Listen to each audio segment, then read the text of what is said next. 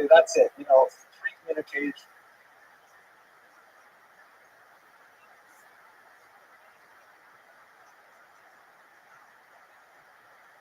Okay, three explanations. That's it. You are totally out at this point. He ends up being ritually.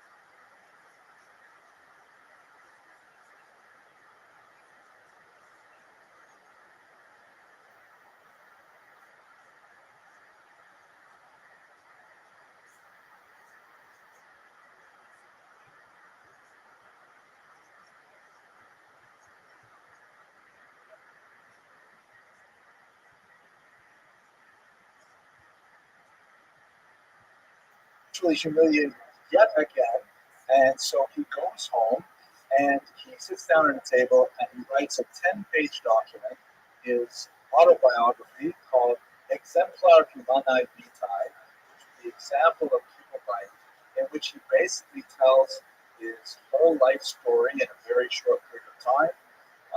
After he completes it, he waits at the table for his cousin to arrive. He picks up a revolver and fires it at his cousin and misses. And then he takes another revolver, and I imagine these like single-shot muskets, and he ends his own life. So that's the sad story, the arc of the life of the Escorial da Costa's experience with Judaism. This is a great example of a tortured soul, deeply spiritual individual who is horribly damaged by the Inquisition, who tries to find his place in Judaism, but then he sees that this island of Judaism that he imagined is in an entirely different part of the ocean, and he simply can't swim to those far shores. In the end, he ends up taking his own life. His legacy is remarkably important, even with the fairly clear strain of mental illness that permeates his writings. Is one of these early thinkers of the modern period. It's really quite early. We don't have people like Voltaire openly criticizing religion for a couple hundred years yet, but he's beginning to question religion in ways that no one else has, especially in print.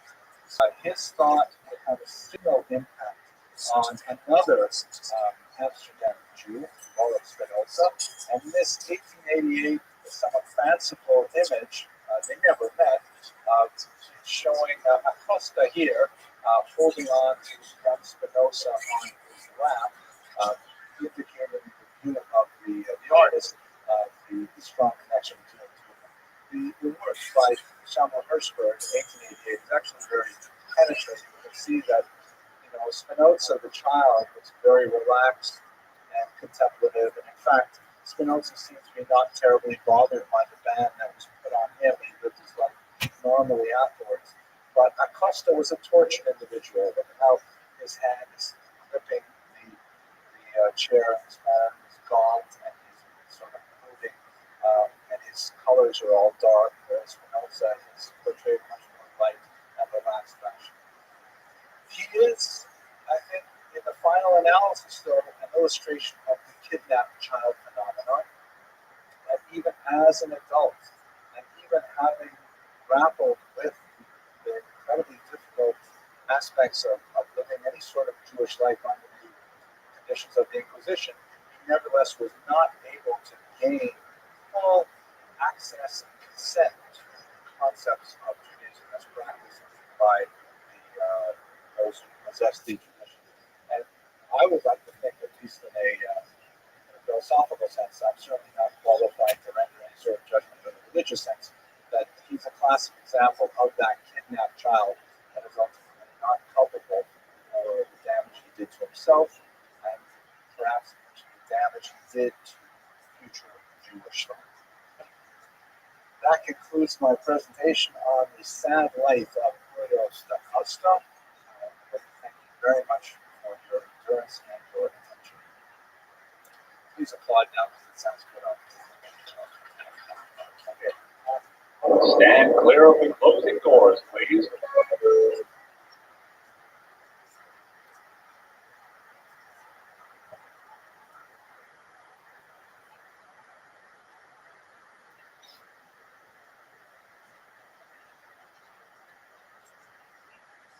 We got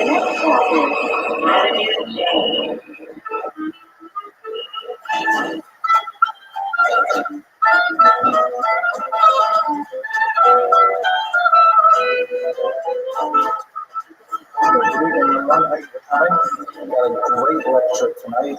Doña Gracia, fascinating individual.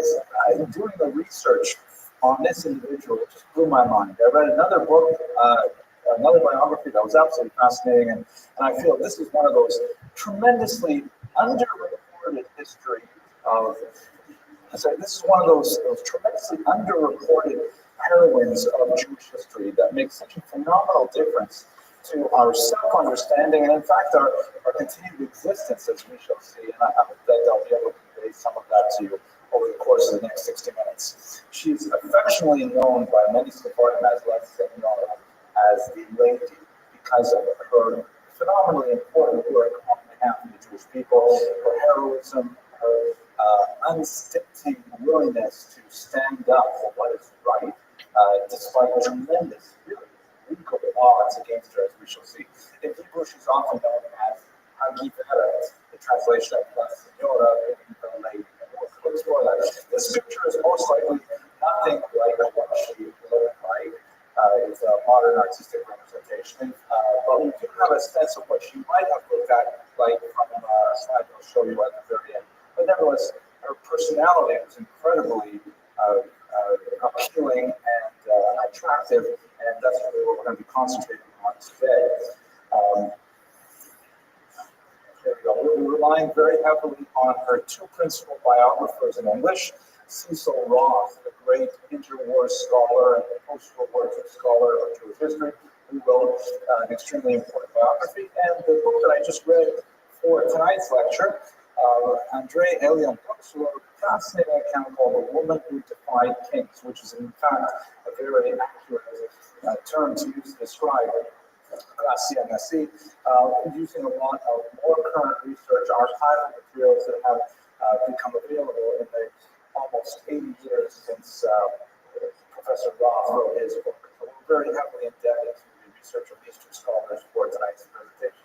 So let's start with her name. What shall we call her? This is an extremely complicated subject. So at her christening, obviously we're speaking about a woman who is a converso, a woman who lived a double life, posing as a Christian in inquisitorial Portugal and later on through Europe. So she led a dual existence, posing as a Christian whilst secretly holding Jewish attitudes and behaviors. So at her christening, she received the name Beatrice de Luna Niquez. Beatrice is a name she never used in any formal sense. De Luna was one of her ancestral names. In Hispanic culture, it's very common for women to take both their mother's and their father's names, and it probably alludes to the family background in Aragon, which is a region of Spain. Niquez is also an interesting name. Both of these, by the way, were probably given to them by sponsors, because when a Jew was baptized as part of the often mostly sham conversions that they underwent during these difficult times, they would be accompanied by a sponsor, typically a member of the royal family or a nobleman or something like that, and then the Jew, now converted to a Christian, would take on the name of their sponsor, kind of a godfather-like figure. Hence, you have so many Jews with the name Nunez, Mendez, Rodriguez. These are all names of important Spanish royalty of the 15th century in particular. So the name De Luna is probably from a sponsor on one side of the family. The name Niquez is kind of interesting because she actually has one family member, and then repeats itself several times in the family. He preferred to use it because it alluded to his date of birth, which occurred right around this time of year, Parshas Niquez. So he enjoyed calling himself Niquez as a result. She preferred, however, to use the name Gracia, which is a diminutive of Beatrice.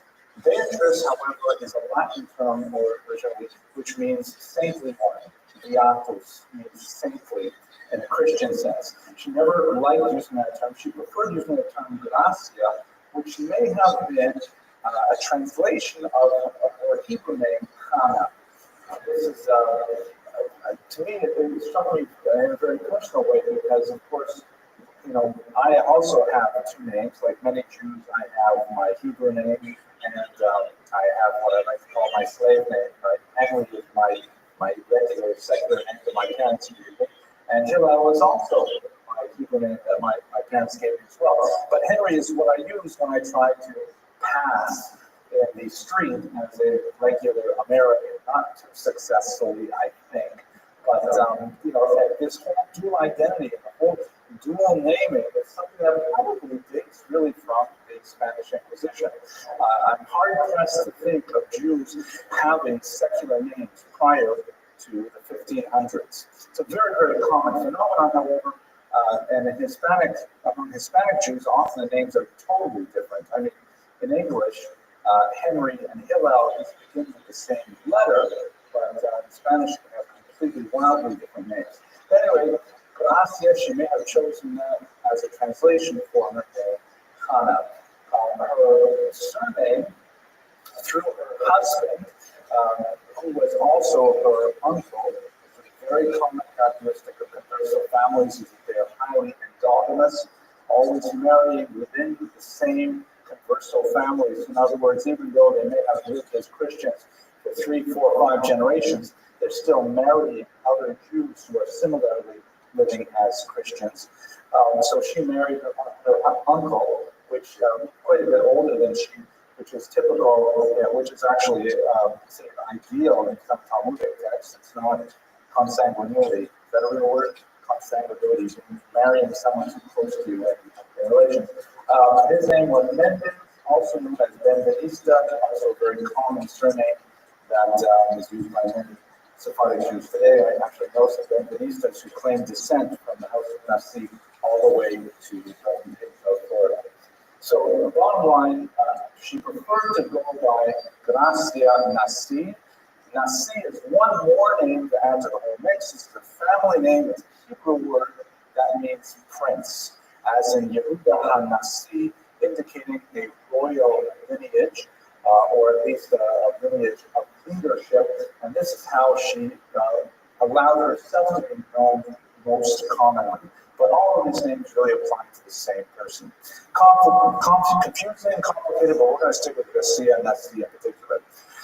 What I find most fascinating about her life is that it is so illustrative of the liminal existence of the converso. We're talking about a person who is really living in two worlds. It's not that once a Jew converted to Christianity, especially under duress, that they could simply adopt this new identity. Because as we shall see and explore over the next 20 minutes or so, the Spanish Inquisition was specifically designed to root out those conversions to Christianity which were not sincere. And so even though these conversos had actually adopted a new faith, they were always being tested in that new faith. And the smallest little deviance from what was considered acceptable behavior could be grounds for incredible persecution, confiscation of their wealth, torture, and even execution. And this is a curse that they lived with for generations. The fear of being discovered as a crypto Jew, or even the fear of being denounced as a crypto Jew when it was not at all the case, was something that plagued conversos for many generations. Even those who may have wished to become complete and enthusiastic, authentic Christians, they always had to live under the shadow of suspicion. This is a rather interesting depiction of two converso Jews who have been accused of Judaizing, that is, of going back on their Christian vows and practicing Jewish rites. They're both wearing this ritual garment that was part of the Inquisition when they were taken to task for their behaviors. The figure on the right here, this little caption in French that says, this refers to a man, a Jew, who is condemned to the fire, but he has acquitted himself through his confession, meaning he has, admitted, yes, it's true, I love bagels and logs, and I eat them every Saturday morning. things like that. And as a result, he's going to the flames, but with a clean heart. They would also give them the benefit of strangulation prior to their burning, so that they could, die a somewhat less brutal death. This figure on the right is saying, I refuse to confess my sins. I am actually a good Christian. I just like bagels. And the French says a person who will be burned by the decree of the Inquisition. He's quite a bit sadder because he feels it's tremendously unjust. But in both cases, we're talking about Jews who are forcibly converted to Christianity, and whether they confess or whether they don't confess, or they regret or they don't regret, they are still bound by these Kafkaesque rules of the Inquisition to be a horrible thing. We'd like to say a few words about the experience of Iberian Jewry, including primarily Spain and Portugal, obviously, because today's lecture and the next two lectures are really going to borrow heavily from this experience. We should consider the fact that in the 15th century, the destruction of Iberian Jewry was a colossal event that can be compared only to the Holocaust in our times. Spain was a country that had housed the Jews for centuries, had given them a phenomenal golden age, had been the home of Yehuda Halevi, diplomats like Castelli and Chaputz, like Shmuel and Gabriela, scholars like Maimonides, is true, who fled from Muslim persecution in the region, but nevertheless, Spain was like America. Spain was a tremendous home of the Jews for centuries upon centuries, and the rupture of Jewish continuity in this peninsula was overwhelming. And in fact, it took Sephardic Jews centuries to get over it, even if maybe they haven't even gotten over it until today. And to be sure, the next 100 years, Jews are obsessed with the idea of how could Spain fall, what it meant for the unfolding of the Messianic period. So we really can't minimize the impact of the end of Iberian Jewry on the Jewish consciousness. Here's a map that gives you a sense of the diaspora of Sephardic Jews, that is, Jews from Spain. We're specifically going to be looking at the Jews who were expelled from Spain around 1492, or some had left earlier, and then went to Portugal over here, where our heroine was born. She lived most of her life in Lisbon. Later, I'll show you a map that shows how she fled Lisbon and made her way, like many of the expellees, up to England, and then to the Low Countries, down through Italy, and ultimately to Constantinople over here, Istanbul. The influence of Spanish exiles and Portuguese exiles throughout the entire Mediterranean basin had a telling impact on the future development of Jewish intellectual and creative thought for centuries. So let's look at the collapse of Spanish Jewry and understand a little bit of the roots of the Inquisition. As I mentioned, Spain went through several centuries of phenomenal acclaim. Jews reached the highest levels of cultural activity, their scholarship, their political activity. They had, they were really the leaders, like in America in many ways, the leaders of all cultural activity, of publications, poetry, literature. We had a Jew who was the head of the army in one region of Spain for a while. Incredible amount of achievements. It all came crashing to a halt, in particular in 1391, when there was a tremendous backlash after a few years after the death of one of the greater of the Jewish political figures in Spain, and there was a widespread pogrom raged through Cordoba. This is the Alhambra Palace, which was possibly built by Jews, but is definitely the landmarks of Spanish Cordoba. Following the 1391 pogrom, which was quite significant, more and more Christian influence coming down into Spain, and one of the attributes of the Iberian Peninsula in the Christian context is that since it is not only on the borderland both geographically, it's also on the borderland religiously as well. Spain for many years toyed with different forms of Christianity. Arianism in particular was a rival to the Catholic interpretation of the faith that was ultimately ousted in the 4th century. And of course, Spain was Muslim after the 8th century. So it was always kind of like it had the zeal of a convert. If I can say that about an entire peninsula.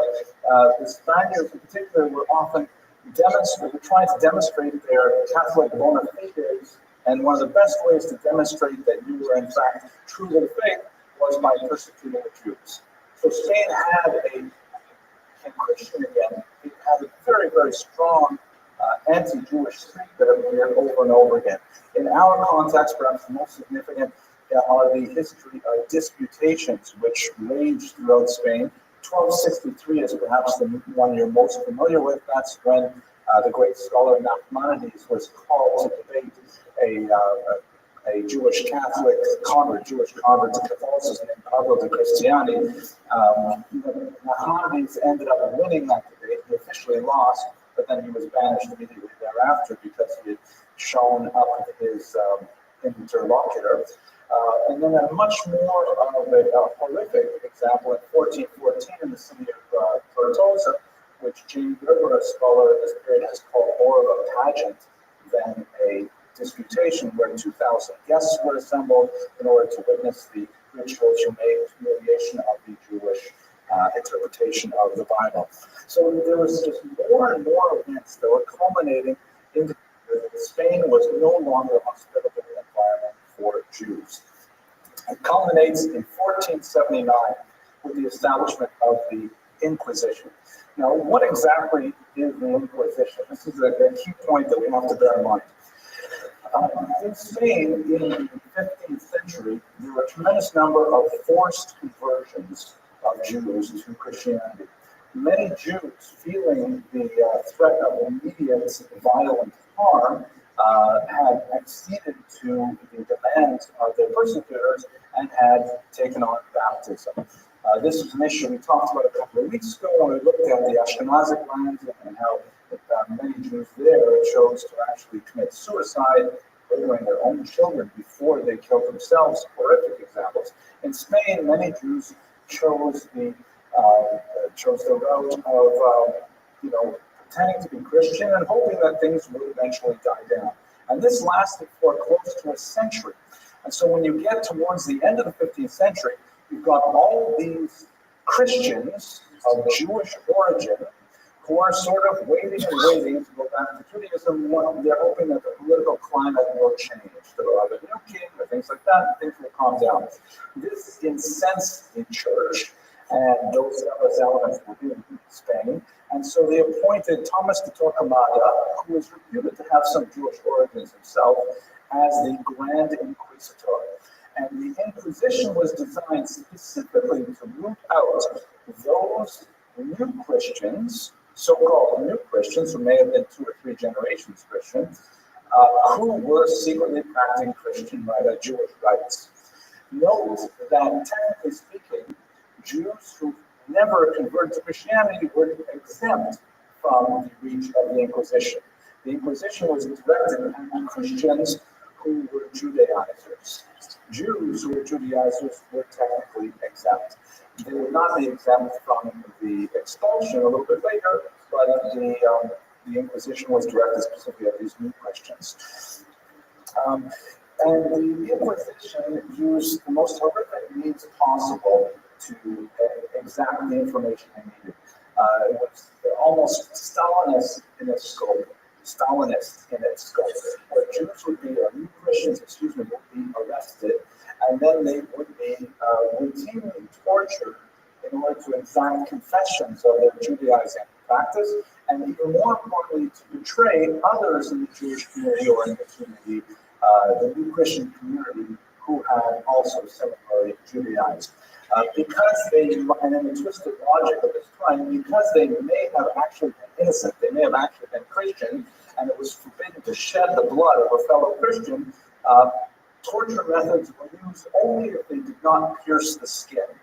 And so a whole range of devices were employed to try to coerce confessions out of these new Christians, typically involving hanging, stretching, formal waterboarding, some really strange devices like this one, which involved extremely uncomfortable positions for long periods of time. And not surprisingly, as we saw in the 1930s in Stalinist Russia, that people would do about all kinds of things. They would say anything like torture, and so then those people who were betrayed, who may have been innocent, would then be brought in, would also be tortured, and this expanded far out of control. In fact, they went way past the new Christian community and even attacked Christians with impeccable credentials. The Bishop of Toledo, for example, was also drawn into the net of Torquemada's excesses, and hence the Spanish Inquisition became proverbial as a purge-like witch hunt that goes on and on for centuries. The Jews would be, or the new Christians, excuse me, I keep on making that mistake, they would be brought before a public tribunal. Here you can see them wearing these hats of shame, these long conical hats, which may have had association with the later witches' hats and the dunce caps, where they would be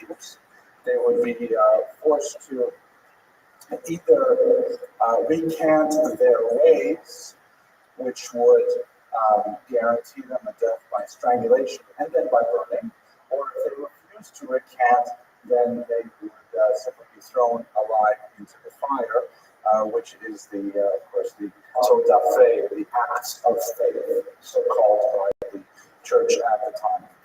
So that's the sort of mechanism of the Inquisition. I reiterate, it's directed primarily at these new Christians, and not at Jews per se.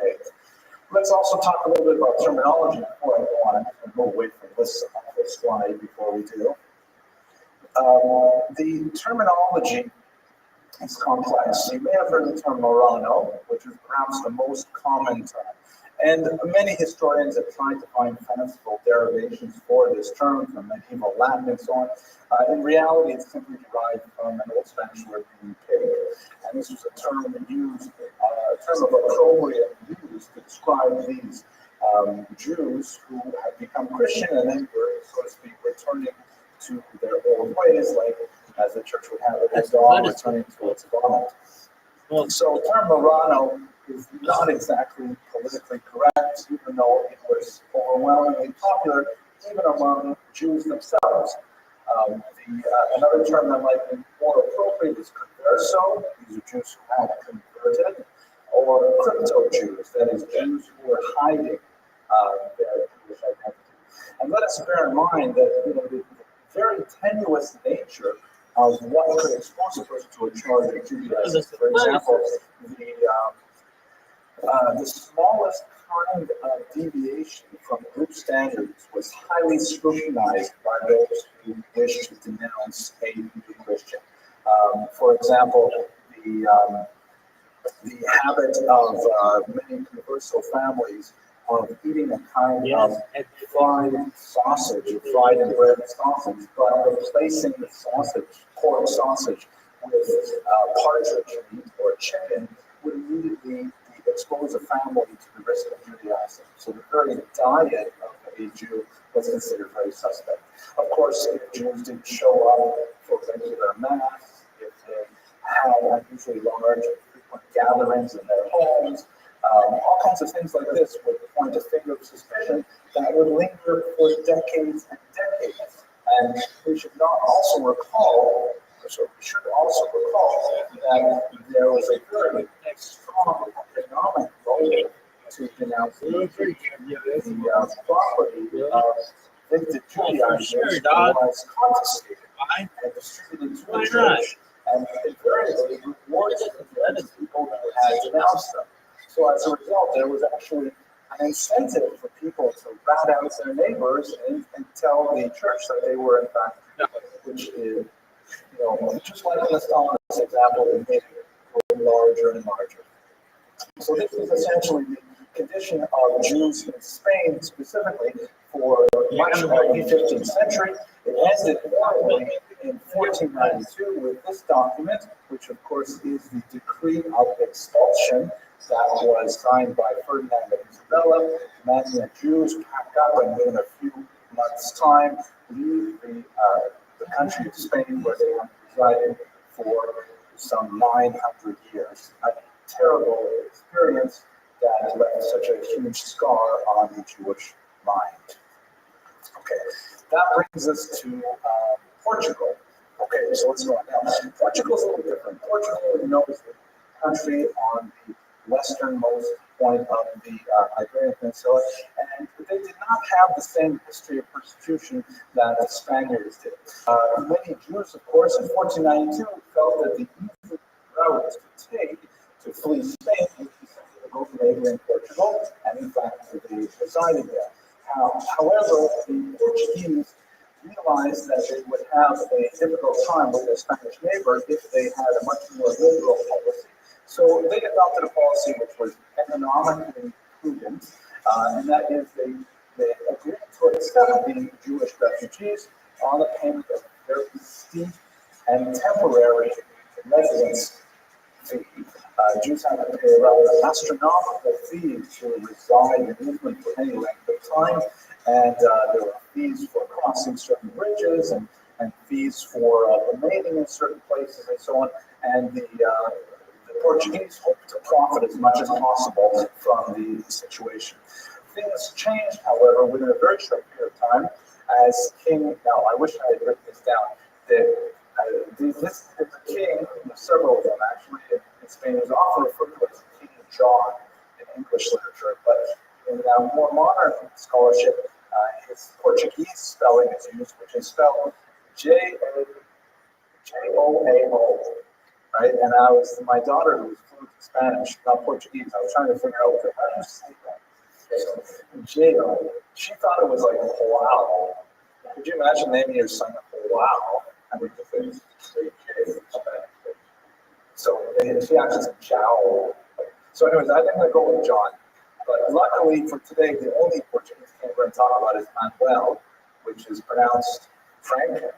No, Manuel. So King Joao died, I think, in late 1495, and Manuel was the younger man who needed a bride.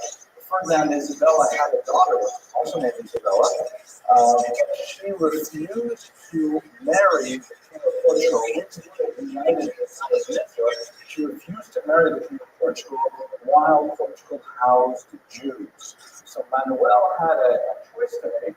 Should he expunge all the Jewish presence in his land, which was economically not expedient at all? Portugal had a huge windfall by having the Jews come into their region because, after all, the Jews were incredibly experienced traders, very, very experienced in commerce, literate, and so on. And so he really wasn't sure what to do about this, but Isabella was quite fanatical about this. She would not marry him otherwise, and so he came up with a kind of a plan. The plan was essentially to forcibly convert the Jews of Portugal to Christianity, and then expel whatever was left. That way, he was hoping to keep the population and their business acumen and their business connections and so on, and of course their wealth. And then a small number, he could simply expel them, and he would win the favor of Isabella. This is exactly the plan that he followed. With incredible cruelty, however, he began by looking at the economically weakest elements of the Jewish population, and he tore away some 700 children from their parents' arms and forced them, shipped them off to the little island of Sao Tome over there on the equator, a relatively new possession of the Portuguese, who were at this time engaged in tremendous maritime activities. The 700 children who were sent there disappeared. It's assumed that the vast majority of them died. And according to a contemporary chronicler, many of them were actually devoured by these great lizards that lived on that island. I'm not sure if they actually have lizards that big there. It could be possible. It's a dragon would be more islands. It's actually, I looked at the Board of Dragons, but this is a monitor lizard. They're related. Oh, they're related. Okay. I don't know Portuguese, but at any rate, I wanted to picture of a lizard. I forgot there would be a professor of biology.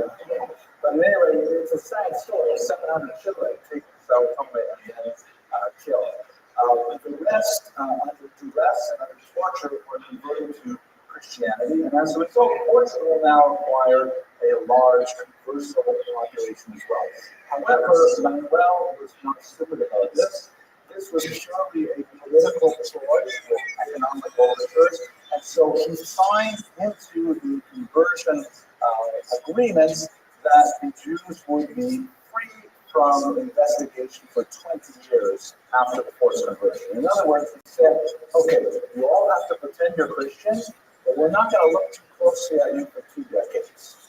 And that way, the Jews, unhappy as they were, and it was definitely brutal and they were exposed to torture, nevertheless, they could more or less continue their lives as normal, more or less, under Portugal, with much greater freedom than they had enjoyed in Spain and the Inquisition there. There was no Inquisition in Portugal at this time, so there was no interference of the church demanding that they conform to Christian norms.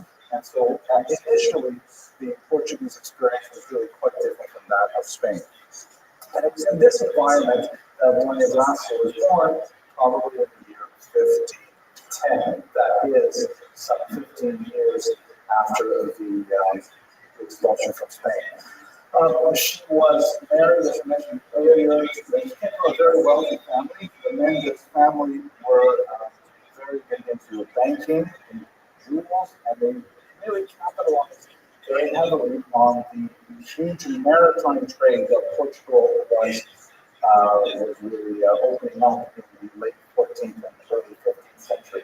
Vasco da Gama, the great explorer, had already gone around the Horn of Africa and had discovered another route towards India. And so there was a tremendous amount of trade to be had by supplanting the overland for spices from the Orient and taking it by sea and offering a much cheaper price to the expanding European markets. So the Mendes family were able to extend banking privileges to the Portuguese kings, loaning them sufficient funds to be able to mount these massive maritime exploits and then receiving their payment after the ships came in, so to speak, making the Mendes extremely wealthy and powerful and very closely related to the king. So the many converso families were married in the larger converso community. And here you see a painting of her from the famous artist Walter Zick, that shows Francisco here as somewhat younger than he probably was. He was twice her age when they married at 18, it was in his early 40s. But nevertheless, they enjoyed a brief but very happy marriage together that produced one child named Anna. Now, the problem is that the converso wealth they had was both a promise that gave them tremendous power at all times because they were able to leverage that wealth for policies that they promoted for the benefit of the Jewish community. They were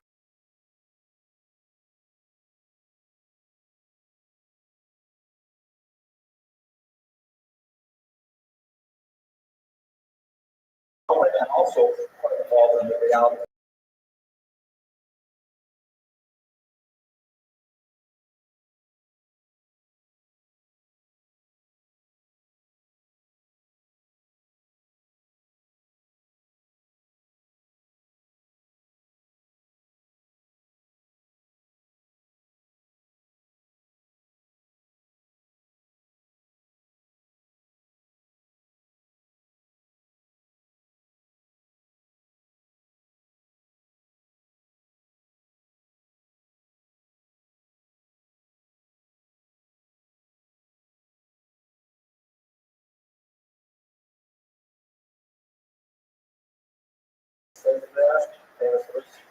Right. Beautiful passage from Psalms. If I forget you, O Jerusalem, let my tongue cleave to my mouth, let my right hand use its cunning.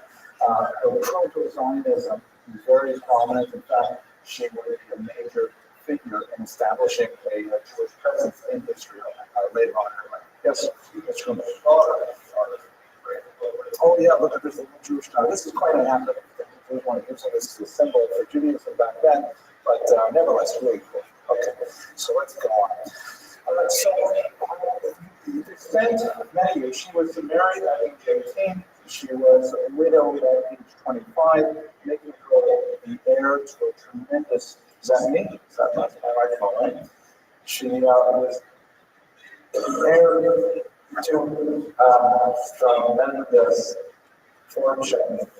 Maybe if I hold it further away. Is that better? She was heir to a tremendous fortune, and once she was widowed at age 25, that made her incredibly powerful.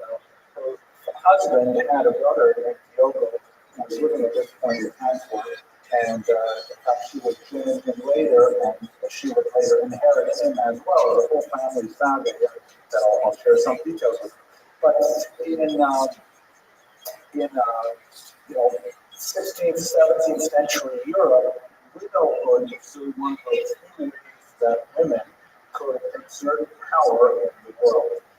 Australia on a small scale, but when you're dealing with a woman like Gracia, who was working with and sometimes in opposition to kings and queens and incredibly powerful individuals, popes, her widowhood was really what gave her independence and her might, her ability to actually flex her muscles financially and achieve her will. They were acting in a clandestine fashion when they were married together in Lisbon, primarily to the Inquisition, which eventually did make its way to Portugal, but they wrote a lot of activities to try and prevent the church from extending the Inquisition there, including very liberal bribes and perhaps even some assassinations of inquisitorial officials. But the Inquisition was impossible to hold back, and the smallest thing could set them off. So, for example, there was in the Jewish quarter of Lisbon, which they still had like a Jewish quarter, a kind of ghetto type of setup, but it was more like what they would call in Boca Raton a gated community. There was a young Christian courtier who was seeking out a Jewish woman that he had met in the marketplace earlier that day, and he went into a house hoping to find her, and he discovered a whole bunch of Jews gathered there around the table, and this happened to be Erev Pesach, the Passover Seder. And of course, these are new Christians, conversos. And of course, he came out and proclaimed this in the streets, and it caused quite a hue and cry. Similarly, on another occasion, when there was a plague raging in the city, a whole bunch of new Christians and older Christians were gathered in a church, and they were praying for redemption from this plague, and the light shining through the windows in the back lit up a cross at one end of the room with an unusual luminescence. Many of the Christians in the room felt that this was a miraculous sign that, in fact, the plague was about to be lifted, and a converso, who could tell us kind of a Jewish authority, he scoffed at the idea that this trick of the light and then there was divine favor. This incensed the entire church population, and a riot ensued shortly thereafter. So you can see the kind of tinderbox that Lisbon was at this time as the Inquisition was approaching. So she decided to flee Lisbon and make her way to Antwerp, where her surviving brother-in-law, who was living in the business. Tremendous difficulty getting out of any of the places she tried to get out, because, of course, her phenomenal wealth meant that the ruling authorities refused to allow her passage. On one hand, they didn't want to insult her because they wanted to keep her wealth intact and keep her working for the benefit of the larger economy, and so they couldn't simply refuse her passage. She was allowed to travel. But on the other hand, if they allow her to travel, there's always the worry that she would not come back. And that is, in fact, what she did. She made her way up to London, where there was a kind of a secret underground railway for Aranos, so she wanted to flee Spain and Portugal. And then from there, she went across the English Channel to Antwerp, where she met up with her brother. She brought with her a character that I have not mentioned yet, but someone who would be very important in her later life, her younger sister, Miranda, and Miranda would later marry Diogo, would eventually have a child. Her younger sister, as we shall see, did not share Gracia's attitude towards Judaism. And in fact, this would have disastrous consequences for all of them. Later on, just to jump ahead of our story, because we have this beautiful map here, she made her way down to the south of France, to Venice for a while, to Ferrara, where she was very active, and she most likely was in Ferrara, where she finally renounced her Christian status and returned to Judaism. And eventually, she made her way to Constantinople, where she most likely passed away. Constantinople at this time was, of course, ruled by the Ottoman Turks, or Muslims, who were openly inviting Jews to come to Muslim lands and were laughing out loud in print and in all kinds of proclamations that the Christian persecution of Jews was in fact enriching the Ottoman territories. Very famous passages from various sultans to this effect.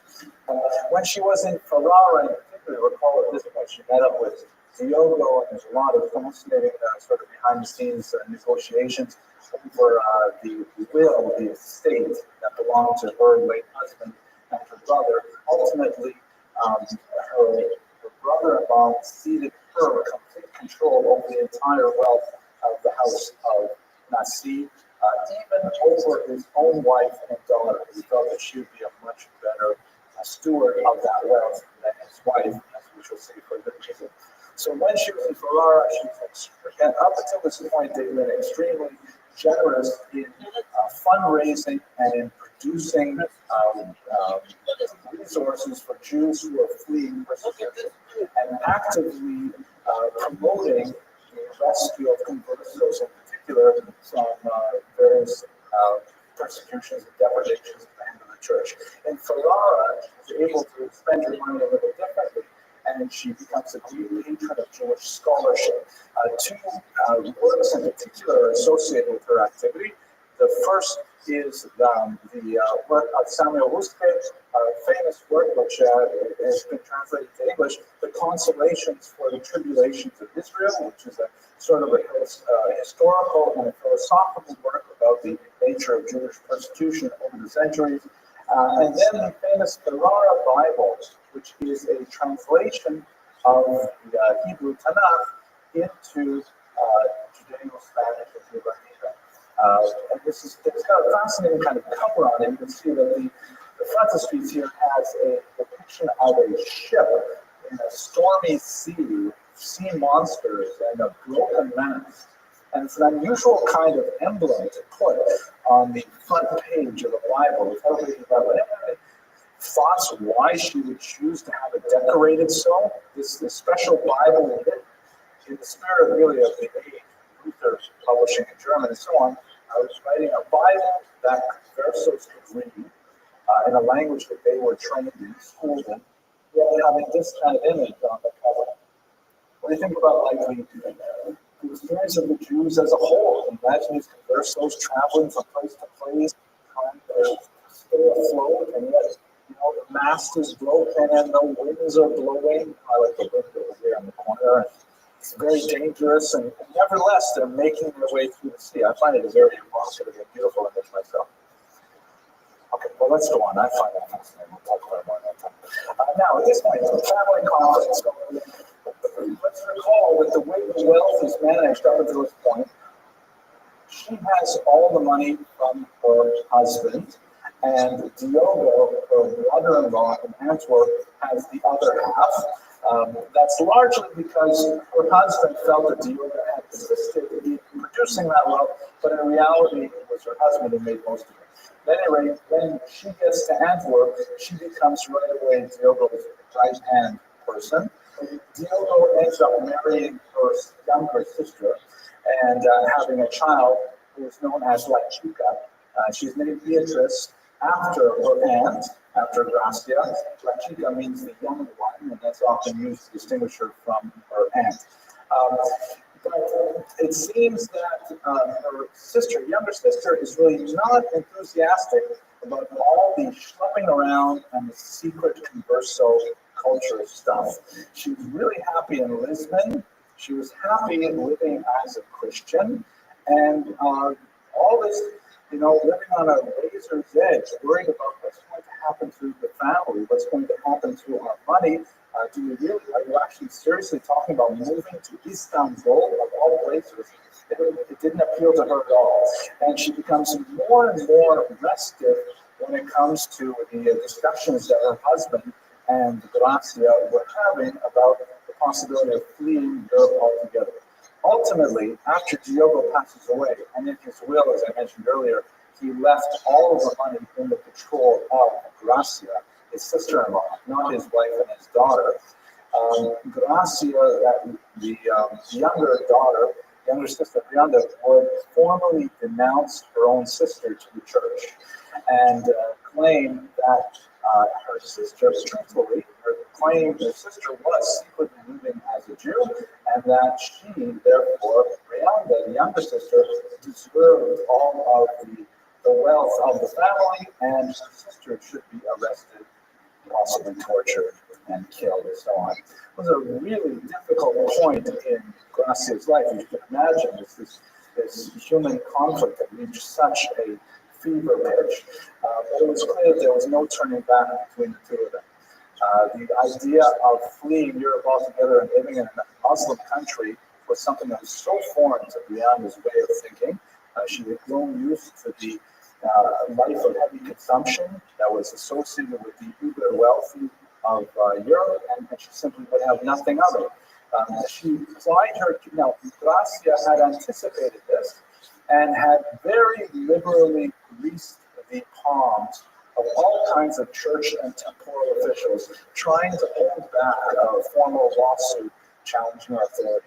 She was not able to prevent a lawsuit from actually reaching the court, but she was ultimately able to defeat her sister in a legal battle and lay authoritative claim to the entire inheritance, which was a rather amazing feat that just shows you how useful money is. On the other hand, in a related development, there was also a rabbinic court convened on this particular issue that included some of the greatest minds of the era. Don't forget, this is the 16th century. This is the era when you have Moshe Ditrani, for example, and you have none other than Joseph Karo, the author of the Code of Jewish Law, the Shulchan Aruch, who debated this very point, and ironically, the author of the Shulchan Aruch, Joseph Karo, disagreed with Gracia Mendes, even though she felt that she was a wonderful person and they did great things for the Jewish people and so on. It wasn't right that the sister didn't get an inheritance and that the niece didn't get an inheritance either. But that's another story beyond what we're going to discuss here. Part of this whole debate is surrounding as well, who would the younger child marry? Who would Beatrice La Chica end up marrying? One of the, at this point, I've kind of omitted discussion of the role of kings here, but there are tremendous involvement of kings and queens all having designs on the money of the House of Nasi. In this particular case, George V, the Holy Roman Emperor, had a wife who wanted to marry off La Chica to one of her closest friends, and in so doing, hoped to garner a large section of the assets that belonged to the Nasi family. When the queen approached Gracia Nasi about this, she actually avoided her several times by feigning illness, and when he was finally forced to answer up front, what would she say about this particular marriage of her niece to this older Christian man, Gracia Nasi said, intemperately, rather see my niece drowned than married to that man. Very strong language, which meant that she really had to flee Europe, because there was no more excuse for her at that point. So they ended up finally making their way to Istanbul. And at this point, Gracia Nasi had revealed her Jewish identity and was quite openly, actively sponsoring Jewish causes without any vacillation or dissimulation whatsoever. But she met with several setbacks. One that's very important is the Altona incident of 1556, which was perhaps the saddest moment in her career. There was an Italian city with a port called Ancona, and they had a very zealous inquisitor there sent by a new pope, Paul IV. And there was a very large converso community. These are, remember, what are we talking about here? We would have in Ancona, we had the regular Jews, the Italian Jews who had lived there since time immemorial, who were not forced to convert to Christianity. You had regular Christians, and then you had this converso community, largely made up of Portuguese Jews, who were formally converted to Christianity and were in such confession, but nevertheless living pretty much openly as marrying with each other, keeping kosher, and all kinds of things like this. They could not, declare themselves openly Jewish, because that would be in contravention of church law. You can't simply convert to Christianity and then convert back again. But they were not prepared to live as Christians. So you had these three distinct populations in Ancona, as you did in many centers where Jews settled. The Pope and his very zealous inquisitor arrested approximately 100 of these conversos in Ancona and proceeded to, take the traditional inquisitorial route of torturing them, extracting confessions, arresting others, and so on, and threatening to burn them.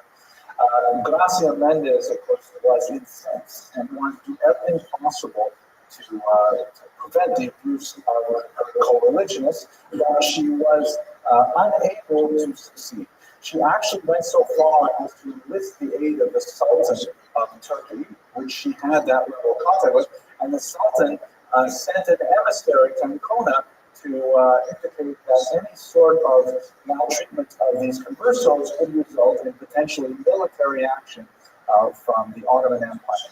Gracia also, rounded up a huge number of Jewish communities who agreed to impose a boycott on the port of Ancona and to bring that city to its knees economically, because Jews were extremely involved in all kinds of international trade, and refusing to do business with that particular port would actually bring their trade to a standstill.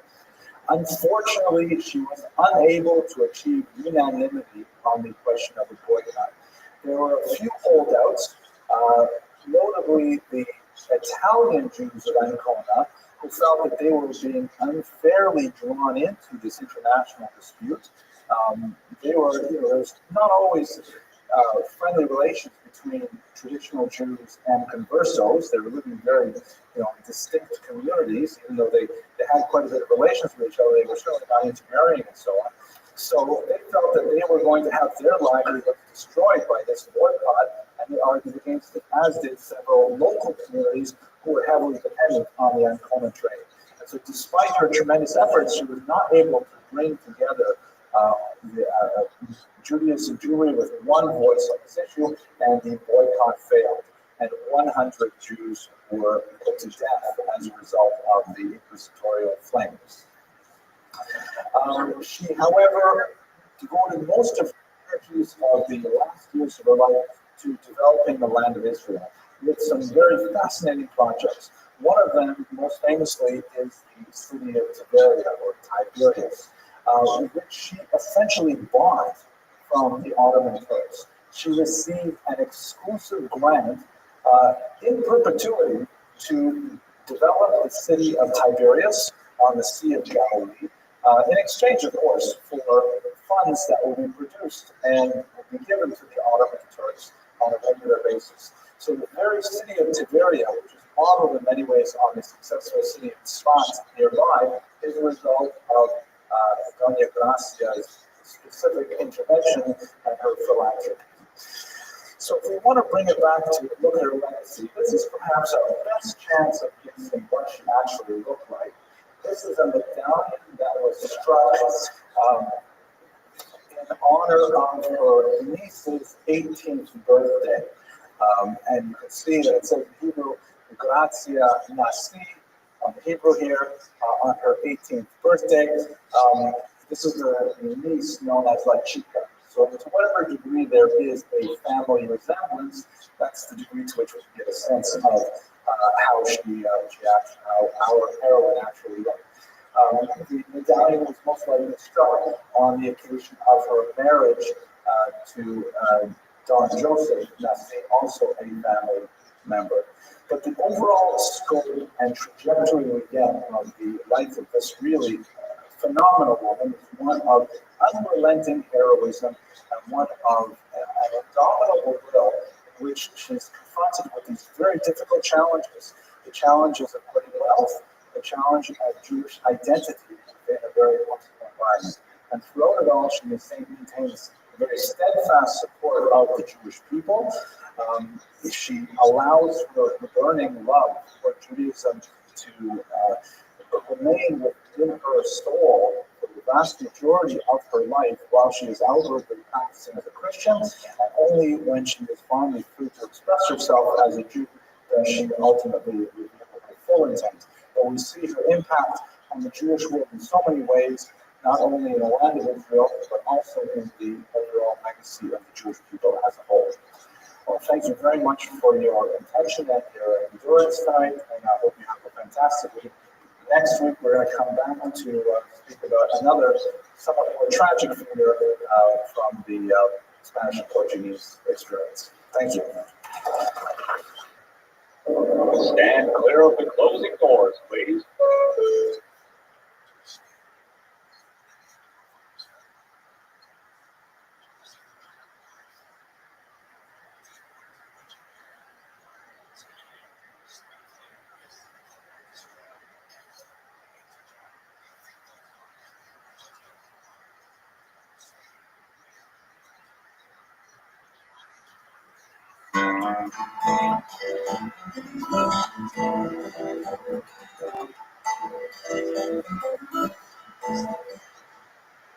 Hello, everyone. Welcome to another essential lecture in Jewish history. As you notice, the surroundings are a little different because we're looking around on this campus in a different office altogether. Not entirely sure how much light we got. We'll go into the screen. So today's topic is going to be what I call incipient revival and divergence. Basically, I want to talk about the 16th century, and I want to identify three specific aspects of Jewish history in the 16th century that are really important for understanding modern Jewish history. So let's go straight through those three features of the 16th century, and now we're talking about broad kind of things. So first of all, we're dealing with some very important changes in Jewish demography. The distribution of the Jewish population, their concentration, their ethnic makeup, a lot of things changed over the 16th century and onward, and so that's the first important feature. Second, the influence of disruptive technology, which is something I'm really keen on lately because we're living in the same kind of period now with the influence of the internet. We wouldn't be watching this if we're not for the disruptive technology that the internet represents. And what's that mean for our society? It's changing dramatically, even as we say, well, it's just changing as well. So I don't know why I'm enjoying it.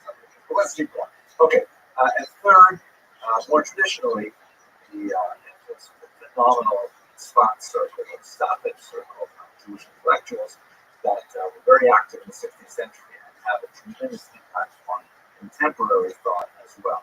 I myself just released a book on one of the figures of the circle, so I feel very close to that figure. Okay, let's go to the first major issue.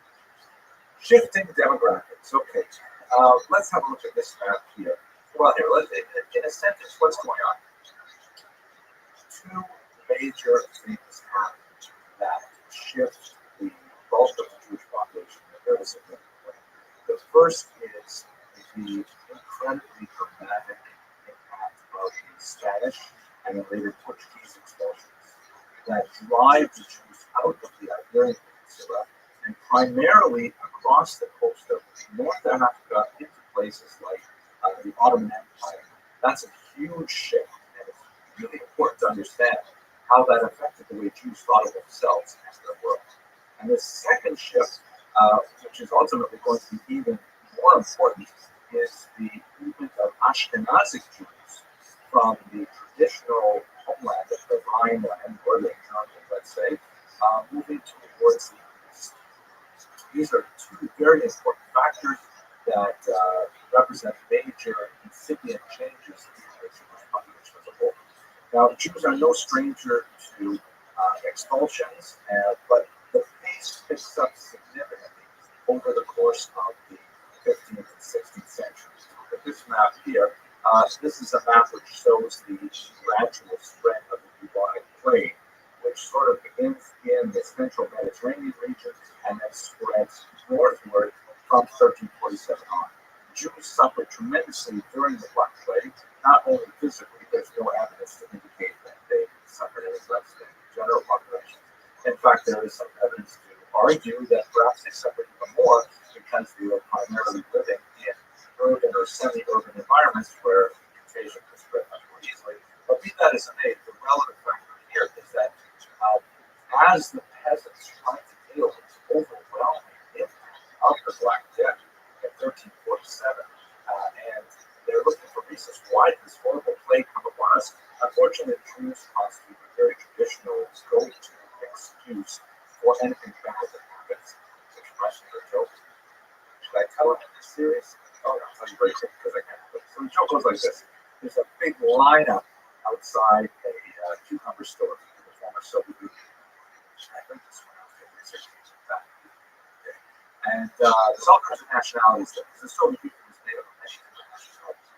And they're all waiting to buy the cucumbers, and then the cucumber salesman opens up the window and says, we just learned there are going to be less cucumbers than we expected.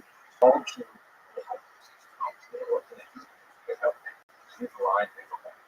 and everyone's waiting in line. A few minutes later, he opens up the door again and says, we just heard that some of the trucks broke down on the way here. We will have less cucumbers than expected. So all Uzbeks, Tatars, Ukrainians, Lithuanians, leave the line and go. So when they do, all these other often non-titular nationalities, not as quite as status, they have to leave the line and go. Finally, there's only pure Soviet citizens there, really devoted, the followers of Stalin and everything standing in line. And the cucumber guy opens up the door and he says, we just learned that the last trucks were taken over by the mafia. There are no cucumbers arriving today.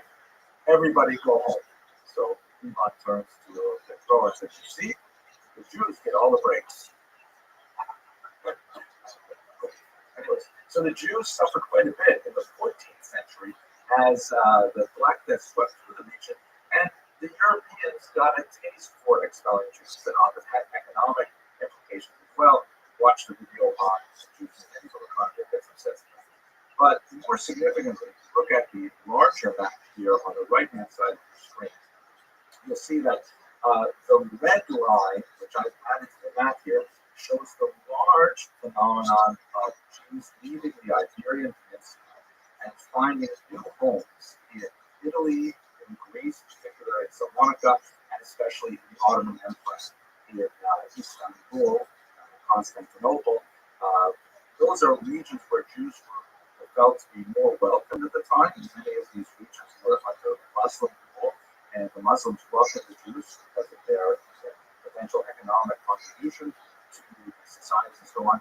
But it represented a tremendous end of an era. What you have to do is think about in the 15th century how Jews really regard themselves as sort of a post-Holocaust generation, much like we in the later half of the 20th and 21st century are still reeling from the incredible demographic assault of the Nazis on the Jews of Europe. Jews of the 15th century were really trying to understand what could it mean that the golden age of Spain came to such an abrupt and hateful end, which the expulsions of the end of the 15th century. So it's not just a shift of population, it's not just a migration for economic reasons, it's an uproot, it's a destruction of a civilization that then had to be replanted elsewhere. It's also important to note in this regard that there are a lot of Jews who are actually heading to the west, not to the east. It's not necessarily for our discussion today, but many Jews chose to go to the New World, to what would become Brazil, Curacao, and eventually to Amsterdam, New York. These are really these later ripple effects of the expulsion. And finally, we should also mention a small ago, many Jews chose to leave Spain and Portugal for Northern Europe, particularly the Netherlands, Amsterdam, as being more liberal climates for Jews to practice their faith with less fear of molestation. So that's one really important about the demographics is that the huge population of Spain was totally destroyed and was spread out throughout the region. One last detail before I forget, of course, there were crypto Jews, Jews who chose to mask their Jewish sensibilities and identities under a Christian guise, sometimes called Marranos, which is an inherently derogatory term. Their history is also fascinating, but that's sort of the wrong subject. So the second major element of the shift demographic is what you can see there in the blue line at the top of the map, which shows Jews in Western Europe making their way to Eastern Europe, particularly Poland, Lithuania, Ukraine, and those regions, the Baltics. This was for two basic reasons. One, increasing levels of anti-Semitism in Western Europe, based on factors we discussed in earlier videos. And secondly, very significantly, the attraction to these new economic zones, where much of the economy was very poorly developed, and there was tremendous opportunity for Jews what used to be to become doctors, land lessors, or lessees. There were middlemen or landlords owning large tracts of land called latifundia, tax farming, all kinds of things like that. So the shift in demographics means a lot in this context as well, because we're going to see that this population is actually going to grow significantly over the next century, meaning that the Yiddish language is going to expand tremendously as well, because Yiddish is basically, as Jody Crystal once put it, German with phlegm. It basically is a medieval German dialect with Hebrew letters with a tremendous number of borrowed words from many other languages. So Yiddish becomes the lingua franca of the largest Jews ever in history by the time we get to the 19th century. Okay, so that's the first major point, shifting demographics. Let's look at the second, disruptive technology. Okay, so what is this technology that's changing everything? What do I mean by disruptive? This is kind of like a business term that's used frequently nowadays.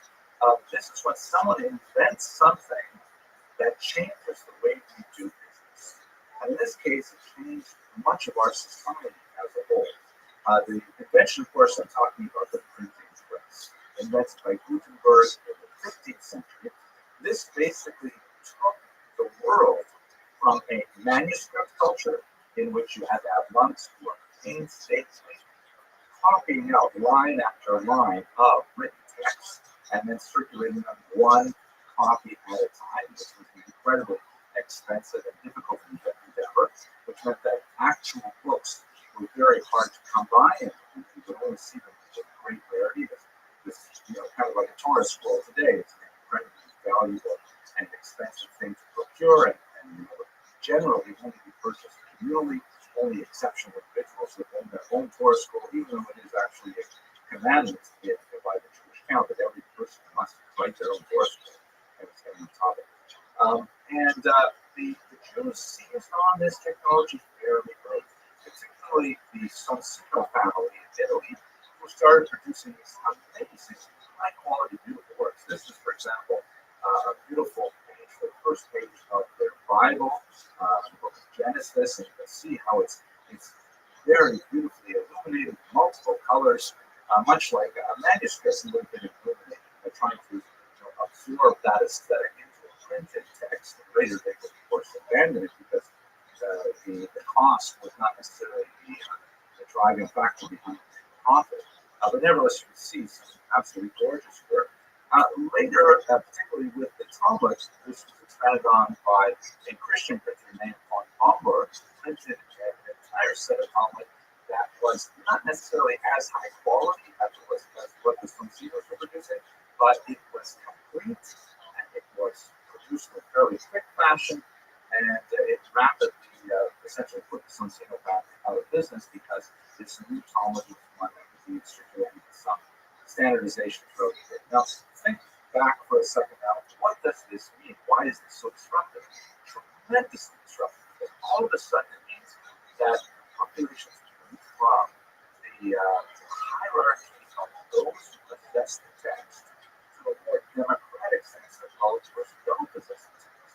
This is such that it becomes cheap enough that everyone can own it.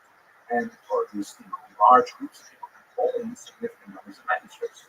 All of a sudden, information literacy becomes populist, becomes available to so many people, and not only access to existing information, the creation and dissemination of new information is also possible.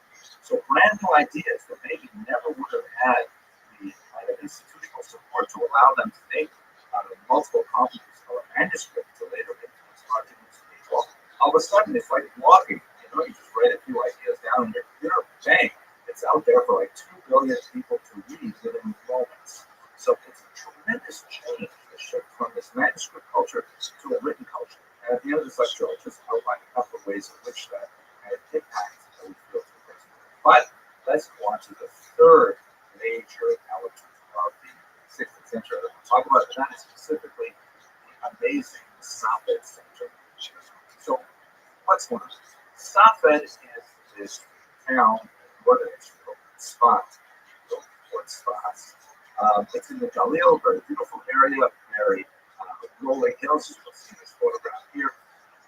And it basically was a nothing town until the 16th century. And in the early 16th century, the Ottoman Empire took it over, and they put in place some new tax laws that made it really advantageous for people to settle there, particularly in textile industry. So it was a multicultural population, but with a lot of Jews suddenly congregating there. And if you think back to the expulsions of the Iberian Peninsula, obviously a lot of Jews who fled Spain and Portugal made their way to Sfat. And what seemed to happen there at the beginning of the 16th century was there was a collection of absolutely brilliant minds, a collection that rarely happens in Jewish history.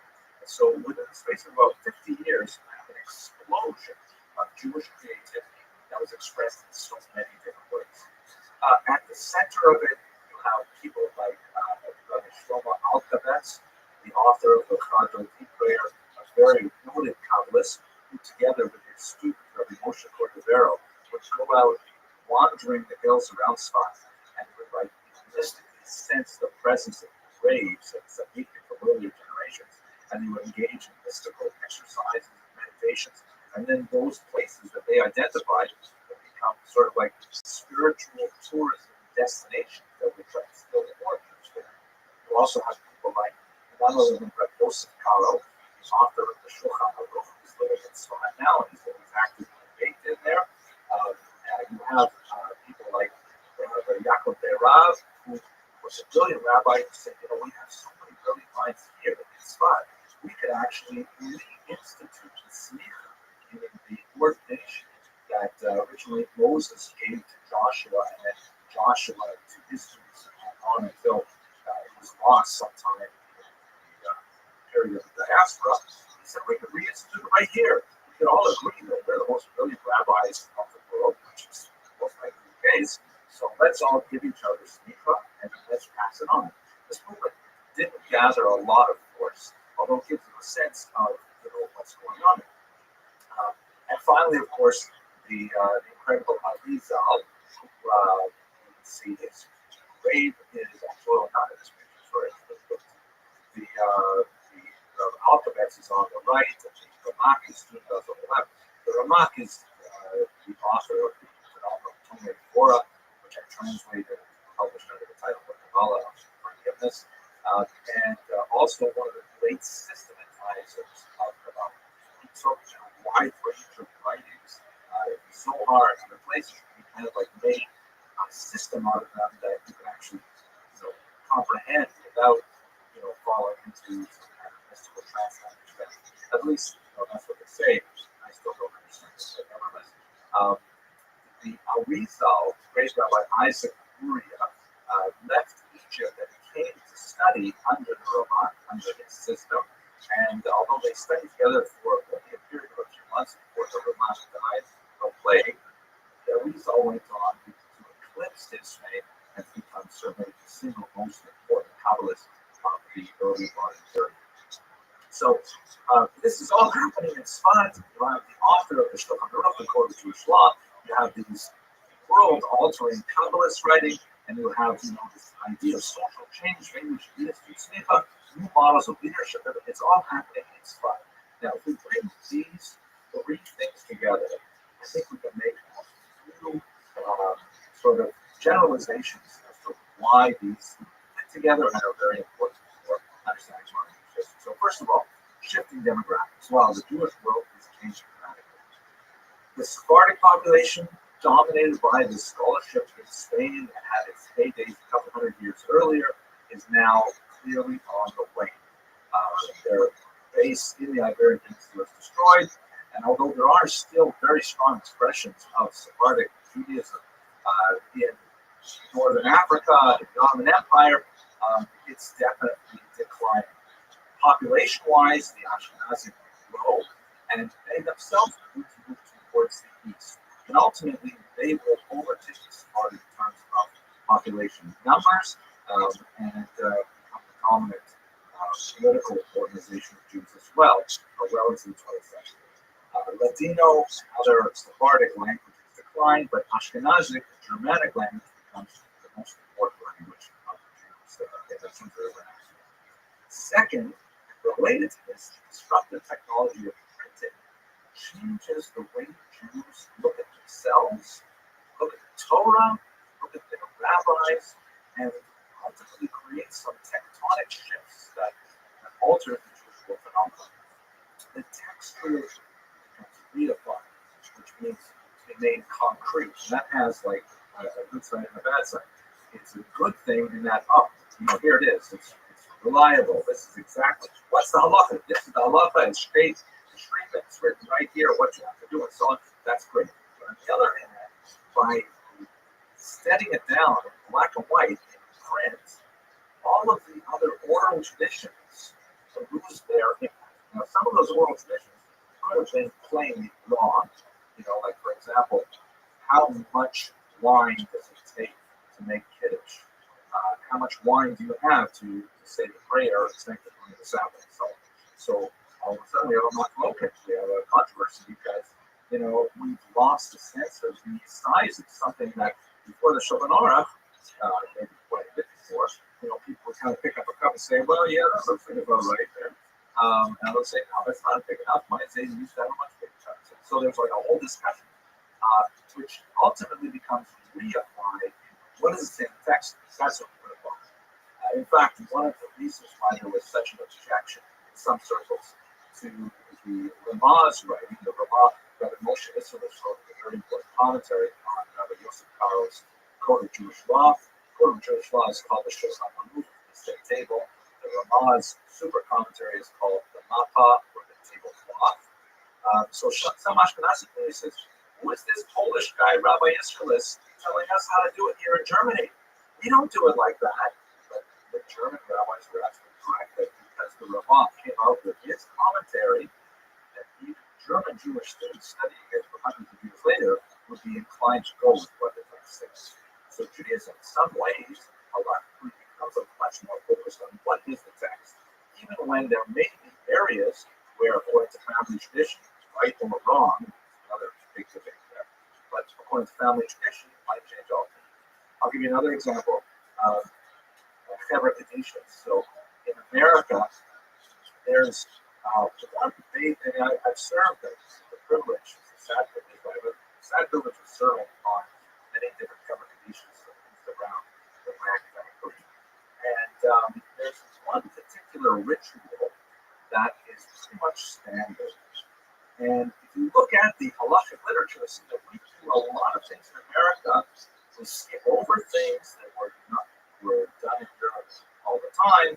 We do extra things that were not done in Europe, and there's a whole bunch of details that are just not present in our tradition. Why is that? Well, my humble thinking is because there was one particular Hebrew tradition that was in Chicago that was the first one to actually write it down in English.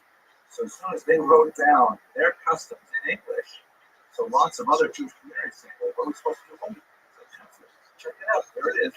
That becomes the Minhag America, the American custom that essentially means we lose a lot of other regional customs. Okay, so that's one of the things that happens with this disruptive technology. Another thing is, because everybody can do it, all of a sudden, copyright law becomes challenged, and like we used to say, a person can't do something that's against Torah. Oh my gosh, Chas v'shalom, all of a sudden, the huge threshold of cost that would be represented by hiring a manuscript copies to write out your heretical writings is disappeared, because now basically if you get a certain amount of capital, you can print it yourself. And so all kinds of ideas that would not have seen the light of day in print or manuscript, I should say, with printing, all of a sudden it's fair game. Everybody can put their stuff out there. So we see the thought of people like Spinoza and so on that become circulating as a result of this disruptive technology. So the religious diversity that will expand and come to a crisis point in the 19th century has its origins really in the 15th century. And finally, the spot circle, this amazing nuclear strength activity that was going on in Northern Israel for a very, very brief period of time, only a few decades, then it was all over, has tremendous ripple effects. It represents a revival of Kabbalah in a very, very powerful way. Kabbalah, of course, is a very ancient study of Jewish texts that goes all the way back to the biblical period, but much of it was completely inaccessible before Rabbi Moshe Cordovero wrote the Pardes Rabbonim, and of course the Rothschild, the student of Rothschild, popularized their dramatic understanding of the and so on. So the study of Jewish mysticism becomes very, very prominent throughout Europe and has ripple effects on many movements that are not necessarily so closely related to Jewish traditions. In particular, false messiahs like Shammai Tzvi, heavily influenced by Kabbalah, and on the other side of the coin, definitely within the mainstream of Judaism, although it wasn't necessarily appreciated by all Jews in that sense in the 18th century, the Hasidic movement borrows very heavily on Lurianic Kabbalah, and was a result of, therefore, was a tremendous amount of creativity in the 18th century as a result of what happened in the 15th century. Well, that was a very quick tour of this incipient revival, the beginnings of a new growth of ideas in the Jewish world, and at the same time, the emergence as a result of these three factors. I hope you found this video useful, and I look forward to speaking to you again.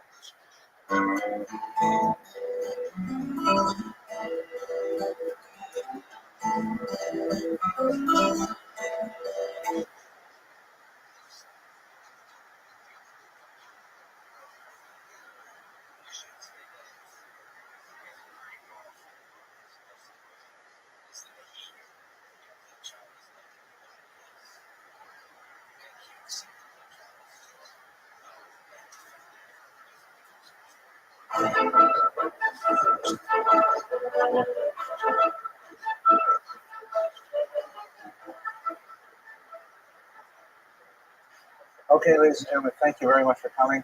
Sorry for the, oh my gosh, record late start. We had actually a technical problem because they put a new lock on the door, and I don't have a key to the new lock yet, so we were a little behind in getting this together. But so for those of you who were here over Shabbos, we had a magnificent affair. The Rav's own son of Rabbi was bar mitzvah, and he was a tremendous cut-up. He was brilliant. We really enjoyed not only his laning, but particularly his Torah. And he started with the following joke. So the joke, and this is an Avrami Grunstein original, I think. The joke goes like this. So between Mincha and Mara during the week, many Rabbonim like to say a short Dvar Torah, in that period before, during sunset during the week. And so the Rav gets up to give the Dvar Torah. You have to imagine this joke told by a 13-year-old, the son of a rabbi who gives the Dvar Torah between Mincha and Mara, by the way. And the rabbi's giving his Dvar Torah, and then he notices towards the back of the room, one of his best Balabatim gets up and walks out of shul. One of his most loyal parishioners, congregants, gets up and walks out unexpectedly in the middle of his drasha. I mean, the Rav is used to having people get cell phone calls and things like that.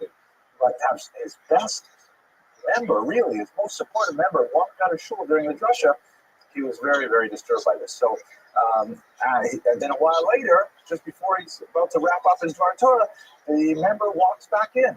So he's very grateful to see him back there. They daf and Marav, and then afterwards he goes up and he says, "Listen, Shloime, I was kind of surprised to see you leave the shul right in the middle of my Dvar Torah." And Shloime says, "Yeah, I had to get a haircut." And Rabbi says, "You had to get a haircut? You couldn't get the haircut before Mincha?" And he said, "Before Mincha, I didn't need a haircut." I think Rabbi said that one better than me. But anyway, you get the deal. Okay, so tonight's lecture is actually a lecture of tremendous meaning and value for me personally, and I'm hoping that it'll reach you as well, because it has tremendous value really for anyone who goes to synagogue on Friday nights. They have automatically a connection to this particular figure. We're going to hear a lot of versions of the Chadodi from the audience tonight, and I'll even play a couple of them for you. But basically, we're going to be talking about Rabbi Shlomo Alkabetz, who is one of the most important Kabbalists of the 16th century. He was in many ways the founder of the Tzfat school of intellectuals, that very unusual 16th century explosion of Jewish religious and intellectual creativity that occurred in northern Israel at that time. But he's really mainly known for one particular prayer that he wrote. As we shall see, it was apparently a wedding gift that he gave to his bride, which adds a whole new dimension to reading about what this prayer is all about. And this prayer was universally accepted. It was printed almost immediately after he wrote it. And it is one of those rare pieces of liturgy, particularly early modern liturgy, that was accepted by all streams of Judaism as they were known then and even as they are known today. It's hard to imagine a Friday night service without Lecha Dodi. I don't even know exactly what it would look like. And you can think of a lot of different strange ways to observe Friday night service, but Lecha Dodi is pretty much central.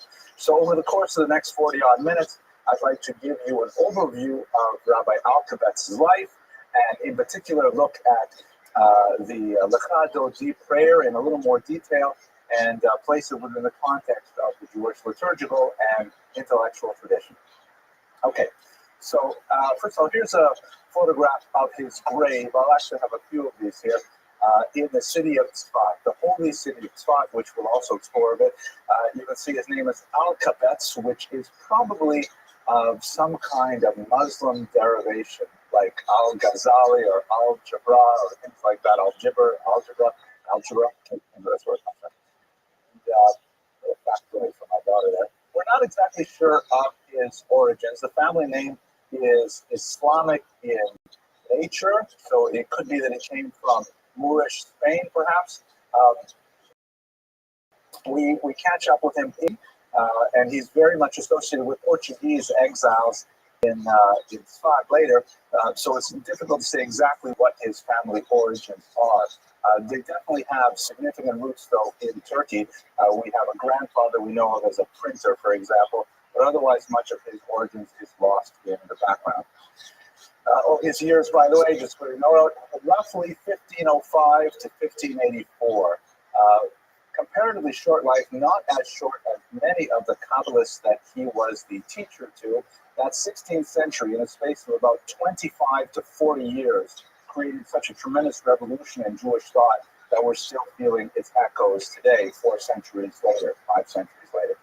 So let's place it in context. The 15th century was in many ways, it can be compared to the post-Holocaust generation in many ways. Very difficult to make that kind of comparison. The scale was nothing like the Holocaust. The suddenness and the ferocity of it was nothing like the Holocaust, more than the suddenness perhaps. But you have to understand that the first decade or two out of the 15th century, Jews were reeling from the shock of the Spanish expulsion. The expulsion, of course, came in 1492 when Isabella and Ferdinand, shown here, decided after a significant amount of time persecuting the Jews and also Muslims, they decided to simply do away with them. This is the writ of expulsion that was slated for Tisha B'Av of that fateful year. Of course, Tisha B'Av is the sort of national Jewish bad luck day. It happens to be a day when so many bad things in Jewish history seem to occur, all the way up to the Warsaw Ghetto decimation under the Nazis and so on. It's a very, very bad day for Jews. At any rate, they expelled the Jews from Spain. You can see here in the Iberian Peninsula. Many of them chose to go to Portugal nearby, but that was only a very brief respite because 5 years later there was a tremendous forced conversion of Jews in Portugal and an ensuing expulsion as well, particularly hard on children. Thousands upon thousands of orphans were created in the very brutal Portuguese expulsion. And Jews made their way to the north, to the Netherlands, in particular Amsterdam, where they found some safe havens. Many of them moved along the coast of North Africa, and many of them made their way finally to Israel, which is where we'll be focusing on for most of our lecture today. For our purposes, however, the destination of choice for many of the Spanish and Portuguese exiles was the Greek city of Thessaloniki, which was a major Jewish center at the time. It was supported by some very important Jewish largesse, some very important people like Don Gracia de Mendes, who supported the Jewish exiles in a very significant way.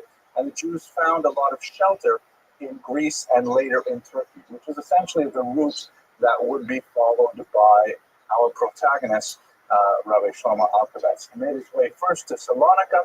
Again, we're not sure exactly what his backgrounds were, but he shows up first in Salonika, where he is a student to the great Kabbalist Yosef Kaitatsak, who is left behind still writings, but he is known as one of the brilliant early Kabbalists of the period, who was reputed, for example, to only sleep on a bed on the Shabbat, on Friday nights. Otherwise, he would sleep on the floor, and he did this for 40 long years. He was a teacher of many, but in particular, Rabbi Shlomo Alkabetz instructed him in the mystical arts and doctrines of the Kabbalah. And that brings him to Tzfat. His route to Tzfat goes through the several towns in Turkey, in particular Adrianople, where he is acquainted with some of his greatest disciples, including this man. Of course, this is the iconic picture. We don't know if this is exactly what he looks like, but none other than the great Rabbi Yosef Karo, who was to be the author of the Shulchan Aruch. It's not very well known outside of cognoscenti, but this great legal mind who composed the 4 sections of the Code of Jewish Law was also a noted Kabbalist, and in fact, much of his Kabbalistic thought and his halakhic thought overlap, and he borrows from much of Kabbalistic ideology as to inform his halakhic writings as well. So Rabbi Yosef Karo and several others were attracted to Rabbi Shlomo Alkabetz, who was by then beginning already to gather disciples, directing them along the teachings of Rabbi Kaitatsak that we saw earlier. And it was at this time in Turkey that the two of them, with other disciples, spent the night on Shavuot studying and learning, which has become a de rigueur tradition now for Jews. There's a midrash, I'm sure you're familiar with it, that when God wanted to give the Torah on Mount Sinai, the Jews slept in, so you had to make thunder and lightning and things like that. And so as a result, from then on, the Jews, as it were, resolved to always get up early to be able to receive the Torah on the holiday of Shavuot with passion and eagerness. But a custom developed, particularly from this one incident in the 16th century when Rabbi Alkabetz and Rabbi Karo were studying together, and Rabbi Karo reported a visitation from an angelic being called a Magid, who had come to him many times over the course of his life, and as a result, the tradition became widespread to spend the entire night of Shavuot learning, as in fact we do in this synagogue and many others. And there's a particular text that Sephardim in particular use. This is a cover from an 1860 printing of the Tikkun Leil Shavuot. Anyway, so they stayed up all night. Now, he arrives in Tzfat in the year 1935 or thereabouts. And this is really where the huge explosion of activity occurs.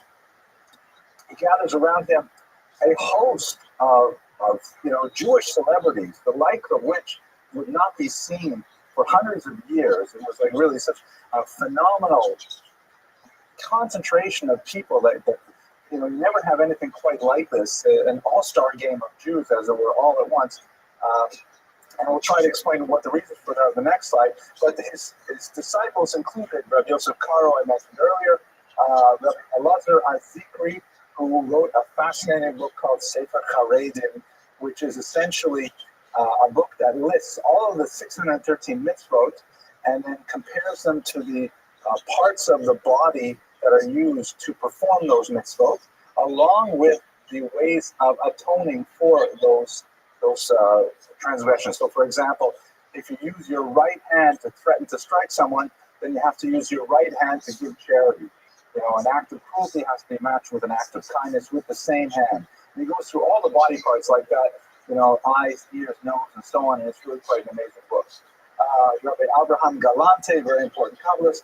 And the most important of all of them was Rabbi Moshe Cordovero, known as the Ramak, who is a person who's very, very dear to my own research. I published a book on him just last year. And ironically, Rabbi Moshe Cordovero turned out to be so influential as a student that Rabbi Alkabetz, who, by the way, was also his brother-in-law, because Rabbi Moshe Cordovero married Rabbi Alkabetz's sister.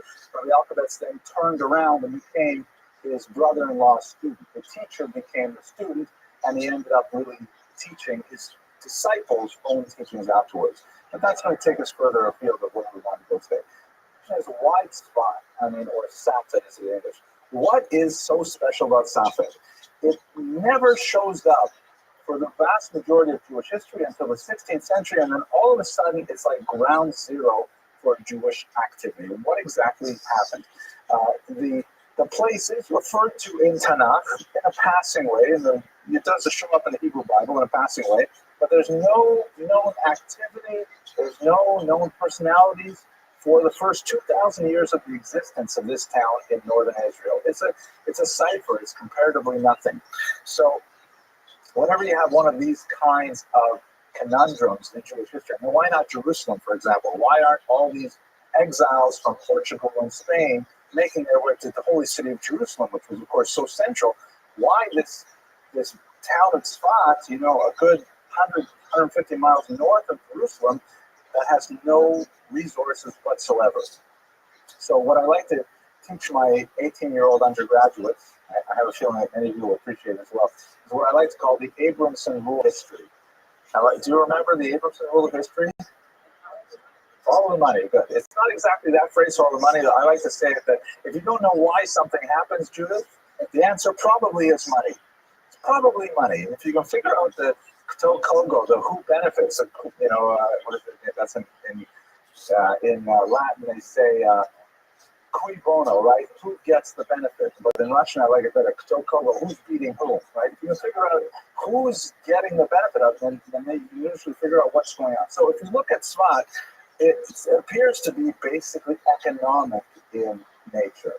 The Turks who were controlling Israel at the time, the Ottoman Turks, they put in place some very beneficial tax policies which encouraged the development of businesses, particularly textile and import-export businesses in Tzfat during that century, which suddenly made it quite a magnet for business interests. And you have a lot of new money that is sort of released as a result of the Spanish expulsions, where Jews are leaving, they're looking to invest, they're looking to settle down somewhere, they need something. It's either Istanbul or maybe it's Salonika, or what about this new place, Tzfat? It's kind of like, as it were, the Las Vegas of the era. It was a Wild West, a lot of potential there, and many Jews piled in. Yes, question?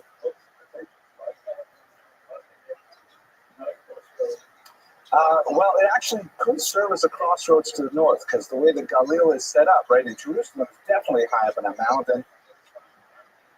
Yeah, but it's got a commanding presence over the entire region. It's the largest town in the region, so it had a lot of benefits that the inhabitants could find. But there's one in particular that is especially important, and that is spiritual tourism. This was a new industry that was very big at the time, and that is, and in fact, by the way, Rabbi Alkabetz was very important in developing this industry. Visiting the Kivrei Tzadikim, the graves of the righteous ones, was considered like, an act of great piety. People were finding these graves all over the place. Most of the graves that we visit in Israel today, they're of doubtful origins, but Sfat was really well placed for that. It's beautiful, it's well watered, it's lush, it has lands for growth, it has all kinds of things that Jerusalem at that time did not.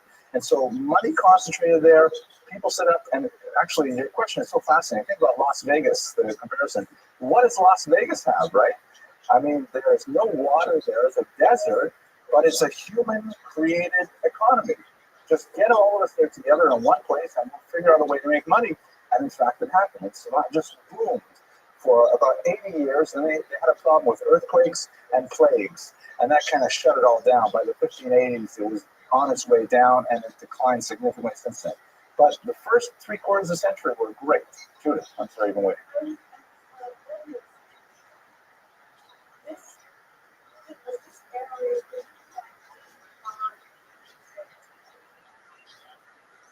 Well, Crusades are definitely way over by this point.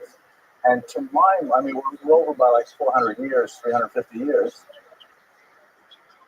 Okay. Yeah. To my knowledge, it was not. It was not on the coast. So even those arrivals by sea would not have affected Sfat. And it's not such a direct route. So I don't think so. Yeah, it definitely has strategic value because of its height. Yeah. Yes.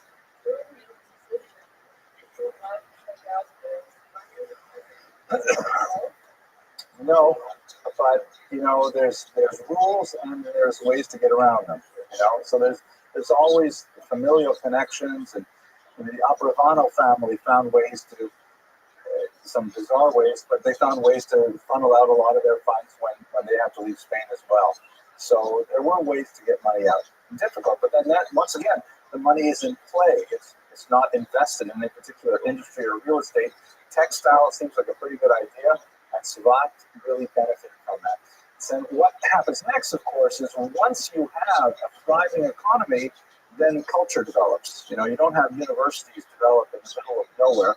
You only have universities developed where there is a significant amount of concentration of resources to allow for the development of higher culture. And that's what attracted all of these people, because there was suddenly a wherewithal for them to, ply their trade in religious thought.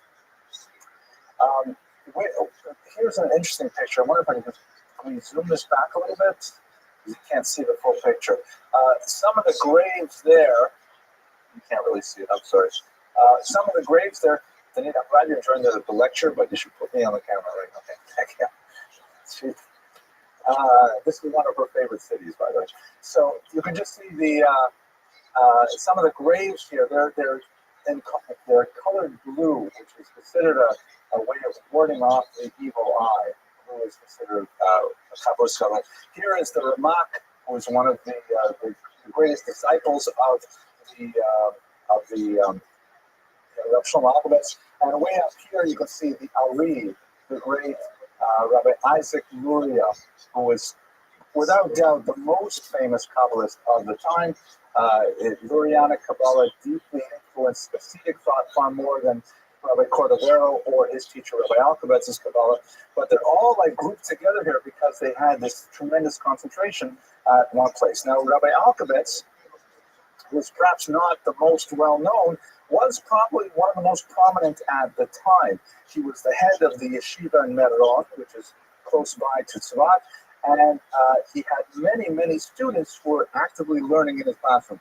Based on the relative ages of these people, and it's also important to note that most of these people were in their 20s and 30s when they were their most creative, and many of them died in their late 30s through their 50s. So it's a period of young people getting together, being extremely productive, writing a tremendous amount of material, and then unfortunately dying often under tragic circumstances, something which historically affects Kabbalists far more than regular people. Rabbi Alkovitz himself was extremely prolific. He left behind many, many titles. Unfortunately, at some point, quite a few of his manuscripts were lost. There's some suspicion that they may have been stolen by his rivals, but they are simply lost. We know of these texts, but we do not have them. Only a handful of texts remain in their completeness. Ironically, he makes no mention of the Arizal in his extant writings, which could be due to the fact that the Arizal, the great Rabbi Luria, was one of the latecomers to the party, as it were. By the time he arrived, it was really already in the, I believe it was in the 1570s by that point, so correct me, Denise? I think so. And Tzfat had already had such a tremendous reputation, and he had come specifically to study under the disciple of Rabbi Alkovitz, Rabbi Cordovero, and then Rabbi Cordovero died just a few months later, and everything began to go downhill at that point. So we don't have any references to the Arizal from one of the greatest teachers of the time, which might be a reflection of the distance between them in ages and the limited amount of time that the Arizal was actually there. So what did he do while he was there? We knew he had a job. We knew he had a wife whose name has been lost to us. We know he had a son, Moshe, who he named after his grandfather, his father, excuse me. But what did he do for a living? He's only left behind a few signatures on communal documents, indicating that he was a highly respected figure who was consulted on legal decisions quite often, but he was something of a recluse when it comes to communal affairs. His main activity was in the yeshiva, studying Kabbalah and so on, and not as an askan, a person who was deeply involved in the affairs of the nation.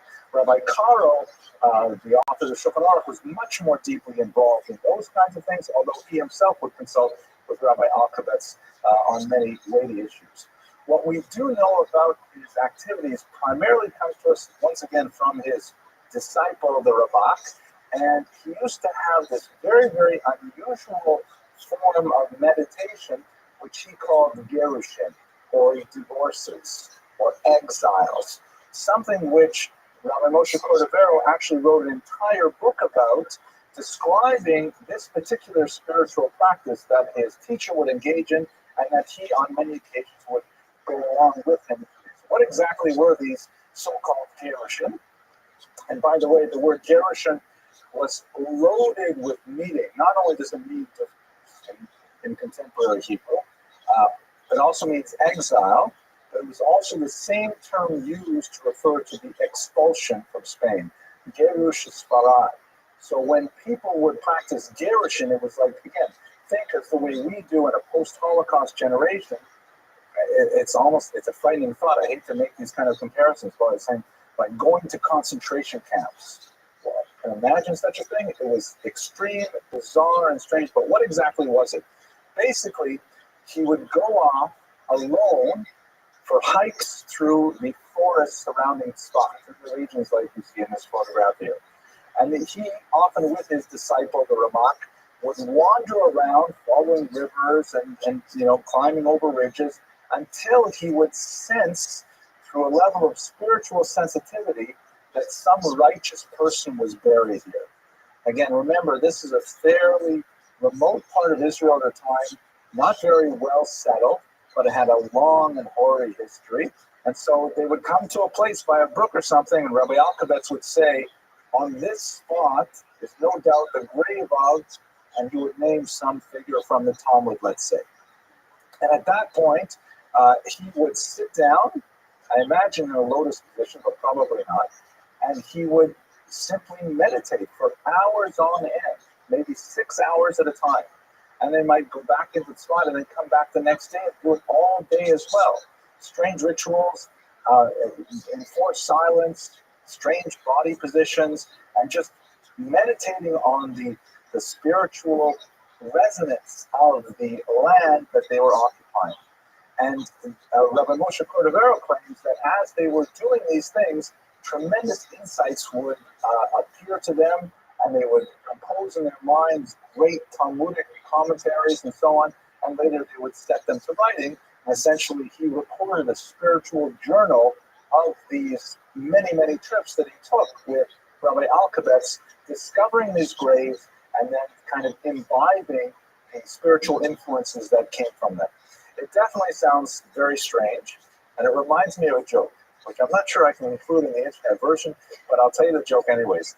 Did I tell you the joke about the woman from Brooklyn who decides to go to Tibet? So she's playing mahjong with her friends, and she says, I'm going to Tibet. And they said, Tibet? What do you want to go to Tibet for? It's like past Europe and everything. Why don't you just go to Boca or something? No, I want to go to Tibet. So she goes to the travel agent. The travel agent says, Tibet? At your age? On your own? I mean, Delray is very nice this time of year. You want to go all the way? She said, I insist on going to Tibet. So he sells her a ticket. She goes to Tibet. She lands there. She says, I want to hire a Sherpa to visit the Holy Mountain. They say, it's quite a long distance. It's not, there's no five-star hotels between here and the Holy Mountain. And she says, I don't care. So they hire a Sherpa. She goes, travels on the back of a yak to the Holy Mountain. Then she says, I want to climb the Holy Mountain. They say, no women are allowed to climb the Holy Mountain. It's a very difficult thing, and it's dangerous. She says, I don't care. Get me another Sherpa. Get me, all the guides I need. Sure enough, she climbs the Holy Mountain. She says, I want to enter the Temple of Silence. They say, no, you can't go in there. No one except the disciple is allowed. She doesn't care. She bursts through the doors. There are all these monks there in saffron robes, and they're trying to hold her back. She bursts into the central sanctuary. She says, I want to speak to the holy man. And they're all afraid. She goes behind the curtain, and there's the holy man sitting there. In total silence, emaciated, in the lotus position, meditating. And she says to him, Howard, come home already. I shouldn't tell those jokes. They get me in trouble.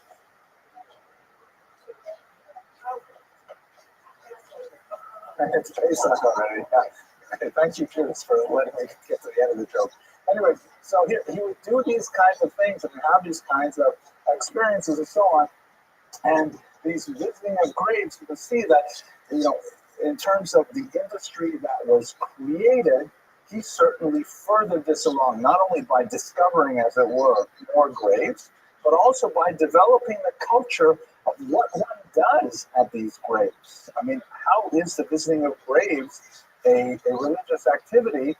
He essentially sort of codified rituals that are still in practice today. The lighting of candles, although there's a little sign here that says you're not allowed to light candles here. Stretching oneself on a grave, which has biblical precedents as well. The prayers, the meditations, that many things which, of course, persist to the present day. Maybe I can mention, I know this is a little bit of an aside, but it's a very beautiful thing. One of the many, many beautiful rituals that we have lost in the 20th century as a result of the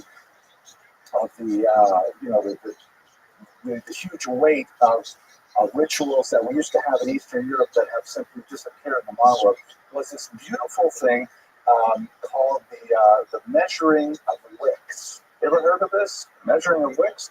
So it was a custom that was very widespread in Eastern Europe for hundreds of years, that in the month of Elul, right, the month before Rosh Hashanah, the women of a community would all go out to the graveyards, to the ancestral graveyards, and they would go to their deceased, departed relatives, and they would take out the cotton that they used to make wicks, other candles, and they would measure out all of the graves. They would literally line the graves with this cotton string. And then later they would take that cotton string back home and they would make Shabbat candles with those wicks, and they would use those Shabbat candles all throughout the year. And it was a way of kind of tying together the dead and the living in a very, very beautiful ritual, which was practiced specifically by women, that unfortunately we don't have anything like that today. The best we had today is, some schools have a custom in the month of Elul that they send the kids out to clean up the graveyards. Now we have professionals too, and we pay them and so on. But it's just, that's a beautiful way of connecting with dead and living, which we have simply lost. if you're curious about those things, I have a great lecture on Sarah Bastovin on the internet website, which has a lot of more of those things. Okay, so you get the idea of the creation of, or at least the development of this ritual of visiting graves and what one does at the graves and what the value is and so on.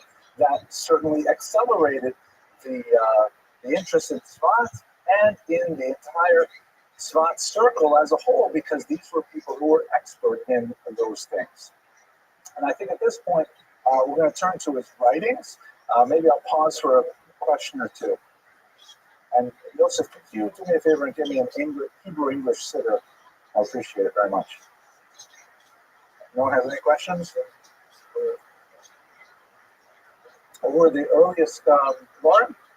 The earliest, in my humble opinion, would probably be, thank you, that of the Rashbi, Rabbi Shimon Bar Yochai, which will be 2nd century.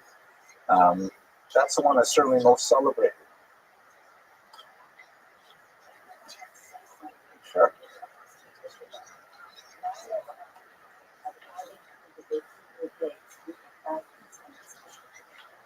11:9. How is 11:9? 11:9. So Av is 11th, and the 9th of the month of Av. That's very good. Very good. It also happens to be 11:9 in the European count is the night of Kristallnacht. It was also on November 9th. Okay, fascinating. All right, so let's talk a little bit about his writings. As I mentioned earlier, we lost most of his writings, but we know of many of them. He wrote commentaries on many books of the Bible, and he wrote specifically Kabbalistic works as well, including a fascinating work which deals with the Kabbalistic interpretation of the act of intimacy, which is something that permeates much Kabbalistic writing, and he devoted an entire book specifically to that topic. He also wrote quite a bit of liturgical commentary and a commentary on the Haggadah. And it's at this point that after his student, Rabbi Moshe Cordovero, came out with the classic Pardes Rimonim, or the Orchard of Pomegranates. That makes sense, right? Pardes Rimonim. Then he was so impressed by what his student had written that he began to quote his student liberally and essentially form his own thoughts around them. The most famous thing that we've got to study, and I know you've been waiting for it, it specifically is Lecha Dodi poem, which I'd like to spend a little bit more than a few moments with. So what is this poem? It is a piece of liturgy that is inserted on the Friday night service between the afternoon service and the evening service. And as I mentioned earlier, it really is the linchpin of the entire service.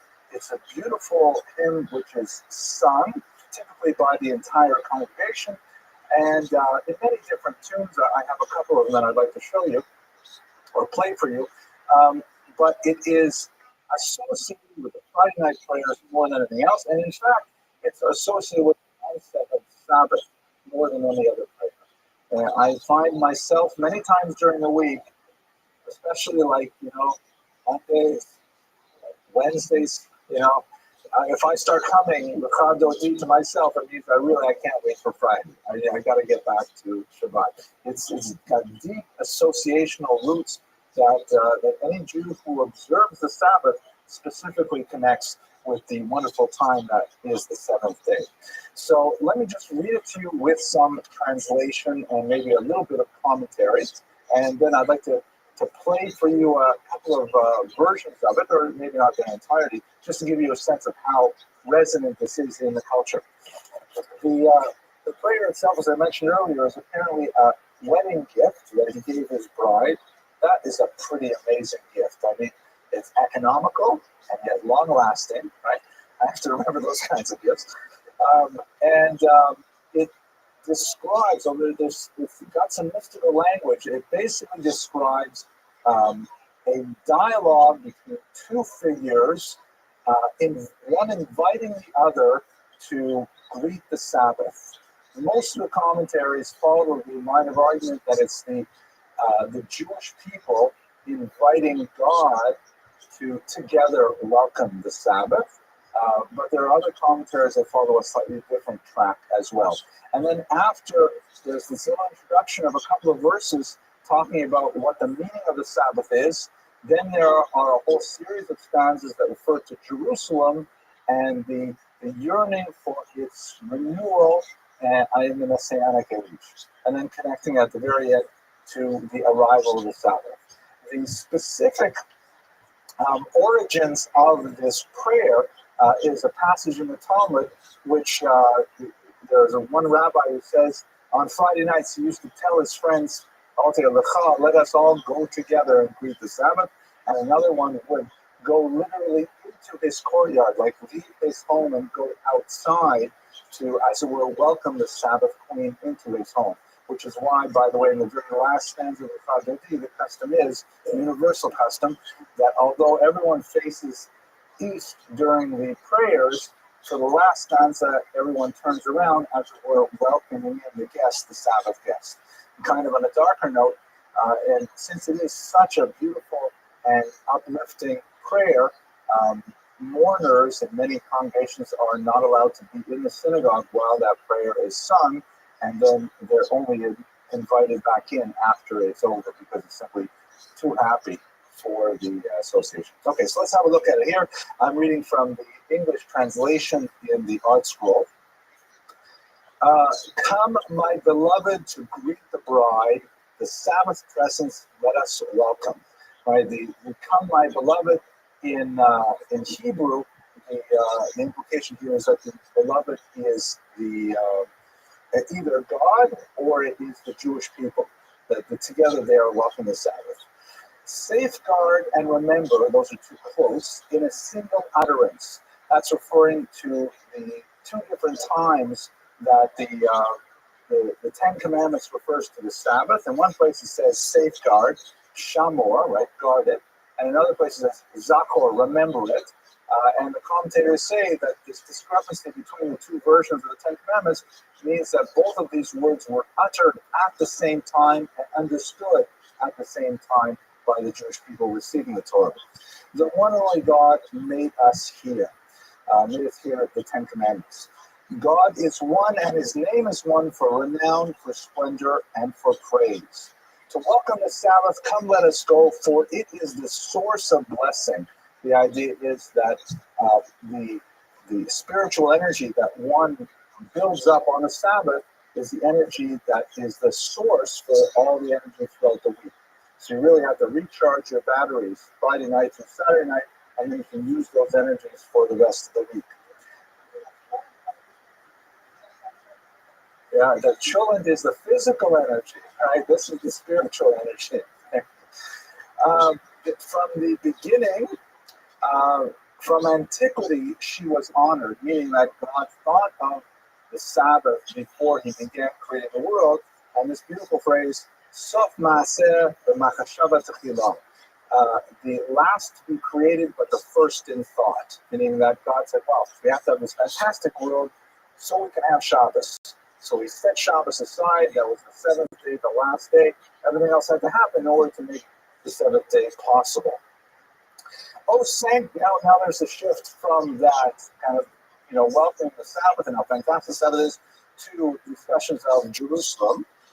O sanctuary of the King, royal city, arise and depart from amid the upheaval, meaning Jerusalem arise from your ruins. You recall, of course, that although there is this tiny settlement of Jews in Tzfat, a somewhat larger settlement of Jews in Jerusalem, we're still talking about the hundreds of people. We're not talking about tens of thousands of Jews. We're talking about very, very small populations. So Jerusalem is still definitely considered in exile itself. Too long have you dwelled in the valley of weeping. He will shower compassion upon you. And this can refer either to Jerusalem or to the Jewish people living in exile, the valley of weeping, the valley of tears. Shake off the dust, arise, don your splendid clothes, my people, through the son of Jesse. That's, of course, David, the Bethlehemite, meaning that's the Messianic age. Draw near to my soul and redeem it. Many of these passages, by the way, are little bits of verses, especially from the book of Isaiah. So people familiar with the liturgy will hear echoes throughout the entire poem. Wake up, for your light has come. Rise up and shine. Awaken, awaken, utter a song. The glory of God is revealed upon you. Feel not ashamed. Be not humiliated. Why are you downcast? Why are you so disconsolate? In you will my peoples afflicted find shelter, as the city is built upon a hilltop. Meaning Jerusalem, speaking directly to the city, do not be sad because you will have your renewal, your rebuilt, your people will be gathered into you. May your oppressor be downtrodden, and may those who devoured you be cast far off. Your God will rejoice over you like a groom's rejoicing. And with that transition to the wedding ceremony, we go back to this idea of greeting the Sabbath, which is itself called the Sabbath bride. Rightward and leftward you shall spread out mightily and shall extol the might of God. With a man descending from parents, once again the Messiah, then we shall be glad and mirthful. And by the way, I should mention here, we really need a chazan to explain these things to us. But there are certain points that, even though there are maybe 100 different melodies for the chazan, there are certain points where it shifts.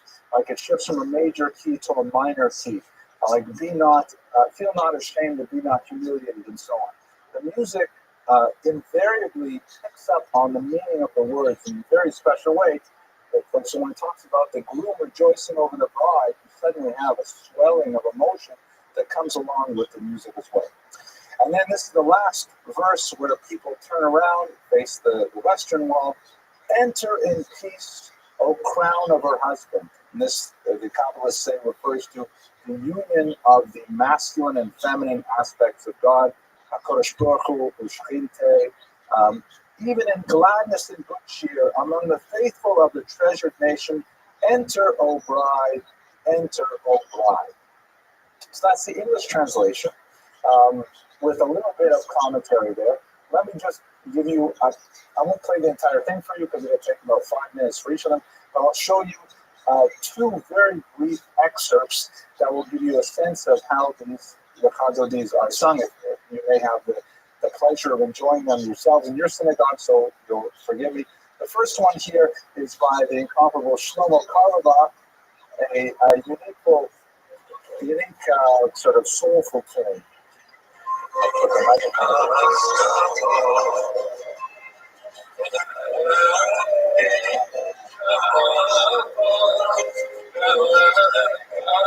That's the chorus.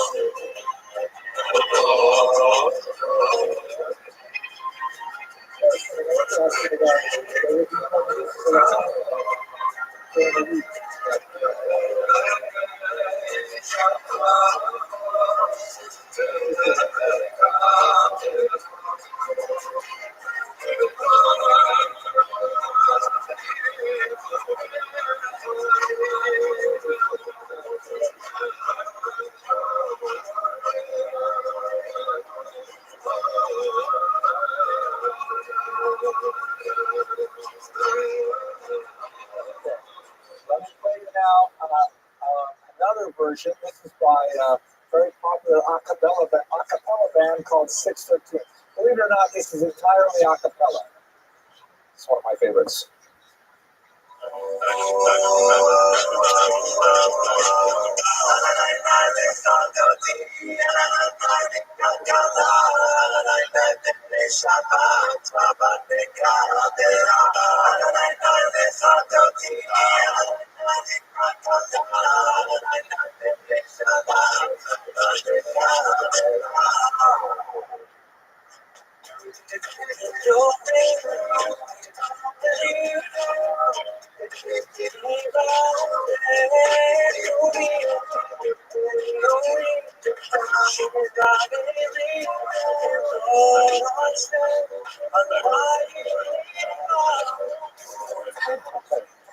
Okay, so you get the idea. I personally would like to sort of sit with these all day, but I happen to be in a Vegas for the loss of my father in August, and so I can't even listen to music for a long period of time. I'm at that stage in my morning, because this last 11 months, 12 months actually, this part of it where you're not allowed to listen to music, that when I get put on hold, I really enjoy it. So, at any rate, so the legacy of Rabbi Shlomo Alshabetz is tremendously profound. I can only imagine what a tremendous achievement it must be to compose a song that will move people for centuries. And very, very few pieces of art have this kind of quality. He outpaces Shakespeare in terms of his impact on the Jewish people, to be sure, and in many ways reaches much deeper. One of my favorite experiences when I was living in Israel, and I'm sure many of you have similar experiences, um, there was a broken down old synagogue in the Katamon region, and we literally broke it down. Like one side of it was a big crumble of rocks. I don't know how long, it was probably built in the Ottoman era, 19th century or something, and it was abandoned during the week, but on Friday night, they would have a Breslov Hasidic minyan there, and the chazan would sing the Chadodi, and it would literally take about 15 to 75 minutes just for that one poem that I read in its entirety in about 5 minutes. 50 to 75 minutes just singing that one song. And the synagogue was so packed that people would come and would stand outside. There were like several minyanim people outside the windows listening to this song. And what was most beautiful about it is that most of the people who were at this minyan, the people who came early and got inside the synagogue, they were your usual typical Shomer Shabbat. Most of them were Hasidic and so on. But outside, all these Jews were coming en route to a soccer game or various other secular activities of mine. No intention of observing the Sabbath other than that brief and intense spiritual moment that they had listening to Lachadoti and participating in the synagogue. It's a tremendous work of art, of soaring genius that speaks to his deep Kabbalistic and intellectual proclivities as well. So with that, I'm going to conclude for tonight. I'll take questions afterwards, but I want to thank you very much for listening to the life of Rabbi Shlomo Alphabets, and I look forward to seeing you next week. Thank you.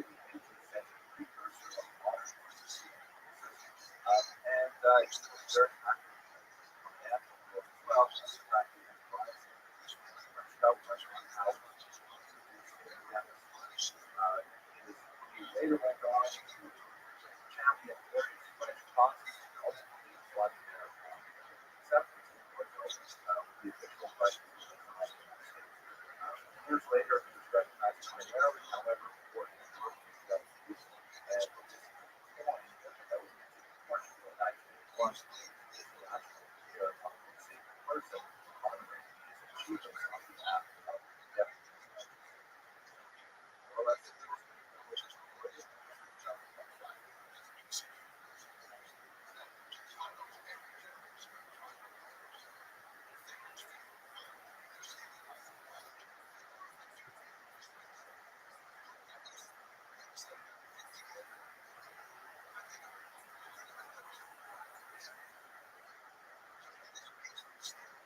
Okay, ladies and gentlemen, why don't we get started?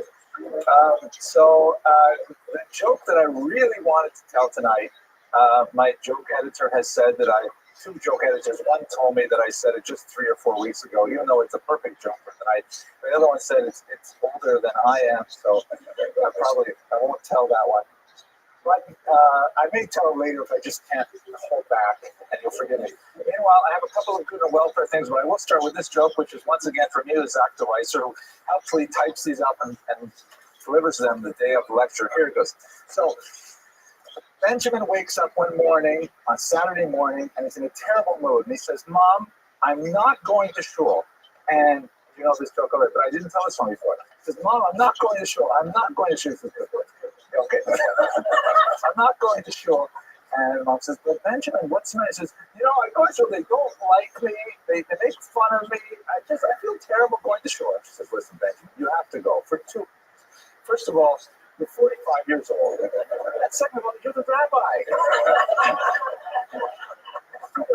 Okay, that's not so bad. Okay, a couple of good and welfare announcements.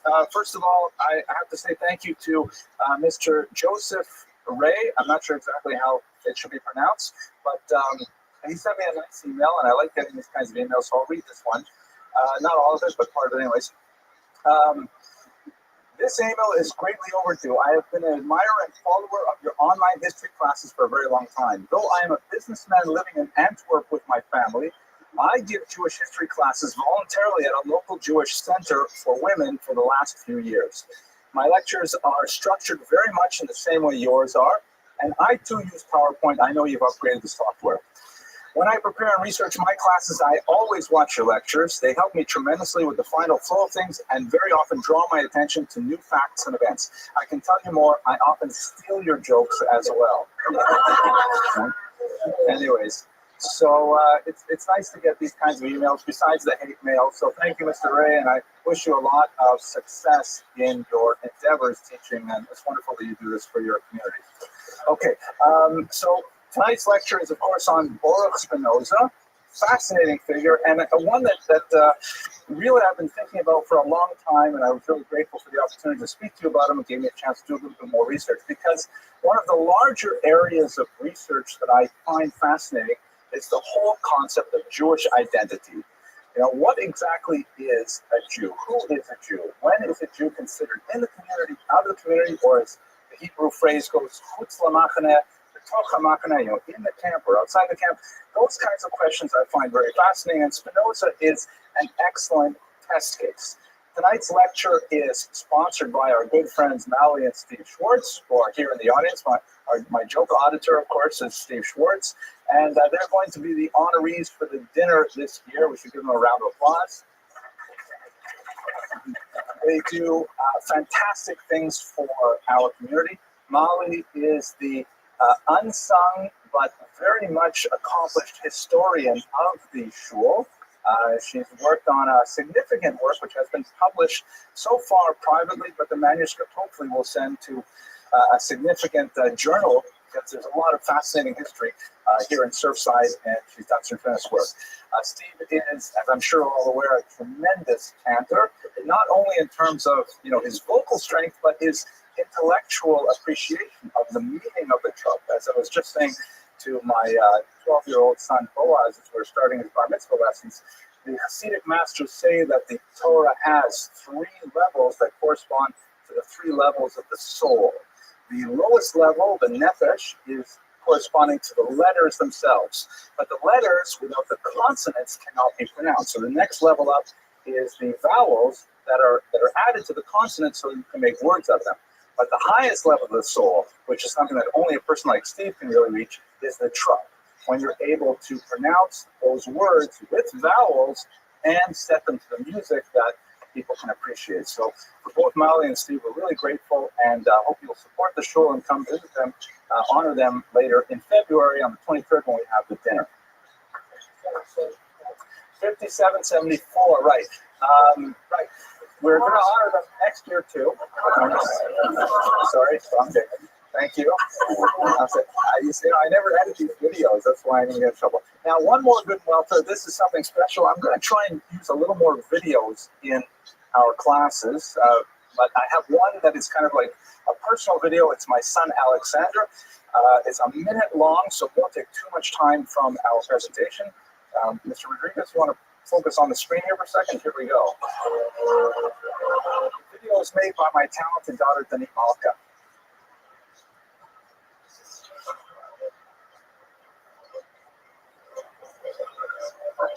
Yeah.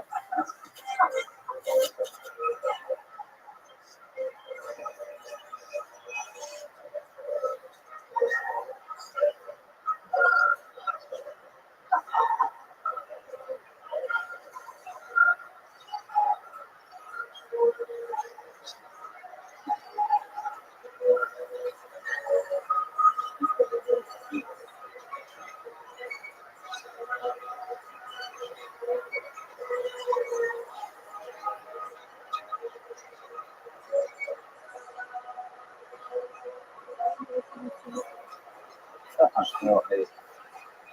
No, White's brothers. Okay. Thank you. Thank you. So what this is all about is my son Alexander is quite a runner. He ran his first marathon at 14, which was pretty amazing. He definitely runs me ragged.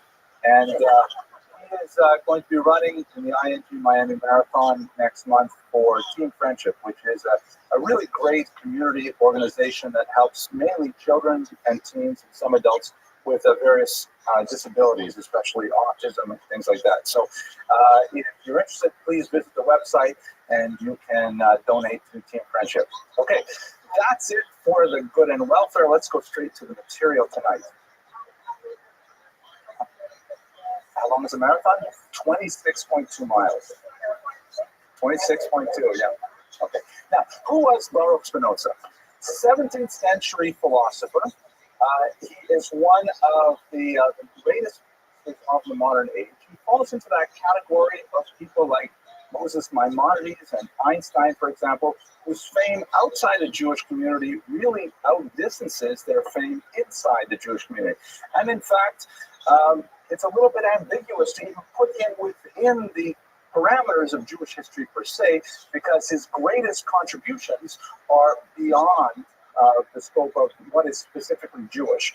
Many more liberal thinkers want to claim him as a Jewish philosopher per se, and in fact there are elements of his philosophy that we will discuss, at least in brief tonight, that are consonant, certainly inspired by Jewish ideas, but ultimately the main connection that Spinoza has with the Jewish community is negative, because he was forcibly removed from the Jewish community of Amsterdam in an unusually harsh act of cherem, or excommunication.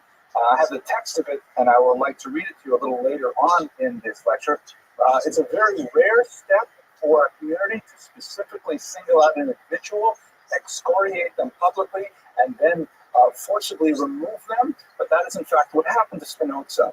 So the rejected son ultimately ended up influencing world philosophy, European philosophy, the intellectual tradition at a tremendous level, but in the Jewish world he was cut off in a very dramatic and in fact permanent manner. The question that, and this was happening by the way at age 23, might have been 24, before he even published anything, before he had made a mark on the world of philosophy.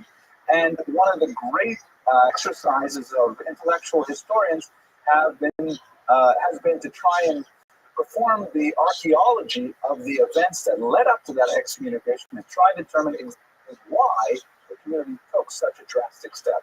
It is far from clear, but I hope towards the end of the lecture to give you some of the theories that are circulating regarding his excommunication. And I think that actually it has a lot of implications for our own communal standards today, our own sense of identity, and ultimately our sense of who is a Jew, who has the privilege, the right, the responsibility to remain within the community, and who perhaps might be better served outside the community. So we'll hopefully explore that over the next 40 minutes or so. His background, originally they're from Portugal.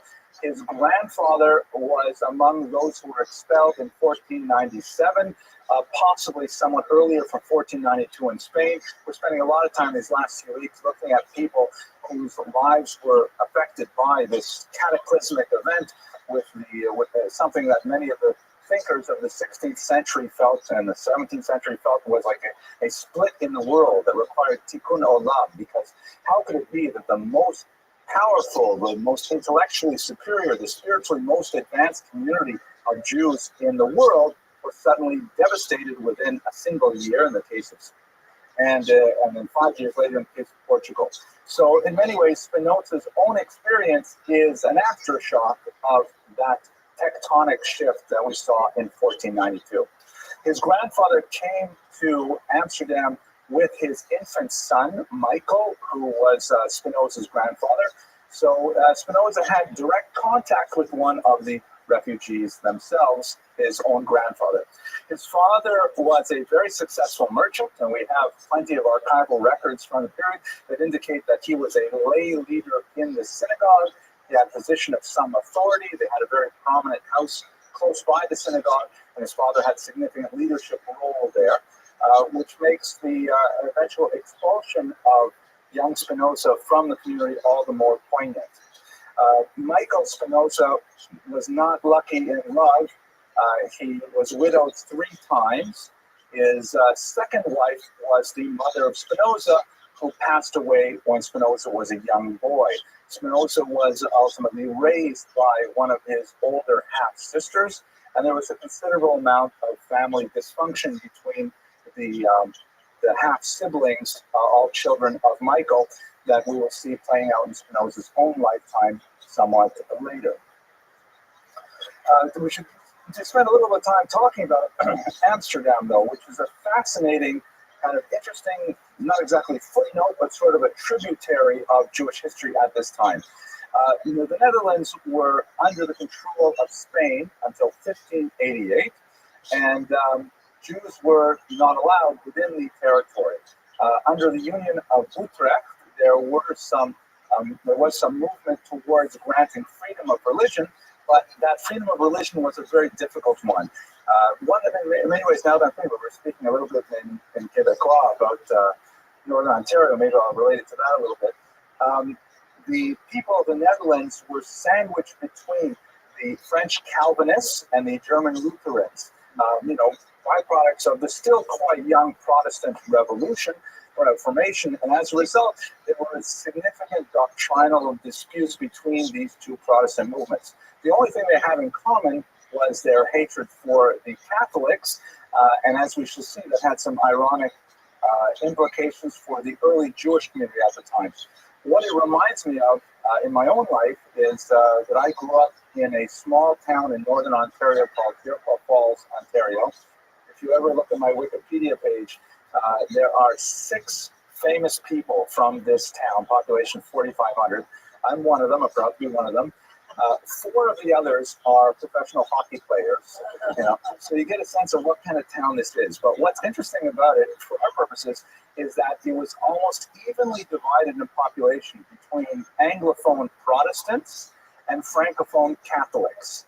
And it was tremendous, the degree of conflict between these two bifurcated populations, and the kids who had it in many ways the worst were me. I was the only Jewish kid, and this Shinwa, right, my Chinese friend Peter Chen, who's now a lawyer in Toronto, and there was a black girl who lived about 30 miles away in Matheson, and we had it the worst because we didn't fit in either camp.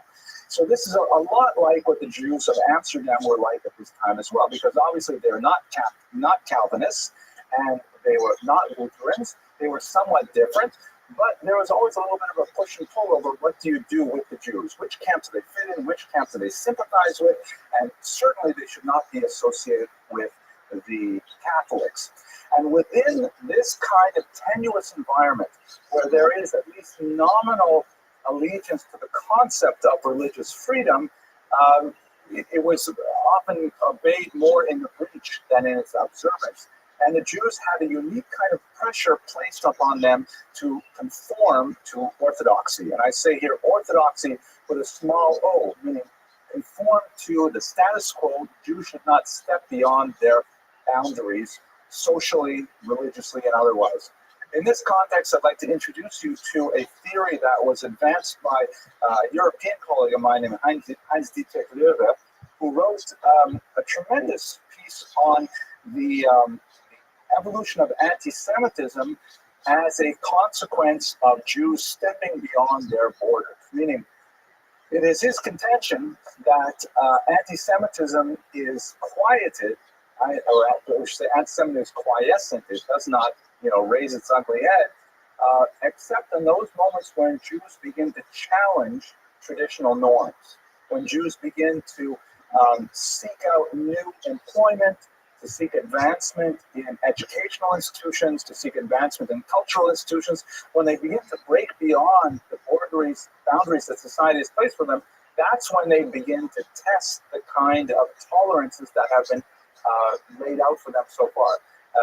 Heinz-Dietrich Löwe was specifically referring to the 19th century in the Russian Empire, where the advance of socialism and other secular movements were beginning to attract Jews away from traditional orthodoxy, not to mention Zionism as well. And then that, he says, exacerbated tensions with the Russian population, which ultimately led to pogroms and so on. I think a lot of this can be said about the Amsterdam Jewish community, in that there was officially a level of tolerance, but the Jews should not get, to use an American term, uppity. The Jews should not be going beyond what is their acceptable borders. And once they start challenging some of those boundaries, that's when anti-Semitism can be felt in the community.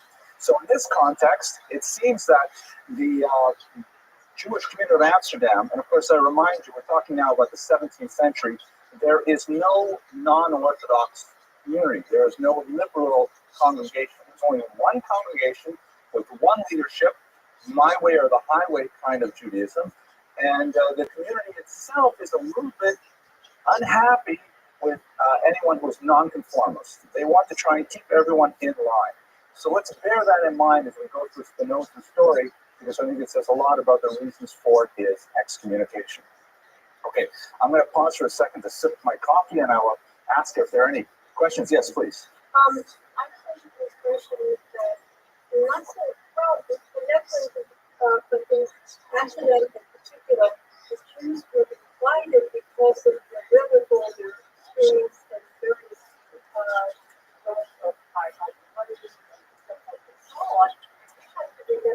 I'll tell you exactly. What happened. It's not entirely that they were invited, but they were not disinvited once they conclude their economic worth. It reminded me of a joke for a minute, and then I lost it. It was like just right there, and thank you, Steve said. Okay, all right. No, did I? It's been a long time. The car with no pedals, no brake pedals. Yes. Yeah. Okay. All right. Okay. We'll go past it. Okay. Anyways, so there are legends of Jewish settlement in the Netherlands, which are fascinating. And legends always have some kind of kernel of truth, but often are exaggerated beyond measure. There's a particularly fascinating one where the origins of the community in Amsterdam relate to a particular Portuguese Jewish woman who was somehow, when they were fleeing Portugal, she got on one of these English boats, and the Duke, who was the captain of the boat, something like that, fell in love with this incredibly beautiful woman, and import turned her and tried to get her to marry him, and she refused, steadfastly indicating that she was a Jewess and she would not do so, but she was apparently so strikingly beautiful that when they landed in England, the Queen herself drove her around London in an open car because her beauty was something really, Well about, so to speak. That's what that's the English term they use. And it was like something shocking. It was kind of like a princess story in reverse. That here's a princess who refuses to marry the prince because he is not Jewish. Boy, I got so many jokes, but they're really not kosher. I can't tell. So and then she ended up moving to the Netherlands. That's one of these kind of like Urgeschichte stories, these origin stories. What we know happened from some of the record books, however, is that even though Amsterdam had never formally allowed Jews to enter, they entered anyways. 1593, so that's really quite early, right? The actual expulsion is 1497. That is a typo? No, it's okay. We have Jews, Portuguese Jews, surreptitiously moving into Amsterdam, and they're claiming status not as Jews but as Portuguese merchants, which is true. They were from Portugal and they were merchants. They just didn't mention that they were always Jews. But again, in this anti-Catholic atmosphere, there are a lot of suspicions about, what are those Jews doing? What are those Portuguese merchants up to? And there were suspicions that they were actually Catholic, not Jewish. So they organized an armed raid on one of these Portuguese Jewish homes, thinking that they were actually holding Catholic services. They didn't realize it was actually Yom Kippur, and they were davening in a home. They arrested all of them. And by the time it got sorted out, they said, listen, we're not Catholics. Don't worry, we're actually Jews. And they said, okay, Jews, fine. But they had to decide what to do with them. At that point, they talked about their economic acumen and their resources. And they said, okay, fine, you're here already, as long as you're not Catholic. So, gesundheit, and that's how the Portuguese community was established ultimately in Amsterdam. But it took a long time for that small beginning to actually flourish into a community. And we have to bear in mind the very, very tenuous nature of their toehold in Amsterdam. They did not get official permission to have public worship until 20 years later, and they did not have official permission to get a citizenship until 1657, almost 75 years later. They had difficulty establishing their congregations, enlarging their congregations. Everything was always proceeding. It was a little bit like zoning committees that maybe some of the people in this room are familiar with. It's very difficult to get these things pushed through, how much more so in Amsterdam. And again, this kind of atmosphere of a distrust in the Jewish community, of a grudging acceptance, is something that certainly had an impact on Spinoza as well. So let's talk about Spinoza himself. He was born and given the name Baruch, which of course means the blessed. Later on in life, after he was excommunicated and he was writing in Latin, he chose a Latin translation of blessed, Benedictus. The term in French, benching, to bench at the end of a meal, for example, is also derived from the same term Baruch, although this time through a French root. But he was known as Bento by the Portuguese root. He received a very traditional Jewish education with the most prominent educators in Amsterdam at the time, rabbis who were famous on their own right for various things they published. And also, fascinatingly, he was not taught by closed-minded, very insular kind of rabbis. He was taught by rabbis who themselves were sometimes censured for being perhaps too open in their attitudes, translating certain texts into Hebrew or out of Hebrew into vernacular languages and so on. He received the kind of education that you would associate with, a good balanced education of secular values, history, mathematics, literature, and so on, with the Jewish education. So the idea that somehow, he broke free is simply not corresponding to the reality of his upbringing. He received a very well-balanced education that was offered by rabbis who themselves were very comfortable in the milieu of 17th century European culture. However, towards the end of his teens, he came under the influence of a defrocked Jesuit priest named Franciscus van den Emden, who was someone who was asked to leave the Catholic Church because he was known as a free thinker, that he had significant questions about Catholic doctrine and Catholic theology. And it was Van Emden who ultimately taught him Latin and introduced him to the wider world of thought as a whole. He ended up living with Emden for quite a while, and as we shall see, he formed a relationship of sorts with his daughter, who was nearly 20 years his junior. But it was under Van Emden where Spinoza really began to encounter the world of ideas as a whole. Without a doubt, the most prominent influence on young Spinoza was René Descartes, who was a very famous French philosopher, who was also a devout Catholic, although not necessarily in the dogmatic mold of most of his peers. I'm sure you're familiar with his most famous statement, cogito ergo sum, which means, it's translated usually as I think, really it means I perceive, therefore I am. Let me take a moment just to talk about Descartes and you'll get a sense of how his philosophy could really shatter Spinoza's entire Weltanschauung and affect the way that he went through his own philosophy. So Descartes, of course, the author of many works, but the most well-studied are his 6 meditations on first philosophy. And in these meditations, Descartes begins with the preposition or the proposition that nothing can be relied upon, that absolutely nothing is true. Everything that he's investigated in his life, religion, politics, Greek philosophy, there's no way to really get on solid ground. So Descartes says, this is first philosophy. I'm going to start with the assumption that I cannot rely on anything being true. And then, like building an edifice on a strong foundation, I will only build my philosophy on those elements that I can absolutely say with certainty are true. And ultimately, he says, I will be able to form a solid edifice upon which I may rely. So he starts by saying, what do I know? I don't know anything. I don't know if this table that I'm writing at exists. I don't even know that I exist. I don't know if the breeze on my face is real. Nothing. This is, by the way, the actual way he writes. A very, very compelling text. It's only about 150 pages in length, and it's really quite engaging. And then he says, well, wait a second. So what's real is I certainly feel the breeze on my face. I feel the pen in my hand, the quill in my hand. I feel my weight in the chair. So then there are 2 possibilities that exist.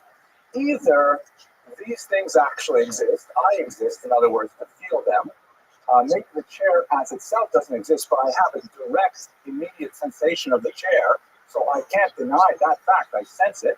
So either I am here to sense it, and it's there, or some evil genius is confusing me and giving me the sensation of this chair and this breeze and so on. Like I'm dreaming, or I'm under hypnosis or something like that. But in either case, whether it really does exist, or whether an evil genius is making me think it exists, I know I must exist, because there's no other way for me to feel it. That's the root of the concept cogito ergo sum. I feel, I perceive, therefore I am. He says that's the first principle. I can stand on that principle. I know I exist. At that point, all the priests say to him, Yashakoach, well done. But that's your first statement. I know I exist. Then he goes on from there to describe, for example, the existence of God. And he has a very, very appealing proof called the teleological argument, which is really a restated version of St. Amsterdam's argument for the existence of God. We're not going to go there because it would take a long time. I know that Elisa, you're not going to let me go tonight until I tell you the teleological argument for the existence of God. But he ultimately ends up recreating, what an amazing thing, 17th century French Catholicism, exactly the way it was before he started first philosophy. Everything worked out exactly as he planned. It's ironic that a lot of these religious philosophers, when they start out, they say, I'm not going to believe anything, but by the time they get to the end, wow, look at this, the religion that I've been believing all along is exactly right. Immanuel Kant did the same thing in his Religion in den Grenzen von Lust und Vernunft. The religion, that's funny just even saying it, that's what I was saying in German. Vernunft is a funny word. Religion within the boundaries of reason alone. He starts out believing nothing, and ultimately when he gets to the end of the book, look at that, Lutheranism is beautiful. So that's essentially Cartesian's theory. Of course, we know the term Cartesian we see in mathematics, the Cartesian graphs, things like that. I'm not sure if that's Descartes. We'll fact check me, Mr. Rodriguez. But It is Cartesian. Okay, thank you. But that's the way of thinking. The idea of breaking everything down to zero and starting over again with no reliance on revelation, no reliance on a biblical text, no reliance on a prophet, just starting from what you can logically prove had a tremendous impact on Spinoza's mind. And in fact, his philosophy is in many ways proceeding along the same lines as advanced by René Descartes. I think you can also hear in this description of Descartes the spirit of the age, or as the German term has it, the Zeitgeist, the spirit of the times, the way people who were like turning away from the old style religion and saying, wait a second, we can do this on our own, with our own brain power, with our own reason. That was the beginnings of modernity in the larger sense of the term. Okay, so Spinoza's philosophy, I only want to take a few minutes to talk about it because I haven't studied it in great depth, but I read a little bit enough to be able to say at least a few words without stumbling too much, I hope. Ironically, Spinoza has been excoriated, especially in his lifetime and shortly thereafter, as an atheist, Gesundheit, which is really a misapplication of his ideas altogether. This image of him says here, Benedictus de Spinoza, Judeus et atheista, right? Jew and atheist, right? What is the, there's a story, I think. I see Rabbi Wunsch is here. Maybe you told me a story about I think it's Rabbi Shlomo Karloff. He was speaking to a group of college students, and he says, okay, I want to know, who are you people? You know, and someone put up his hand and says, I'm a Catholic. Someone else put up his hand and said, I'm a Lutheran. And someone put up his hand and says, I'm from New York. Says, oh, you're a Jew. So as soon as you say atheist, it's almost always the Jews who are the atheists, right? But ultimately, that's a misunderstanding of Spinoza's thought as well. The poet Novalis from the period refers to Spinoza, I think correctly, as God intoxicated.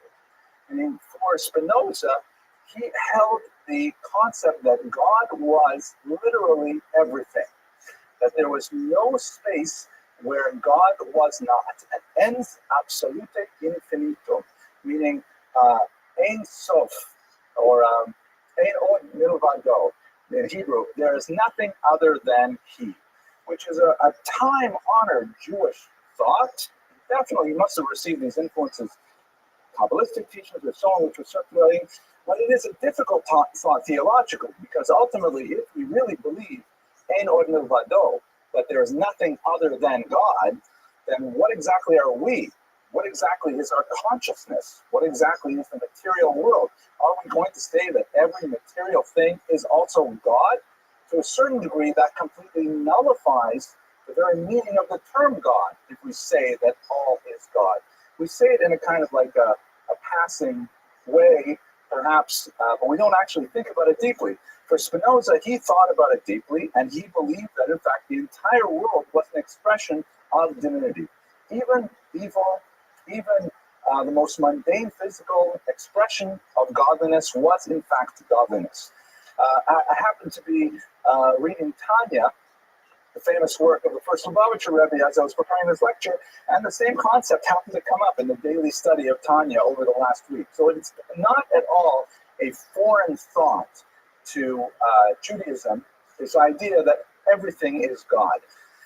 The philosophical divergence between traditional Judaism and Spinoza, however, definitely lies in the concept of God's consciousness, of God's action in the world. The God that Jews believe is a God that is active in the world, a God that intervenes in the world, that will create, a miracle like the splitting of the Red Sea. The concept of hashgacha pratit, individual supervision, the idea that God is personally aware of what is happening to every human being, and in fact every animate being and every inanimate being, and somehow directs these things. That's not Spinoza, but that is definitely Judaism.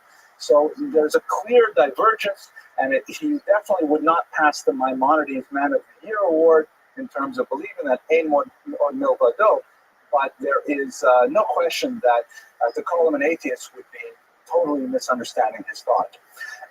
He also believed that contemplation of God was the ultimate expression of human identity. and that deep contemplation of God was ultimately the greatest form of immortality, that somehow by constantly thinking of God, one would achieve a type of immortality of the soul.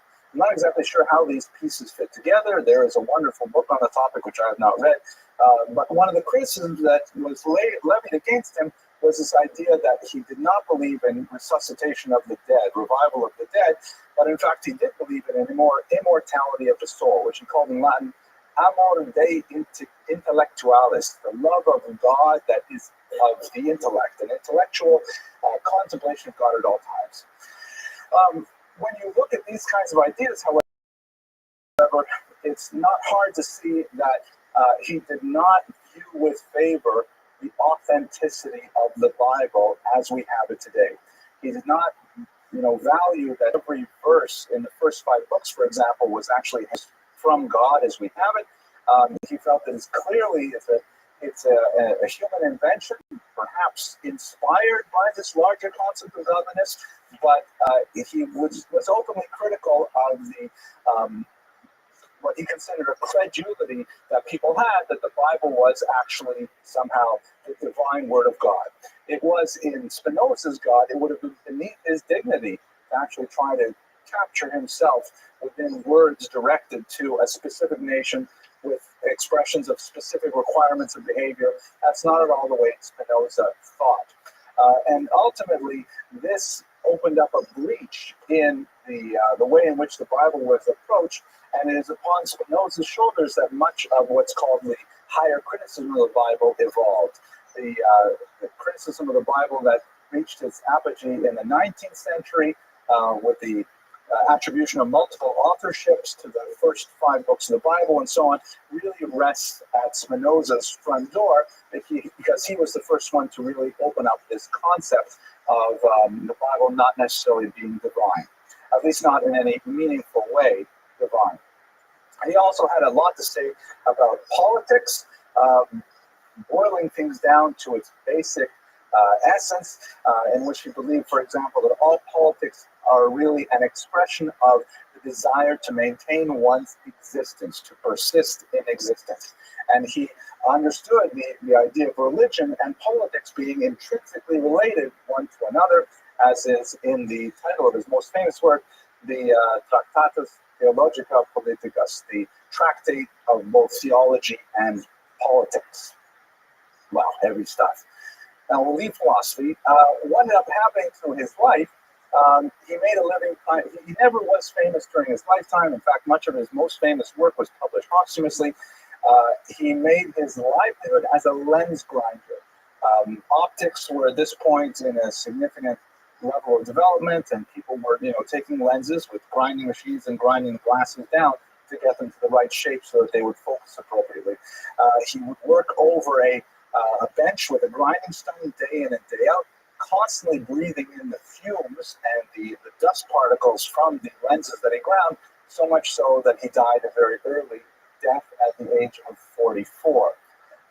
On a personal level, he never married, although he apparently did extend a proposal of marriage to Francisco von Emden. Remember he was a secular teacher, the De Rothschild priest, and she ultimately declined his offer, and she married someone who may have been his rival, who, the uncharitable stories circulating indicate that she did so for a pearl necklace that this other gentleman was able to offer her. He was a philosophical colleague of Spinoza. They had a long and extensive philosophical discussions, but he ended up going into business and became very successful, and the young Clara chose him over Spinoza. Speaking as a father of daughters of just about marriageable age, I don't think such a bad choice, but you're a little young. But nevertheless, there's a lot of questions about this rumor. It's not even clear if he really had this relationship with Clara at all. Now, the elephant in the room with Spinoza is, of course, the excommunication. What exactly was going on there? As I mentioned earlier, he was a young man. He was only in his early 20s. The various sources put it as he was 23 or 24 years old. The text of the document is incredibly harsh, and it stands out even against other excommunications that were used at the same time. I'm going to read it to you in just a moment, but it includes phrases like Spinoza should be cursed by day and cursed by night. People were, for not only was he forbidden to come to synagogue and so on, people were not allowed to stand within Dalet Amos. Literally, you could not stand within 6 feet of his presence. And this was a permanent cherem. It was never revoked. He did, as we shall see, make some sort of response to this cherem, but ultimately it was a complete severing of his relationship with the rest of the community. And again, we're talking about a kid in his 20s who hasn't really done much with his life yet. What was the cause of it? Okay, here is the text of the actual cherem. I think you'll get a feel for it. Okay. The lords of the Mahamad, which are these are the lay leaders. They're not rabbinical leaders. These are like the board of directors of the synagogue, pronounced. Having long known of the evil opinions and acts of Baruch de Spinoza, they have endeavored by various means and promises to turn him from his evil ways. But having failed to make him mend his wicked ways, and on the contrary, daily receiving more and more serious information about the abominable heresies which he practiced and taught, and about his monstrous deeds, and having for this numerous trustworthy witnesses who have deposed and borne witness to this effect in the presence of the said Spinoza, they became convinced of the truth of this matter. And after all of this has been investigated in the presence of the honorable sages, they have decided, with their consent, that the said Spinoza should be excommunicated and expelled from the people of Israel. The sages, of course, would be the rabbinical leaders of the community. And the decree reads, by decree of the angels and by the command of the holy men, we excommunicate, expel, curse, and damn Baruch de Spinoza with the consent of God, blessed be he, and with the consent of the entire holy congregation, and in front of these holy scrolls with the 613 precepts which are written therein, cursing him with the excommunication with which Joshua banned Jericho, and with the curse which Elisha cursed the boys. That was when they were bothering him, and then the bears came and ate them. And with all the castigations which are written in the book of the law, cursed be he by day, and cursed be he by night. Cursed be he when he lies down, and cursed be he when he rises up. Cursed be he when he goes out, and cursed be he when he comes in. The Lord will not spare him, but then the anger of the Lord and his jealousy shall smoke against that man. And all the curses that are written in this book shall lie upon him. And the Lord shall blot out his name from under heaven. And the Lord shall separate him unto evil out of all the tribes of Israel, according to all the curses of the covenant that are written in this book of the law. But you that cleave unto the Lord your God are alive, every one of you, this day. No one should communicate with him, neither in writing, nor accord him any favor, nor stay with him under the same roof, nor within 4 cubits in his vicinity, that's about 6 feet, nor shall he read any treatise composed or written by him. That's a really strong, phrase of excommunication. Let me pause before we go into the discussions of why. Any observations that are salient or questions? Sounds like it. Okay, the comment is, it sounds like an Islamic fatwa.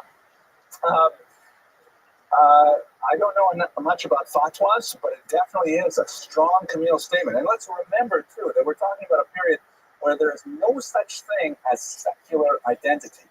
The idea that you're just part of the community, of a community, doesn't exist. You're either a Jew, or you are a Lutheran, or you are a Calvinist, or you're a Catholic. You got to be something. It's just at the beginning of the period where people can somehow float around without being in any specific group. So it's not like he can just, go to another shul. This is it. Yes, please.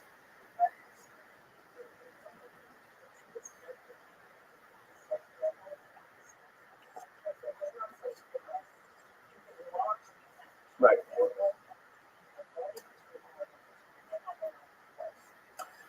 That's a good question. Okay. Yeah. Well, it's one of those things where, in my understanding, there are a few rabbis in the room here. So I'm not a rabbi, so I'm like not a card-carrying member of the establishment. It's like vows. It's not that we're not allowed to make vows. It's that we are strongly discouraged from making vows. If we make a vow, we really have to keep it. That's why if we make them by accident, we have kol nidre. So curses also, we're not supposed to curse, but we do have the power of cursing. And in fact, they're quoting biblical verses here. And if you're familiar with Yiddish literature, curses take up, I think, about 18 or 19% of the syntax. You're right. But nevertheless, this is different also because not an individual cursing. This is the community leadership taking a stance, saying, we represent the community and we excoriate Spinoza. Yes, Ms. Abramson.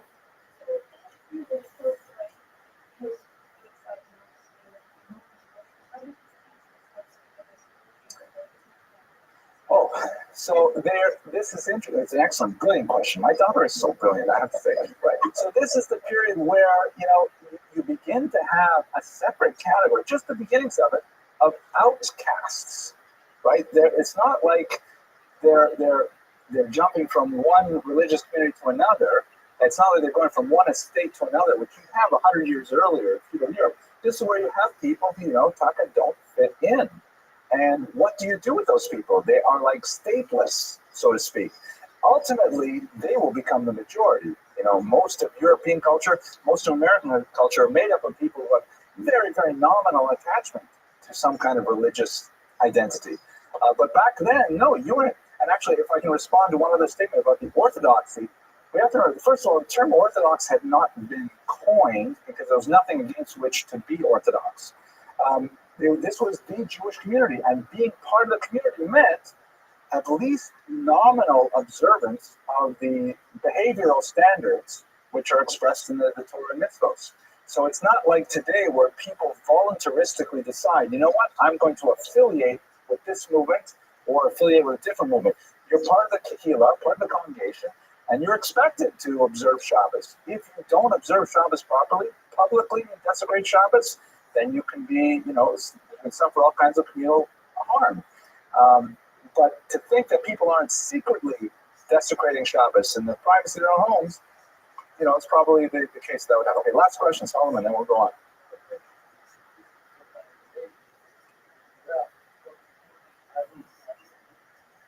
Yeah, cursed.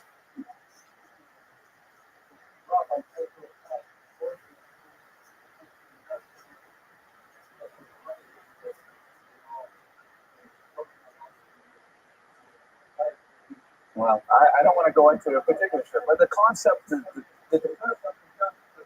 yeah. It's like my grandmother, Allah Hashem, would always say the jails are full in Israel too. Yeah, she was a very wise woman. Okay, so yeah, we use those words. We do. Let's go now to some of the roots of this. So, Stephen Madler is the premier biographer of Spinoza in our times, and I've relied quite a bit on his analysis of the excommunication. So, he argues that we have to understand the excommunication of Spinoza within the context of that tenuous amount of religious freedom that was arrogated to the Jews at this time. That the Jews, remember Heinz-Dietrich Löwe's theory, that it's when the Jews start sort of like pushing against their barriers, that's when there's anti-Semitism in place. Now, what Nadler argues is that the Amsterdam Jewish community, being so nervous about, what will the non-Jews think, that they put a tremendous amount of energy into trying to keep everyone on the straight and narrow, more so than in other communities in Europe. That because they were kind of like a liminal community in the interstices, I'll have to edit that part out, but the boundaries, the seams of culture, they really wanted to make sure that all the Jews were behaving. And in fact, he goes and he looks at the use of the cherem, the excommunication ban in Amsterdam this time, and he says it was used 36 times between 1622 and 1680. Almost once a year, they're banning somebody. Somebody's getting in this amount of trouble, and once a year. And there were threats an additional 50 times during that period. So they're really using this strong tool very liberally because they're trying to make sure that the outside community does not think that the Jews are changing at all. They want the status quo, and they want to be perceived as protecting the status quo. So what kind of crimes were people accused of that got them into this trouble? So Nadler chronicles things like religious observance is one of them. For example, regular attendance at synagogue. Can you imagine, Aaron, the president of our shul, if we were like to take attendance at shul on Shabbos, and if someone missed like 3 Shabbases, then we bring out the Sifrei Torah and ban them, But they're keeping track. Everyone has to show their bona fides. Everyone has to show their nominal observance of the dictates of their religion and show up in shul. And that means before Kiddush, they have to be here, gambling, marriage without parental consent. An interesting kind of expression of, hope you're paying attention, Lisa, right? Kids getting married without their parental approval, put them into harem. Yes, I know. You want to object to that?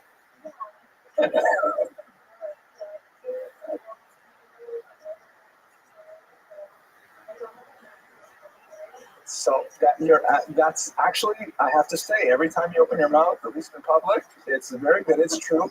Jewish law, my daughter points out the Kitzur Shalchun Aruch. You can go back even before that. You look at the Talmud, that one of the things that a person has complete freedom over is choice of marriage partner. There's no such thing as an arranged marriage in Judaism. There are arranged introductions. There's lots of parental coercion. But soft goes soft. At the very end of the day, a person may not be married against his or her will. So what does it mean then? I'll turn it back to you. What does it mean if the community is saying if you get married without parental consent, we'll put you in a ban, when the Torah explicitly says, or the Talmud explicitly says, you can't get married without your parental consent?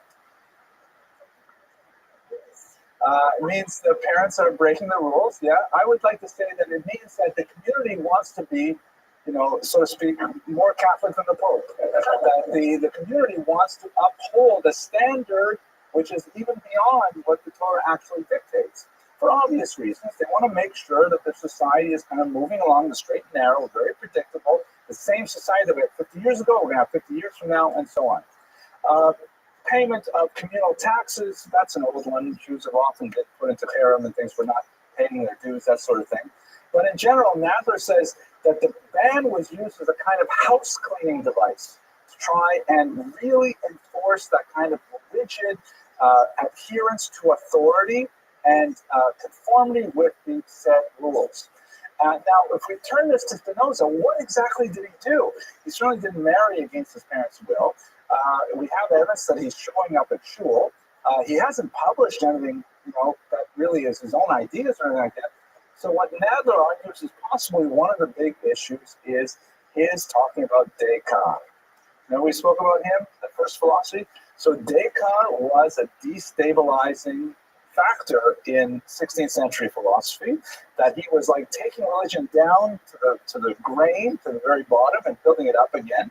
And there are many that felt that this guy Spinoza, who was recognized as a sharp intellect, that he was simply getting too vocal about his circulation of these ideas.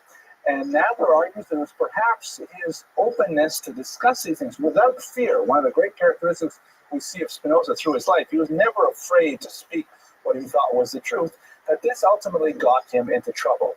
Now, I find Nadler's analysis, based on my limited study of his ideas, it doesn't seem to fit the real severity of the text of the ban. I mean, to put him into that lifetime ban, and nobody stands with, I gotta say, nobody stands with a 16-year-old because he might talk to you, right? But it seems so harsh. So there must be more missing pieces here beyond the kind of things he's thinking about. I myself even did a little casting about the internet to try to understand, why did he never marry? Was there some kind of question there about his personal orientation? I couldn't find anything, It was fun looking, but I didn't find anything. No, Lisa, no more questions. Now, I got to speak about that later. Okay, but it seems that it's just it says more about the community than it says about Spinoza, at least on the surface. And I think there are a lot of implications for our understanding of identity today. Now, how did Spinoza react to this? We only have limited evidence of his response. He did, in fact, compose a treatise, which may have been published, but it has unfortunately been lost. Parts of it may have been incorporated into another piece that he published posthumously. It is written with the Latin title, An Apology for the Justification of His Leaving the Synagogue. We don't know exactly what he argued, but apparently he made his case, but he did not protest. He did not ask to be readmitted. He simply said, these are the reasons why I'm maintaining my position. He never converted to another religion or anything like that, but he simply left the community, again, at his tender age in his 20s, and he spent the remainder of his life, about 20 more years, wandering from place to place, setting up shop as a lens grinder, mainly outside of the Jewish community. He continued to engage with other philosophical circles, and his fame as an intellect slowly grew, although he would only explode after his lifetime. One small nugget to give you a sense of his personality during these trying years. At one point, one of his older sisters argued that he should be cut out of the inheritance of the family. Since he was, formally excommunicated, then he should, as an excommunicee, no longer have any inheritance rights. So he sued. He took her to court. He won. He effectively defended his inheritance, and then he said back to his sister, "You can have it all. The only thing I want is you want his mother's bed and some other trifling things that were of sentimental value. Everything else, all the money that his father had made in a very successful business career, he gave to the sister who was his litigant." So you get a sense of his value of the truth and his willingness to defend his impression of the truth, but at the same time, he was not out for glory in any way. And in fact, many of his philosophical colleagues wished to support him out of their own funds. He refused to accept any funds, and he insisted on making his own living in this very meager way. So his legacy is, especially for our purposes here in this Jewish biography course, is somewhat confusing. Because on the one hand, he's incredibly important for the history of Western thought. He laid the foundations for a tremendous body of work on the idea of religion, the place of politics in society, and so on. And in many ways, he surpassed even Descartes in the approach to epistemology and several other disciplines of philosophy. Nevertheless, his connection to Judaism, although I think a study of Jewish influences on his ideas is really something that deserves more attention, in my humble opinion. And I can't say that as someone who's really explored the historical literature, but the coincidences between some of the Kabbalistic ideas and his thought are uncanny. And nevertheless, his connection to Judaism is primarily through that one negative moment of that very, very stark communication. And I think it has implications for us, even in the 21st century, to try to understand how we must deal with those who are perhaps at the margins of our own community today. So with that, I'm going to conclude the lecture. I thank you very much for your attention and your endurance. I'm going to make a little plug for next week. We have a topic that I find absolutely fascinating. We're going to look at a woman who is not well known, Sarah Bas Tovim, who was a paitan, a liturgist. She wrote a lot of specifically female prayers, with much of which have been lost in the Holocaust, but they're beginning to be rescued by scholars of women's history in the Jewish world. So I certainly encourage you to come. I look forward to speaking about her work with you next week. Thank you for your attention.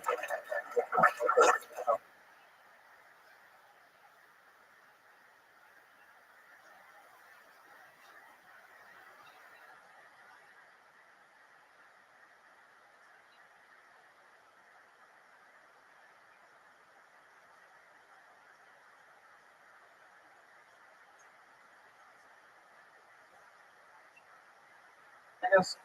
Okay, very good. So, I'm relying on your prodigious memory to not recall some of the jokes that I tell, so that I can repeat them with some with some regularity. And the joke that's really appropriate for tonight's topic, which is going to be on one of the greatest mystics of the Jewish, experience in the world, it's appropriate that I tell you a joke about mysticism. So I know that, my canary in the coal mine, Steve Schwartz, remembers this joke. So does anyone else remember the joke about the 3 college students talking about their spiritual leaders? No. Okay, so I'll tell you this joke. I think we'll be able to get right to it here. So the joke goes like this. There are 3 college students sitting around a dorm room, and they're talking late at night about all kinds of things. And one of the students says, "My guru, he is so amazing. He has so many spiritual powers." You remember the joke now, so maybe I shouldn't tell it. Oh, it's too late already. All right, too late. So he says that he has so much metaphysical power. He's in communion with the divine. Once we were walking through the forest, and we were walking next to a raging river, and we saw in the middle of the river there was a rock, and a little kitten was trapped on the top of the rock in the middle of this river. So my guru got his hands, and for 6 feet around him, the water stopped flowing, and he walked straight out, and he rescued the kitten. And the second student says, "Oh, you think that's something? That's nothing. My Swami, with whom I study all of the Vedic arts, once we were walking by I-95, and there were cars that were just going 75 miles an hour. Okay, it was I-95, they're probably basically parked. But let's say an imaginary I-95, cars going 75 miles an hour. We saw that in the middle of the median, between the lanes, there was a little puppy trapped there.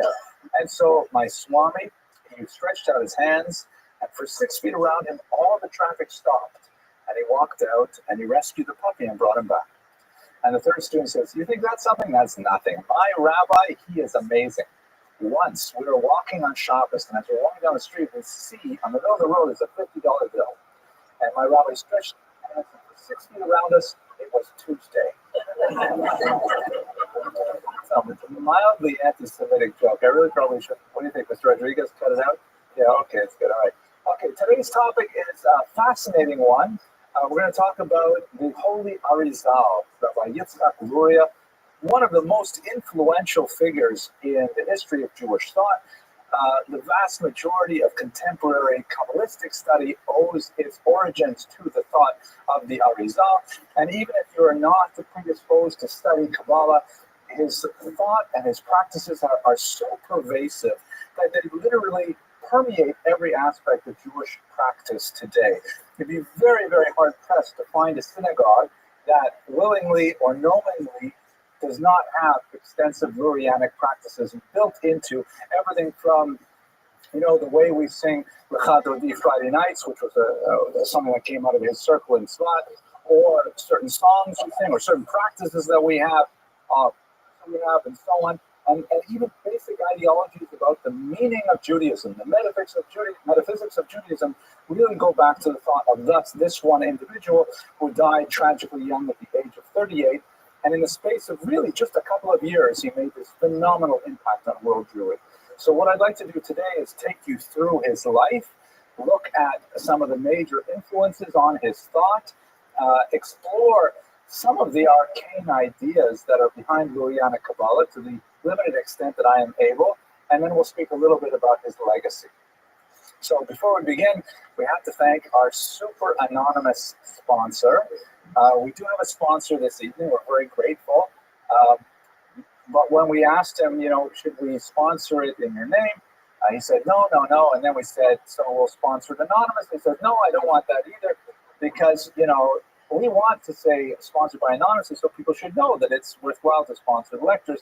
He didn't want that either, so this lecture is simply sponsored. Anonymous. Okay. Thank you, anonymously. Okay. Let's go. And by the way, I'm getting some interesting comments. Someone did anyone hear Williamsburg, Brooklyn? Yeah. So anyway, someone from Brooklyn that's been watching these videos and said, hey, can I sponsor them? So yes, you can.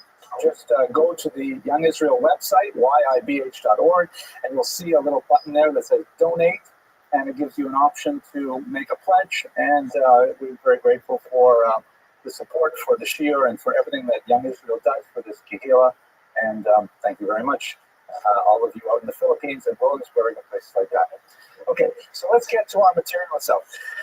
Start with his name, Yitzchak Luria. So he is known popularly as the Ari, which is either an acronym for Ashkenazi Rebbe Yitzchak.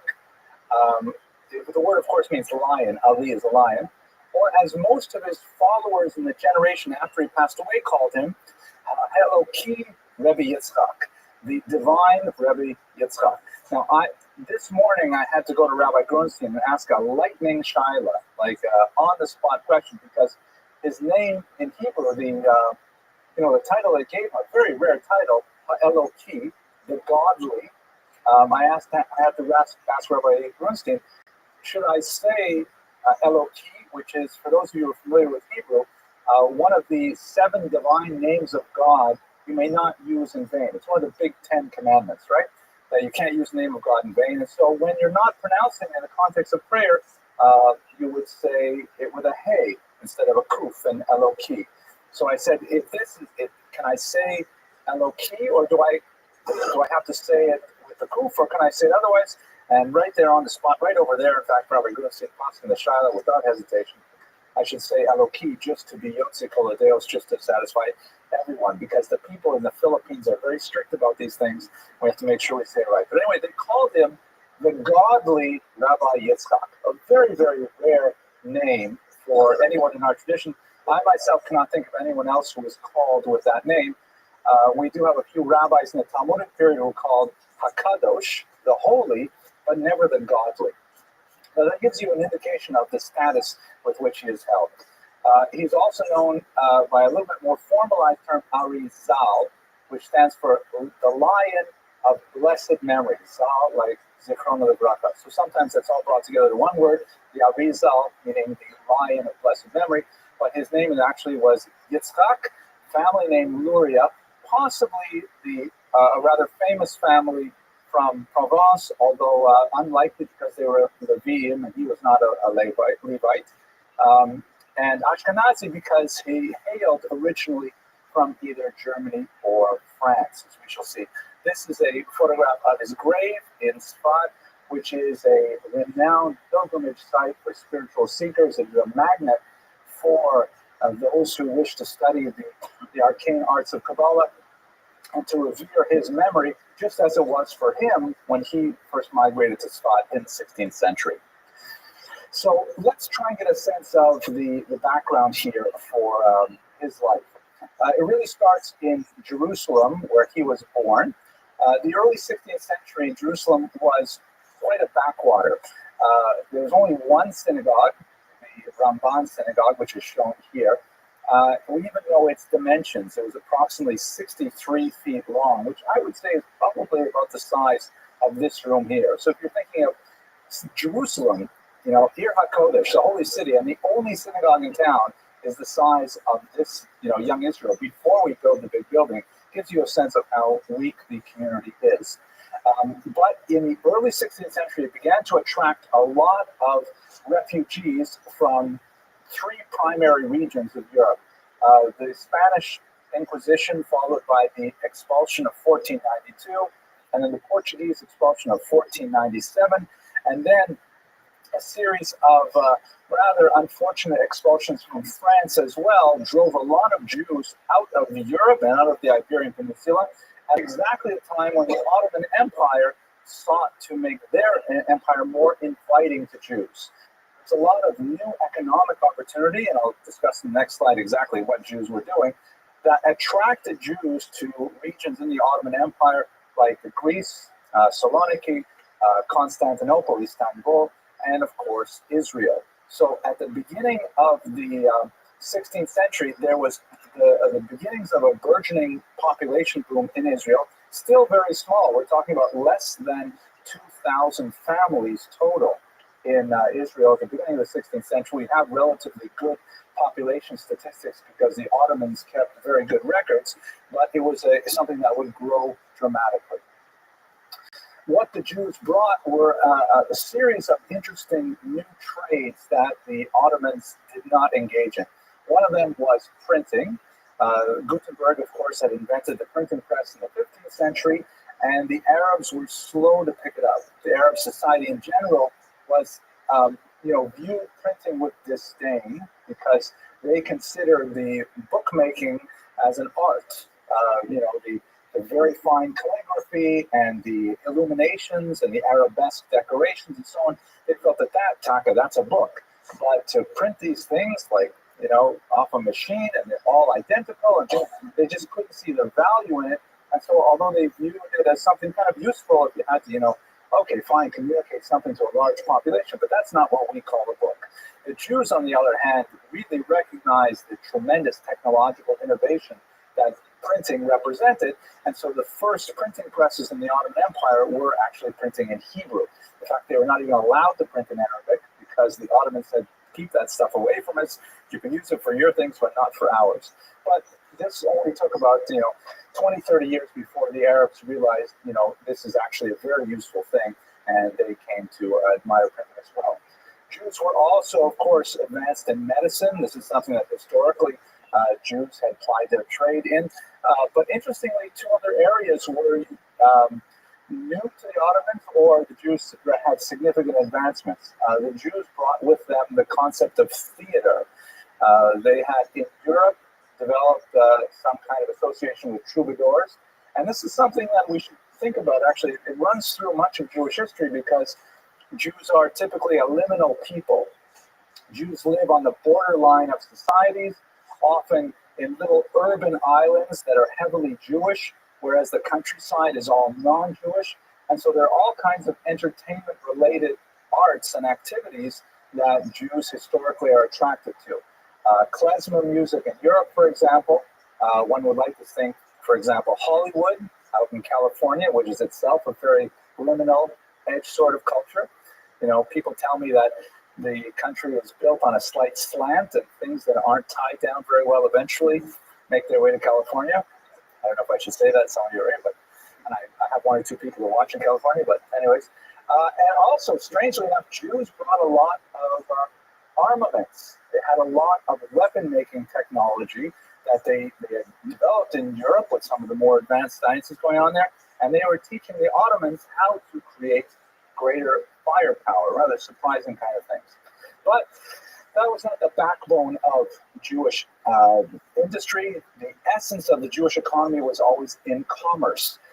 And for the last 400 years, the Jews had especially pioneered international commerce, primarily because of the great tensions between the Muslim world and the Christian world after the Crusades. In 1095, when the First Crusade was declared, essentially you had the beginning of a geopolitical war that continues really to our own day, a huge split between the Christian world and the Muslim world. And one of the very few peoples who could easily transverse that boundary and find, pockets of support within either realm were the Jews. So the Jews were quite active in international commerce, and the Ottomans saw the expulsion of the Jews from Europe as a tremendous boon. The Ottoman emperor at the time was famous for making these kinds of statements, laughing at the European nations for expelling the Jews because he was extremely happy to bring them into his empire and then to advance the economies in Greece, in Turkey, and places like that. So this is a period where Jews were really expanding their economic sphere, and this will be very important for the development of Kabbalah, as we shall see. One last function that they were very active with in Europe, and they were used as well in the Ottoman Empire afterwards, is tax farming, which I believe we have discussed in a previous occasion, so I won't go into great detail, but basically in a corporate society, sometimes called a feudal society, the rulers do not tax people by individual status. No one had social security numbers. There was no way they could identify individuals and say, you owe so much and so much tax. They taxed entire communities, entire estates, entire classes. And so in order to manage this kind of mass communal collection of funds appropriately, they would frequently, both in Europe and in the Arab lands, they would farm out the task to middlemen. In other words, the Ottoman leader could say, all right, from this particular region, I estimate I can get whatever, 5,000 gold coins. So the Jews would say, we can get that for you, sire. And the Jews would go and they would collect maybe 6,000 gold coins, and the extra 1,000, the profit, they would retain for their own use in the community. It's called tax farming, and Jews were quite adept at it. Why specifically? A couple of reasons. One is their numeracy, the fact that Jews had valued the ability to work with numbers and mathematics and literacy as well. And they had a long tradition of this that extends from both European and North African and Middle Eastern experiences. And at the same time, perhaps even more important, they were a border society. It was often very useful for the leader to have a different ethnicity controlling the dominant ethnicity. It guaranteed their loyalty because they knew they could never, cheat easily on the king because they were at his mercy. They could not collude easily with the dominant nationality, and so a lot of reasons why Jews as a minority were a favored choice to engage in tax farming. It did not make them a beloved people, as we shall see a little later on in this course when we talk about the uprisings in Eastern Europe, for example, but that was part of the economy. Okay, so let us move now to Yitzhak Luria himself. He was born in this new Jerusalem community in 1534. We know very little about his parents. His father was Solomon, named Solomon, and most likely had immigrated from the Ashkenazic lands. He was called Ha-Ashkenazi, the Ashkenazi, which is the kind of designation you give to someone who has originated elsewhere but is now living in a new territory. As I mentioned, his name Luria is a famous name in Provence, but it's unlikely that he himself came from that same family. His mother's name is unknown, but she is most likely Sephardic, as we know from her brother's family. Solomon died when young Isaac was very young. We have only very limited kind of bibliographic and biographical data about this period of his life, as in fact with his life in general. But Isaac is called a katan when his father died, which we would assume would mean he was no older than 13. His mother elected to take him out of Jerusalem to Cairo, where her brother Mordecai was a well-to-do tax farmer. And under Mordecai's tutelage, they prospered, he studied well, and he ultimately ended up marrying his first cousin, which did not violate the rabbinic laws of relationships. But he married his first cousin, the daughter of his uncle, Mordecai Francis. His uncle was probably from France, as the name implies. In Ladino, Francis is often used to describe someone who came from France. So he has Ashkenazi background, he also has Sephardi background, living in Cairo. Okay, I'm going to pause for a drink of coffee, and I'll ask if anyone has any questions so far. Yes, please. I know that there's a lot of Sephardic in France today, but at that time, were most of the people living in France who were Jews, were they Ashkenazi? Yes. The question is, were the Jews in France at this time basically Ashkenazic? Yes. The patterns of settlement of Jews in France, for the most part, they come from Spain over the Pyrenees up to the Rhineland. We're talking about a process of several hundred years. In the Rhineland, which is more or less northern Germany, you have the development of traditional Ashkenazic culture. And then, of course, there's a lot of communication down through France and into the coast, in this area of Provence and so on, but they're definitely identified as Ashkenazim, and by the time you get to the 15th, 16th century, they really diverged significantly from the Sephardim in Spain. On a ritual level, perhaps on an ethnic level, we're not sure about that. But they're definitely arguing with Sephardim a lot. We have arguments between the Balei Tosfot and the Maimonidean camp, for example, that's quite intense, even from the 13th century. Okay, so let's go on. When he was in Cairo, we know actually a little bit about him from the Cairo Geniza. And just to refresh your memory on what the Cairo Geniza is, this is a fantastic collection of 250,000 fragments of documents from the Ben Sira synagogue just outside, or is it Ben Abraham? Ben Abraham or Ben Sira? Ben Ezra, thank you, Mr. Rodriguez. he's got his, this time he knows it automatically, he knows it cold, but he can always fact check me on Google. At any rate, a tremendous treasure trove of documents found just outside Cairo that gives us incredible insight into the dense nature of Jewish society in the Middle East for about 500 years, a tremendous trove. And through pouring through these documents, they found several documents that specifically mention Yitzhak Luria in the 16th century. So what do we know about him from the Cairo Geniza? We have primarily commercial documents, bills of sale. And it seems that in the 1550s, when he was in his 20s, he was primarily involved in the sale of various goods on an international level. We know that he was involved in selling pepper. We know he was involved in selling leather. He had some, it's hard to say if they're business disputes, but he specifically, writes letters requesting payment. So, he sends out invoices, things like that. So it appears that he was quite active in international commerce in his 20s, and that's likely where he got his the wealth to be able to travel to Tzfat. And just a kind of interesting side note, 3 days before his death, he settled all of his business accounts and made sure that all was right, which is, I think, in itself a rather interesting attestation to his probity and to his perhaps mystical sense of what was coming. But anyways, he's making his living there in his 20s as a spice and leather merchant, basically traveling around, dealing in various things. And at the same time, he's engaged deeply in Talmudic study. Two specific aspects of study characterize this early period. And in general, it's a dichotomy that is preserved in much of Jewish study. You can study what's called Toras Nigleh, the revealed Torah, and Toras Nister, the hidden Torah.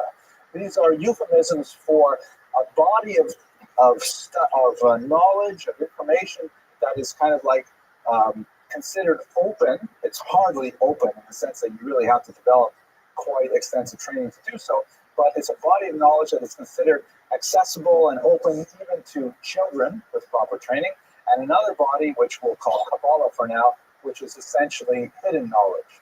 The open Torah, or the revealed Torah, refers to, of course, the 5 books of Moses, the Bible as a whole, the Talmud, the Mishnah upon which it is based, and the vast corpus of halakha, books which have not been written yet, but for example, the Shulchan Aruch, the Code of Jewish Law. This is all called the revealed Torah. And for anyone who has ever attempted to study Talmud, especially as an adult, you realize it's hardly revealed. It's an extremely coded and difficult and mysterious text to enter, but the sense of the revealed, it means that basically anyone can approach this text regardless of their level of training. They may not understand it, but there's nothing taboo about studying it. Toras Nister, on the other hand, the hidden Torah, the mystical aspects of Torah, is something which is restricted only to those who have achieved great heights of personal experience and personal training. This is something that we find in the Talmud, which says things like, for example, you should not approach this Torah of truth until you have eaten bread and wine, which means you should have a full meal of the regular revealed Torah before you approach the hidden Torah. And in fact was the subject of massive controversy around, for example, Maimonides' works. And one of the strange patterns that seems to repeat itself over and over again, including up until our own times, is that the most gifted Kabbalists tend to die very young. So the rabbis placed a ban on the studying of Kabbalah until a person is 40 years old, and there are several other qualifications. They should be married, they should have completed all of the revealed Torah before they try the hidden Torah, and so on. Not everyone agrees with this ban. One of the most important teachers of Rabbi Yitzhak Luria himself, Moshe Cordoveros, felt that people should start studying Talmud, studying Kabbalah at the age of 20, for example. But that's basically, it's a widely accepted ban. Nobody studies Kabbalah until they've reached a certain level of study, of expertise. At any rate, in Cairo, he studied under a very famous Kabbalist, the Radbaz, Rabbi David Ibn Zimri, And he studied both the revealed Torah, and as we shall see, he studied also the hidden Torah, the Torah's Nistar. In his revealed Torah studies, he proves to be quite a gifted student, and we know quite a bit about his participation in various councils and bate din and courts of law and things like that, that indicate that his opinion about standard halacha was definitely accepted. He was a very reputable person with all of the credentials. And we also know a couple other interesting things about him. For example, the Geniza has a document in it that's dated 1557, which has 9 signatories to it, in which these 9, they're all rabbis, agree to form a kind of conventicle, a kind of association, a chevra, in which they promise to behave on a very high level of ethical conduct, and they stipulate specific punishments if any of them ever transgressed even a tiny little breach of ethical conduct. This may have been a secret fellowship, and it's the kind of thing that you see quite often among the great Kabbalists. You see the same thing, for example, with Rabbi Moshe Chaim Luzzatto, the Ramchal, who also had kind of like a secret gathering of friends. You see it also in the Musar movement, where rabbis would get together and they would form these secret little groups where they would criticize each other if they ever saw, step out of boundary in any way. And it appears that the Ari, at a very young age, in his early 20s, was admitted into one of these secret circles. This definitely had a strong impact on him because he would later form a much greater circle of that nature in Sfat. But while he was there in Cairo, he spent a lot of time studying the Talmud and, in fact, collaborated on a commentary that was incorporated into the famous Shita Mekubetzes, which is a collection of commentaries on various Talmudic tractates. I myself studied the Shita Mekubetzes when I was in yeshiva myself, so it's a very well accepted text. The specific parts that he worked on, unfortunately, were lost in a fire, but it's well attested by secondary sources that he was one of the multiple authors of that text. Bottom line is he had excellent credentials when it came to the traditional revealed Torah. He was not like, let's say, you find sometimes in Hasidic leadership where people have inspired visions, but they can't necessarily demonstrate mastery of Talmudic tractates. This is a person who definitely had all of the credentials to be a traditional rabbinical scholar, and yet his primary fame was going to be in mysticism. Okay, pausing for questions again? Yes, as Abram said, oh, wait, get ready. Okay.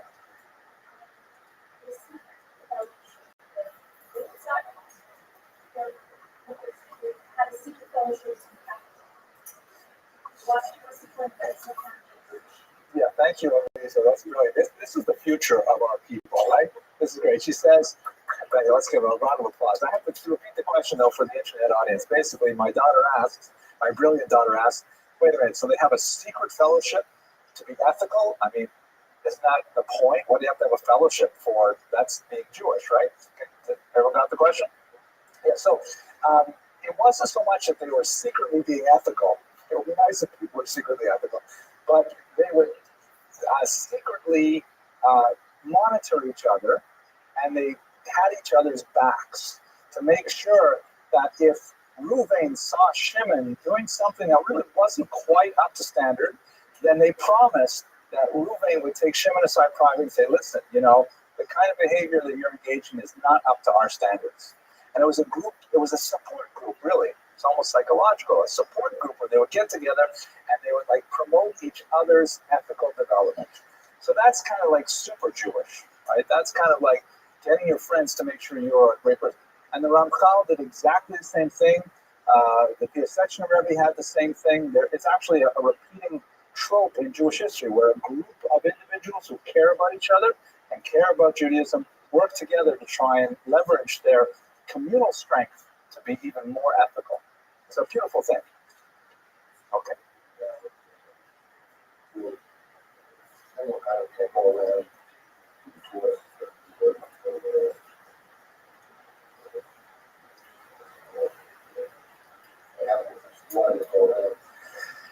Yeah, I think the key difference is that whether it's a voluntary self-imposed restriction, I've heard about some communities up north that shall go nameless that you're not supposed to have internet in your house, so they'll have people who walk outside the front of your house with their cell phones to see if there's a Wi-Fi going on in your home.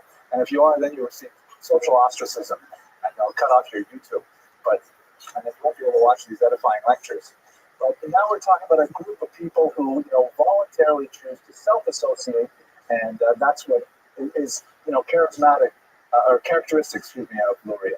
But let's go on to the Torah Nigla now. So, the last thing he did. Now, the Rabbi, his principal teacher in Cairo, was also a noted Kabbalist.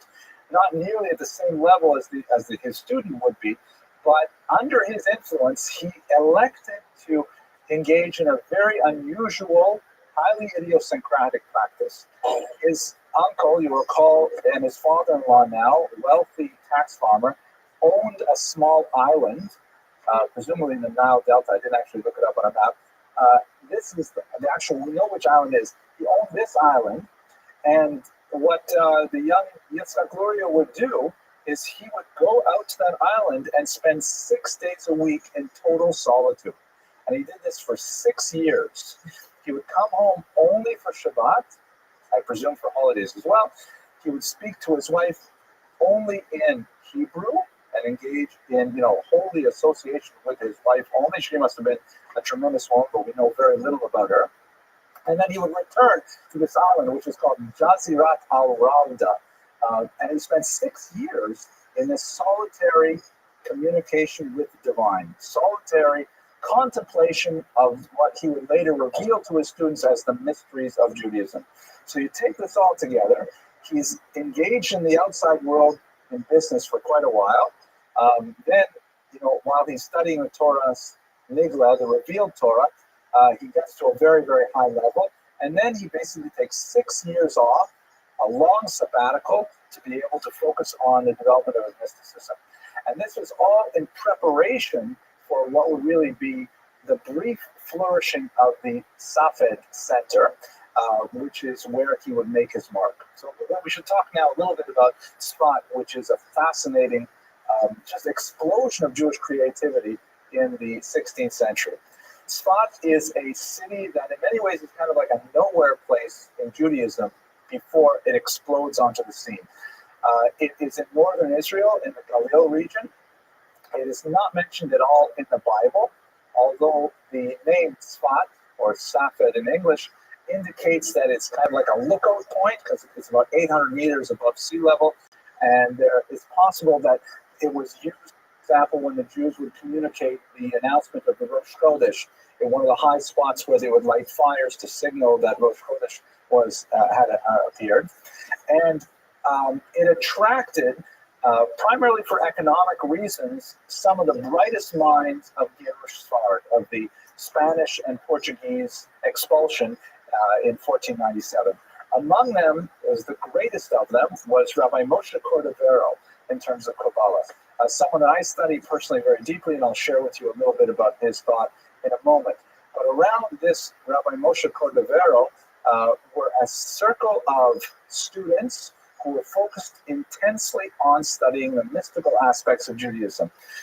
The Rabbi, the Arizal's teacher, had spent some time in Tzfat and had been exposed to it, and no doubt encouraged his student to leave Cairo and to go study under the Ramak, who had emerged as a great leader of Kabbalistic thought at the time.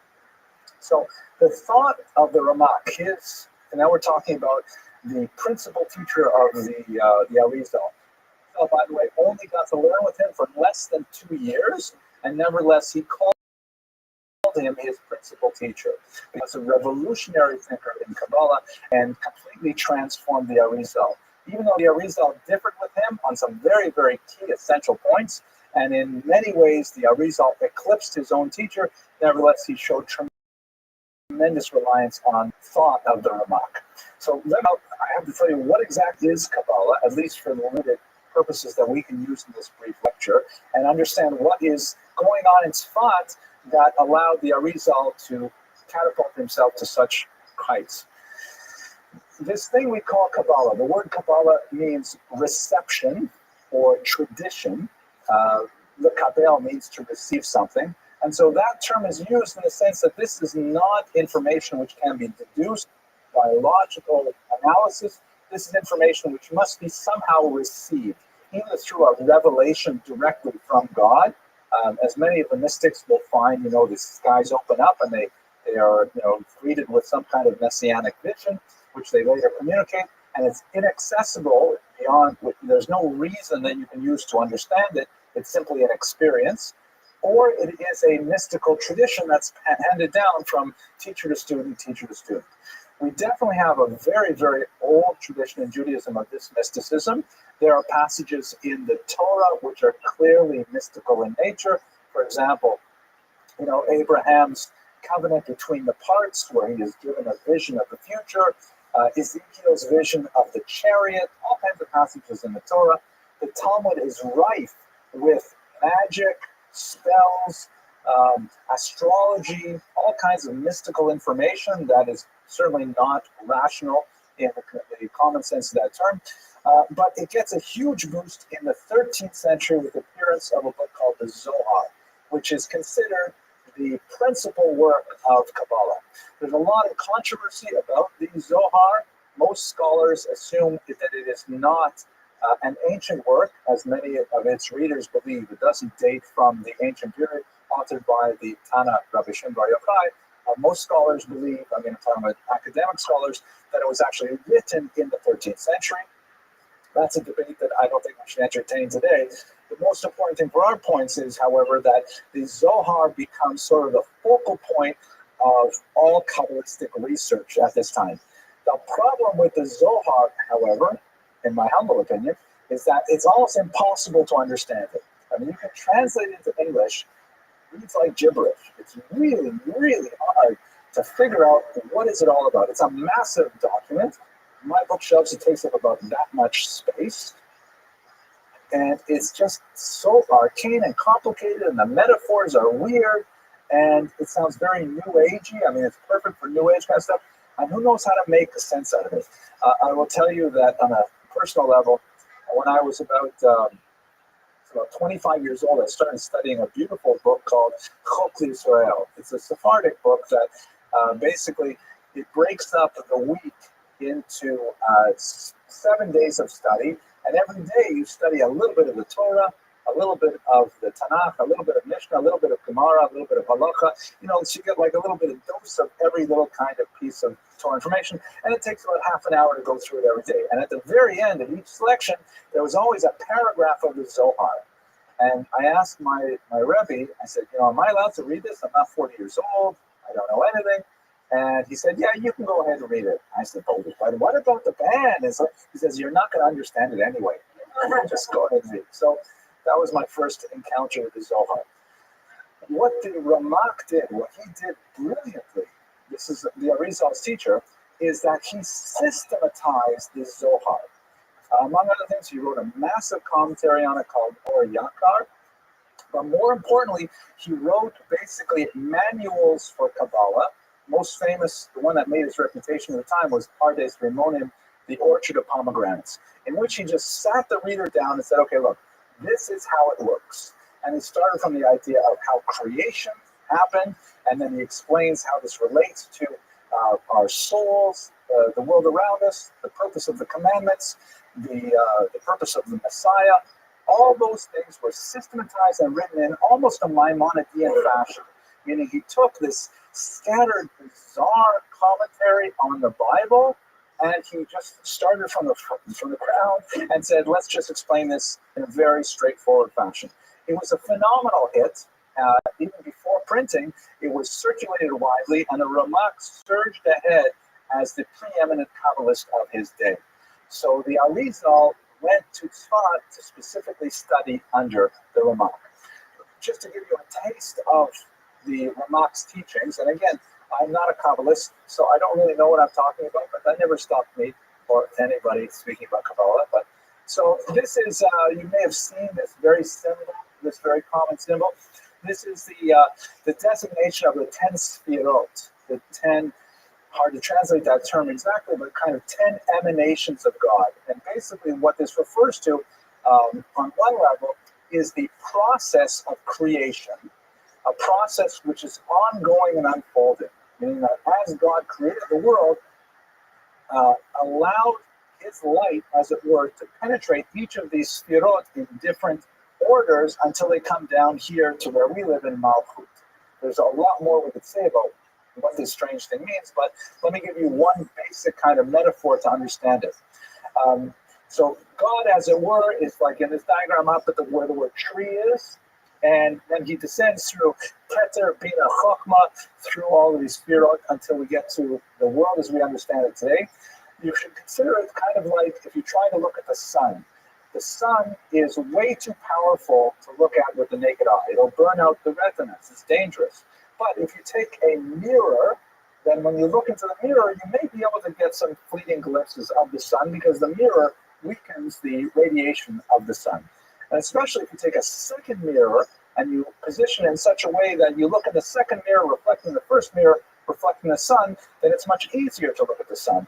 And if you set up 10 mirrors in a sequence like this, you can actually look directly at the sun because each one of those 10 mirrors has weakened the power of the radiation until you're able to exceed it.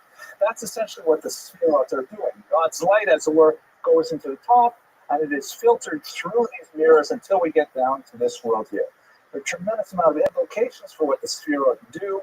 They're associated with the human body. They're associated with the human soul. They can be manipulated. They are interrelated. But that takes us far beyond where we're going to go today.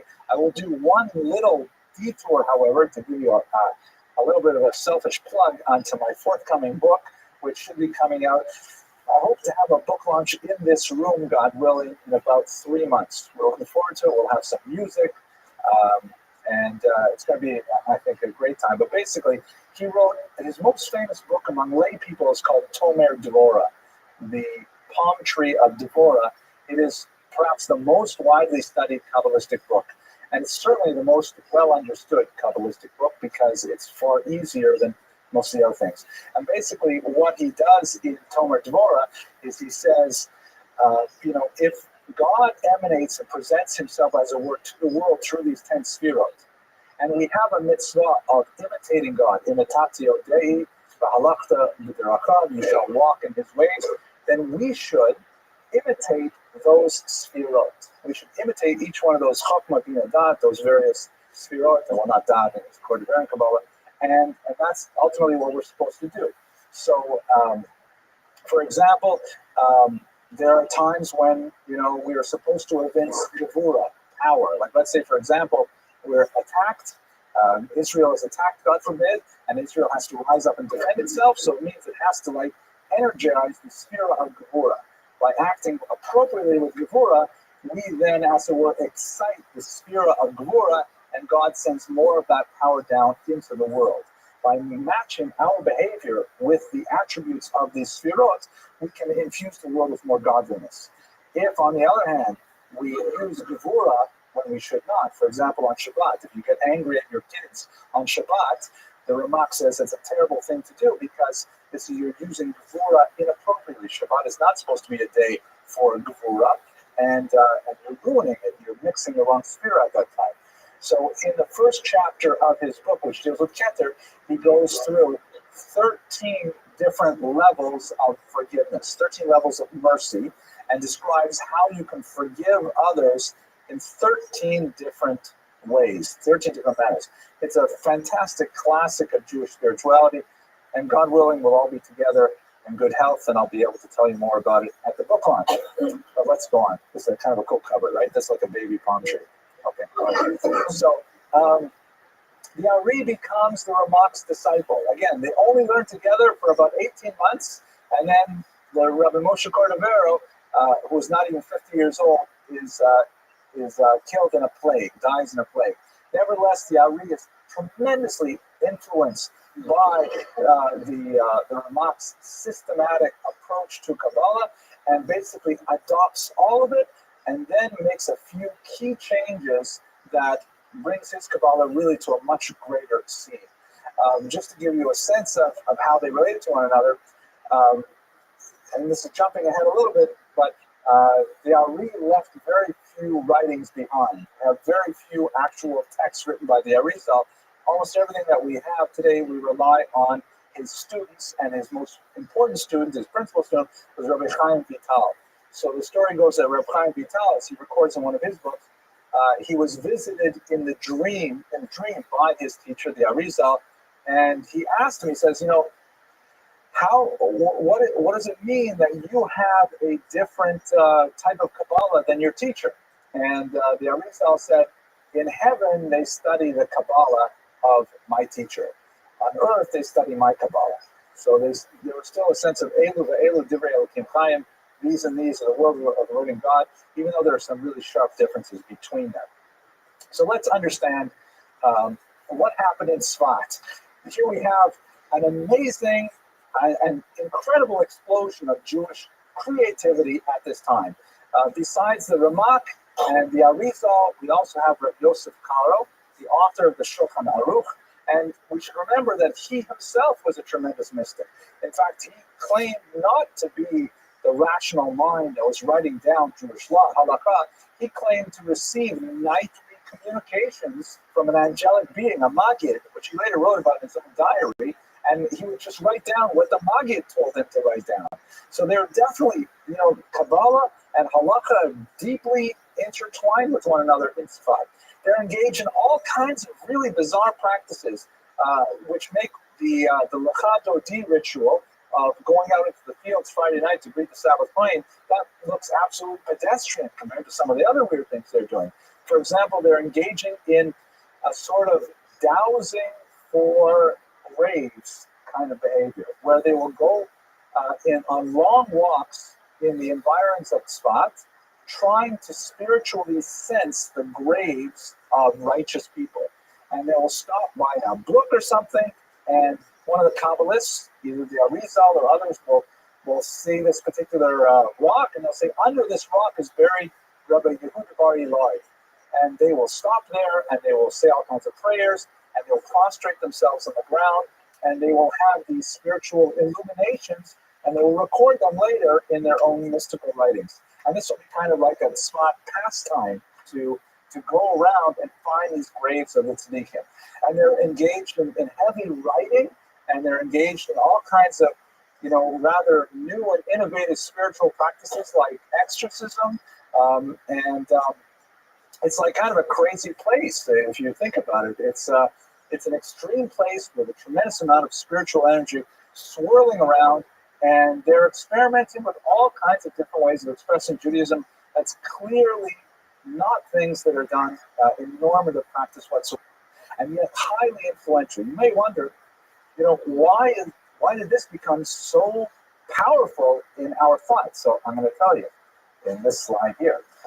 Let's try and understand what is Lurianic Kabbalah within the last 10 minutes that we have, and we'll see why it was so profound and why it made such a huge impact. First of all, I want to place a caveat on it. As I mentioned earlier, we have very few autograph writings of the Arizal.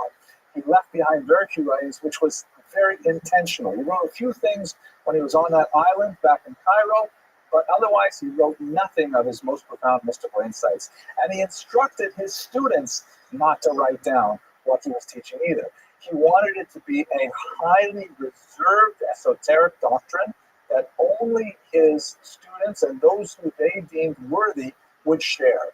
He certainly did not intend to create a massive revolution of Kabbalah with, blessed bottled water and things like that. That does not seem to be the Arizal style.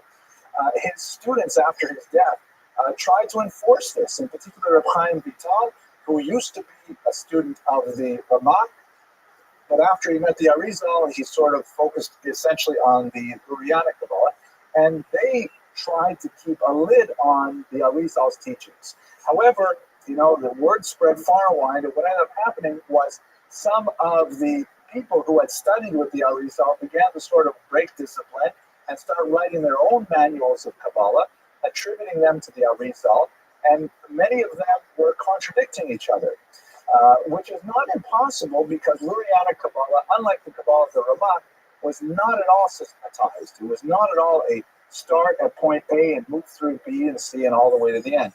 He would, just sort of teach on the spur of the moment, without necessarily connecting it to a larger doctrine. It wasn't like a course where you started with the basic principles and went to the specifics. Very charismatic leader, but not a systematic, disciplined leader like the Ramah. And so it's very difficult when you can take all these things together. The fact that we have no actual writings to speak of from the Arizal himself, that everything we have comes from his students, many of whom were disagreeing with each other. And we have the very nature of Lurianic Kabbalah itself, which is very disjointed and not necessarily connected. It's very difficult to get a whole picture of what this is. Nevertheless, we can identify a few doctrines that seem to be common to all of the Arizal students, and they are so powerful that they kind of become mainstream thought to this day. The first one is this concept of Shvirat HaKelim, or the breaking of the vessels, which is not present in Cordoveran Kabbalah at all, but is perhaps the most pronounced element of Lurianic Kabbalah. If you recall, we go back to the 10 Sfirot that I showed you earlier. One of the key differences between the Kabbalah of the Ramak and that of the Arizal is the idea of what happened at the moment of creation. So for the Ramak, the teacher, creation was a logical unfolding of God's will, set up in such a way that the universe would be perfectly balanced in a kind of metaphysical law that mirrored natural law. That God, so to speak, imagined the structure of the universe, he, as it were, looked into the Torah as his blueprint, and they created a universe that looked something like this. The Arizal, however, injects a major element of drama into the creation, placing human beings, and particular Jews, at the center of a cataclysmic crisis that is ongoing until the final redemption. How so? This concept of Shvirat HaKelim, or breaking of the vessels, refers to some kind of mishap in the moment of creation. I have difficulty understanding this, so I'm sure that when people see this on YouTube, they'll put all kinds of useful comments at the bottom. Mr. Rodrigo's going to be at the top of the list there, but this is my basic understanding of it. I talked to you about the sunlight pouring into the mirror. So if you think of it instead using a Lurianic metaphor of like hot oil poured into clay vessels. So you pour this really super hot oil that represents, as it were, the light of God into a clay vessel, which is, let's say, Keter at the top here. But the heat of the oil is so overpowering that the vessel shatters. If any of you have ever traveled in the Soviet Union, this happened to about, 1 in 10 tea glasses that I was ever served. That's why they put the spoon in the tea glass, because otherwise you put the hot water in, it smashes everywhere. But so the first vessel shattered because it could not withstand the power and intensity of God's light. So the light mixed with pieces of the broken vessel flow into the next vessel, but it too shatters because it can't stand it. So it flows into the third vessel, and it's mixed with the pieces of the broken vessels until finally you get down here to Malkut, and in this part of the world, the universe, we have the system kind of slows down because it's cool enough, but the physical universe that we are presented with today represents a mixture of this divine spark, the light of God, with the pieces of the shattered vessels. So, for example, this cup of coffee here, the cup itself, it has its existence. It owes its existence to the spark of godliness that is within it, even though it is an inanimate object.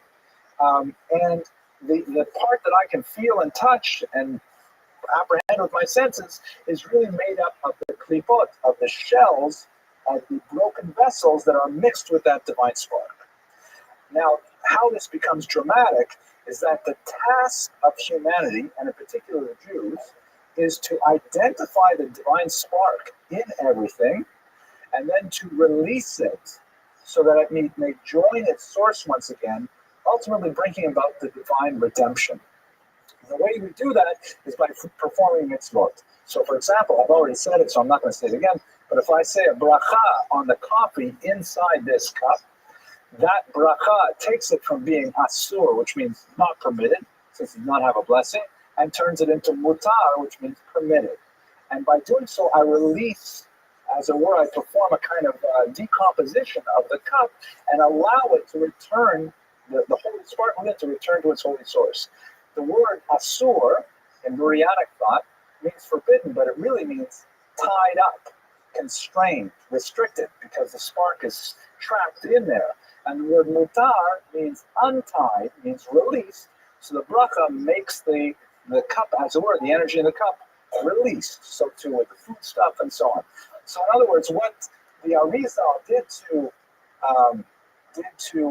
Cordover and Kabbalah is he took this moment of creation and he essentially made it into this huge drama where we are now in an imperfect universe struggling to bring it to perfection through the performance of mitzvot. And everything we do is literally tied up with that grand adventure. And if we fail to do so, then we bury the sparks deeper in the klipot. So every single action, every conscious moment of a Jew's waking existence, and even sleeping existence, is in fact tied to the unfolding of this metaphysical story. The process of dealing with these issues is called tikkun, or repair, which is where we get the root of the term that people know, tikkun olam, the repair of the world, in which everything that we do is designed to try and support this ultimate redemption of the universe. So while Cordovero's Kabbalah is fascinating and intricate and absorbing, the Arizal's Kabbalah is energizing and gives people kind of like motivation to go do something because you got to save the world.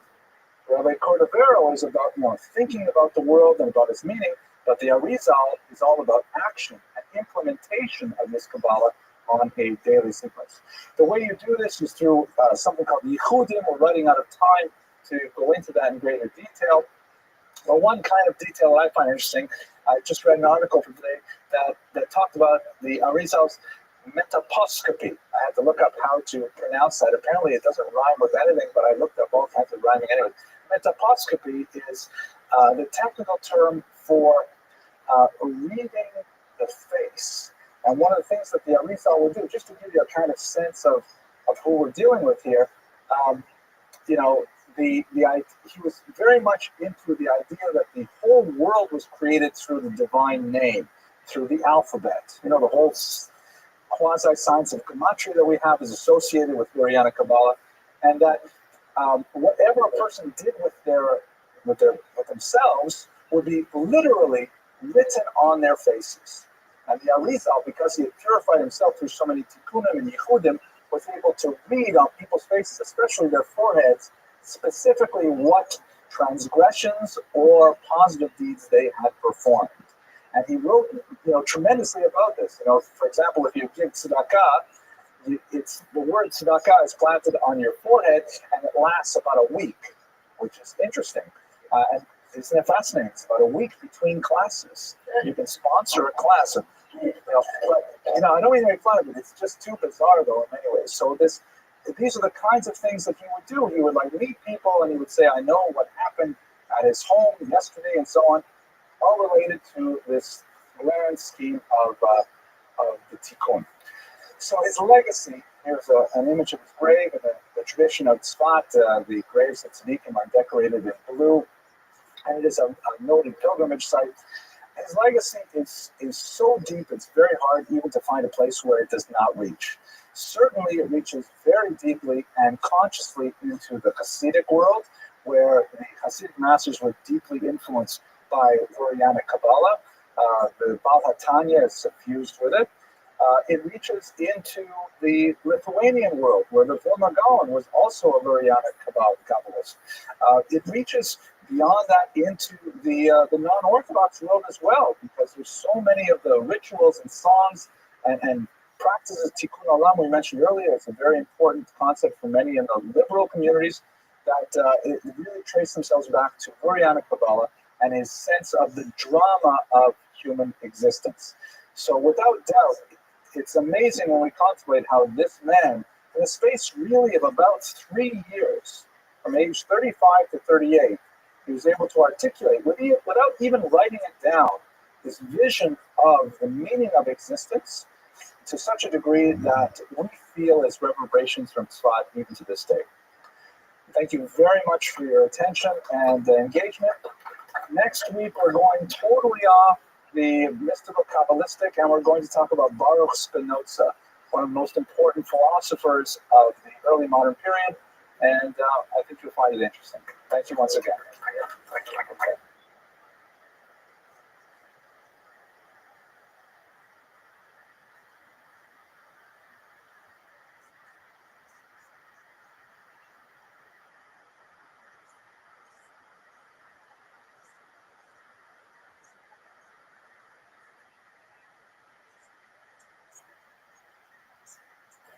Hey, good evening, ladies and gentlemen. Thank you very much for coming. Tonight we're starting, of course, half an hour early, so that'll give me a little bit more time to relax. I'll speak slower, but we still hope to conclude at 9 p.m. as usual. So the joke this week is also courtesy of Zach DeWeiser, who sent me 4 really useful jokes last week. And it's actually very appropriate for today's material because we're going to be looking at someone who is slightly antinomian in his approach. That is, someone who is slightly non-traditional in the way he observes Judaism, as we shall see. So the joke goes that a Jew goes up to his rabbi and says, Rabbi, I'm so sorry, I need to do something. I have to confess, I didn't wash until it's Yadayim before eating bread last week.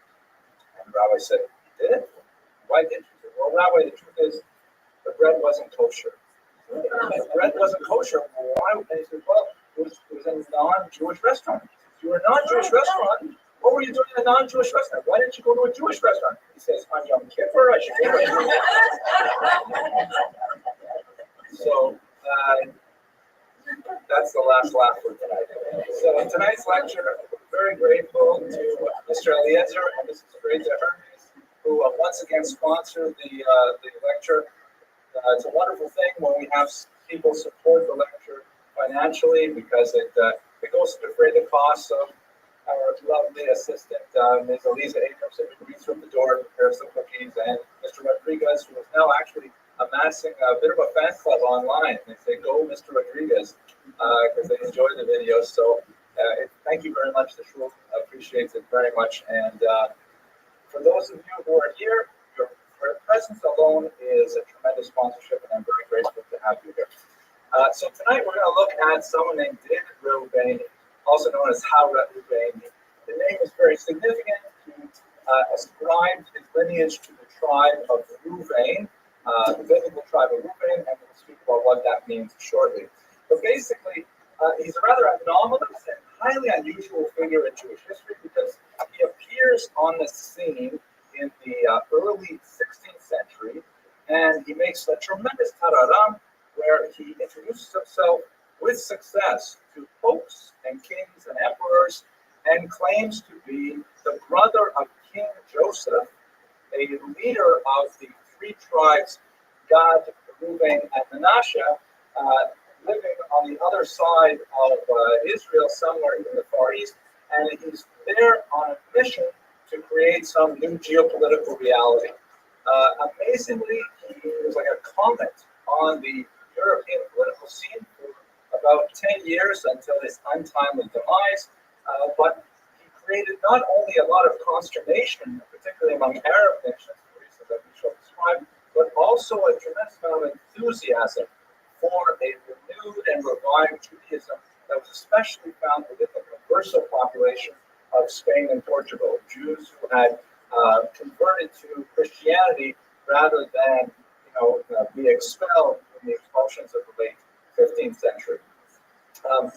His meteoric rise to fame was cut short when the Inquisition got wind of his activities, and he died a horrible death. But the entire arc of his participation in European history is quite fascinating, and I think gives us some pause to think about several aspects of Jewish history and its relationship to world history as a whole. So what I'd like to do over the next 55 minutes is just give you a quick overview of the life of David Reuven, at least that is what we know about it. And I think that by the end of the evening, you'll have some food for thought and wonder, but we will leave more questions and answers as usual. So, our story begins really here in Oxford, England. We know of David Reuven from non-Jewish sources. Many, centers of power had him traced through their hallways at various points in the early 16th century. But the most important document that gives us information about David Reuven is his diary, which he composed and then would actually, have people read as a sort of travelogue to bolster his own authority. The diary was purchased by the Bodleian Library of Oxford in the middle of the 19th century. It was duly copied out and then promptly lost. So unfortunately, we've lost the original text, which is highly unfortunate because it means that we don't have a lot of paleographic evidence. We don't have, for example, to see where he struck things out and rewrote them. If it was perhaps a scribe involved, we have to have a professional writer involved. A lot of things are difficult in this journal, and it's also impossible for us to analyze some of the bizarre place names that he cites because we can't compare his handwriting. Nevertheless, his diary does exist. The copied version was published in a critical edition in 1892, and has been the source of some wonderment for the last 100-odd years. This is one of the most important buildings in the Bodleian Library, and I'd like to take a short interlude. It's a little surprise for my daughter over there, because I actually spent quite a bit of time a summer working in this library where I have a lot of fond memories. It's a tremendous institution, fantastic collection, and I'm going to tell you a personal story that I think you might find interesting. This is what they do in Oxford, by the way. This is me several years ago. This is what they call punting, which is not what they say in America where you have that kick it with your foot. Punting is you get these flat bottom boats, and you go in the Churchwell River, and you pull along like in a gondola kind of thing. And that's one of the colleges in the background there. And of course, you have to do this kind of punting with a lovely lady sitting next to you. So this is Eliza when she was, I guess, about 7 or 8 years old. You all know her now because she's 18 and she's like, the greeter. But there she is, just enjoying the ride. And here's one more picture of her, also in Oxford there. So sweet. Right? Seriously, I have a couple of funny stories. I'll tell you both of them. I can't help it. So, the first one is the library story.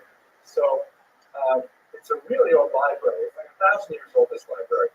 And they have a lot of arcane, bizarre rules. And one of those rules is, believe it or not, that before, not everyone, it's not a public library. They have to have credentials. I had to have a letter of introduction. I had to have all kinds of stuff to get into the stacks there. And you go to the library office, you present your credentials, and you present your research purpose and so on, things like that. And they make you take an oath. They make you swear an oath that you will not set fire to the books. So, why do I have to take this oath? Because apparently, like in the 1500s, it's cold. And the students would say, we don't really need another couple of birds with a negative, do we? And they would set fires to themselves warm in the library. So they made this rule, and it's been a rule for like 400 years. You have to take an oath. You're not to. The problem is, Jews avoid taking oaths. That's the whole business with colligery. You don't want to come up. If I happen to accidentally set a fire, then I would be, responsible for it on a heavenly level as well. So I was, for a moment, I was put back. I didn't know what to do. And so then I asked myself, I said, wait a minute, can you take this oath in any language you like?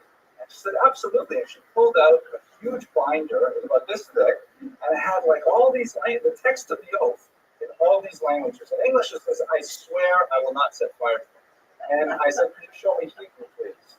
And she flipped over to the Hebrew, and there it was, in perfect rabbinic language. It did not say, I swear I will not set fire to the books. It says, I will take responsibility for the cost that I incur should I set fire to the books. Perfect. So I can read it, I got access, and all that stuff. The other funny story, which I'll tell you very quickly, and we'll go back to David Reuven, I promise. But the other funny story is, there's a Jewish mitzvah that when you buy new vessels, new cooking vessels, you're supposed to, before you use them, you're supposed to immerse them in a mikvah. Before, that's just one of those wacky things you can use them.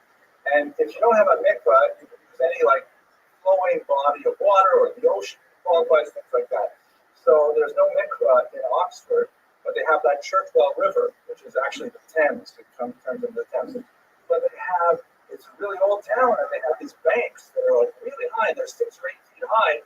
You can't just like stand on the edge and dip your pot in. So I was carrying this huge bag of pots, like Santa Claus in this big bag.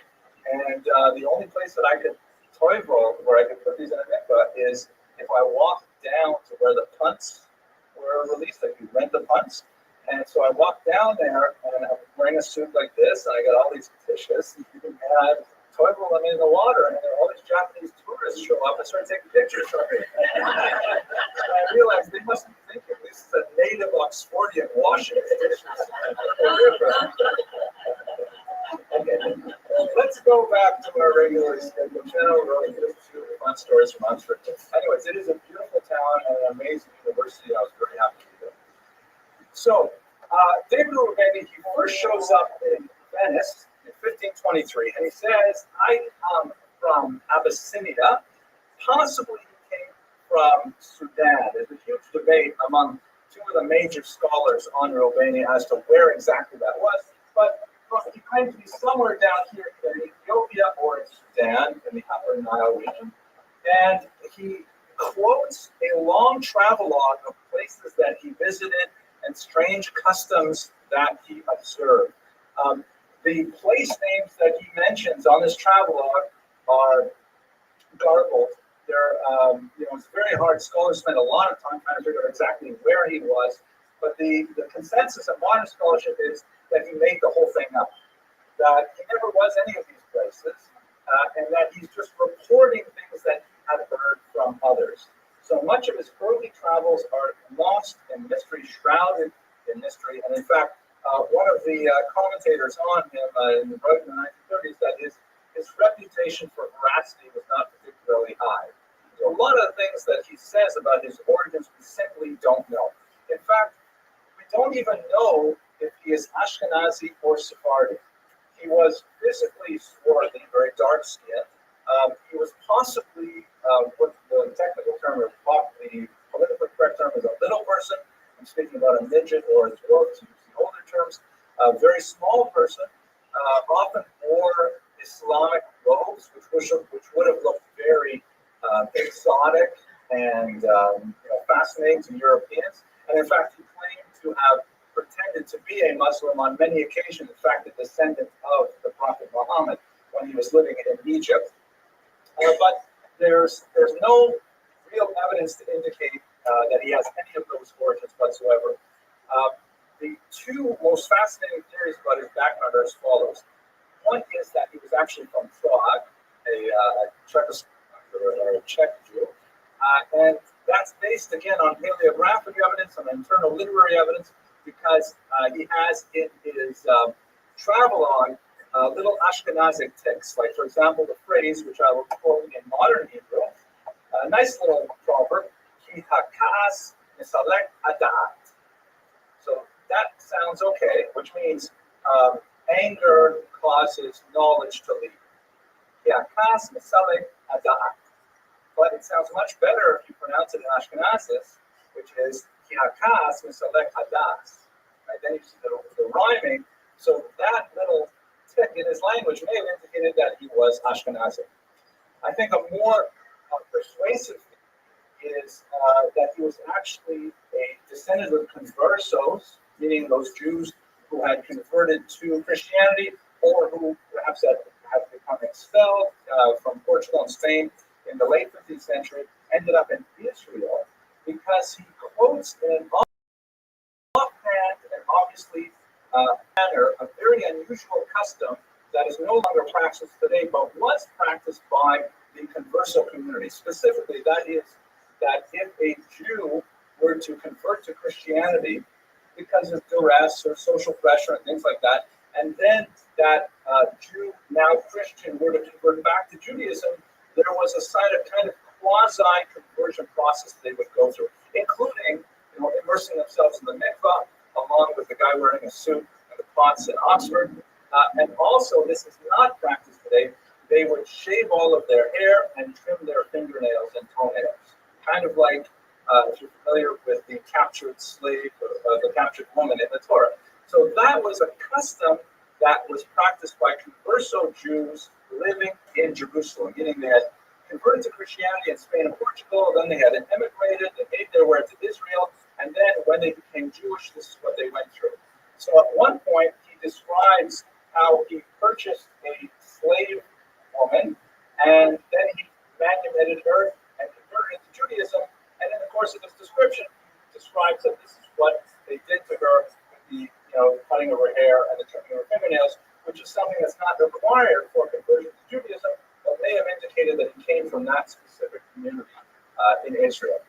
We simply don't know. It's lost, and he certainly wasn't telling us, so we're just guessing. At any rate, he definitely had some time in the Middle East, and he shows up in Europe, and it's in Europe where the fun starts. So I mentioned he appears in Venice at 50. Oh, look at this. The screen is a little too small. So I'll just have to, I hope I can remember everything I wrote there. He's small, as I mentioned, swarthy person. It's the screen, it's because the resolution is different.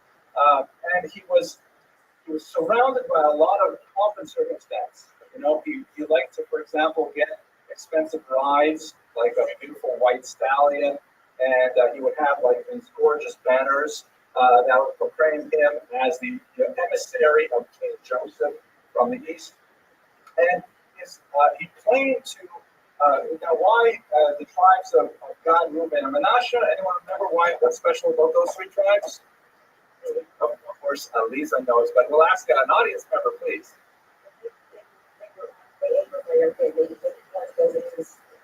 Exactly. You recall.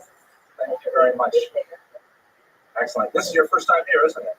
Amazing. Well, welcome. Just don't ask any hard questions. But this is what happened. Yeah, if you recall the story of the conquest of Israel, there were two tribes and one half tribe, Gad, Reuben, and Manasseh, the half tribe, who said, you know what, Taka, why are we going into Israel? This looks like a very nice place here. We can cover all the furniture with plastic, that's the roots of the Hungarians. And they said that, that joke so many times now.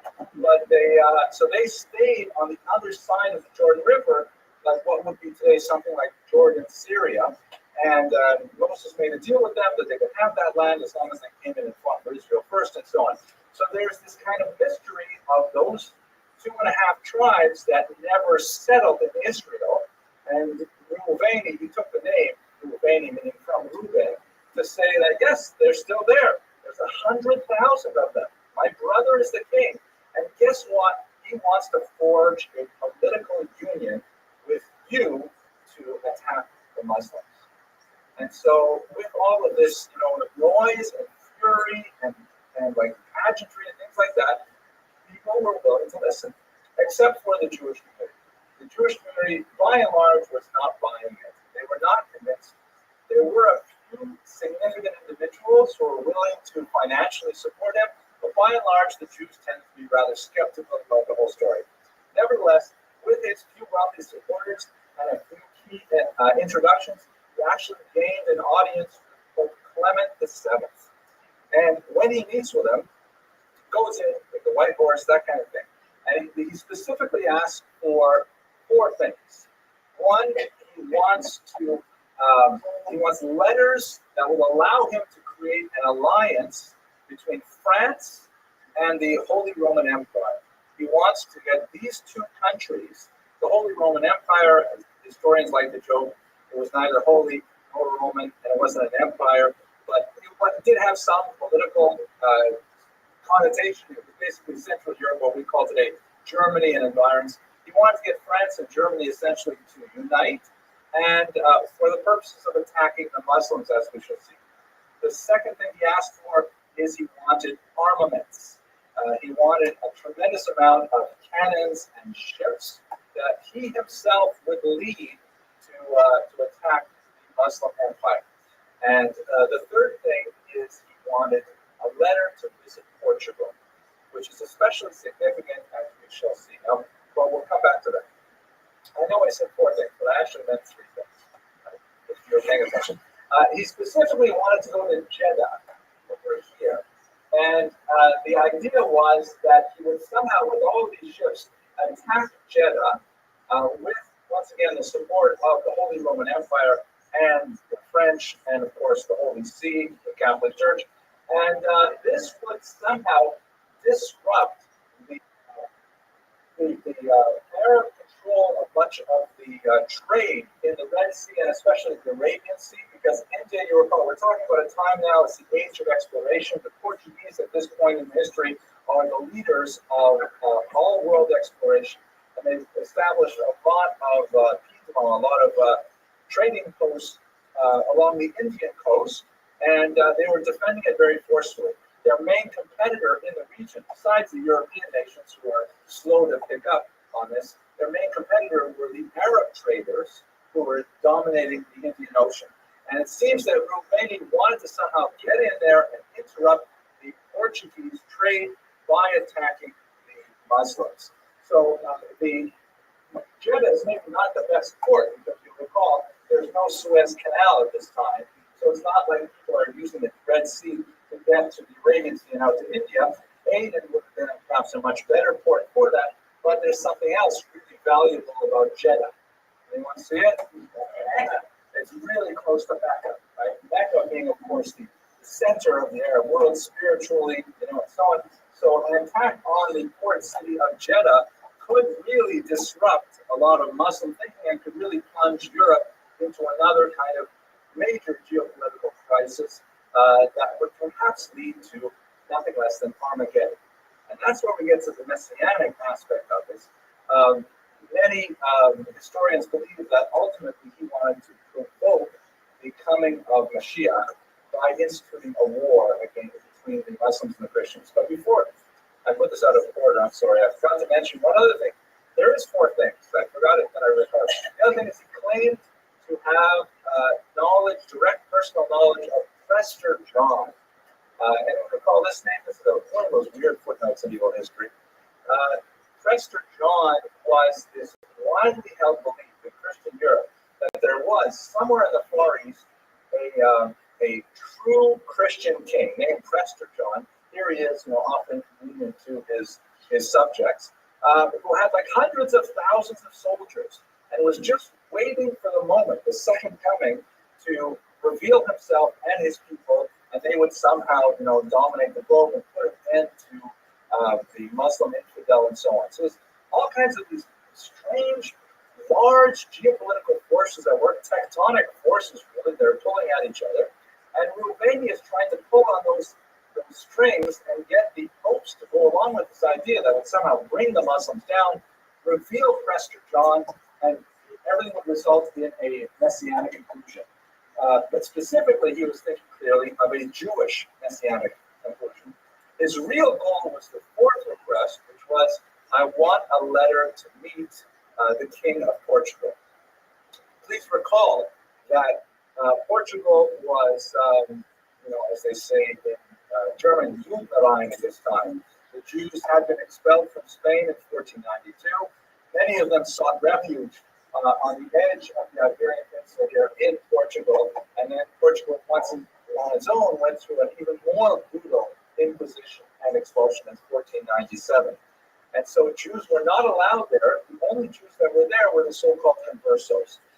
Just to take a moment to think about that as well, the great historian of the Holocaust, Raoul Hilberg, wrote in his magnum opus, The Destruction of European Jews, that he felt that the Nazi hierarchy of race had its intellectual origins 500 years earlier in Spain and Portugal.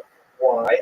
Because one of the things that the Spanish and the Portuguese did was that it wasn't enough for a Jew to convert to Christianity. The Jew would be under some kind of cloud of suspicion of Judaizing, of just doing the Christianity for show, but in reality practicing Judaism. And that shadow of suspicion would last for several generations. You would have conversos of the first generation, conversos of the second generation, and so on. And so this brought the whole question of race and lineage into something which was prior to this primarily a religious conflict. The rest of Europe, once a Jew converted, then in fact, he became Christian. That's all there was to it. Did I tell you the joke about the two Jews who walk by a church and they see a sign? Oh, it's terrible. I shouldn't tell these jokes. I just put them on the internet. So the joke goes like this. It's okay. So two Jews walk by a church, and there's a sign outside that says, "Convert to Christianity, earn $500." So one of the Jews says to the other, "I'm going to do it. I can use $500. I'll go in, I'll say what I have to say. I'll get $500." The other goes, "You're crazy, Stella. I need $500." So he goes in. Takes a while, 10 minutes, 20 minutes, half an hour. Finally, comes out an hour later, and his friend says to him, "So, did you get the $500?" He says, "What is it with you people?"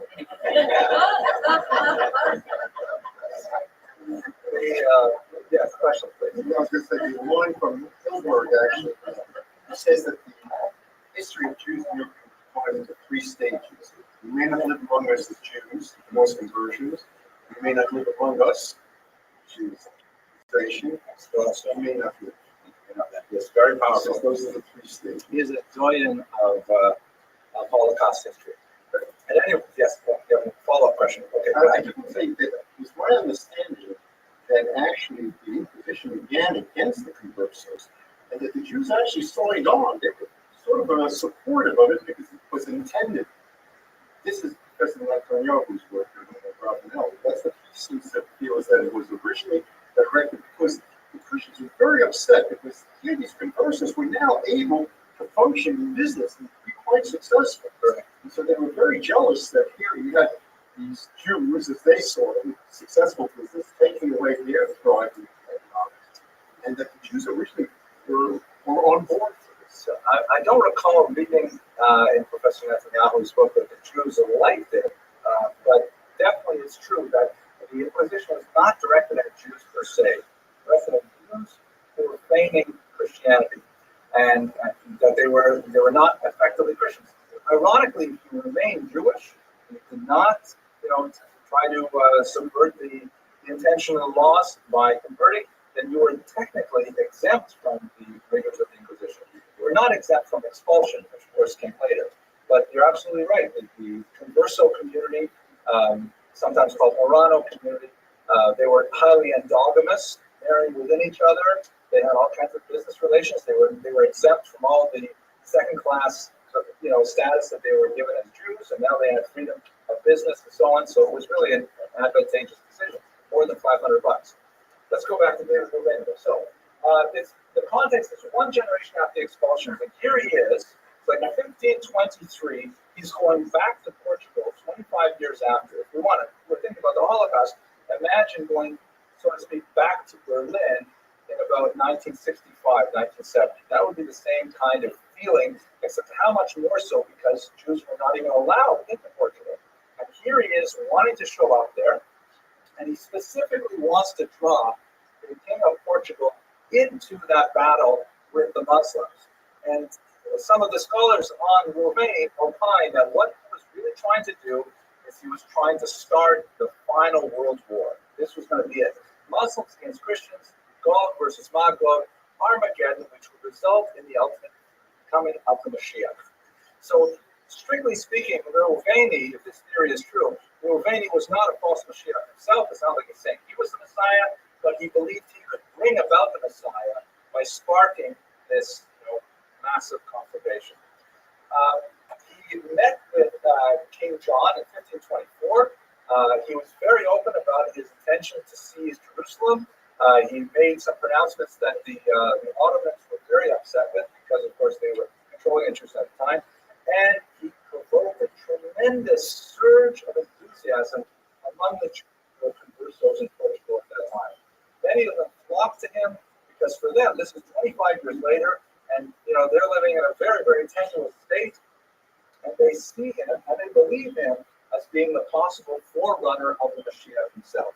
Perhaps the most fascinating of his followers was a young man named Diego. Oh, by the way, this picture here, this shows one of the few artistic renditions we have from the period that shows Rouvaini riding on a white horse.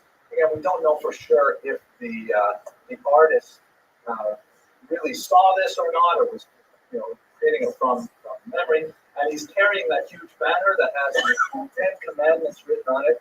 Apparently, he received a major gift from one of his wealthy supporters, none other than Benedita Abravano, the daughter of the great Spanish leader and Torah commentator. As part of her donation to Ruveni was this banner with the 10 Commandments that he carried with him when he went in to see the king of Portugal. At any rate, one of his most fascinating and unusual followers was a young man named Diego Pires, who had reached a certain level of authority in the Portuguese government. He was from a converso background. He was born in the 1500s. That would make him, he was born 3 years after his parents had converted to Christianity. And he was so taken with Ruveni that he strove to be his follower and begged Ruveni to take him along with him. Ruveni initially refused, he doesn't take followers, but when Pires demonstrated his bona fides by circumcising himself, then Ruveni realized that maybe this guy is the real deal, so he took him with him. Pires then went on. They split up after a while. He ended up in Jerusalem, and where he declared himself the Mashiach. He believed that Ruveni was introducing him to the world, that he was the, so to speak, the John the Baptist, it's another religious metaphor, and that in fact Pires was the Mashiach, and where he didn't get too much traction with that idea in Jerusalem, because in Jerusalem, every 4 cubits you trip over another Mashiach, so you don't have to do much. But this is a kind of interesting artifact of Perry. This is his signature. So that's a very interesting kind of. This is the signature of Pires, who took the name Shlomo Mocho, Solomon the King. Very unusual with the banner and things like that. Anyways, once this happened, you can imagine Pires, a government official, circumcising himself and declaring himself a Jew and following Mocho and following Ruveni. The king said, Shanganug, or in Portuguese, something like, that's enough. And he had Ruveni banished to Portugal. At this point, we sort of lose track of the story. There's a strange interlude where he is apparently shipwrecked. This is a very old picture. Shipwrecked. My daughter Elisa is looking like, what? It's so funny. You have to be at least 40 to appreciate it. So, at any rate, he's shipwrecked somewhere on the coast of France, and he is apparently taken captive by a lord of Clermont, mysterious figure. We don't know if any of this is true. And finally, the Jews of, I think it was Avignon and I forget where else, they put up the money to ransom him, and then he's set free. So it's about 2 years where he's somehow, exiled from Portugal, shipwrecked, captive, ransomed, and then he tries all over again. One of the reasons why this period is uncertain is because the diary shows some evidence of literary tampering. Like maybe he used the diary one way and then he changed it because, for example, one of the great scholars of this figure, Ben Melech, argues that what's really going on is that Portugal was his main goal, and when Portugal did not work, then he had to rewrite the whole story and try something else. So the diary itself doesn't give us a really good sense of what exactly was his plans. Anyways, he goes back and he tries again. He shows up in 1530 in Italy, and he once again tries to get an audience with Pope Clement VII. At this point, the Jews, he's been around now for 15 years. The Jews of Italy are not quite so enthusiastic about the entire thing. And they warn the Pope that in reality, they're not sure that Ruveni is as, he's not the real deal, so to speak. And specifically, they point to the numerous letters that he was bringing with him, letters from King Joseph, the letters from Prester John, all of these documents, they say they're total forgeries that he tried to defend himself by saying, no, they're not forgeries. What they are is that I lost some of them, when I was shipwrecked. Remember that shipwreck business? So while I was shipwrecked, I lost some of my letters. I had to rewrite them. I wrote them from memory, it's true. But at any rate, the Pope was not really interested, and so the story ended. He did, however, get a chance to meet with Emperor Charles V of the Holy Roman Empire. And by the way, at this point, his student Shlomo Molko had rejoined him, and the two of them went together to Emperor Charles V, presented the whole story. Unfortunately for both of them, Charles V had just recently signed a new law into place that specifically banned any form of Judaizing in the Holy Roman Empire. And so therefore he handed over the two of them to the Inquisition, which was active there as well, and that proved to be disastrous for Shlomo Molko. Ruveni himself was taken away in chains to Spain. Molko was given the opportunity to rejoin the Christian Church by through baptism. He refused it, so he was burned at the stake on the spot. And so his brief life ended there. We don't know exactly what happened with Ruveni, but some external evidence indicates that he was probably put to death in a similar manner in 1538. So in the space of about 15 years, we have this meteoric rise of this unknown Jew who gets access to all of the chambers of power and nearly starts a world war, at least comes closer than anyone else to that fact. And that's basically the arc of the story of Shlomo Ruveni, of David Ruveni. So what do we get out of this? So we can assess a few things from this. First of all, why did he do all of this? Where did all of this come from? So you recall that I described his origins in possibly in Jerusalem among the converso communities of this time. You recall that the early 16th century was a period of tremendous Kabbalistic speculation. This was the period when, for example, the great Rabbi Moshe Cordovero was born in 1522, and the Tzvat Center was established with Rabbi Joseph Caro, with, of course, Cordovero, with the Arizal coming from Egypt to study Kabbalah in Tzvat. And Jews are very much engaged in an exercise in theurgic or practical Kabbalah. The idea that we could, through our own efforts, bring about the coming of the Messiah. For the most part, the Kabbalists of Israel at this time were doing this primarily through, quasi-approved portals such as prayer, fasting, self-exile, things like this. No one before Ruveni had really taken this kind of idea of forcing God's hand, so to speak, to bring about the Messiah and applying it to geopolitics. This was something that was his innovation.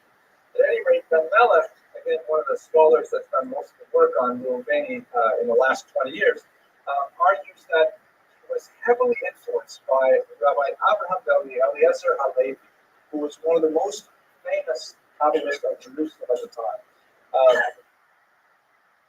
Halevi had produced several Kabbalistic texts, including the fascinating Nevuat Hayeled, the prophecy of a child, in which he specifically anticipated that the Messiah would come, I believe it was in 1523, which was exactly when Ruveni appeared on the scene. He was delayed 1 year, so maybe that threw everything off.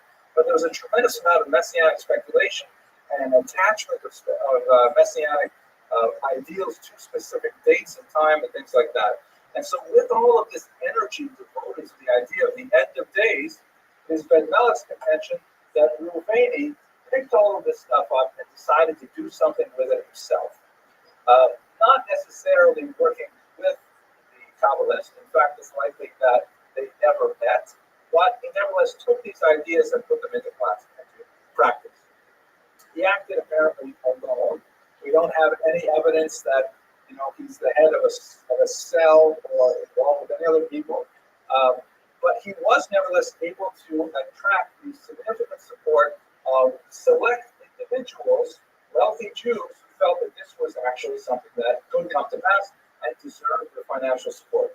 That in itself, I think, is worth thinking about. Why is it that the mass of Jews really, went in two different directions? So the Jews, the conversos, who felt that this was really the end of days, and other Jews who were perhaps not so hard pressed in their material circumstances felt that this is a crazy person who's making up ridiculous stories.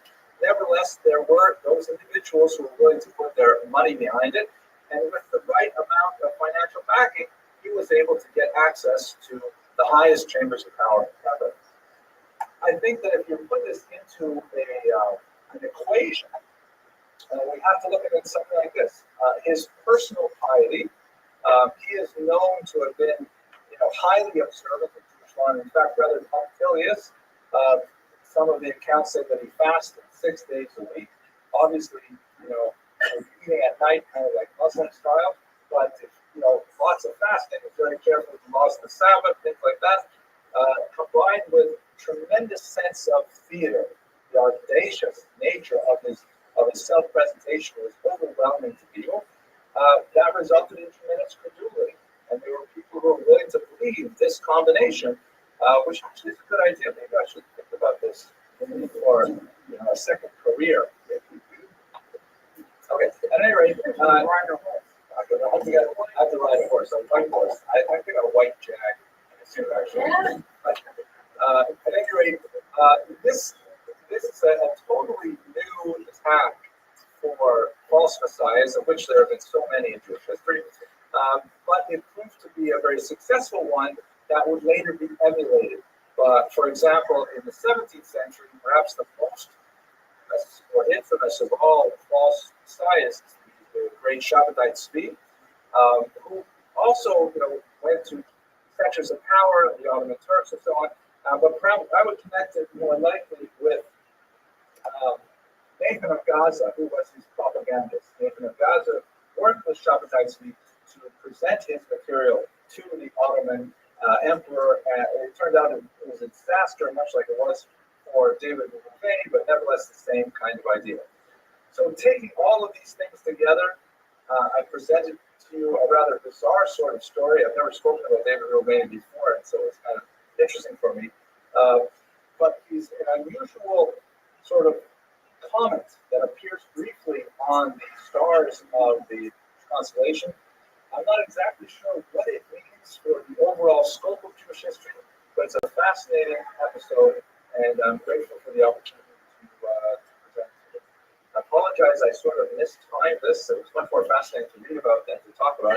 If you like, I can take some stuff up for 15 minutes. So maybe I'll take a few questions for a little more time. Yes, please. He was never married.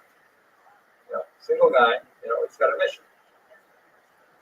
What I find interesting from the story of the Rothschild Shabbat Tzvi was that occurred when the results of Absolutely.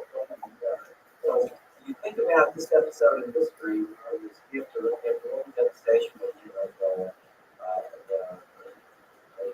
Jews having to be Spain and Portugal and so on.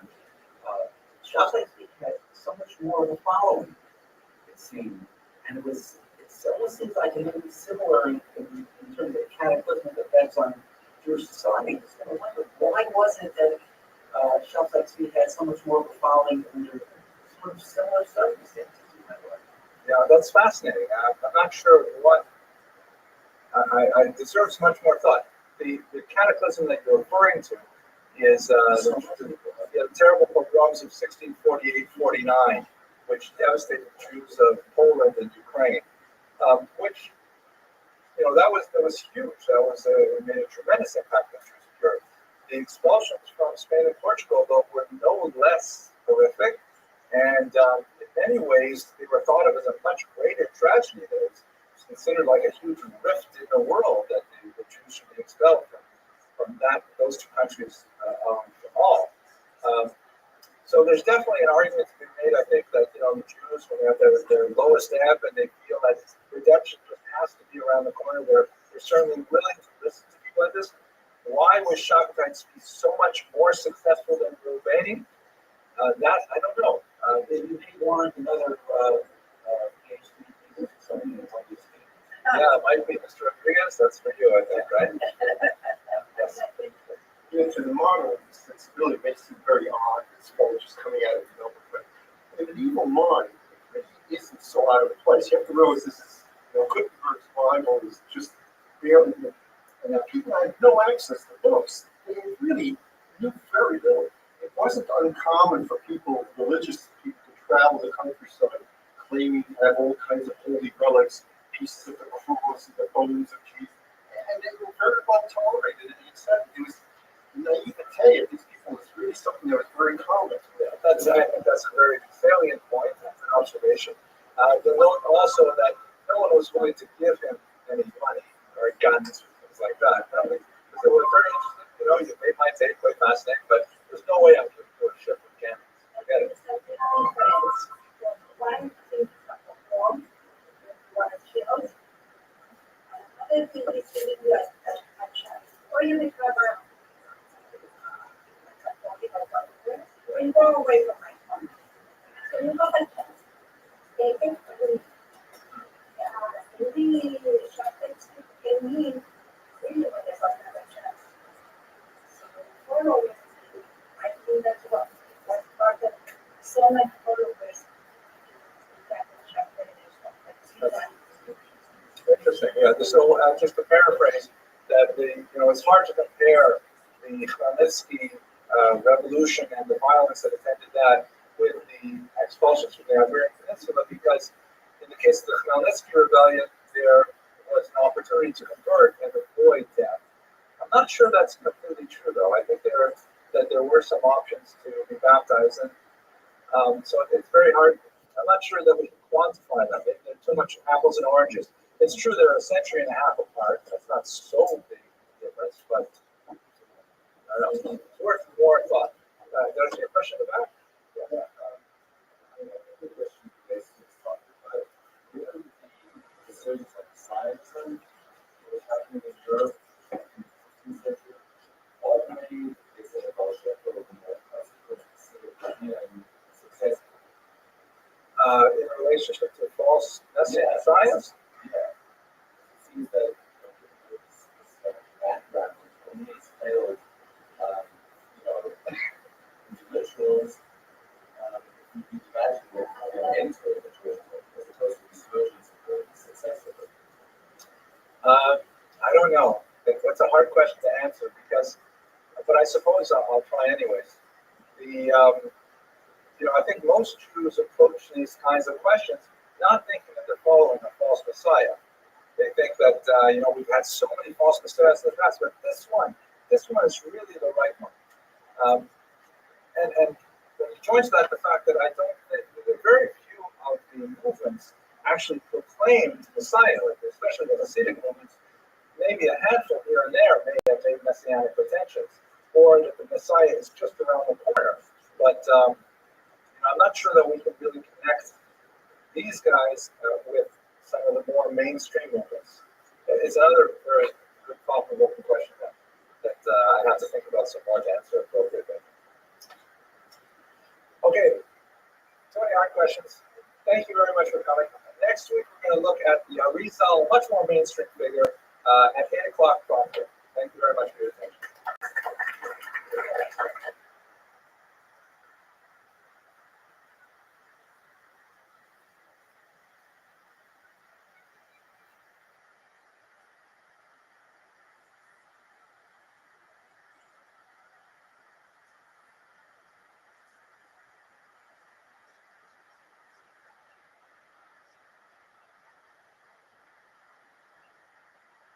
So, gentlemen, why don't we get started?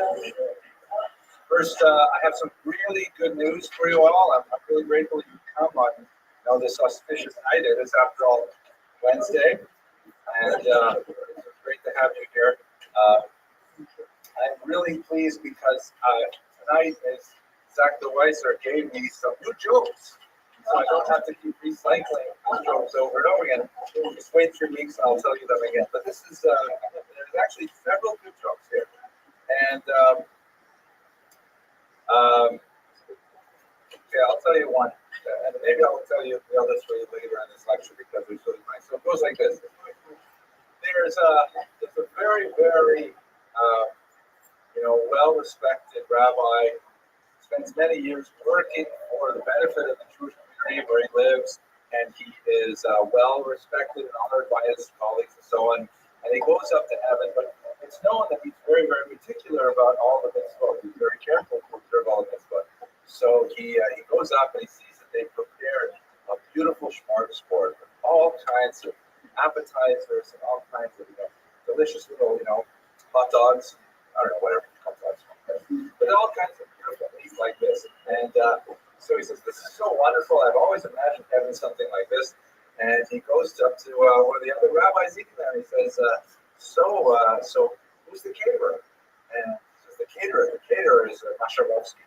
And he says, "Oh, Masharovsky, very nice. Who's the mashgiach? Who's supervising it?" He says, "Well, this is heaven. God himself is supervising." The Rabbi says, "I think I'll stick with the fish." Okay. So that's, I have to work on the delivery there, but I think if I got a little chuckle, then there's potential for later. I hope you all had a chance to get the new flyer. It actually has not received complete approval yet. I hope that it's going to be okay, but it's a good draft at any rate. There are a couple of things that I'd like to draw to your attention. Ms. Abramson, would you please distribute a couple of things that I should draw to your attention? There's at least one typo. We're apparently giving 2 lectures simultaneously on March 19th. I'm not sure how I'm going to do that in one room with my evil twin brother, but I think it should be March 19th and March 26th.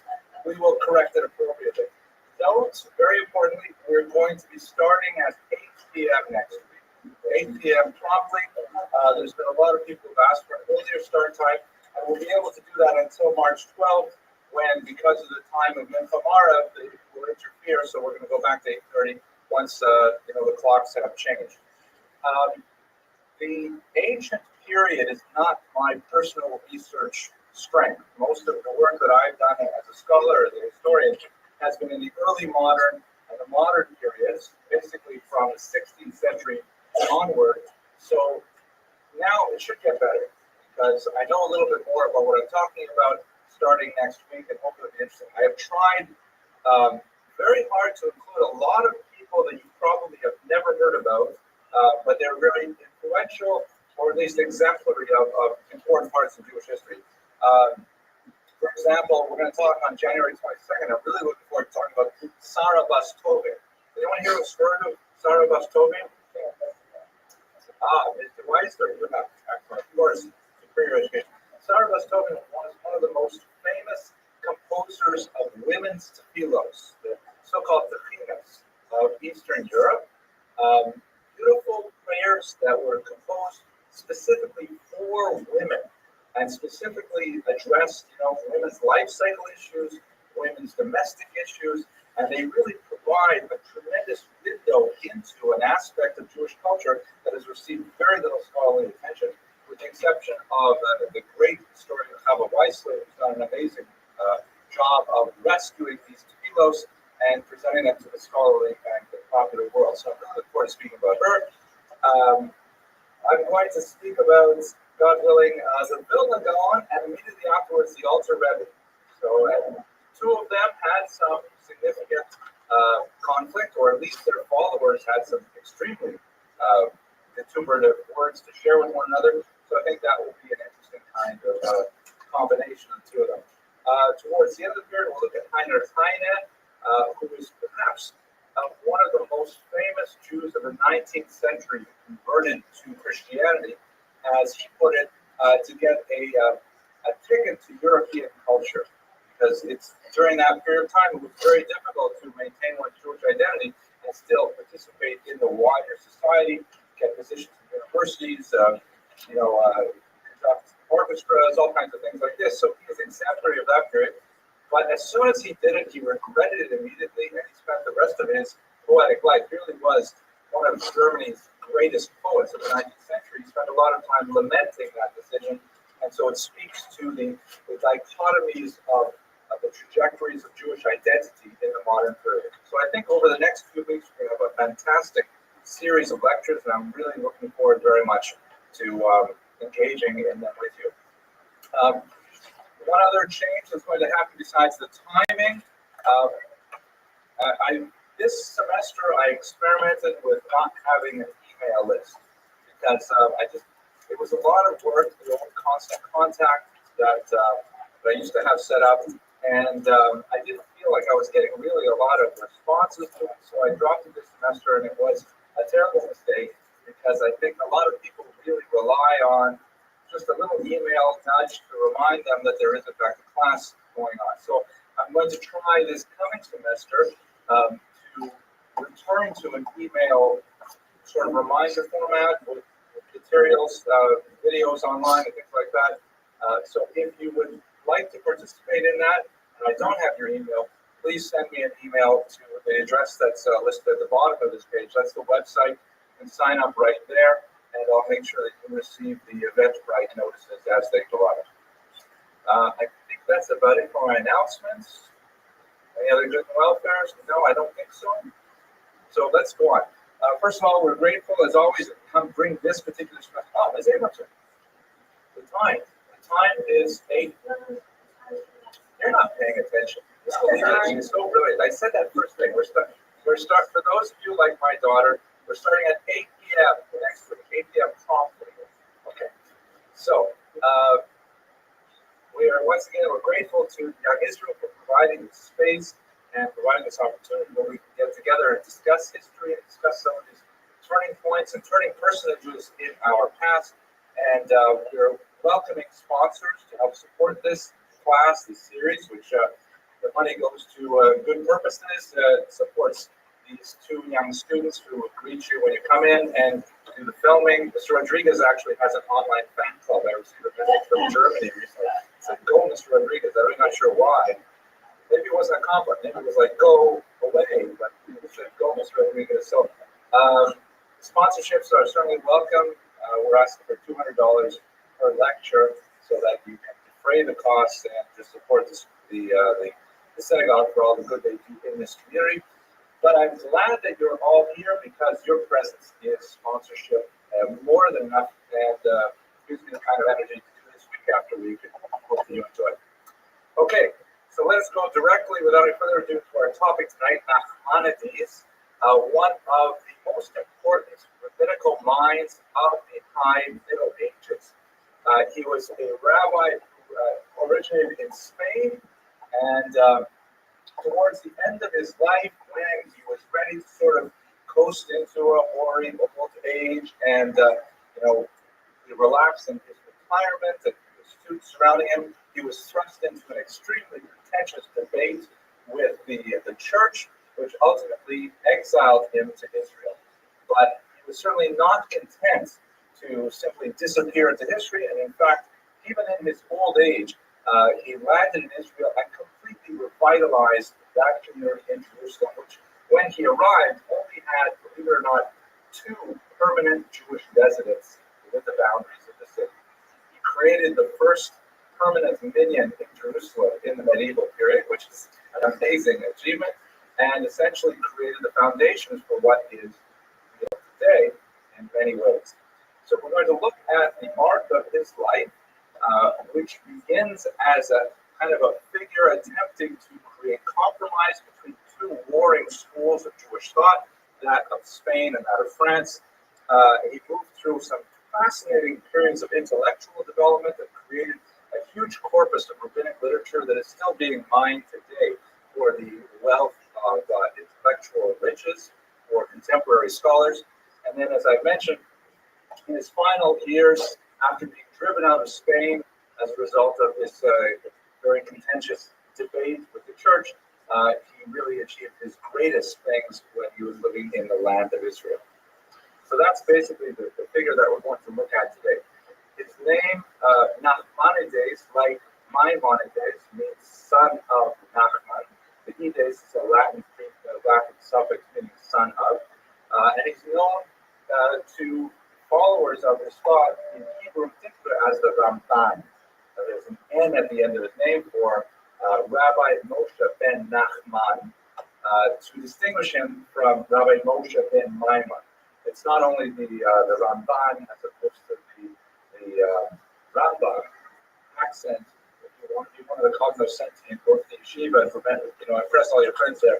Rambam is pronounced with the emphasis on the first syllable, Rambam, and Ramban is pronounced with the emphasis on the second syllable, Rambam and Ramban. That's also helpful because if you can't quite make out the N or the M difference, then it helps to hear the accent.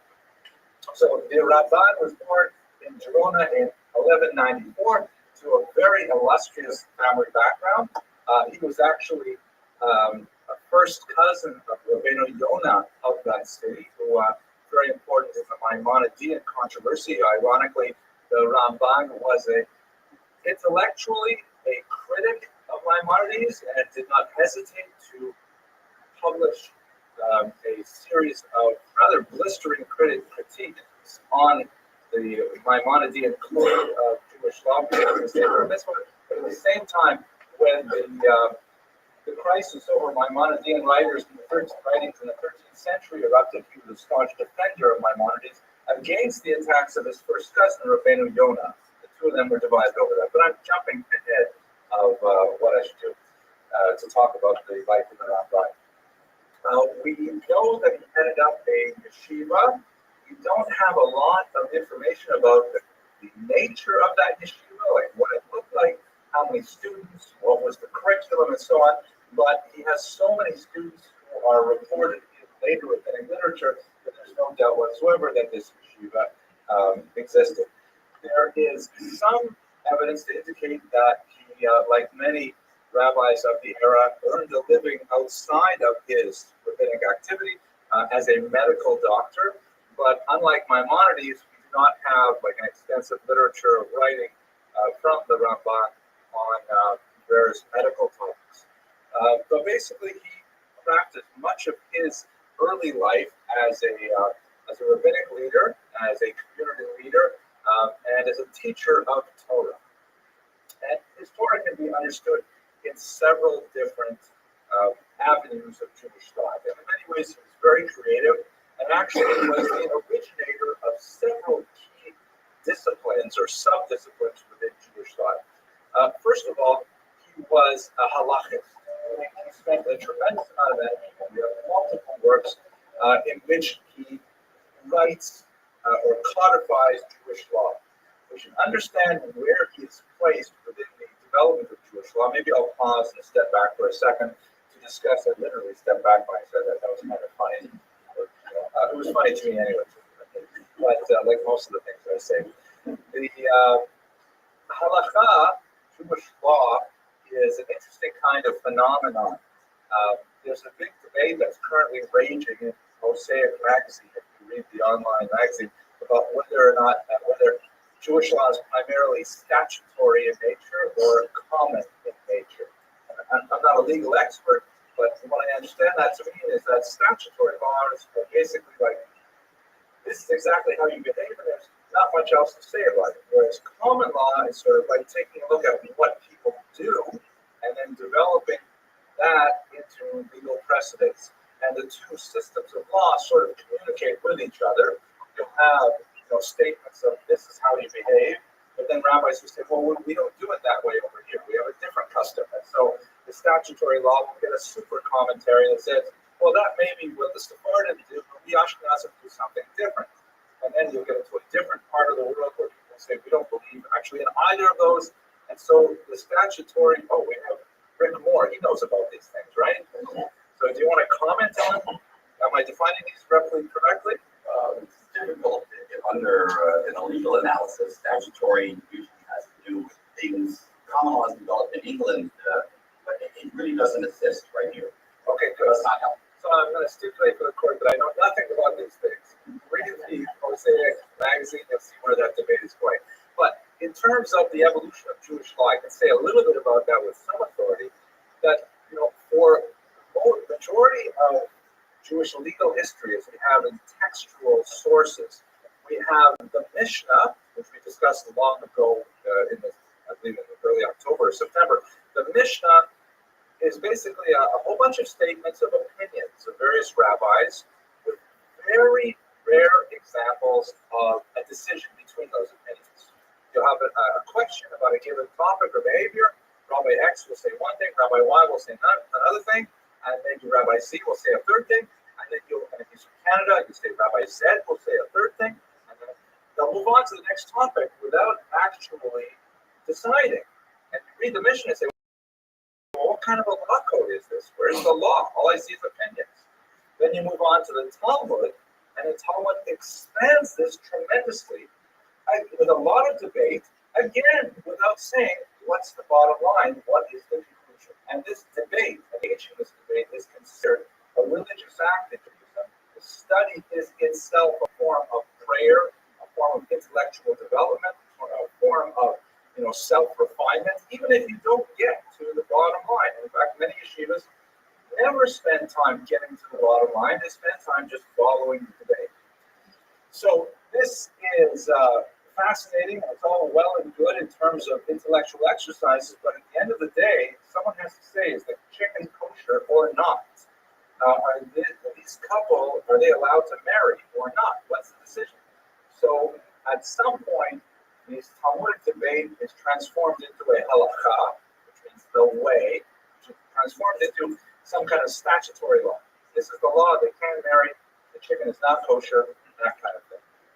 The way that these codes of laws were formed, right, the transference from the debate of the Talmud into a list of rules is something that took several hundred years to compile. And it began really in North Africa and in Spain about 100 years before the Ramban.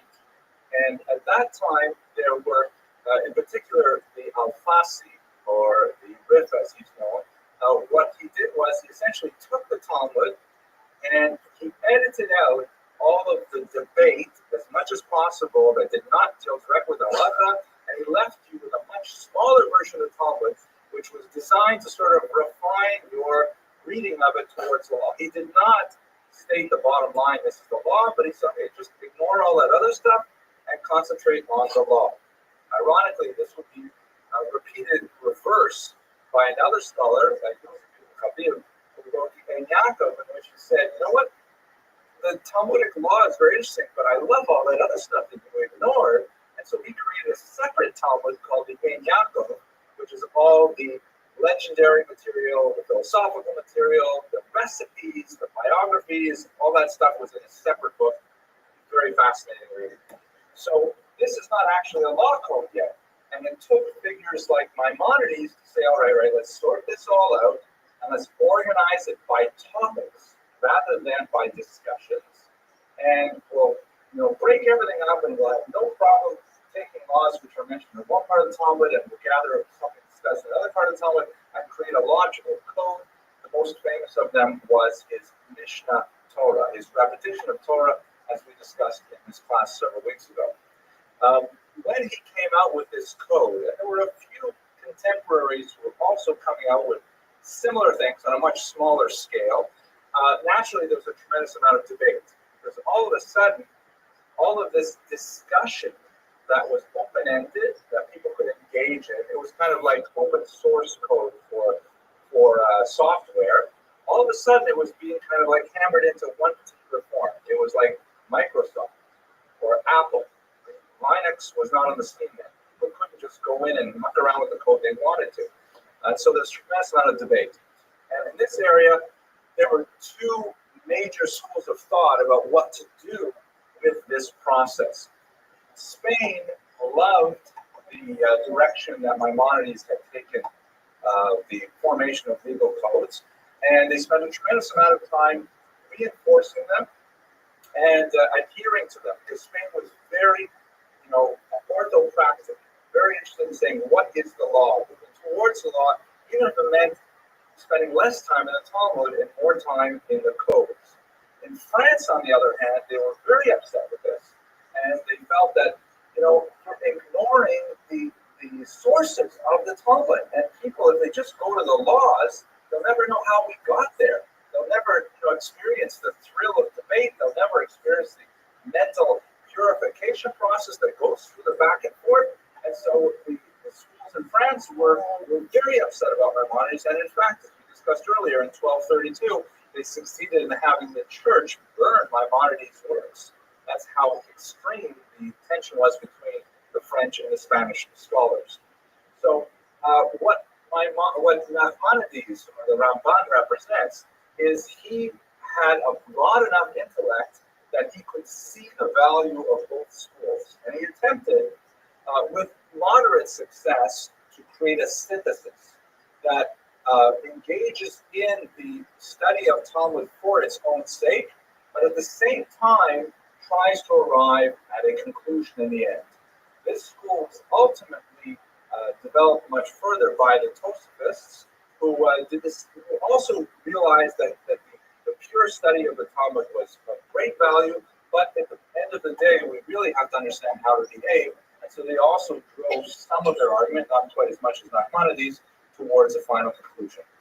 This is the kind of work that Nachmanides did primarily within the halachic realm, and truth be told, this sort of combination of theory and practice formed the foundation of the next 800 years of Talmudic and legal study in Judaism. So he's an extremely influential thinker in bringing together these two very different approaches to Torah. Yes, yes. Oh, excellent. Well, he wrote actually several books. His collected works today were published. Well, they were, it wasn't until the 20th century that all of them were actually published. Many of them remain in incubabula or in manuscript versions of the 20th century. But the critical edition that circulates today is 4 very thick, double-column volumes on a whole host of topics. In this particular area, he was mainly writing commentaries on Talmud and standalone works that dealt with specific subjects. For example, he wrote a fantastic book on death called Torah Ta'adam, which deals with the practical and the philosophical implications of death in Judaism. Very, very profound ideas. He wrote quite a bit of Kabbalistic commentaries scattered throughout his works, but only one actual solely standalone work of Kabbalah. And he wrote significant commentaries following the Talmudic tractates. So all of these things contribute towards his reputation as a original thinker. But the most famous, without doubt, if you have heard of the Ramban, probably 9 times out of 10 you've heard of him because of his brilliant commentary on the Torah, which occupies in that 4-volume set that I mentioned earlier. It's 2 full volumes of these dense little, double column pages with the footnotes at the bottom. And certainly his commentary earns pride of place only behind Rashi himself. Of all the commentaries that we preserve out of the Torah, it's certainly Ramban. And in fact, that's with the exception perhaps of the Aramaic translation of Onkelos, which is studied for other reasons. If one masters Rashi, the next logical step is the Ramban. It has been very ably translated into English a couple of times, and there's a fairly new edition that I'm reporting Rick Moore is going to get out of the library right now that has met with tremendous popular appeal and I highly recommend it to them.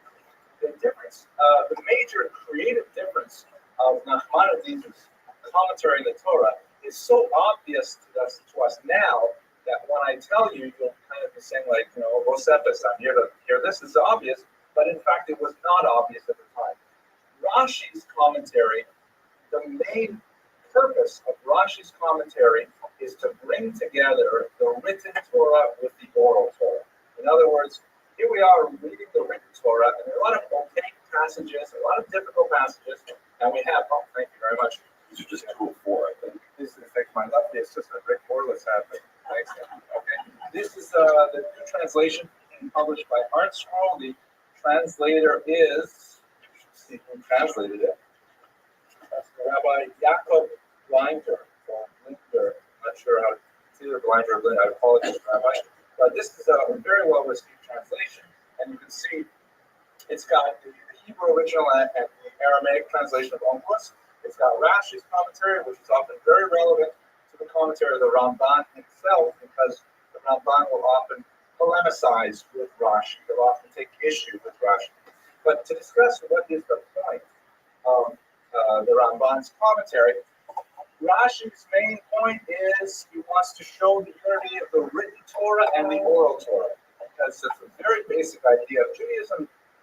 We have these 2 Torahs, which are rather different in meaning, and Rashi brilliantly and concisely anthologizes the oral Torah and provides it as a running commentary to the Torah. So you really get with Rashi sort of like the distilled wine of both of these Torahs. The Ramban isn't trying to do that at all. Rashi has achieved that, and here it is, 100 odd years later, and the Ramban says, well, let's ask some deeper questions. Let's synthesize this. Let us challenge the meaning of this. Like Hebrew, for example, it's almost a taboo topic today. Some very big rabbis have gone to a lot of trouble for psychologically analyzing great biblical figures. And he will, on occasion, take them to task. And we'll say that, our forefather Abraham, for example, erred when he tried to pass Sarah off as his sister rather than his wife, which is a rather courageous thing to say. I would be scared to say it, except I'm quoting Rabbi, I can get away with it in our society today. So he really is much more of we would consider him a modern commentator because he's not just trying to hold our hand through the text. He's having essentially small essays on major themes in the Torah. So it's a brilliant, fascinating commentary which takes us to a much deeper philosophical analysis of the text than Rashi did. Rashi is essentially just trying to marry the written Torah to the oral Torah, so we get a holistic approach to it. The Ramban will say, I don't understand why this is so. And he'll opine various approaches to the text and really provides a much more engaging and fascinating approach to it. His style is quite different from Rashi or from commentaries of his era, whereas Rashi's comments are famous for their brevity. That they say in yeshiva, used to say, beware of a long Rashi or a short Tosfos. Right? Because if Rashi spends a long time explaining something, it means it's a lot of difficulty. And Tosfos, on the other hand, is normally verbose. So if Tosfos is short, it's going to be a real hard nut to crack. The Ramban tends to be like Tosfos in the sense of being, takes up much more space, much more loquacious, not to the point of tedium, God forbid, but he will, really discuss an idea to its fullest. Whereas Rashi will only offer little, hints and nuggets at deeper psychological and philosophical interests. Yes, Daniel. Is this commentary in Spanish or? No, Hebrew. Absolutely, rabbinic Hebrew.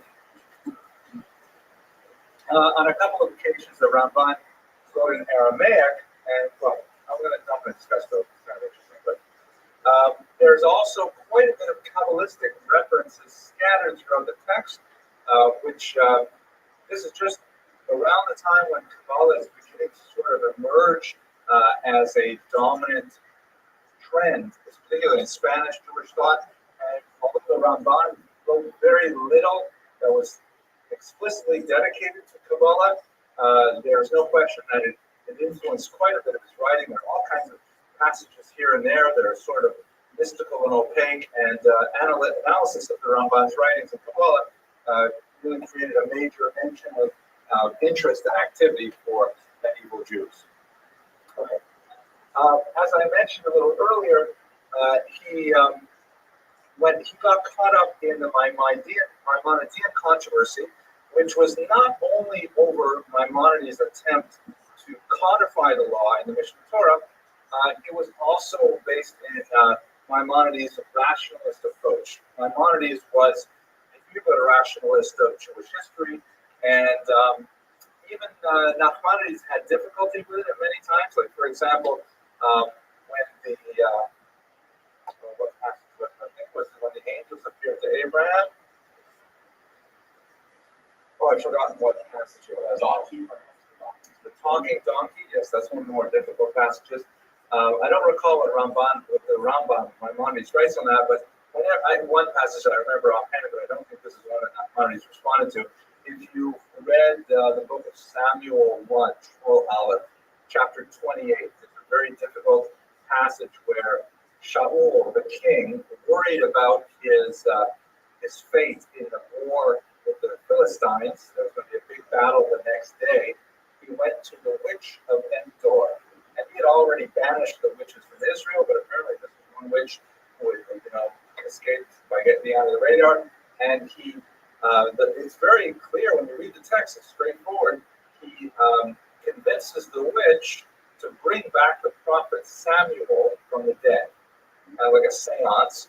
And then, Samuel comes back. It's actually got a kind of a funny aspect to it. Saul says to him, oh, Samuel. And Samuel says, why are you bothering me to come all the way back from the land of the dead? Tomorrow you can talk to me in person. You're going to die. So majority of biblical commentators take it at face value that there's this witch and she has this power of bringing back the dead. There's a whole complication. You can see, you can't hear, you can hear, you can't see. But the Ramban, the Maimonides says not at all. It was smoke and mirrors. This was all charade that was designed. She took advantage of Shaul's distraught mental state, and this is just the way she made her living. There's no such thing as bringing people back from the dead to talk and things like that. But the majority of commentators disagree with Maimonides, and they feel he's being excessively rationalist. So one of the major critiques of Maimonides is that he was overly influenced by Aristotelian philosophy. And even though Maimonides was a Kabbalist, and the mystics tend to be quite divorced from the rationalists, even though he himself was a Kabbalist, he felt constrained to defend Maimonides and his way of thinking. Nevertheless, his attempt to find a compromise between the rationalists and the Kabbalists was unsuccessful. He was able to bring about an intellectual compromise between France and Spain, perhaps in the way we study Talmud, but he could not use the debate of the Maimonides, and sadly, the latter's works were destroyed in fire in the Louvre. Now, so moving on towards one of the more dramatic periods in Maimonides' life is the disputation of 1263. Was it only last week we talked about Nicholas Stone? It was last week, right? So one of the 13th century was overall not a good time for Jews in Europe.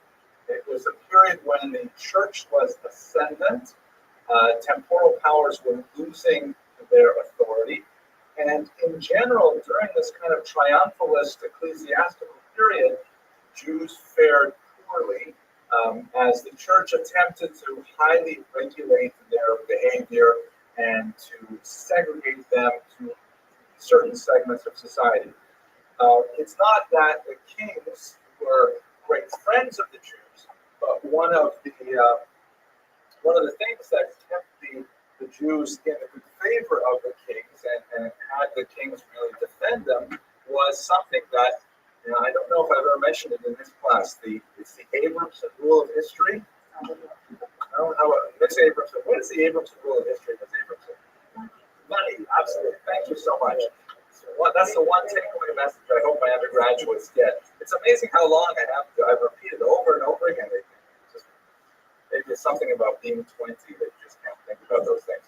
But at any rate, the Jews occupied a very interesting niche in the economic system of the High Middle Ages Europe.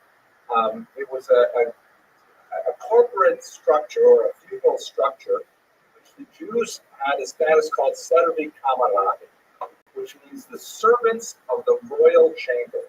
And just in a nutshell, maybe in another lecture we'll expand on this, but basically, the Jews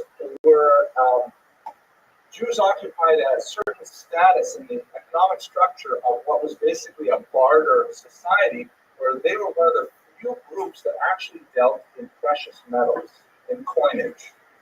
And this was through petty money lending, it was through small-time commerce, sometimes larger commerce.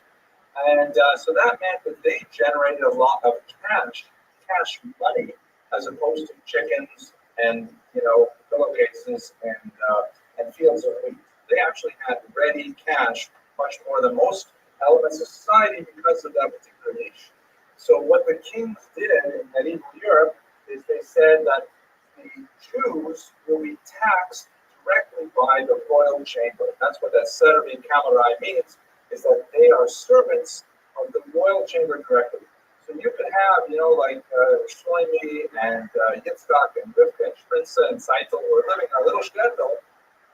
They're living in a shack, essentially, but they are actually direct subjects of the king. They are not subjects of the local duke or the baron or the lord. They actually report directly to the king. Not that they would ever see the king, but their money would. So the Jews, on the one hand, did not necessarily have a very high lifestyle, but the fact that they lived in urban areas and worked in industries that generated cash meant that they could generate also a lot of tax revenue for the king.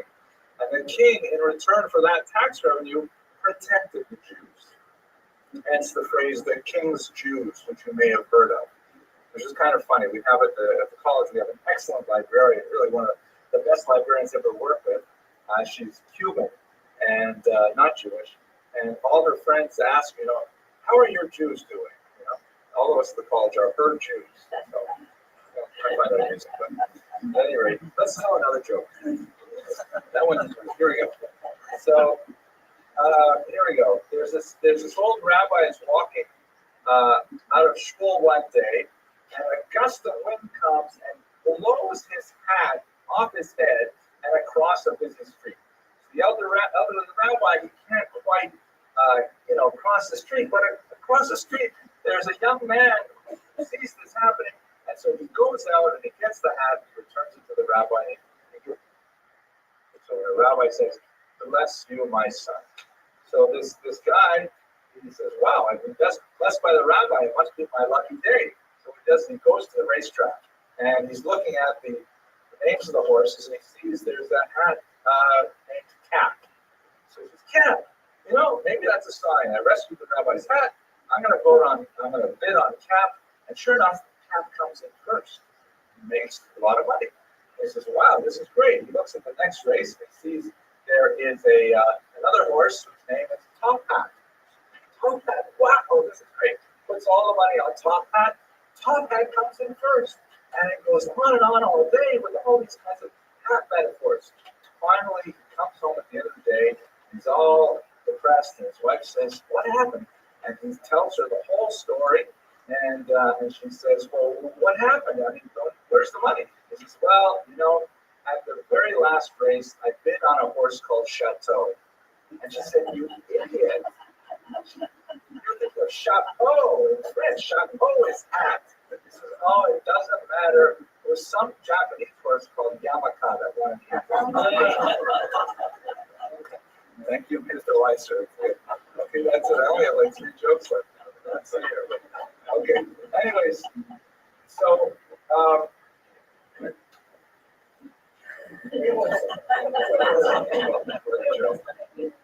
yes, Stephen Cameron, right? So you've got this period of the 13th century. The church is ascendant.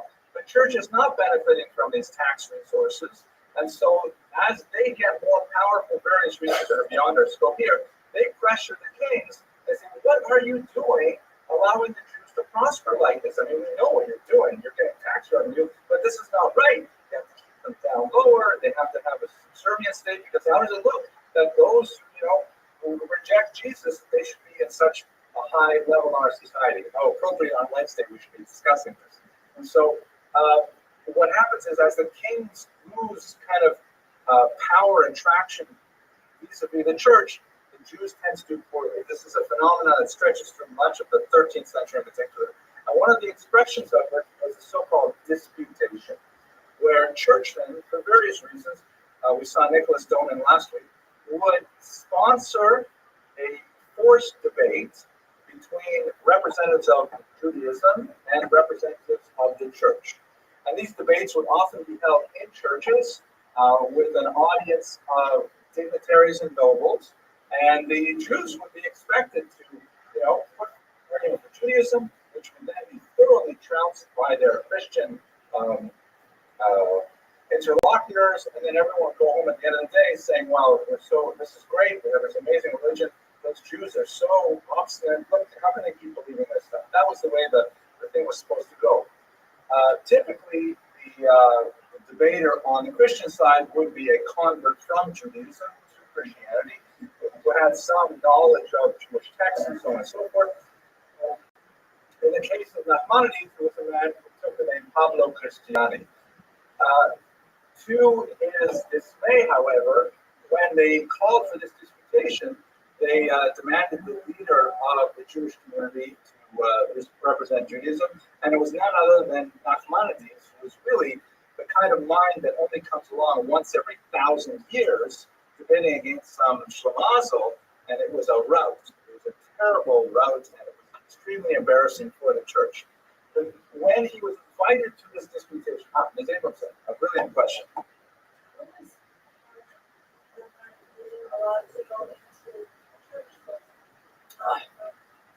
Excellent question.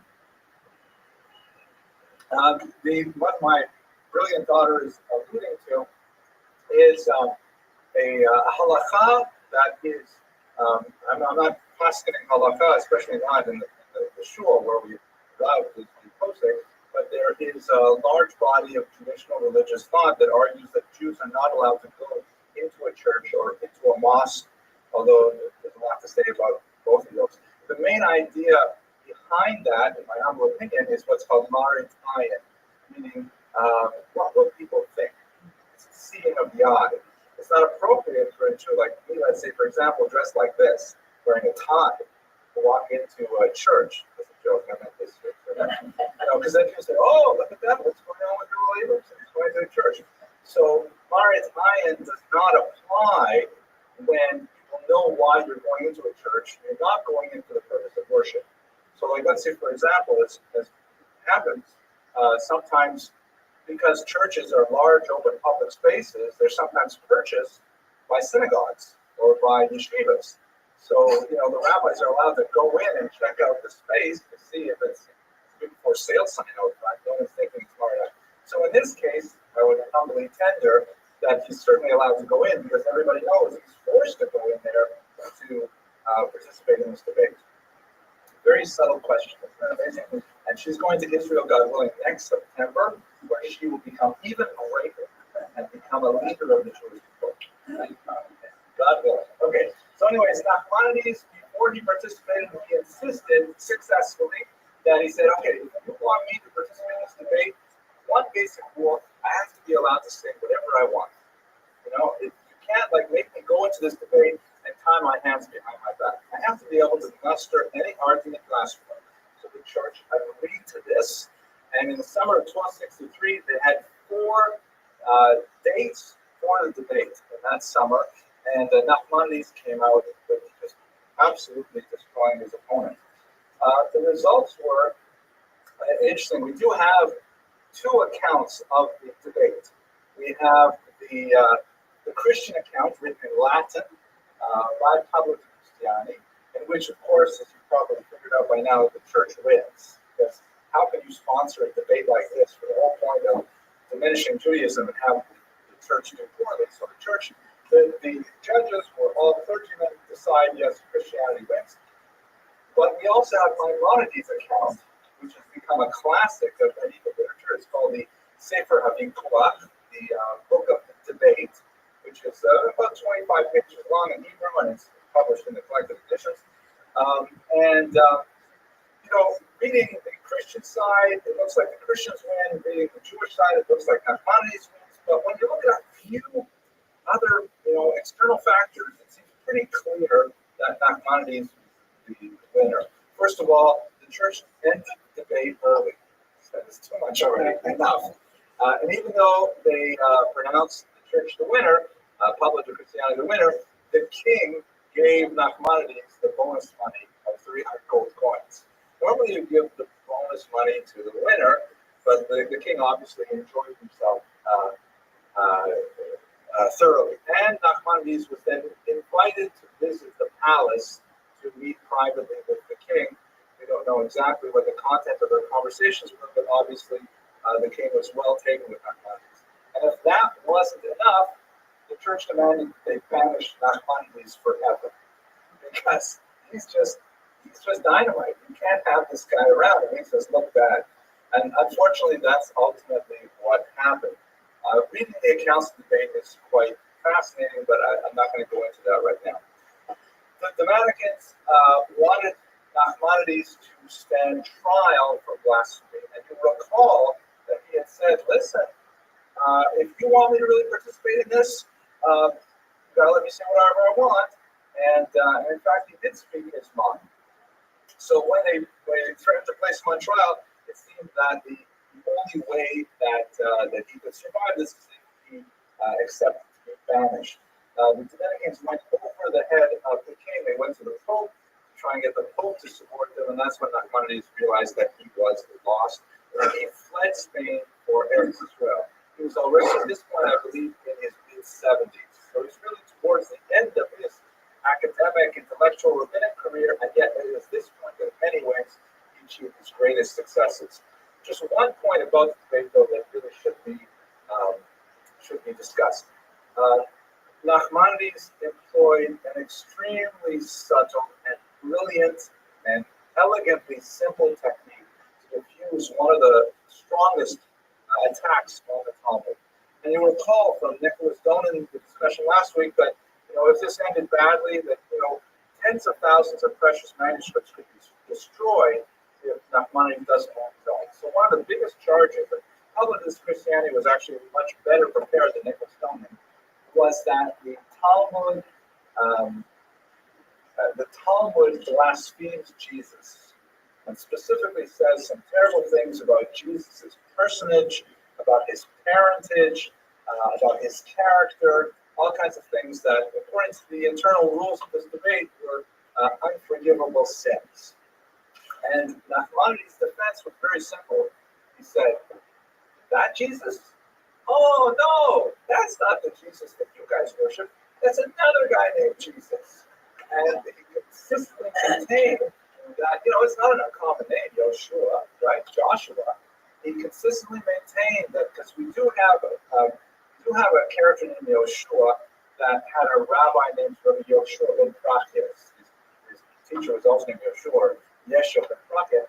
And the timing doesn't work. The Jesus of the Talmud could easily be an entirely different person. It's unlikely. Chances are, when the Talmud says negative things about Jesus, they mean the Christian Jesus. Once again, since it's Wednesday, it's totally appropriate for us to be discussing this.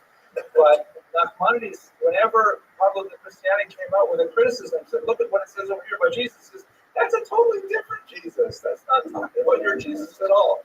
And so the Christianity he was defenseless against that argument because it could not be said to be blasphemous if it wasn't speaking about the same person at all.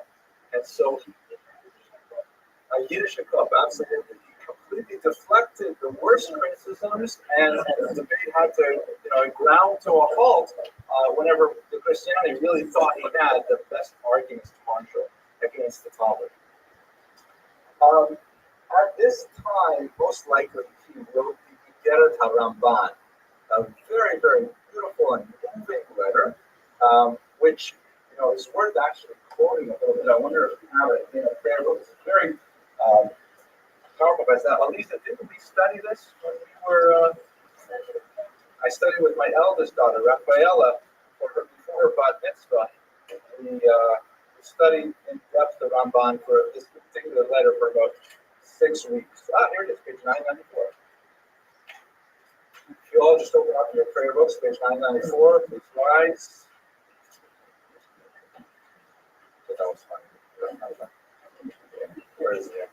So let me read it to you because it is really it's a beautiful piece of rabbinic writing.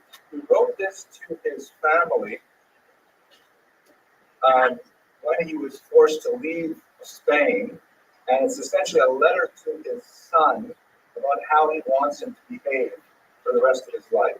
It's part of a long tradition of what's called the tzavah in Jewish literature, or the will, the ethical will. It's a document written not saying who gets my stocks and who gets the cars and who gets the house. It's a document that says, this is how I want you to lead your life. As it happens, my wife and I have a custom that we write one of these every year before Yom Kippur, and we give it to each of our children individually, because you never know what can happen in that year. All right, let me read a little bit of this to you, okay? I'll read it to you in English. Keep, my son, the discipline of your father, and do not forsake the guidance of your mother. Accustom yourself to speak gently to all people at all times. This will protect you from anger, a most serious character flaw which causes one to sin. Our rabbis taught, whoever flares up in anger is subject to the discipline of Gehenna, hell. As it is written, banish anger from your heart and remove evil from your flesh. The evil mentioned here refers to Gehenna, as it is written, and the wicked are destined for the day of evil. Once you have distanced yourself from anger, the quality of humility will enter your hearts. This sterling quality is the finest of all admirable traits, and as Scripture writes, on the heels of humility comes the fear of Hashem. Through humility, the fear of God will intensify in your heart, for you will always be aware from where you have come and to where you are destined to go.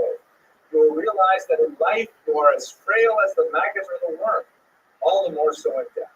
It is this sense of humility which reminds you of the one for whom you will be called for judgment, the King of glory. Of him it is written, behold, heaven and the heaven of heavens cannot contain you, surely not the hearts of men. Furthermore, it is written, do I not fill heaven and earth, says Hashem? After you give serious thoughts of these ideas, you will stand in awe of your Creator and will be guarded against sin. Once you have acquired these fine qualities, you will indeed be happy with your lot. When your actions display genuine humility, when you stand meekly before man and fearfully before God, when you stand wary of sin, then the Spirit of God's presence will rest upon you, as will the splendor of His glory. You will live the life of the world to come. And now, my son, understand clearly that one who is prideful in his heart toward other men rebels against the sovereignty of Hashem, for he glorifies himself in God's own robes, for it is written, Hashem reigns, he dons the mantle of grandeur. For indeed, of what should man be prideful?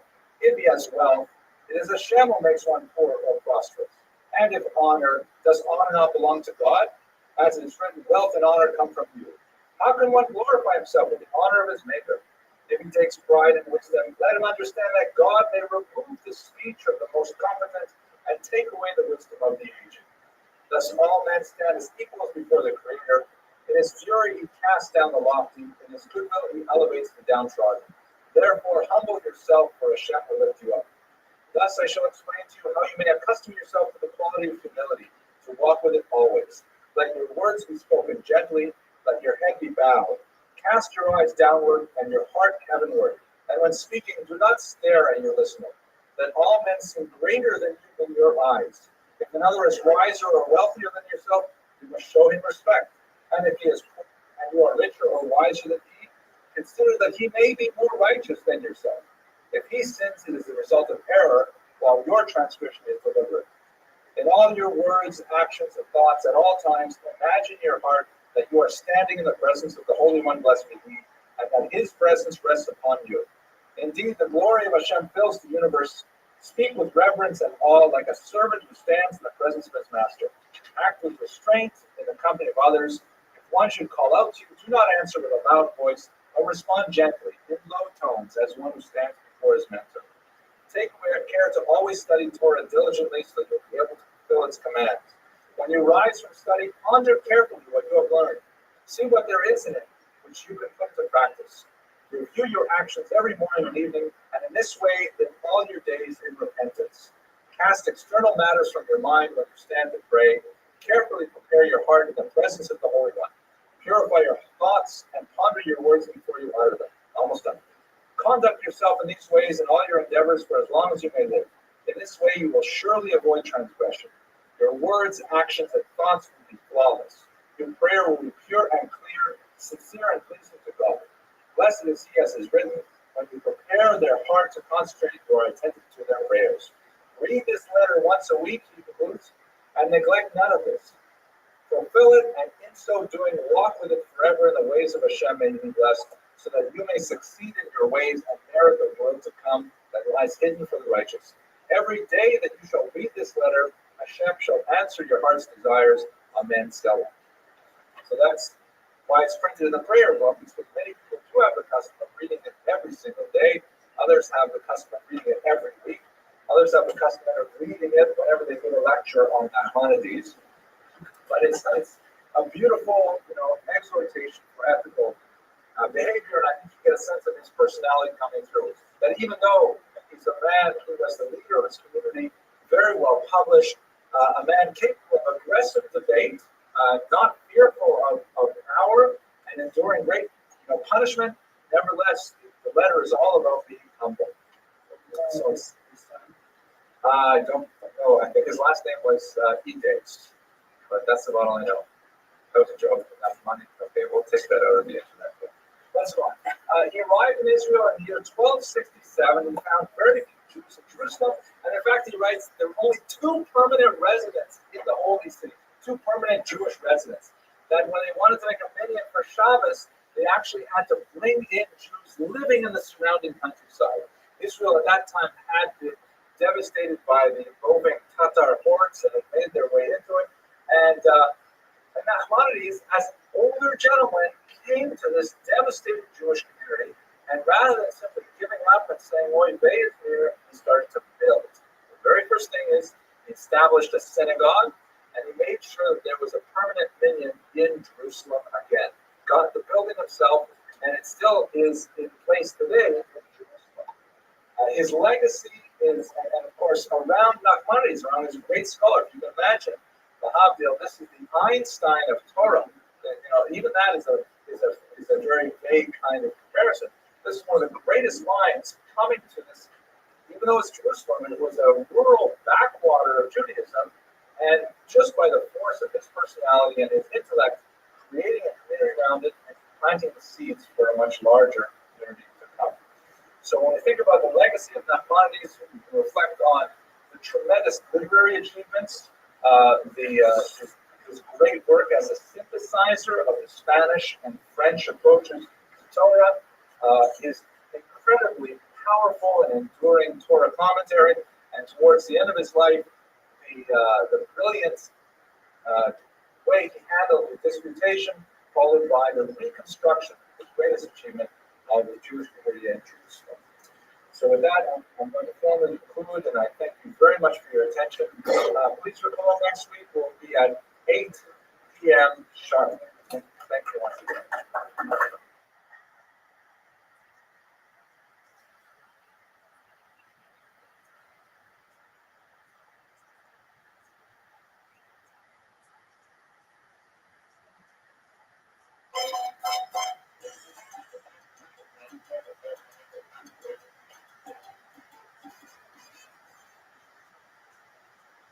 Hello, everybody. Well, today's topic is going to be the golden age of Spanish Jewish report. Fascinating and unusual period in medieval Jewish history. What I'd like to do in this brief lecture is to give you a quick sense of why Spain is different from most of Jewish history, either in North Africa, the Middle East, or in Europe, and then look specifically at what's different about Spanish Jewry specifically. And that'll wrap it up for today. It's not going to be a very long lecture, although we look in detail at many of the specific individuals that don't actually know what they're passing. There's a lot more to say. So first of all, it's important to understand that Spain has a triangular culture. There are three main populations, actually more than three, but three big ones that we're concerned with, specifically Christians, Muslims, and Jews. This is very different from what you'll find in Europe, which you basically have Christians and a small Jewish population, or in North Africa, where you have a small Jewish population. And the same basically holds true for the Middle East, where you have Muslims and a small population of Jews. There are also small Christian populations. I don't want to overgeneralize this, but that's essentially the most important thing about Spanish Jewish history is that the Jews were in a situation where they, although they were never in the majority, the fact that power was divided into three major populations rather than power concentrated in one major population meant that Jews had a lot more leverage that they could use for their own advantage, which in many cases they actually did, and rose to tremendous heights in Spanish Jewish culture. Let's have a look at the quick history of Spain. So, first of all, when we enter into the first millennium of the Common Era, Spain is dominated by the Visigoths, who are Christians, not necessarily Catholics. They had a rotation with Arian Christianity, which is a slightly different theological variant of it. And Jews were definitely present in Spain from, let's say, the second millennium on. We have archaeological evidence of their existence there. But things generally deteriorated over the first 7 centuries of the Common Era as the Visigothic kingdom became, surprisingly, more and more anti-Semitic. In fact, many of the strongest decrees leveled against Jews of forced baptism and so on really come out of the Visigothic era when life for Jews in Spain was rather uncomfortable and increasingly so by the time we get to the early 8th century. At that point, in the year 711, which is an easy year to remember, the Muslims begin to cross into Spain from the south. You recall from the previous lecture that Islam spreads rapidly through the 7th century. It goes all the way across the coast of North Africa really quickly, and then in the early 8th century, it makes its way into Spain. For the Jews who had been suffering tremendously under the Visigothic rule, the advent of the Muslims was actually viewed with a considerable amount of favor, and there's a lot of evidence to suggest that Jews actively encouraged the Muslim events. So the Muslims essentially take over all of the Iberian Peninsula, which is today's Spain and Portugal. They take over the entire region within very short order, and all of a sudden, Spain becomes Islamicized, and there is the beginning of what we will call the golden age of Spanish Jewry. We will return to that. However, this is fairly short-lived with the scope of larger history because the Christians begin to reconquer the Iberian Peninsula, this period known as the Reconquista, the reconquest, and gradually they push themselves downward, driving out the Muslims, including the fairly aggressive Almohad Muslims who were responsible for driving Maimonides from Spain, for example, around this time. But over the next few centuries, from basically the 9th century to the 15th century, Spain gradually becomes Christian once again as the Muslims are driven out. Now that's Muslim power is driven out. Muslim people, of course, still remain behind in Spain, and so you have this triangular culture perpetrated throughout the entire period where you have Jews, Christians, Muslims. There are also other populations like Berbers, but we're really going to focus on those three nationalities or ethnicities present in Spain. Of course, it ends badly for the Jews. In 1492, the Jews are expelled from Spain. 5 years later, they are expelled from Portugal. As you can see in this map, they end up moving all over Europe. They go throughout the Mediterranean, all the way out to Israel and to Greece, places like that. Many of them go up north to Holland, the Netherlands, and a significant number go all the way over to the west. They go to the New World. That will be obviously the subject of later lectures. But that's in a nutshell, very quick history of the Jews in Spain. You recall, first it was Visigothic, and it was very difficult for Jews. Then in 711, the Muslims come in, and it gets much better for Jews at the beginning of the Spanish Golden Age. And then within a couple of centuries, the Christians start pushing their way downward, and the Golden Age continues for a little bit, but certainly by 1200 it's over, and by 1492 the Jews are actually expelled from an all-Christian Spain, and shortly thereafter from an all-Christian Portugal. But let us turn then to what do we mean by this Golden Age of Spanish Jewry. Basically, this is a period where Jews were so well integrated into culture and had such phenomenal access to the highest corridors of power and participated very actively in really creating the dominant cultural motifs of the era that it was a period of great flourishing of Jewish expression. And you have a series of figures of Jews who were truly unique in that they exemplified both political and sometimes military power, along with really phenomenal Jewish learning at the same time. This is something that was totally unique that we don't have really ever since that in Western history. You will have obviously Jews who are, let's say, incredibly well adapted Jews to general society. You have Jews who rise to high power, but they tend to be Jews who have largely left their Jewish background behind, like let's say Benjamin Disraeli, Prime Minister of England in the 19th century, who recognized his Jewish background, but ultimately was a Baptist Christian. And on the other hand, you'll have Jews who are phenomenal expressions of Jewish culture, Rashi and Tosfot, and go on, but they have very little access to political power over a larger geographic area. The Spanish Golden Age is one in which Jews had both positions simultaneously, where you had Jews who were really tremendous scholars of traditional Talmudic wisdom, for example, and at the same time they also had political, military, and general cultural power. That's something that really is special about the Spanish Golden Age.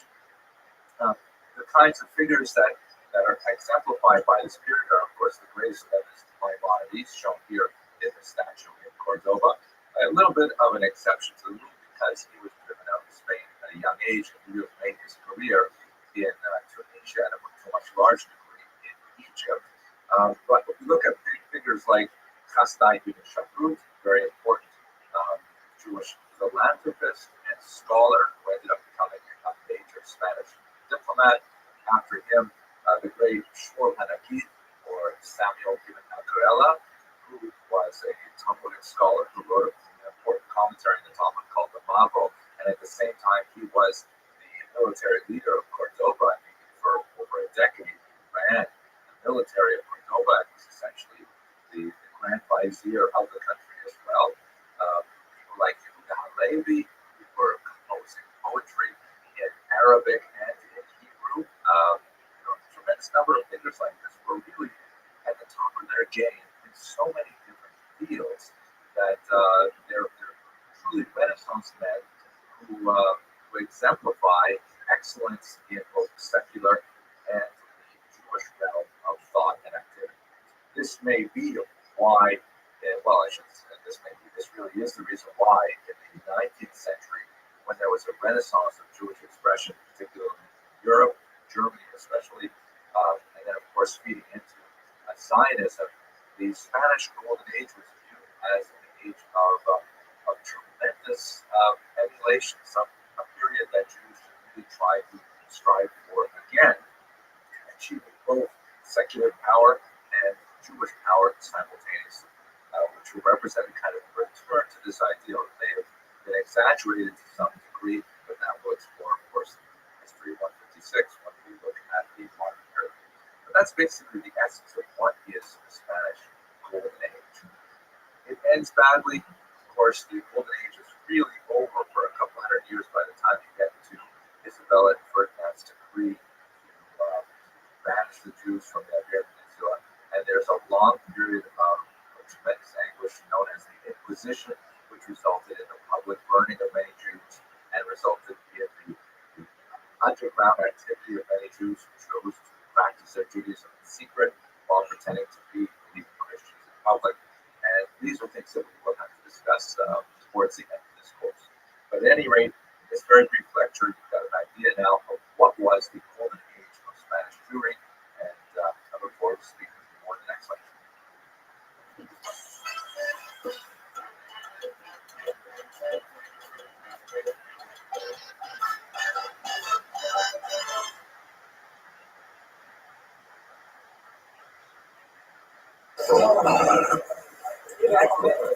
Sound? Any sense of sound? It sounds okay? You have no way to tell, right? We'll find out later. Okay. Okay. All right, ladies and gentlemen, why don't we get started? So, thank you for coming. It's the first night of the spring semester, and I'm sorry that my lovely daughter Aliza is a little bit unwell. They have the notorious Taurus MS flu. You know, it starts with one kid in Taurus MS and it spreads through all of them, even though some of them are, beyond that stage right now. And I want to say thank you to all of you for your kind thoughts for my father. He has had, I'm proud to say, and very pleased to say, a rather remarkable recovery. He's still in the hospital, and we imagine that, well, I'll put it to you this way. I had the opportunity, by going up to Canada, I had the opportunity to speak with my father at length about things that were very important. And now that I've had that opportunity, every conversation I have with my father is like an unexpected gift. And I'm very grateful for all of your good wishes. And my mother, of course, is very pleased that my father's health is kind of stabilized so that we can have a rational conversation with him. You have in your hands the flyer for the spring semester. You'll note that the The topics are on the right, and there are a few key dates when we will not be meeting around the holidays of Passover, and they're listed down there. But I'm really looking forward to having you join us for these lectures. I'd also like to give a shout out to the students in Touro College who are taking this course both in New York and in Los Angeles. We're trying an experiment where we're putting these videos online for students around the world to take advantage of them. So I hope to be hearing from them shortly. Let me start with the opening joke. Oh, I should tell you something. One other thing is very important. This is a new innovation. It's got this great microphone, which was given to us by the nice people at TorahCafe.com. If you're ever wandering around the web looking for some interesting Torah content, have a look at their beautiful website. They have a lot of really good people speaking there. And I'm pleased that they are picking up a lot of these lectures, and then they are professionally re-editing them, adding the PowerPoints right into the lecture in a very nice way. The only thing that's a little weird is that they're taking my 60-minute lectures and they're shrinking them down to like 36 minutes, which means they cut out the jokes for sure, and they cut out all the questions. So this part of the lecture will probably not be included in their version of it, but this is a joke I heard Rabbi Beryl Wine say when he was here last weekend, and it's apropos for our meeting today. So the person goes in to see a psychologist to have a consultation, and he sits down, and, on the sofa, and the psychiatrist there in the chair, and he says, "Listen, doctor, before we begin, I'd just like to know how much is this going to cost me?" And the doctor says, "Well, an initial consultation costs $1,000, and then each subsequent visit is $500. So he says, "Well, here I am again." Okay, I think he said it in a funnier way than I did, but there you go. Let's get started. Okay, so tonight, stick to my day job. Tonight, we're going to speak about a very fascinating character in Spanish Jewish history. In many ways, the last of a long line of statesmen philosophers that are endemic to the Spanish Jewish experience. As we've seen in previous lectures, we talked about Hasta ibn Shaprut, Shmuel ibn Agrela, also known as Shmuel Hanagid, individuals who were both learned in a Jewish sense, well versed in the Hebraic tradition of the Talmud, the Midrash, and so on, communal leaders, and at the same time, very highly placed political leaders, financiers, viziers, prime ministers, and so on. So Don Isaac Abravanel is perhaps the last in the great tradition of Spanish Jewish political leaders who were at the same time well learned in the Jewish tradition. And as I think I mentioned the last time we spoke about Shmuel ibn Agrela, one of the, if you look even at our age, in which Jews have achieved so much politically, and simultaneously learning that is going on in this country really outpaces even the number of Jews learning in ancient Babylon.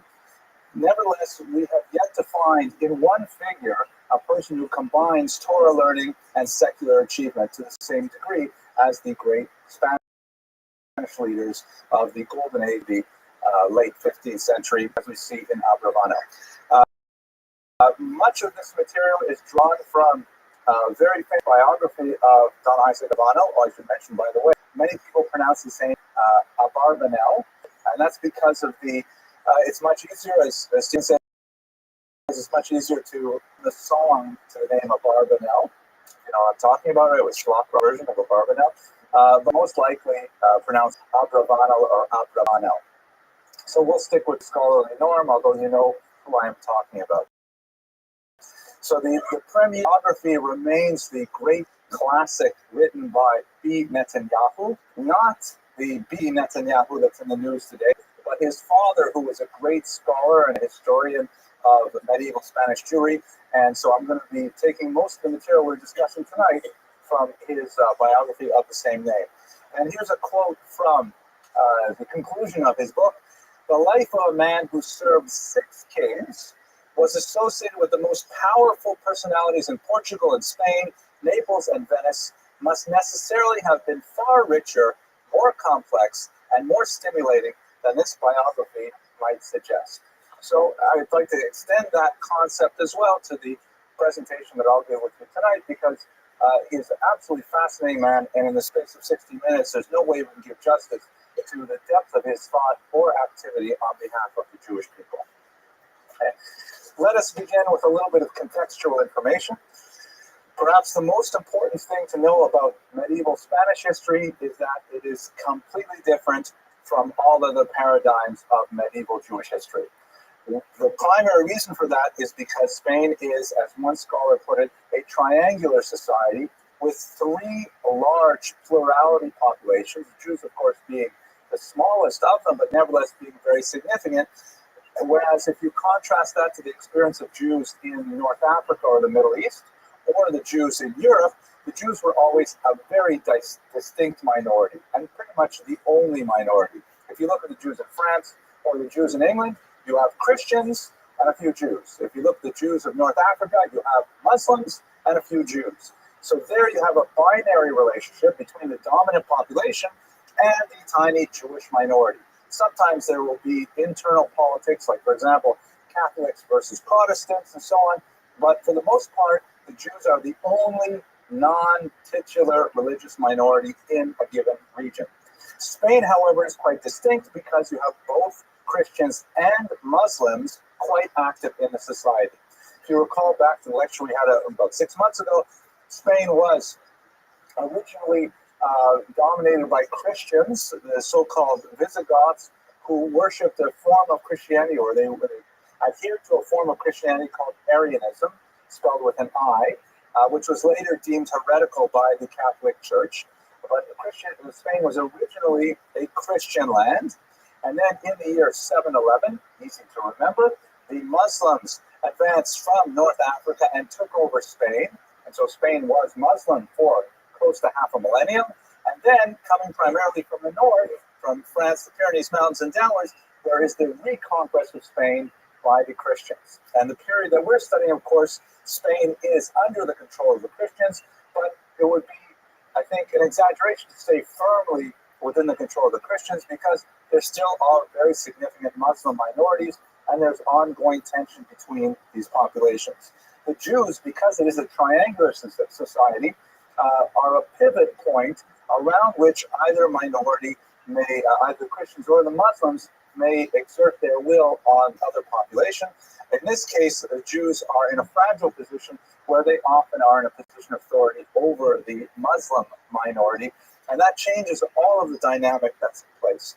Furthermore, because Spain has a somewhat checkered past with regard to the traditional Roman Catholic faith, first with its Visigothic origins before the Spanish conquest of the 8th century, and then later because there are so many Muslims in the society, Spain frequently wants to demonstrate its bona fides as a Catholic nation by, indicating how loyal they are to traditional Catholic doctrine. When in doubt as to the best way you can demonstrate you are a Catholic, all you have to do is persecute the Jews. That's one way to really send a signal: we're going to hold the line on traditional doctrine. And so that's another factor that comes to play in Spain that will be very relevant for our discussion. Okay, pause for discussion questions on the contextual background. Yes, please. Muslims kind of like thrown out of Spain, I said, and had to leave Spain. That was considered the golden era of Spain because of Judaism. Right. Golden era vis-a-vis Jews. Yeah, there was a tremendous period of toleration and allowed for Jews to advance tremendously in that society. And exactly, they had a tremendous amount of, well, I don't know if it's say so much an influence on what went on. I noticed that on first, so when it said dog, there was a concept. So, Was united, because that means sir. yes, I'm not positive how he got that title. It is definitely an honorific of some sort. I don't recall reading about it in Netanyahu's biography, but I think it means like a lord of some type. It's like some kind of, and several of the figures we'll be discussing had that same title. Either that, or they all had a common ancestor. No, okay, joking. All right, his family background comes from Seville, and perhaps one of the, question. Yes, you've got, they're both Christian dominated, but they're fighting back and forth between each other. And Abravanel got involved in quite a bit of that as he's fleeing from Spain to Portugal, back to Spain again, and so on. So his background is from Seville. If we look at the map here, we see that's fairly close to where the Muslim conquest occurred, down here on the lower third of Spain, close to the bridge to North Africa. And it became Christian in 1238. That's 200 years before Abravanel's birth. And it has a long history of anti-Jewish persecution. You have pogroms in 1391, which were first begun in Seville and then spread throughout the entire Iberian Peninsula. And you have the beginning of the Inquisition occurs also in Seville. Again, because of the proximity of Muslims, I will speak more about what exactly was the Inquisition shortly. But there's a strong tradition of anti-Jewish agitation in this region, and this had a signal impact on none other than Abravanel's own grandfather, who converted to Christianity in the late 14th century. It's clear from later, and by the way, Abravanel never mentions this fact in any of his very prolific writings, but it's clear without doubt from the historical record. We know, however, from later events that this was clearly done under duress because Shmuel Abravanel later fled to Portugal, and in Portugal he then resumed his Jewish identity. So his conversion to Christianity was most likely, we don't know a lot of the details about it, but was most likely the result of his very high level of influence in Spanish society. He was the primary, most likely the royal treasurer at the time, and it was unseemly for a Jew to have such a high post and remain a believing Jew. A couple of things we could mention here in terms of historical tradition. The first is, and this continues right up to our own day, there is a very strong tradition of Jews occupying high positions of economic regulation in societies. Including in our own times here in this country, we often have Jews at the very top of the economic ladder associated with government putting in place tariffs, taxes, and so on. There's a lot of complicated historical reasons for this, but to be sure, it is a time-honored tradition that goes back, perhaps might want to even say, all the way back to Joseph, the idea of the trusted Jew high in the court who understands what needs to be done economically and tells the rulers how to put these policies in place. There is perhaps a possibility of an anti-Semitic kind of interpretation of this fact, but I think it's much easier to simply look at the long cultural tradition encouraging Jews to work with their minds and with their, account books rather than with their backs that leads to that. Not to mention the restrictions placed on Jews as a result of canon law that disabled them from participating in many other occupations in medieval Europe. But we're going to pass that. The other thing that's useful to mention besides that position is the fact that in Spain, unlike in Ashkenaz, the modus vivendi for persecution was much more inclined to adapt, to acculturate to persecution, even to the point of making a false conversion. In Ashkenaz, and perhaps best illustrated by the terrible massacres of the 1096 Crusades, any type of indication of movement towards another religion was considered sufficient grounds for self-martyrdom, for Kiddush Hashem. And so you see a real bifurcation in Ashkenazic culture working more towards an insular culture, viewing the outside society as much more toxic and dangerous, whereas in Spanish and Sephardic culture, there's much more a sense of, well, we can work with this, we can adapt, we can find ways to keep our values while still, outwardly appearing to be open to the general society. There have been some historians who have been questioning this model, but that's the historiographic model that has pertained for the last 100 years or so in Sephardic studies. So with regards to Shmuel Abravanel's conversion to Catholicism, it fits within this Spanish Jewish pattern of accommodation to the external realities of the day. Nevertheless, Shmuel did convert back or return back to Judaism once he got free of Spanish clutches in Portugal. There in Portugal, he once again rose to prominence, as was his son and grandson. And his grandson grew up in a Portuguese Jewish home that was filled with politicians at all times, filled with courtiers, filled with noblemen, as his grandfather and then his father worked very closely with the crown to set monetary policy for Portugal. So right from his very early years, Abrevano studied politics in the behavior of the people who were coming in and out of his home.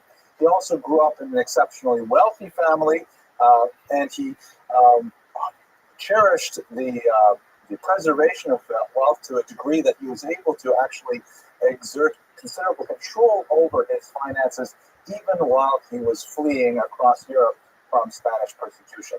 This is, by the way, the Abrevano family crest. I think I have a color version of it later, so you'll see a little bit more of what it was like. He was trained in the best Renaissance philosophy that was then penetrating the Iberian Peninsula.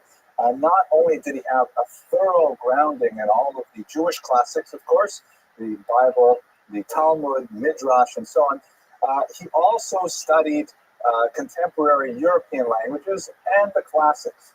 He was perfectly fluent in Latin. It seems that he knew some Greek. And as we shall see later in his writings, he was remarkably open-minded when it came to reading sources from outside the Jewish religion. He was well-versed in the writings of the early church fathers, St. Thomas Aquinas, and many of the other thinkers that were circulating in society. I didn't find any confirmation that he knew Arabic, but he certainly was familiar with the writings of Avicenna, Averroes, and several other people who wrote in a Maimonidean phase, and in fact, much of his early energies were spent on analyzing Maimonidean philosophy. So he had a really, like we would say, the ultimate day school education. Very, very strong in traditional Jewish subjects, very, very strong in traditional secular studies as well. Yes? I noticed on the family tree that next to Judah, in parentheses, it said Juan de Sevilla. Samuel. Was that his grandfather? When he was converted, they take Christian names. Exactly. Okay. We don't know a lot about his family. His wife we know only as Mrs. Abrevano, but we know that he was married young, judging by the dates of the birth of his children. We know of 2 sons, and there are passing references that may include 2 daughters as well.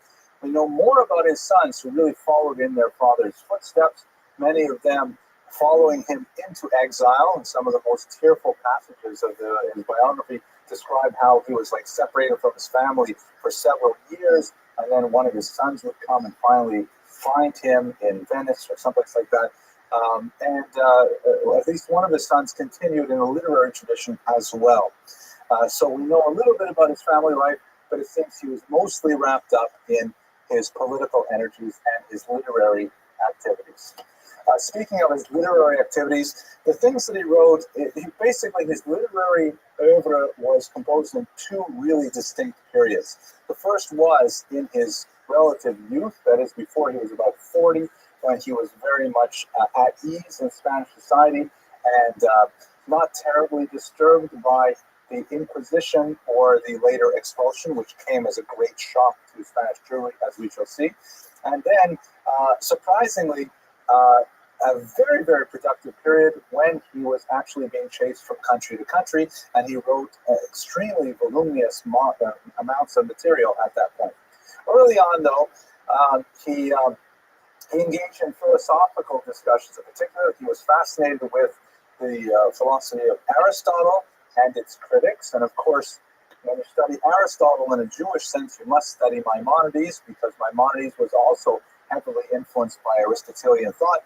And so Abarbanel or Abrevano very much engaged in the continuing of that tried and true debate that had been going on for several centuries. I have to say, although I admire the man phenomenally, I find it hard myself to really get through his commentaries. I find that, in my humble opinion, and I'm not a literary scholar, but I find that they can tend to be kind of long-winded and repetitive. And you can see that I'm not the only person who thinks so, because there are several abridged Bravano commentaries where, you know, if you can't make it through 2,000 words, they'll give you a 500-word summary of the same concept. And when you do that, it's really much easier to take it. Now, that's not saying that Bravano was long-winded in his thought. It's probably a result that much of his writings were originally delivered orally, perhaps were even written to be delivered orally, because oral presentations will often, repeat obvious information, will often go over the material to make sure that people understand it.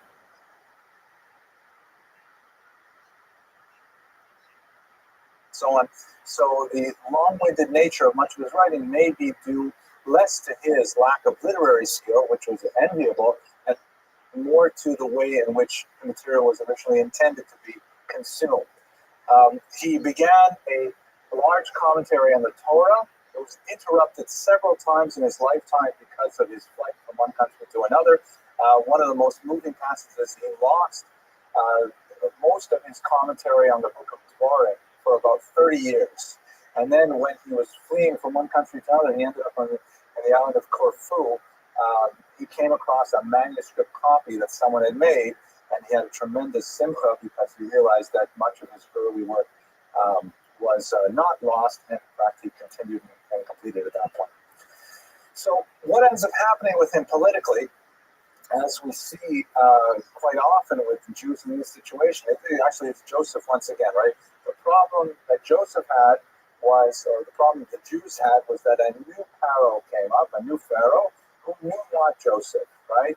Rob says it was a different person, and Shmuel says it was the same person, but he forgot about Joseph.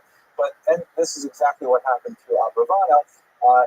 His primary supporter was a king named Alfonso V, who died in his early 40s as a result of the plague.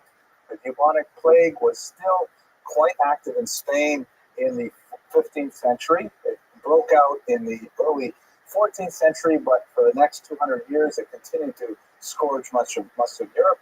And when Alfonso IV died, his successor was not at all the same kind of king. And this new king had, and by the way, I will tell you that king's name, but I'm not sure how to pronounce it. Maybe we have some Spanish speakers here. It's spelled J-A-O. Is that how? How? Okay, so, but it would be, in this region, would you say it with the H or with the J? Okay. I remember, I'll tell you a funny story for a second. Don't cut this out in the Torah Cafe version. But when I first moved out to Florida, we got lost. And we got off we got our car at the Orlando, we drove the car train down, we drove down, and we were supposed to drive down the turnpike to Golden Glades, but we kept going all the way down south off I-95, and we were on US 1, when finally we said, we probably passed it, let's stop at a gas station and ask directions. I, of course, being male, did not want to ask for directions. I figured we'd hit the ocean and then we'd turn around, but I said, no, we have to ask for directions. So I went into the gas station, and there was a Hispanic woman there, and I got on. This was, I think, before before cell phones, or at least we didn't have a cell phone. And I got on the payphone, and I called our real estate agent to get directions. And he said to me, "Well, where are you now?" And I said, "Well, I don't know." And I asked the woman behind the counter. I said, "What street is this out here?" And she says to me, "US what?" And I said, "What?" She says, "US what?" And so I said to her, "I don't know. They call this place Jews what? What kind of street is that? Jews what?" But anyways, we found the home. Okay, so his successor was quite tyrannical, and to make things worse, Agravano was associated with a noble house called the House of Braganza, and these were, of course, the principal rivals of the new king. And so all of a sudden, Agravano went from being one of the most trusted and respected officials in the court to being persona non grata. He was summoned to appear before the king, which probably would have been a terrible moment where he would have, Maybe been stripped of all his wealth and his position, perhaps thrown in jail. And Abravanel got the idea that this was going to be a dangerous invitation, and so he decided rather to flee, and he left Spain, heading west towards Portugal. He couldn't simply cross the border. He had to travel a little bit north and then move and get into the country a little bit later, but he realized that this was the end of his promise at the time. He managed to cross the border, and amazingly, afterward, of course, Spain, he was absolutely correct that this is what they were planning for him. They sentenced him to death in absentia, a decree that would remain in effect for the rest of his, even though he would end up later working for the Spanish crown again. During this time, when he was separated from his wife and children, living in exile in Portugal, he had an incredible rush of creative energy. And he produced, it's amazing, about 400,000 words of biblical commentary in 5 months. If you think about 400,000 words, let's see, 20,000 words is something like 100 pages. So 400,000 would be like, 20,000 words is about 100 pages. So 200,000 would be 1,000 pages. So he produced about 2,000 pages of material in 5 months, which is an astounding literary output, all publishable, of course, and all utilized today. Especially fascinating are his commentaries on the early books of the Bible after Devarim, which deal with, for example, the kingship of Saul and the split of the kingdom of Judah and Israel, and his insight into the political structures of the day was absolutely fascinating, undoubtedly colored by his own experience in the royal houses of Spain. Netanyahu, in his biography, influences speaks to this influence of political experience, and also notes the wide exposure that Abarbanel clearly had to many Christian classics that were circulating in the day, including Thomas Aquinas. So he managed, nevertheless, to have a. Did I skip something here? He managed actually to get back to Spain, despite I'm sorry. He fled Portugal to Spain. Thank you. No one corrected me. Torah Cafe, please remove all those things when you edit it. But when he's leaving Portugal into Spain. So now here he is in Spain. He has the death warrant on his head in Portugal. And in Spain, he once again rises to authority. He likely is the principal financier of the court. And he does this primarily by advising Ferdinand and Isabella, the king and queen who would later expel the Jews from Spain, advising them how to finance their wars with nearby kingdoms. He is incredibly successful in this regard, and he is allowed to bring his family to Spain with him at this point. And then he moves into a new type of industry, one that was tried and true for many Jews in Europe, and later would become the downfall of the Jews in Eastern Europe, as we'll talk about in 2 weeks. He engages in tax farming. What is tax farming? Tax farming is a type of economic tax collection method which works in a corporate society, meaning works in a type of feudal society where you have people divided by classes on a very large scale. This is tax season, and we all know how they collect taxes in America. The government knows each of us individually. We have personal income tax. Unless we are dependents of someone else, we all have to fill out our own individual taxes, and we all have to individually pay to the government. We can also file jointly if we're married and so on, but that's about it. The government deals with us all as individuals. That's something that only really develops after the French Revolution of the 18th century. In the medieval period, that was way too detailed for the medieval monarchs to handle. And so they say, okay, all you peasants have to produce so much money, all you nobles have to provide so much money, and so on. And they would not, they wouldn't care which person paid more than another. They said, we want, at the end of the year, April 15th, we want so much money in our treasury. So how would they actually achieve it is typically they would hire tax farmers who would be quite often Jews, who are given a certain amount of territory and told that you are to collect so much money from the local population in any way that you see fit. So that would include, for example, a tax on grain production. It could include a tax on the usage of bridges or tolls, hunting regions, orchards. It could include a tax on a poll tax on individual people. Whatever way they could figure out to collect those taxes, that was their job. It was called tax farming because whatever they were able to collect beyond what was requested by the king was their profit. And so this worked very well for Jews because here they are a separate population entirely, and they move into a region where they have, a large, let's say, peasant or serf population, and the local nobleman says, I cannot be bothered collecting money from all of these people, but I figure they're good for 6,000 gold coins, so you have a whole year to go in there and get me 6,000 gold coins. And if the Jews would collect 7,000 or 8,000, then that extra 1,000 or 2,000 gold coins would then go back to the Jewish community to support yeshivot, day schools, mikvahs, Chinese restaurants, all those kinds of things. It was a very lucrative profession for Jews. It involved very little, physical labor. It did not endear them to the local population, who often saw them as, tax collectors. Ultimately, that's what they were. In some cases, as in Eastern Europe, the Jews were granted certain monopolies, such as the monopoly of alcohol production, propinatia, which allowed them to be the sole manufacturers and distributors of alcohol.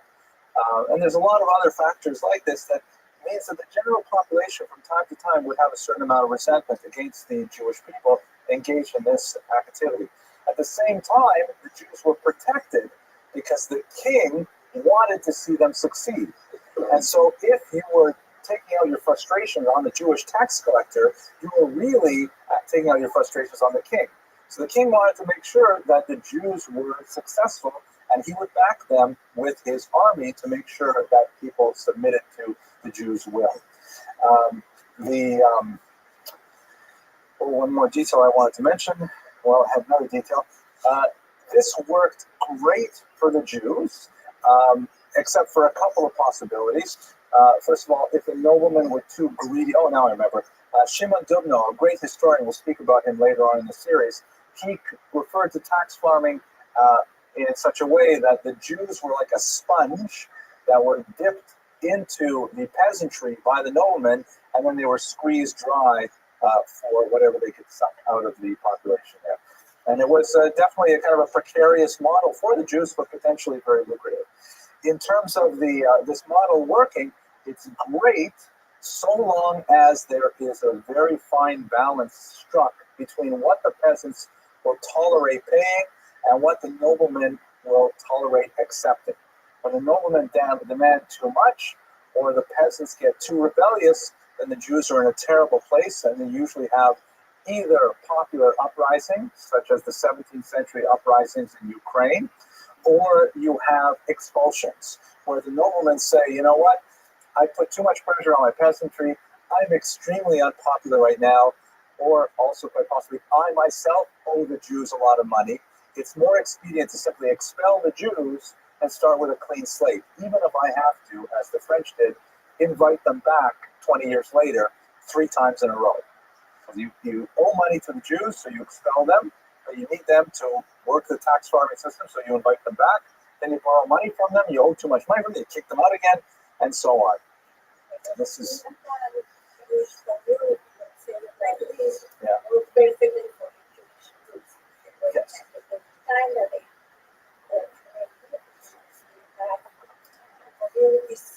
Right.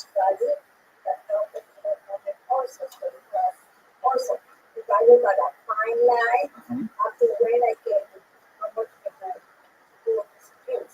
Exactly. For the same thing, protected by what government doing this, the reverse of protected as a community. Provided for the insular nature of Jewish society, because you couldn't exactly make friends with all the peasants. Yeah, absolutely. Please. There's been a long history of this expulsion of Jews. Yeah. temporary uplift of the economic conditions as they compensated for the recession. Correct. Then, of course, the Jews are good because they believe in the contribution of the Jews. Right. There's a one-time bonus. Yeah, to the exposure. You know, it's a whole history of this. I'm fighting on that. It doesn't just limit to Spain. No, absolutely. No, absolutely. Very, very true. Please.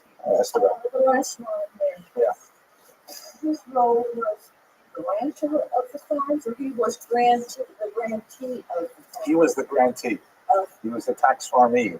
No, he was a tax farmer. He was given control. Okay, you farm the taxes over here, which means you collect as much. Too. Yes, absolutely. Okay, so now let's talk a little bit about the Inquisition, which is a major element to the story. The Inquisition is basically a Spanish institution that spread beyond Spain that was directed at searching out heresy among Catholics. One of the widely held misapprehensions is the notion that the Inquisition was directed against Jews. It was not actually directed against Jews, and in fact, Jews were to a certain degree immune from the Inquisition per se. What it was directed at were the so-called conversos, or the derogatory term Marranos, those Jews who had sometime prior, perhaps after the 1391 pogroms, accepted Christianity in an outward fashion, but did not actually believe what they were behaving. And the church in Spain was very concerned about rooting out these false Christians, so to speak. They actually had a distinct term for them, new Christians, and you could retain that distinction for 3 generations. One of the great scholars of the Holocaust, Raoul Hilberg, introduces his magnum opus, the destruction of European Jews, by comparing the Nazi Nuremberg laws to the 15th century Spanish laws regarding these so-called new Christians. Because there was really a kind of a blood-based racist attitude that you don't see anywhere else in Europe, really until the 19th century, that discriminated against these new Christians because the Spaniards felt that they weren't actually believing Christians. And the truth is, they were right.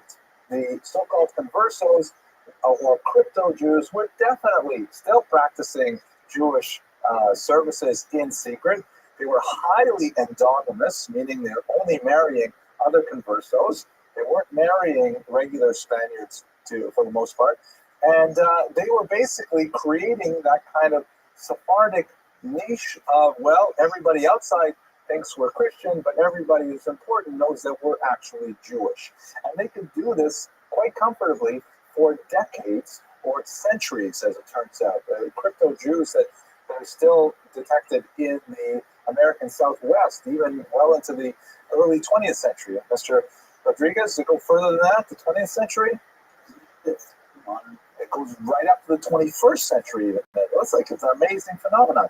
So the purpose of the Inquisition was that the church in Spain was trying to root out these false Christians, the Jews who had converted to Christianity but did not actually believe what they're saying. The Jews, technically speaking, had a false sense of security because they felt like, well, the Inquisition isn't bothering us. As long as we keep to our traditions and we openly practice as Jews, then we have nothing to worry about. That turned out to be a false sense of security, but nevertheless, much of the bulk of the animus was directed at these new Christians, including even old Christians who were suspected of Judaizing, of being tempted by Jewish values, and so on. Please. You say now the Christian Jews were very successful. They had all the restrictions removed from them. And so the Christian business people were very resentful of them because they could practice all of the trades at the same time, still not be fully Christian in their mind. And as a matter of fact, I think that the Jewish community were actually very supportive of that position because they thought these are people who betrayed us. And let them be punished. Yeah, and that was certainly not the best moment of Jewish unity, I think. Did I tell you the joke about the guy who wants to join the country club? Yes? You're right. Well, Stephen, you remember all my jokes. Do you mind if I tell it again?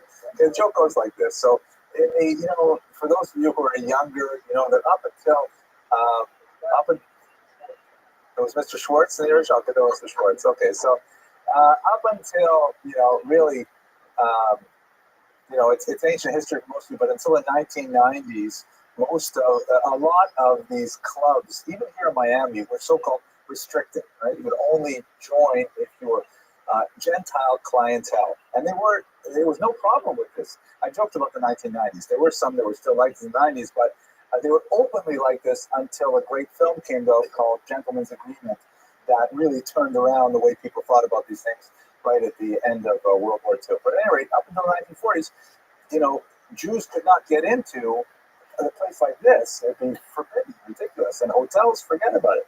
So anyways, the joke goes that there's this Jewish guy who wants to belong to this restricted country club. And so he goes to the membership director and he says, listen, these are my assets. I have these boats and these apartment buildings, and I really think that I belong in your crowd here in the Flaming Crosses Country Club.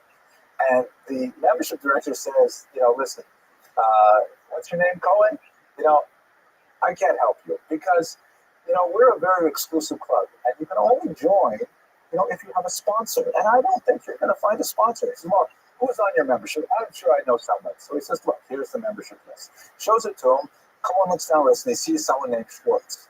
And so he says, oh, I know this guy. I'll go talk to my friend Schwartz. So he leaves, he goes, he knocks on the door of Schwartz, and Schwartz opens the door. And Cohen says to him, Shalom Aleichem, Rabbi, listen, I wanted to join the Flaming Crosses Country Club, and I need a sponsor. So I was thinking, maybe, you're a Jew, I'm a Jew, you can help me out. So Mr. Schwartz looks him in the eye and says, listen, Mr. Cohen, what's your name?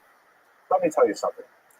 I am a Presbyterian, and my father was a Presbyterian. And my grandfather, Oliver Shalom, was also a Presbyterian. All right, so let's go on. The Inquisition. Now, so you have this scenario where the Inquisition is directed primarily at these new Christians, these conversos, and Jews who were remaining within the traditional Jewish community felt largely immune to the pressures that the church were exerting. And even though there were some really distinct warning signs, the edict of expulsion took them completely by surprise. A couple of the expulsions that are significant, Andalusia and Aragon in the 1480s, some really nasty trials and executions that occurred in a few places, including a blood libel in 1490 and 91. But the traditional Jewish approach was, these things,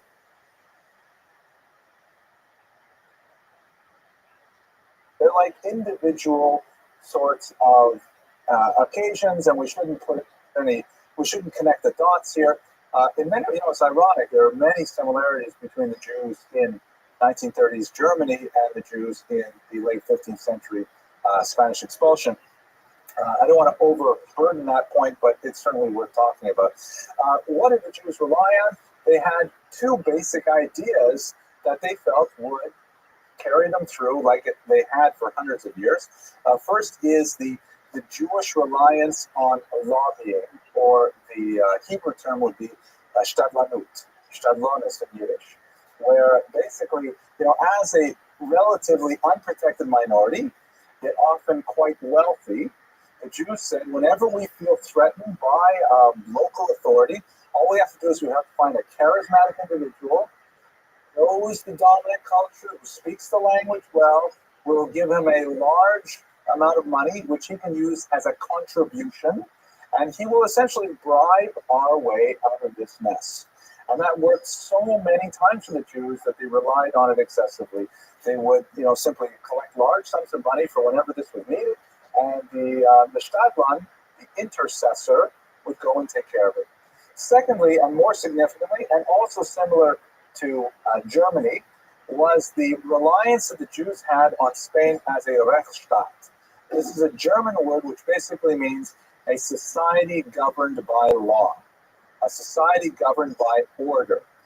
Jews as a minority are very comfortable living in societies, even if they are mildly discriminatory, like South Africa, well, that's a little more than mildly, let's say Quebec. They can live in those countries as long as there's no anarchy. Anarchy is a worse enemy to the Jews than a little bit of corruption in government, because Jews know how to deal with corruption. They know the rules, they know who they have to pay, they know what has to be done, And, you can live within those boundaries. Anarchy, people running in the streets, destroying property, no rule of law, no reliable police force, no reliable judiciary, even if they were corrupted. That's the kind of thing that's very dangerous for Jews. Spain was ultimately a Rechtsstaat, a society with an effective system of governance, and in fact, it was centralizing its power at this time. And the Jews felt that these two factors, our Stadtlandes and Spain as a Rechtsstaat, would be fine. We have nothing to worry about. Of course, they had no idea what was going to happen. The decree of expulsion was prepared completely in secret. Ferdinand and Isabella didn't let anyone know about it. I'll talk about some of the reasons for it in the next slide. This is actually a picture of the decree, and it was announced to the close circle in the early part of 1492. It was not announced to the larger population immediately. So when Abravanel heard of this, he went together with the 8-year-old Don Abraham Sr., who was also a major figure similar to Abravanel in terms of his position, and they asked to meet with Ferdinand to, do the usual. It was a pretty severe decree and it came out of nowhere, but they thought they would do the same thing they'd always done and they would avert this terrible. So right away, Ferdinand says no, which they could expect as well. So they went and they got a huge bribe and they brought back the money. But at this point, even though Ferdinand initially said maybe to the money, he ultimately said no. And so that was kind of a huge surprise to Abravanel that, wait a second, the old strategies are not working. Much like, if you can imagine, I'm sorry, it's 3 times now I'm mentioning Nazi Germany, but Hitler could not be bribed. He was not interested in money. Only perhaps towards the end of the war, the Jews for Trucks scheme, which involved Eichmann, but in the initial years, it was not about money at all. And money and the Jews were simply not ready for that. So Abravanel said, maybe it's not actually Ferdinand who's doing this, maybe it's Isabella. She's the power behind the throne. I'll go and talk to her. He went to her, and we have a record of their conversation that he presented. He spoke in a prophetic tone, speaking about how many countries decline after they persecute the Jews, speaking about the kind of negative repercussions that would occur if this were to happen. But Isabella was obviously prepared for him, and she gave back arguments based on Hebrew scripture, indicating that the will of a king is the decree of heaven. She quoted chapter and verse from Psalms, indicating that the heart of a king is by God, and she rebuffed him, sending him out of her chamber. This was a completely unexpected event, and in fact, it signaled that the expulsion would in fact go through. Don Abraham Senior, that I mentioned earlier, actually converted to Christianity. Many of the commentators in subsequent centuries looked down on him for this, although some research is questioning, to what degree that's merited. But many refer to his name Senior as Soneor, the hater of light, because of his capitulation. But let's turn to what's the main reason for the expulsion? So I like to tell my history students, my undergraduates, there's such a thing as the Abramson rule in history.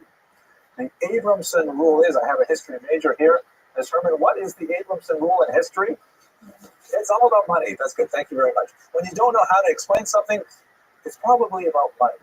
In Russian, you have an expression, kogo, whom, which basically means who's taking from whom, who's beating whom, that kind of thing. So in this case, just look at the economics of it. The annual tax revenue from the Jews nationally in 1472 was about 500,000, I forget the unit of currency, I think it's called medellin or something like that. But the value of confiscated Jewish property in Burgos, one region alone, was like 7 million.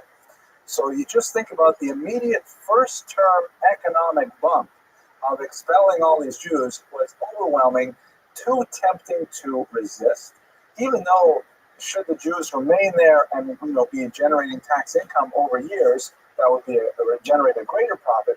But the short-term bump in cash flow was so overwhelming that this cash-strapped kingdom that was engaged in rapid centralization and at the same time fighting several wars simply said, you know what? This is a great source of income. Let's simply expel the Jews. I'm not going to go there. I'm going to stay. This microphone only reaches here, anyways. Okay, so the edict was made public in late April, and the Jews were told that they had to leave Spain by the end of July. Ironically, the last day of July was Tisha B'Av, National Jewish Bad Luck Day, the day upon which so many great trials came to the Jews. Created a mass panic as Spanish Jewry rushed hither and yon, selling their homes at ridiculously low rates, getting rid of their property because, like in Germany, under the Aryanization rules, it was impossible to remove from Germany more than a very minimal amount of currency.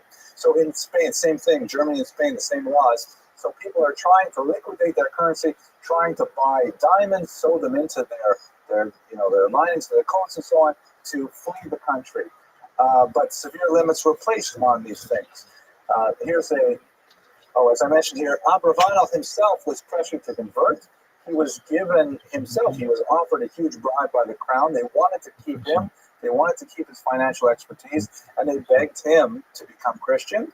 And as I mentioned, Senior, in fact, took that offer, although it was unlikely that it was done perhaps with the most open of motives.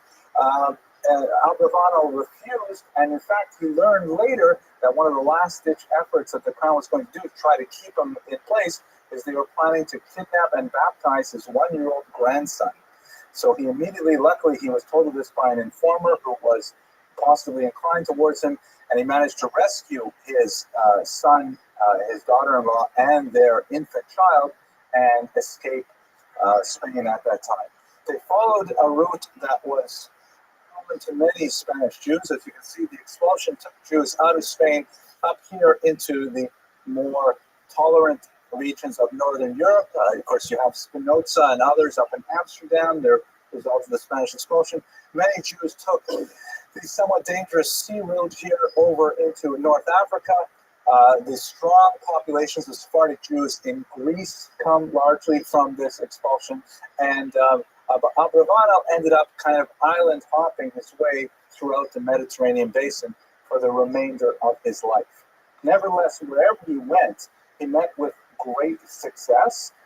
His expertise in finance was valued by whichever ruling power he came into contact with, and he once again engaged in rapid, prolific writing, completing his commentary on the Torah during this very difficult period of separation from his family and of the total devastation of his entire community. I'd like to speak just a little bit about some of his ideas here. We're almost out of time.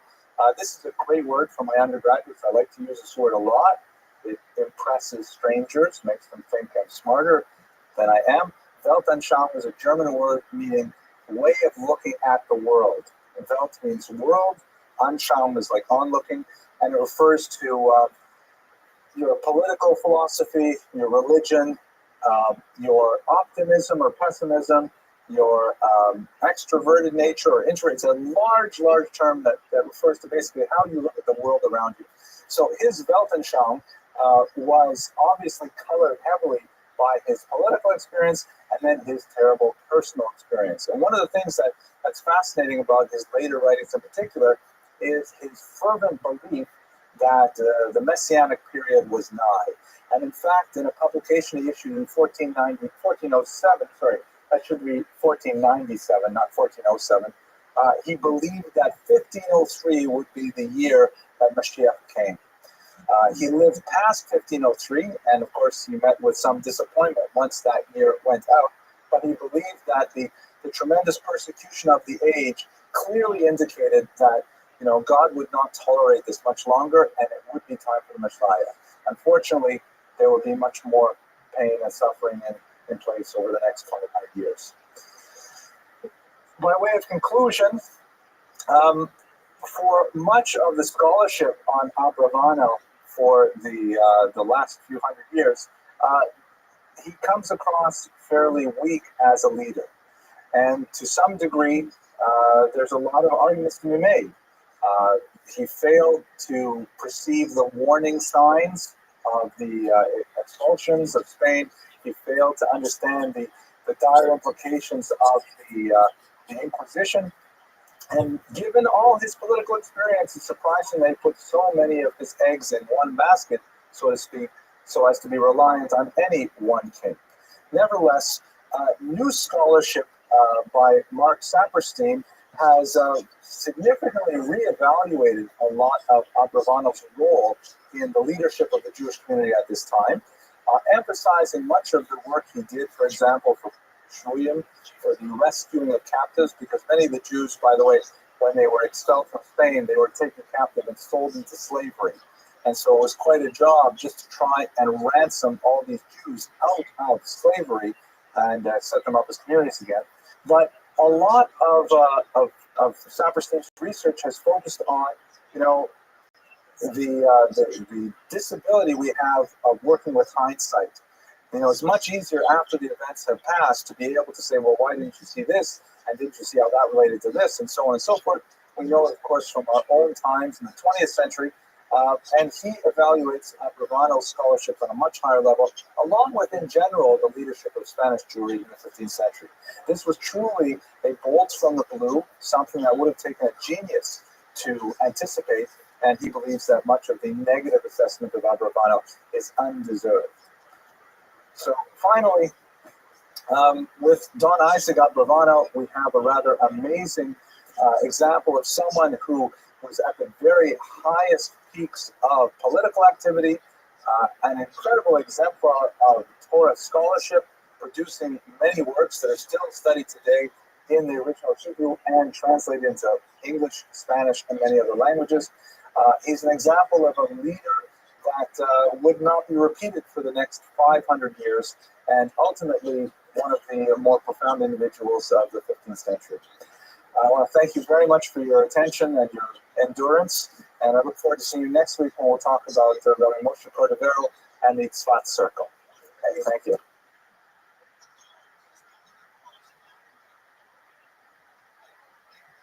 So I know that it was I'm hoping that most of you encourage people about Rabbi and classic joke. So just thank you for reminding me of the show. Did I tell you about the car that has no gas? Okay, here we go. Guy goes to a used car lot and has to buy a car for his large family. And he's on a basic budget, but putting multiple offspring into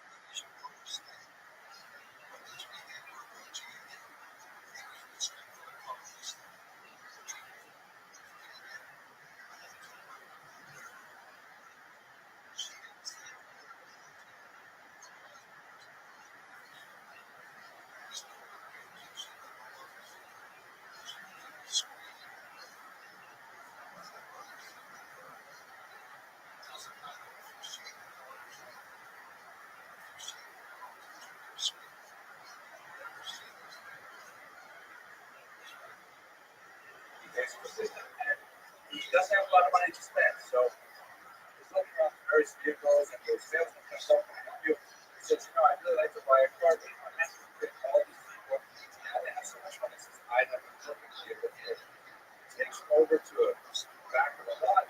This is beat up Ford station wagon with the bonus panels and things like that.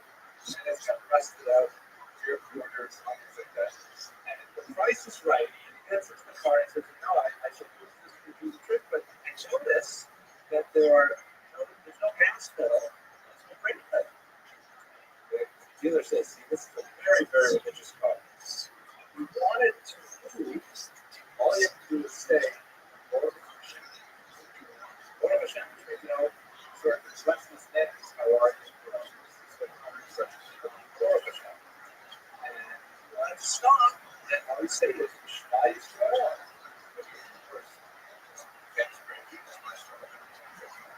So he says, that's amazing. And the rest says, yes. So he buys him on the spot.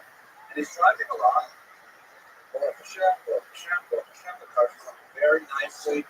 It's wide and great. The suspension is nice. He's thinking about how it's going. His mother-in-law in the car, and she's moving. And as he's driving along, he suddenly realizes there's a lot of what he's supposed to say to make it stop. And he's going through the hill out, and it's going to be hard. He's trying to learn, what do I say to make it stop? And it's speeding up. And it's reading through the streets. He's laying on the horn. He's going through red lights. And guess what? He's going to goes the wrong kind of one-way street. Tweaks to a barrier. He goes up onto an exit ramp that is under construction. And he realizes that the exit ramp runs out. It's going to eventually collapse. So, like a good religious Jew, he knows that his final moments should be taken up with an expression of the great unity of God. And as the Shulchan Aruch says, you're supposed to cover your eyes and say, Shema Yisrael, Hashem Eloheinu. That's something that car stops right at the very edge of the exit ramp. Takes his hand off his eyes and he says, oh, Hashem. I think I ruined the punchline, but let's get back to it. Okay? I think everyone figured out halfway through it. What do you want? Tonight's topic is Benjamin of Tudela. He's a very interesting character. I've never spoken about this before, which means that all my preparation is actually fascinating. He was a medieval traveler who left a very unusual document behind called the itinerary, or Masachot in Hebrew, the travels of Benjamin of Tudela, Rabbi Benjamin of Tudela, and it has a lot to say about 12th century Middle East, and we'll get into that in great detail in a few moments. First of all, I'd like to thank Dr. Jared Click for sponsoring tonight's lecture in memory of Mr. Jay Garkus. Mr. Garkus was actually someone who came to this class quite often. He had a very, very sharp mind. He often asked very difficult questions. I felt specific a little bit when he put up his hand and so he asked very difficult. He passed away. It was a series of pictures this year. Quite sad that he passed away. So we remember them and thank Dr. Cook for sponsoring tonight's lecture. And the end again? So, yeah.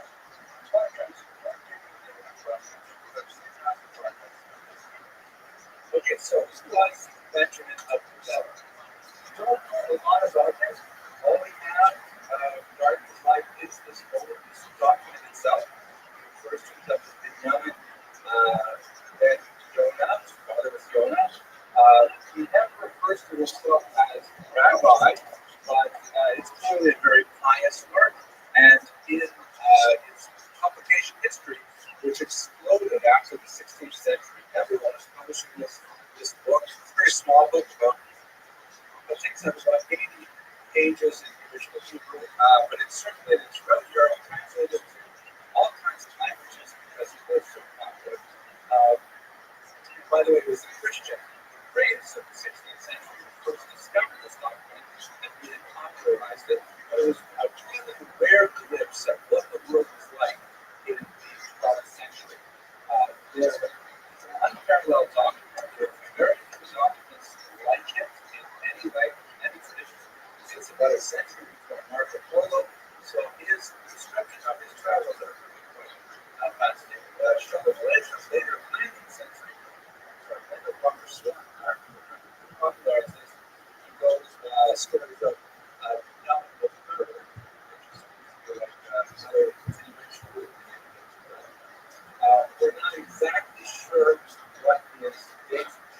car. It appears from the text that he's not going to walk to the some scholars place that later. He returned in the year of 1172-73, which indicates that he was time for approximately 14 years, which is 14 years to travel around the northern section of the Mediterranean basin, through Israel, into Persia, and quite possibly entirely around the entire Arabian Peninsula. And as he travels through each of these places, he has something interesting to say about everywhere he went. Here's a map of one of the supposed routes of the There is some controversy over where he went, and in particular how, but it appears that he traveled from here to Java, across France, France, lower to Italy, all the way across the Empire, and down to Israel, where he spent some time in Israel. But he also spent time over here in lower Iraq, Babylon, where the vast majority of people at the time, and he also spent time here in Egypt. I'm not sure exactly how he got from Baghdad down to Cairo, some of it all the way around to Arabian Peninsula, for example, back in Sheba, which would be today's Yemen, if I'm not mistaken, but far south here in the Arabian Peninsula, all around.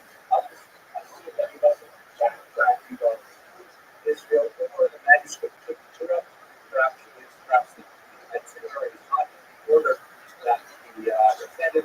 But there's no question that he knows a lot about all these places. It's the first MP hearsay, although he does speak about, for example, China, and it's clear from the change in voice in the text that he never actually visited China, but he had heard about it from places where he had visited.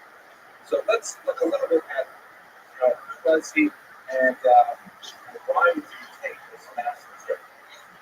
Again, as I mentioned earlier, the only source we have from the book is the itinerary itself. It's not documented. He never describes why he's on this massive 14-year trip, but it's most likely he went for one or both of two purposes. The first is obviously business, as you're familiar. Mr. Lax was the able to rule history. Money, exactly. I was actually so he probably traveled for money. He traveled to explore business opportunities. And as he goes through each of these places, he has a remarkably long and very robust description of how people make a living there. The details of the spice trade, the oil trade, the dyeing, very interested in dyeing. And in every town, he wants to know how far is it to the nearest seaport, how far is it to the nearest river, because he's obviously concerned with issues of how you get your products to market, and so on. The other reason that he most likely took this trip is he was a kind of a spiritual tourist. He's very interested in things Jewish. Every city that he visits, he gives you an entire list of all of these famous rabbis. Occasionally he says something about how the Jews live there, about how many synagogues there are. Oh, remember the joke?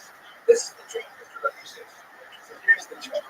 This is the one I forgot. I usually want to start this joke. We've all heard this joke anyway.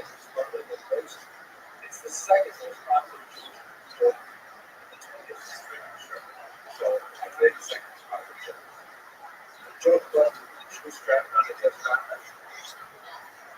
Okay, it goes like this. A Jew is standing here.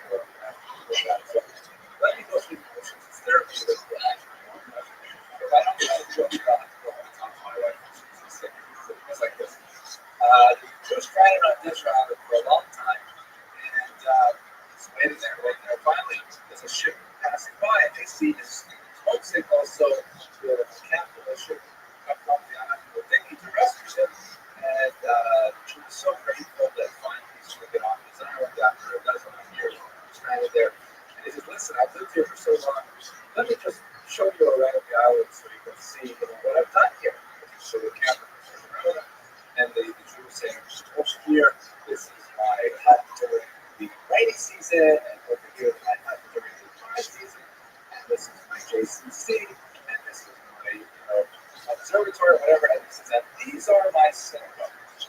And the captain says, 2 synagogues? What do you need 2 synagogues for? The punchline is, this is the one I died in, and this is the one I would be cut dead in. The joke is, thank you for that. The joke is, you don't hear this on the internet, so people should feel that. They're actually enjoying it. But the joke is that you can't, every Jew needs to have a synagogue, you would be cut dead. So that was the issue. That joke does go to measure today because he's seafaring and he was never shipwrecked, but that was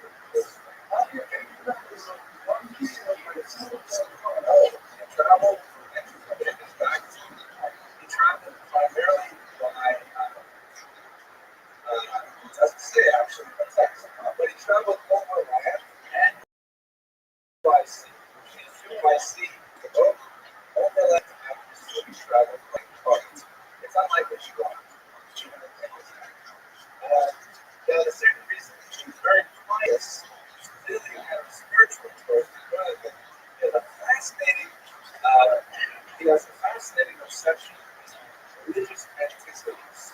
Wherever he goes, he wants to find the graves of these righteous, particular biblical figures, and he finds them all over the place. I'll share with you a couple of his descriptions of these biblical graves, which are most likely quite fanciful, but interesting in themselves.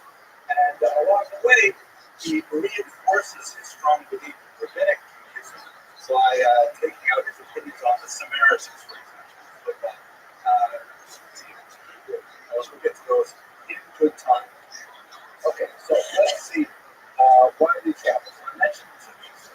Here we go. So he traveled by camel. And of course, the picture of John, the 12th century.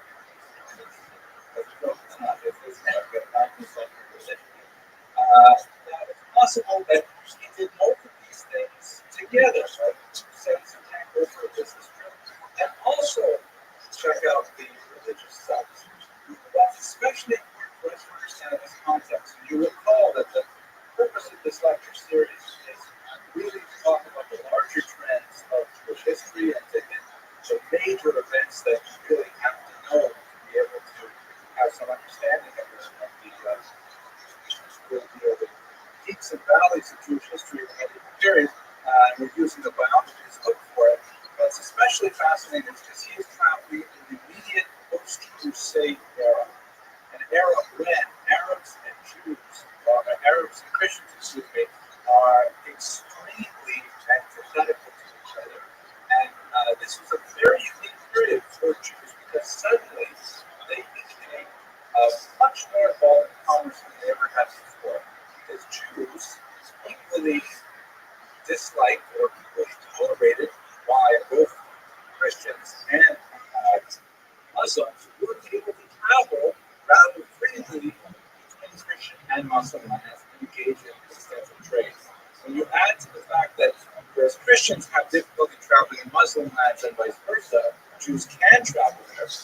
You add to that fact the idea that there are little outposts of Jews all over the place. So if a Jew is traveling like Benjamin from Judea and he arrives in Constantinople, he can easily find a Jewish minion show up and say, I'm here on business, I'd like to find a place to stay, I'd like to meet some people to trade with and so on.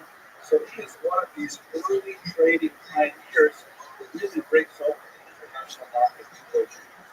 I don't know whether he was really one of the first, but clearly his itinerary was of signal importance to Jews who wanted to retrace these steps and perhaps open up channels of business. Like I have a few friends here in the neighborhood who do business with China regularly, fly over to China and they buy all kinds of things and then they have them imported here and they sell to them, that kind of thing.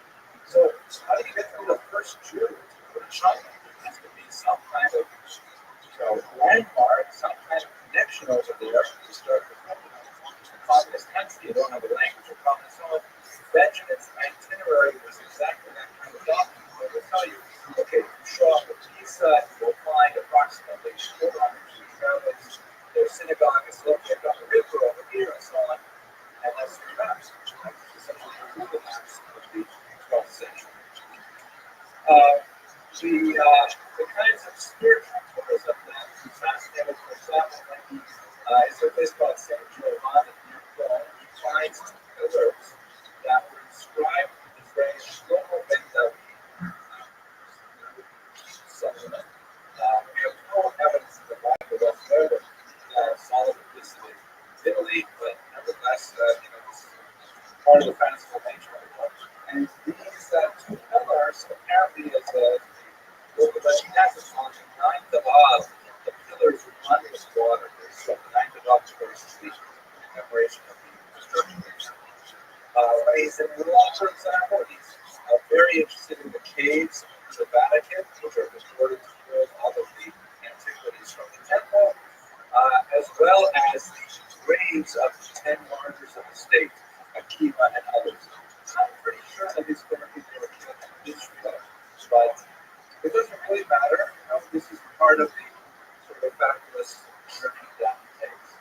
He goes to a place called Wallachia, probably the region of contemporary Bosnia, Herzegovina, that region, where it's a group of people who are extremely warlike.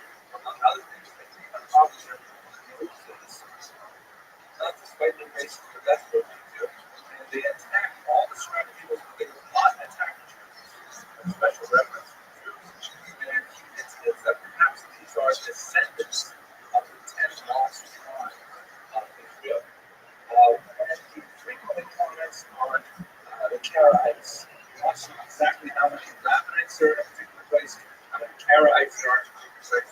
In Constantinople, for example, he refers to 2,000 Rabbinites, which might be 2,000 Rabbinite households, as opposed to 500 of the Karaite variety. These are the kinds of things he's very interested in as he travels out. Both business and tourism. Well, let's go straight to the Crusades as the backdrop for this and try and understand what these things are. They actually are super important in the church's history. Rabbi, as opposed to the oh, there is the guts. What is to Karite?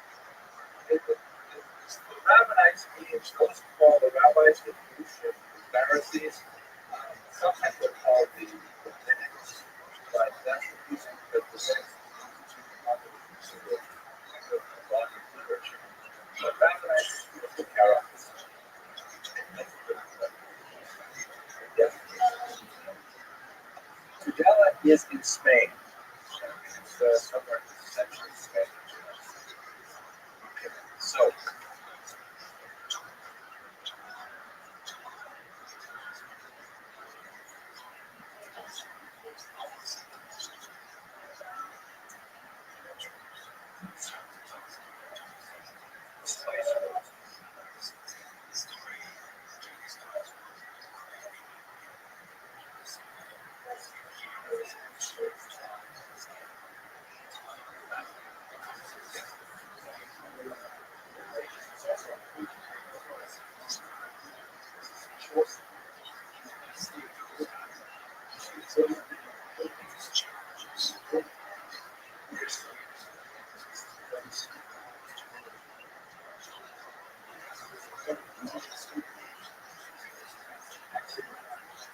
excellent observation. Also, but it's especially in this crusade that is the greatest book of the era. The last picture.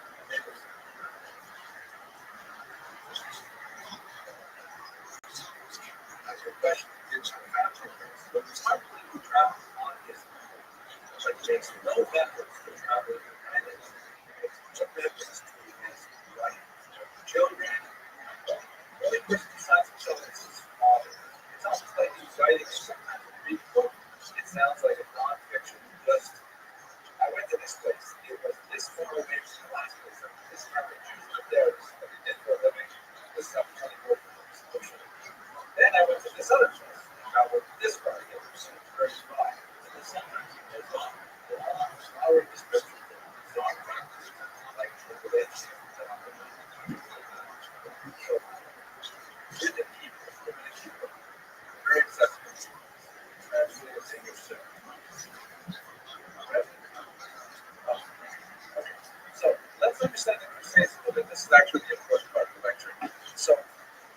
Crusades, very difficult period in medieval history. It's really a turning point. The situation is that Muslims are in control of Israel at this point, as they have been for quite some time. When the Seljuk Turks take over in 1071, at that point the Turks are a little bit more strict with regards travel into Jerusalem, and this begins to interfere with Byzantine pilgrims, Christian pilgrims who are coming from Byzantium, Constantinople. It's not full Constantinople yet, but they're having difficulty getting to it. And it's Jerusalem in particular. And in a rather unprecedented move, the emperor of Byzantium appeals to the Pope in Rome. And this was like an unusual, so to speak, after the elections, reaching across the aisle, because the Byzantium is Orthodox Christianity, and Rome, of course, is Catholicism, and they're really not on speaking terms at this point. So it has to do with a whole bunch of splits of tribal issues that are very sad. But the fact that Orthodox Christians across Emperor capacity, both in Rome after was a really important gesture, and the Pope felt constrained to actually respond. So in 1095, Pope Urban II says, this is absolutely intolerable that Christians cannot travel from Byzantium down to Los Angeles, West Constantinople. They can't travel from Constantinople down to Jerusalem. So he calls for all Christians to unite, to organize themselves and mount a massive attack on Jerusalem. It happened that France in particular had a labor surplus, and in particular they had a very difficult time because they had too many knights building up in the early region. The way the legal system is set up, it's designed to have a large peasantry that supports a fairly small military, the knights, their squires, and other instruments. The knights running around. And these are like, single men, age 8 to 24, unemployed, dangerous thing. So it was perfect time for the French, and they organized themselves to march all the way to the Holy Land and take it from the infidel. There was a huge mass hysteria throughout Europe with the idea of this great endeavor. In France, it was fairly well organized. In Germany, just chaos. Crazy people getting involved, claiming to have been visited by various biblical characters and told to go to the Holy Land and there to rescue Israel. So the French were fairly well organized. The Germans, however, were entirely different. In Germany, you had people like Peter the Hermit and the notorious Amico, for example. Amico managed to raise an entire band of people following simply by taking off his tunic and saying, "Look, I have been branded by the Lord," and on the back, he had a cross marked on his shoulders. As if to say, this means that you're supposed to follow this cross and come to see the kiss and this time shall you conquer. In another place, there was actually a report of a goose that kept on turning towards the east, and all the local countries took this as a sign that they were to follow the goose all the way to Jerusalem. I thought it was a tremendous amount of chaos in general. Unfortunately, the chaos is really of Jews first and Jews historically are fairly content to live in a mildly oppressive regime. As we have done for so many centuries, and as we continue to do even today, there are some societies, for example, south of the border, where south of the continent, there are societies that are not necessarily governed by law, but as long as there is no chaos, Jews can manage it. The worst thing for Jews is when we cannot rely on law entirely.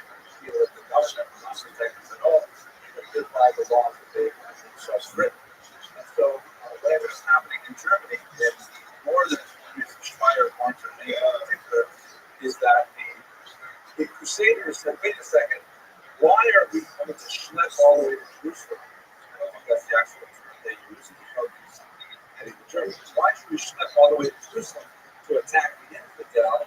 And we have infidels living right here in Germany. And so instead of taking these bands all the way to Jerusalem, these kind of ragtag groups of hooligans and misfits, those kind of people, they actually attack the Jewish communities of Shur, as they are known by their Shire. So the first attack occurred in the city of Shire in May of 1096. And there, the Jews, realizing that they were under attack, they ran to the local home of the bishop to remember that both Jews and clergy are very organized at this time. The cathedrals, to be sure, and even the larger churches, tend to be in these villages or in towns, and the larger peasantry lives in manors or farms spread out from the local village. So the people living in the city were for the most part Jews, people who practiced guilds or various merchants, and the clergy. They had a rather close relationship. The Jews were hidden safely by the bishop there, and the bishop took a very strong stand against the pogroms. And in fact, he captured one of them and had his hands cut off as a demonstration that this kind of behavior would not be tolerated. In fact, the pogroms ended up leaving Speyer without any casualties. In the nearby towns of Worms and Mainz, on the other hand, an entirely different development. Jews went into the bishop's home, and the pogromists actually invaded the bishop's home. And the Jews out and in Mainz, later that summer, they demanded a bribe from the Jews. The Jews paid, but even with paying the bribe, they still attacked the Jews. Horrible matter. These massacres are commemorated on Saturday mornings in the traditional liturgy in prayer on Barakhamim, which is said after the Torah reading, is specifically in reference to the Jews who were killed in the crusades. So a couple of observations about the crusades as response to questions. So what ends up happening with the crusades? So these so-called legitimate crusaders, meaning those locals who are fairly well organized, friends and so on, they can also be Jerusalem. They have a real war with the Muslims, and they win. And over the next couple of centuries, there's ongoing battles between the Muslims and the Christians over control of Jerusalem. For a while, it's held by the Christians. For a while, it's held by the Muslims. But during this Crusader era, they actually have a huge degree of success in their initial objective. That's why it's even turned to look offensively, especially offensive to Muslims. But it's into the English language. Go on a crusade for life donation, right? Crusade for, I don't know, March of the Night for some kind of good cause. So crusade has become synonymous with, put your energy into the great cause of society. And Muslims will certainly become not the cause of society. We are peace-loving people getting along with our local neighbors, and these crazy Christians come from France and start killing us. A lot of these Christians, Muslims and Christians, instead of really taking out the crusade. Anyways, that's the legitimate crusaders. So the illegitimate crusaders, these crazy bands who were forming in Germany and so on, after they finished massacring Jews, then they started making their way down towards the Holy Land, and as they're making their way down there, they have no provisions stored, they have no money to purchase provisions and so on. So as they're heading down, they actually end up raiding and attacking Christian homes who are to feed themselves on the way down there. And by the time they get to Hungary, there were Sonai and Rabbi, and the Hungarian troops actually moved out and killed all of them, and then prevent them from making their way. They had put them into their charge. So that's the end of that kind of like sort of footnote in the history of the Crusades. Very important for Jewish history, because the way that the Jews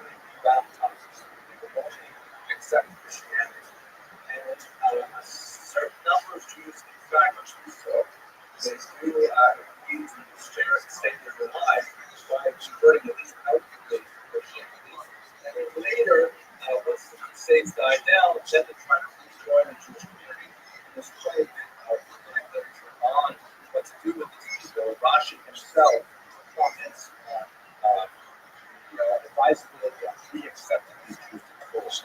But it presents a halachic difficulty because in Jewish law there are three transgressions which may never be committed on pain of death.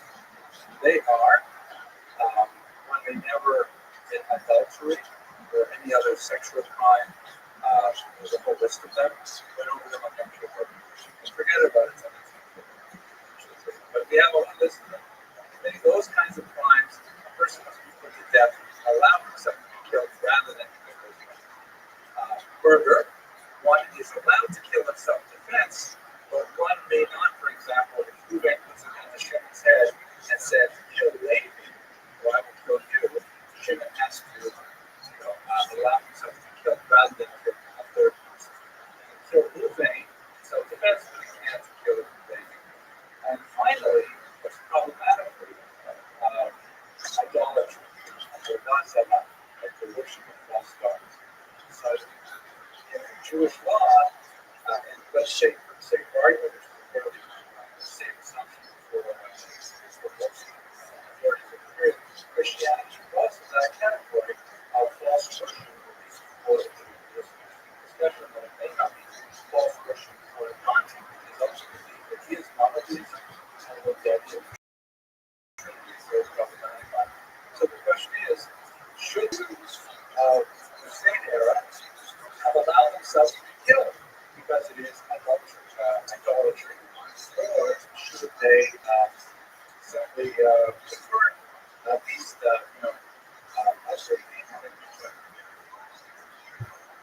many Jews decided that it would be better to be killed than in fact, there were several cases of mass suicide where Jews would literally cast lots, and the Jews would have to slaughter all the other Jews, typically with a knife, and then kill him or herself.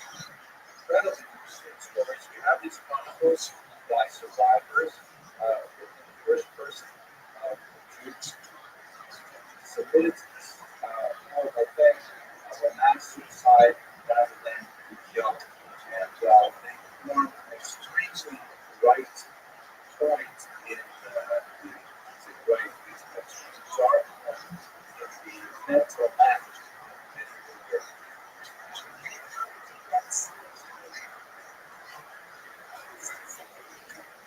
So I have these questions about pikuach nefesh, right?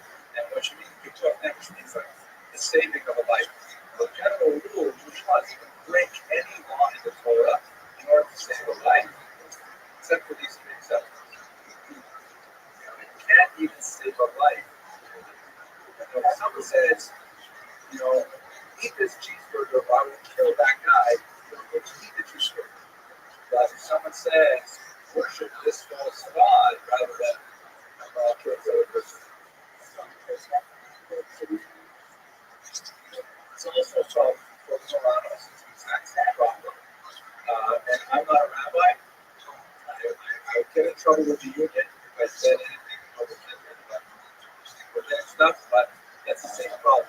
And in fact, the Moranos, so-called Moranos and crypto Jews who want to come back to Judaism also face a lot of opposition over their choice to publicly convert rather than submit to death.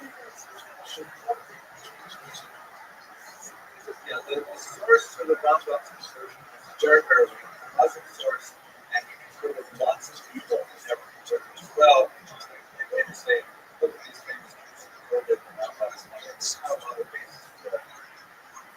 Yes.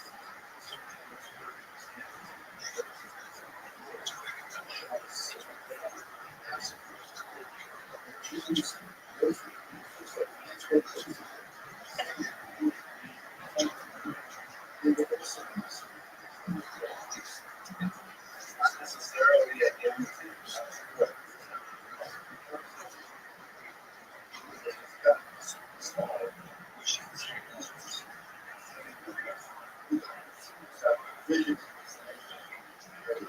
Let's go to each other's use. It's this idea that for a while it was the same frequency.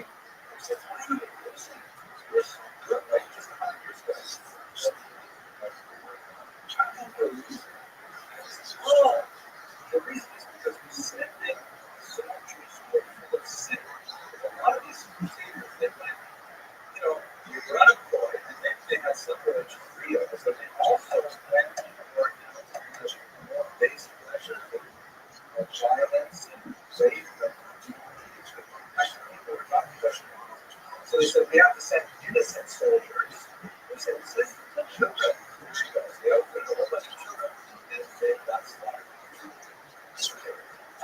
Lack was interested in the war.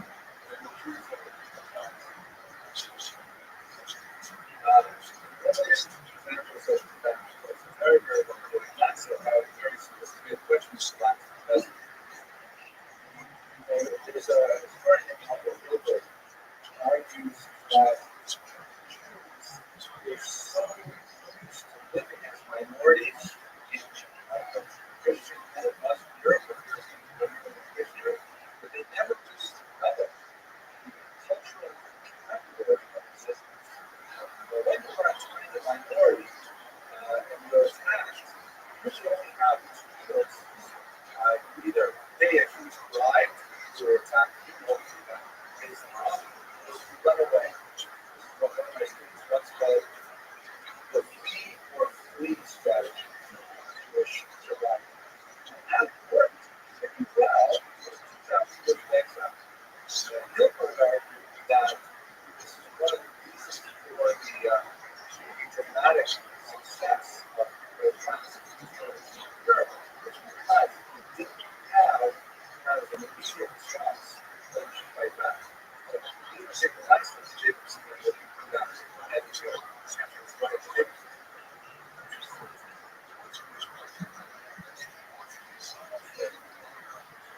right. Excellent question. Next slide. Next slide. Next, yeah. Why? So let's just one last point is here. For Ashkenazim, the growth of Ashkenazi culture, which is still quite young at this point.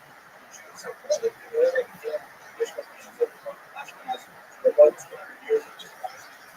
This is the defining moment for the way Ashkenazi culture goes for the next 700 years. Ashkenazim tend to look inwards, tend to regard the outside society as far more toxic and as dangerous as us versus them, and develop a kind of internal general thinking as a result of the cultural impact of some states. Quite different in the Sephardic territories of Spain, where the Jews there, they're just going through their golden age, and they're celebrating people like Pascal and Abrela, who are reaching high office in secular political positions, and also engaged in scholarship and so on. So one of the Jews of Ashkenaz, Jews in Spain, had about 400 years where the Ashkenazim were kind of transforming themselves as Sephardim were sort of spreading out. The Ashkenazim were celebrating insularity, and the Sephardim were celebrating engagement with the outside world.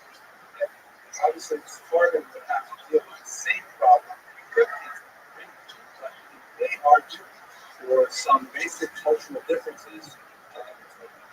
Let's do quickly use some observations. Protection of the clergy.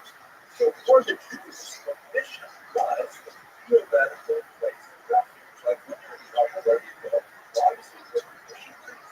And this is something that we need to bear in mind about Europe. But we tend to think overwhelmingly, especially in Jewish learning environments, as well. Salavan,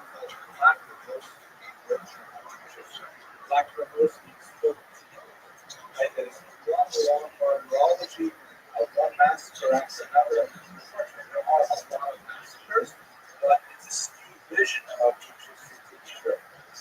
And even though we have frequently been attacked by outside forces, it's important to recognize that we had a modus vivendi, logical and practical with the church that at least dates back to St. Augustine.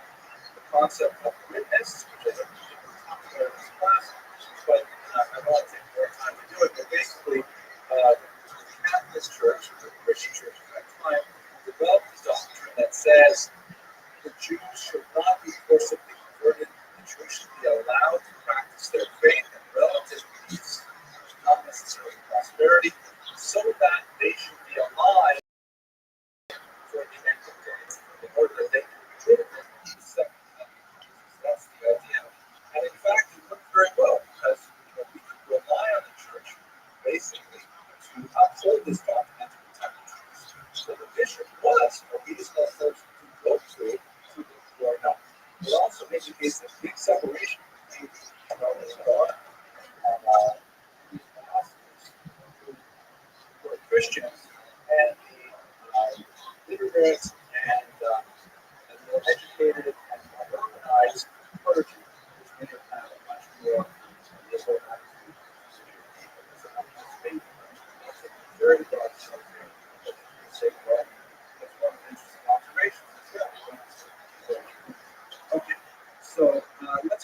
eventually to die. But this is the environment in which he's traveling. Right? The first crusade is 1095.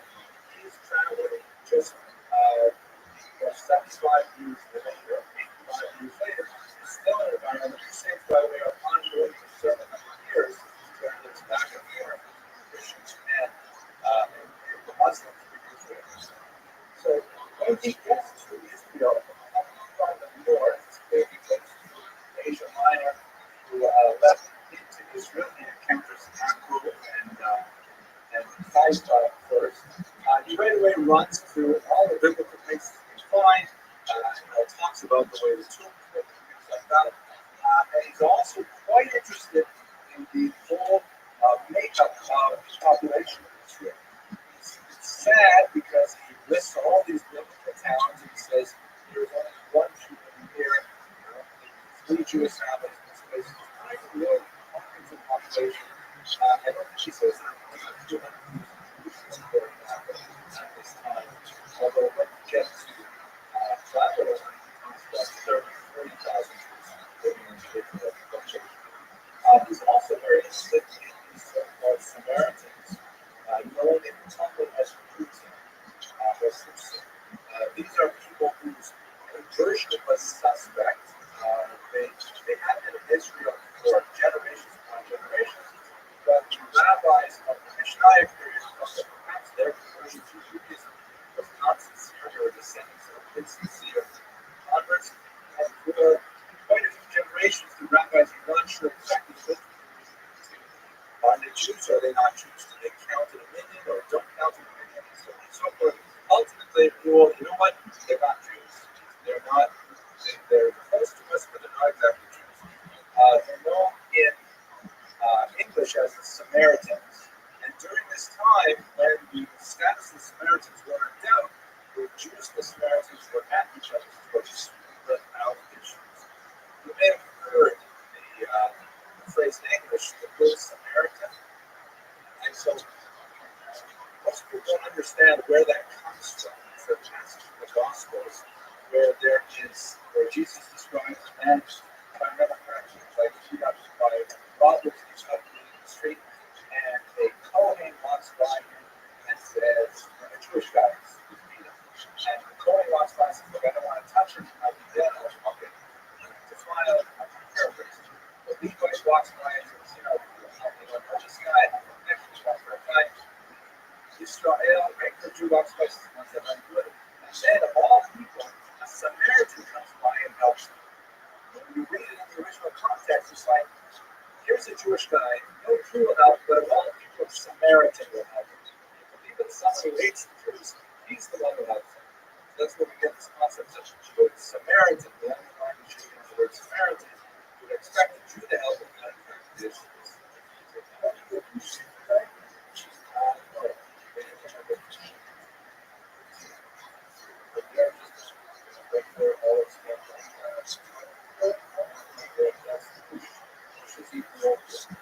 So, I see more of it.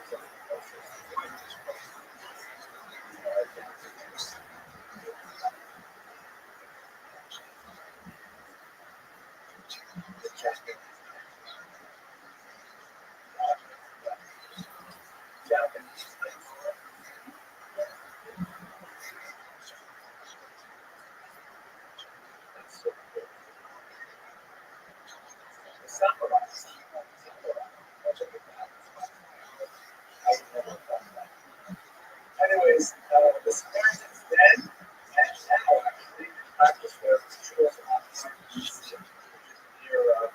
near Shechem, and they practice sacrifices like example. He decides that they choose their lion, say everything with an olive. It goes on and tells you what describes there are 400 nights of Talmud Crusaders. There are 400 nights that are there. There are hospitals there for the Americans who are wounded and so on. And he has a very beautiful and detailed description of the city of Jerusalem. He talks about the hotel, he talks about the stables of King Solomon, and exactly as we have today to go back there. He also describes Kebra was especially fascinating. He describes how it would arrive down into the actual caves, and there were inscriptions on these such graves and so much more detailed than of course today.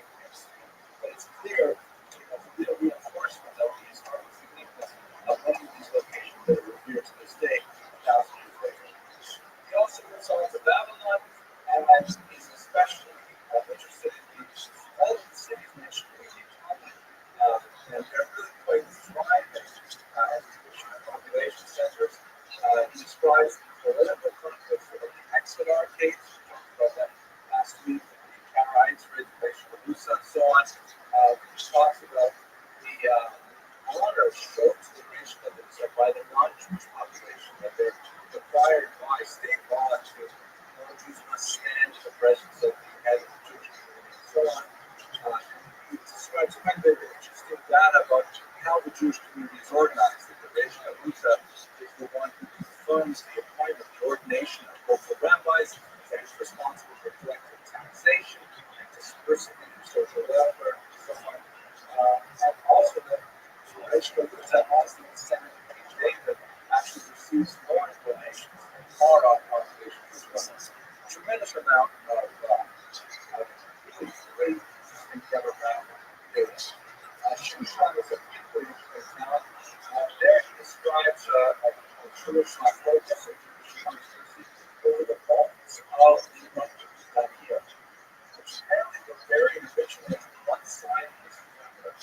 And the Jews living on that side of the river were very wealthy. So the Jews on the other side of the river were maintained. The only reason they're wealthy is because they have the privilege of living in proximity to the bones of the healed. So therefore they petitioned successfully to have the bones transferred to their side of the river. And they have a agreement where every year they would move the bones was conquered from one side of the river to the other in order to spread the wealth. Well, I guess. So they would, and so this went on for quite a while until the Persian Empire itself tried to consolidate something on. He also here disrespectful of what he's doing, trying to turn it like that. So he said, no, he was differently. He had him placed in a glass coffin and suspended from the middle of the bridge between the two settlements. So that way, it was like something was there, and they didn't share the riches. But fishing from the bridge was prohibited from then on. That was considered. That's why they have those signs here in Florida. You go fishing from the bridge. They never. Also interesting, he has a first reference of any kind to the cross Messiah David Longboy. Fascinating individual, we just from the snippets of him. But apparently he was something of a wonder worker, a Jew who claimed to be Mashiach, who would lead all the Jews back to Israel.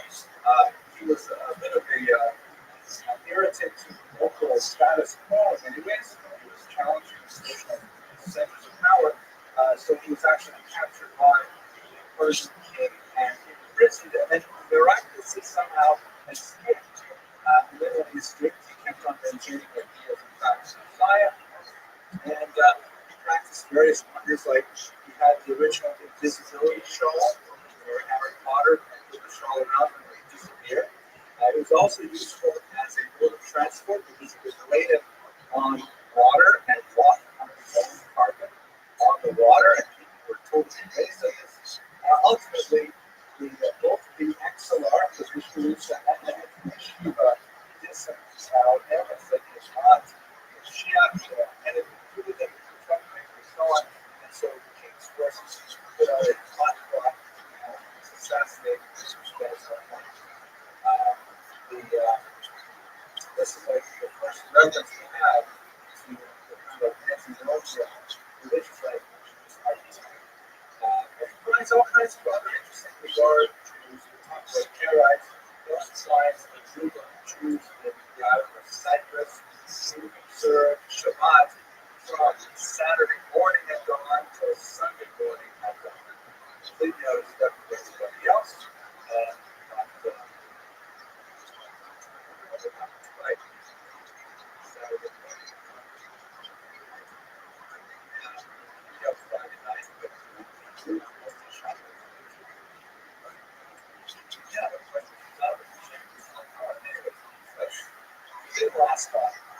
actually we want our Saturday nights.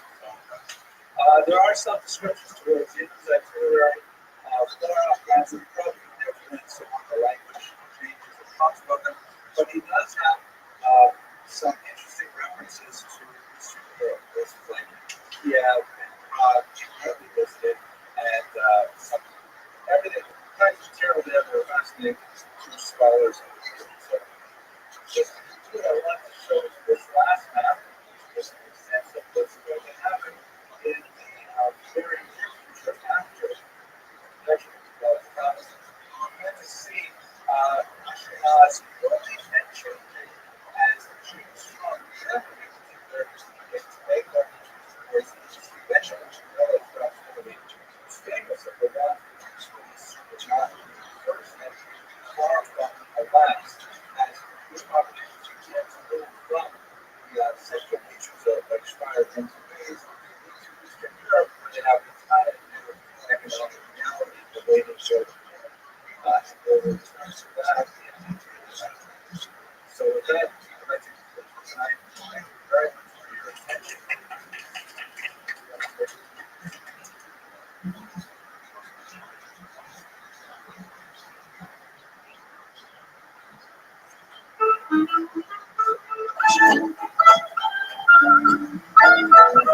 Hello and welcome to another edition of This Week in Jewish History. Today we're going to speak about an extremely consequential Jewish astronomer and historian named Abraham Zacuto. His role in Jewish history is especially important this week because we're commemorating the anniversary of Columbus's departure from Spain for the New World, and Zacuto's work was of signal importance in getting Columbus to the New World. So let's have a quick look at his life and work. So Zacuto his family originally came from Castile, and they migrated to Spain. Zacuto received his education at the University of Salamanca, and he spent much of his time studying astronomy in particular, although a good deal of his training was especially in the Jewish sciences, the study of Torah in particular. One of his teachers, besides his father, was the great Rabbi Abuab, the author of the Menorahs HaMaor, very important Kabbalistic work. He made his claim to fame primarily with the Chibur HaGadol, which is a translation of the term the Big Book, the Great Book, which is essentially a collection of highly accurate astronomical tables, which was later translated into non-Jewish languages and played an important role in a lot of the exploration that happened in the late 15th century. Columbus himself owned a copy of the Chibur HaGadol in obviously a language that he could read, and we have his marginal notations on the side, and he directly credits Zacuto with an exceptional event in his memoirs when he describes how he was taken captive by natives of some type at one point and was threatened with death until he used Zacuto's timetables to be able to accurately predict an eclipse, which of course demonstrated his superior knowledge and so on and allowed him to be saved. Zacuto's work also played an extremely important part in the travels of Vasco da Gama, and particularly his improvement of the engineering of the astrolabe, which was a device that was originally made out of wood. Zacuto switched to metals and also calibrated in such a way that it was possible to actually calculate one's position at sea far more accurately than had ever been done before, and ultimately led to the circumnavigation of the globe. Zacuto was, of course, highly regarded in his own lifetime for his astronomical work. He was the astronomer to the King of Portugal, actually, after he had been, along with the other Jews, expelled from Spain in 1492. He resided in Portugal. And he is justly credited with the many great discoveries of that great age of exploration. One of the modern recognitions is the fact that a crater on the moon has been named after him. However, his life did not end well in Portugal. He was exiled from there as well, along with the expulsion of all Jews in 1497. He made his way with great difficulty to Tunis, and then eventually to the Holy Land, where he is believed to have passed away in the year 1515. One of the most important aspects of Zacuto's work outside of his astronomy was the compilation of an amazing book called Sefer Yuchasim, which is a truly phenomenal 15th century history book that gives us tremendous insight into Jewish history as a whole. Well, that's it for this week in Jewish history. I hope you found this interesting, and I wish you an excellent week. Hello,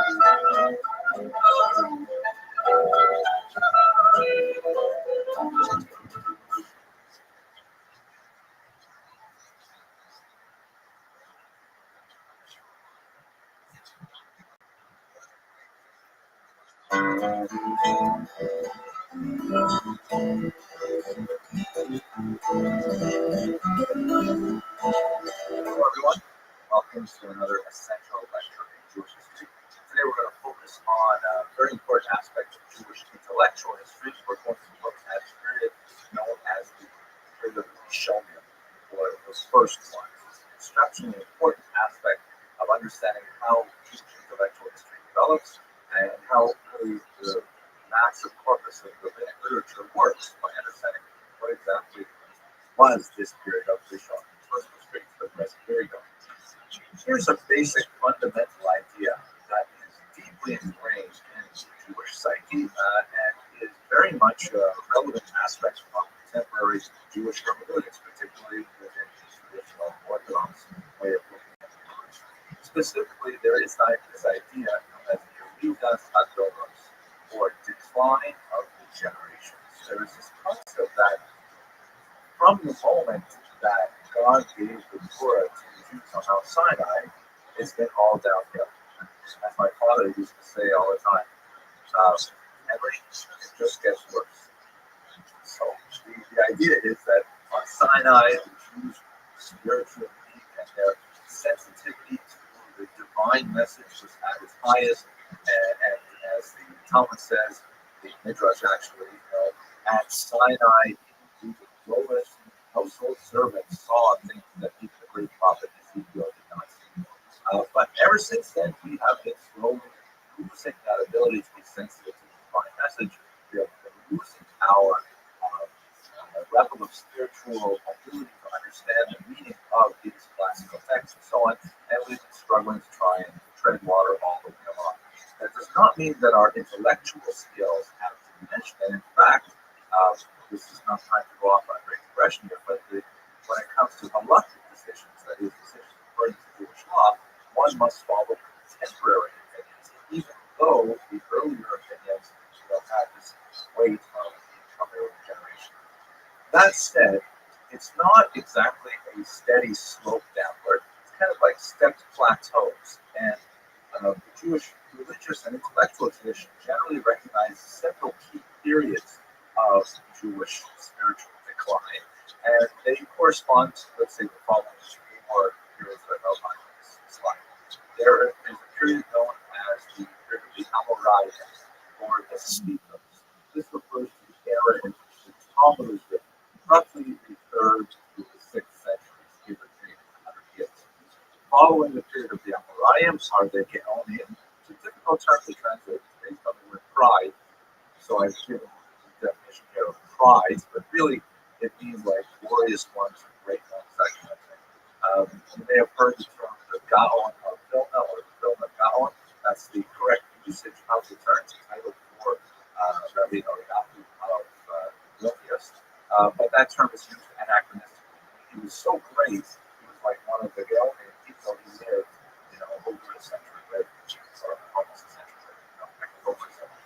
And then we have the period that we'll talk about today, that is of the Rishonim, the first ones. The word Rishon in Hebrew means first. And that spans roughly 900 to 1500, although there's some, kind of pedantic dispute over exactly when that period begins and when it ends.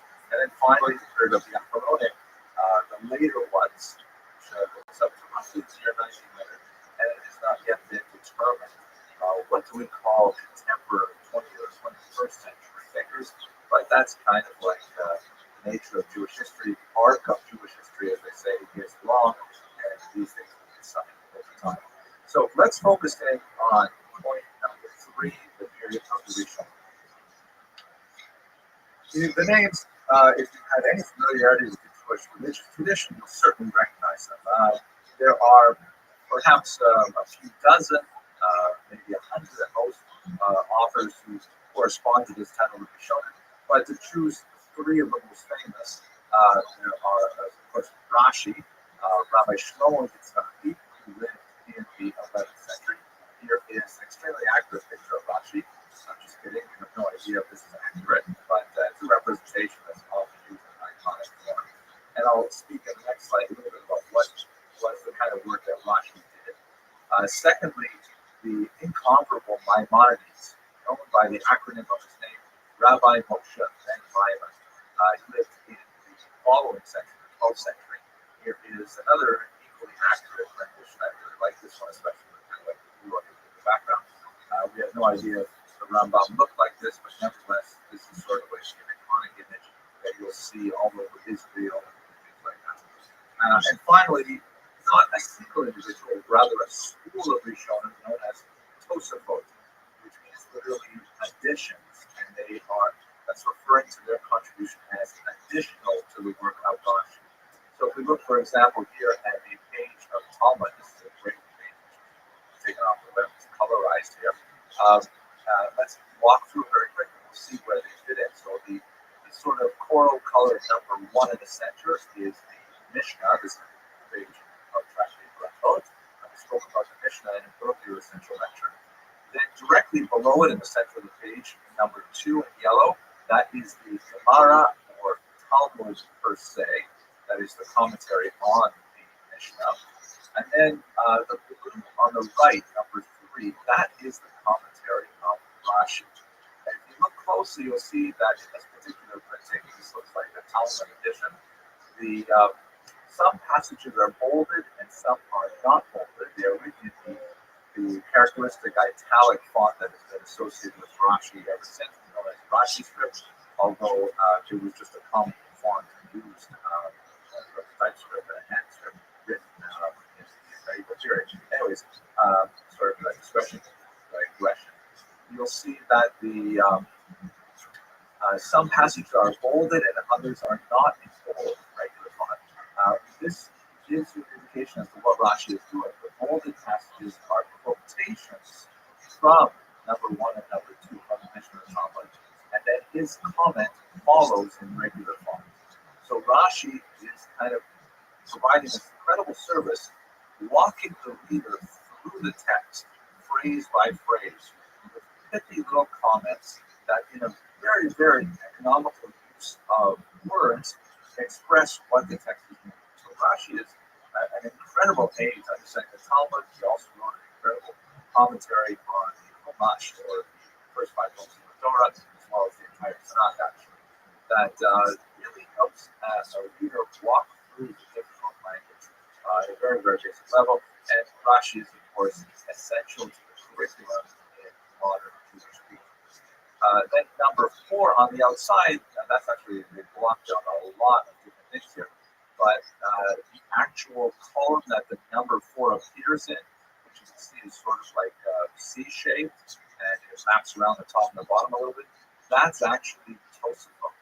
These are additions to Rashi.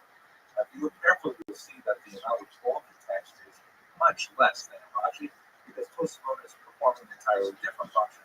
Tosafot is analyzing the Talmud itself, raising objections, comparing passages elsewhere in the Talmud to the spot on this page and so on, and really taking an entirely different approach to the Talmud than Rashi represents. Tosafot represents several dozen scholars that lived roughly the 12th through the 14th centuries, and their ideas are kind of codified in this picture. Now, the other materials around the outside are various other commentators that go all the way from the 10th century up to it looks like about the 18th century is represented here, and they perform various functions. You'll see my lecture on the Talmud if you're curious about this in greater detail. Right, let's go on. So those are 3 very basic famous Rishonim. There are dozens more. Now, what exactly did the Rishonim do? What is characteristic of this period in Jewish intellectual? Well, the first thing I've already alluded to in the previous slide, some of the Rishonim were incredible explainers. They took texts, often ancient texts like the Torah and the Mishnah, and they basically rendered them in more readily understandable Hebrew. Many of those texts are written not in Hebrew, but they're written in Aramaic, for example. It's almost written in Aramaic. So there was a lot of but more significantly, unpacking the arcane and coded nature of many of these texts, synthesizing the oral and the written tradition. That's especially something that Rothschild did tremendously, and generally making the texts, which at this point may have been over 1,000 years old, accessible to medieval readers. Nowadays, of course, the decline of generation is certainly true. Many of us require English translation to access the Rishonim who are helping us access the original text.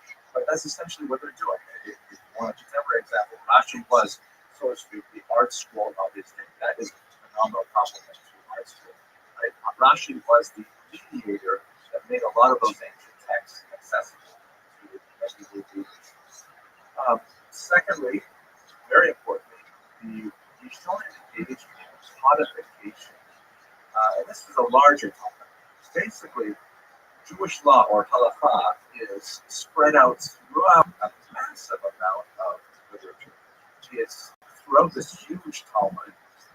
There are passages that are derived from the Tanakh, and of course from the Torah itself, and the commentaries on the Geonim. There are correspondence known as the Shuvot and so on.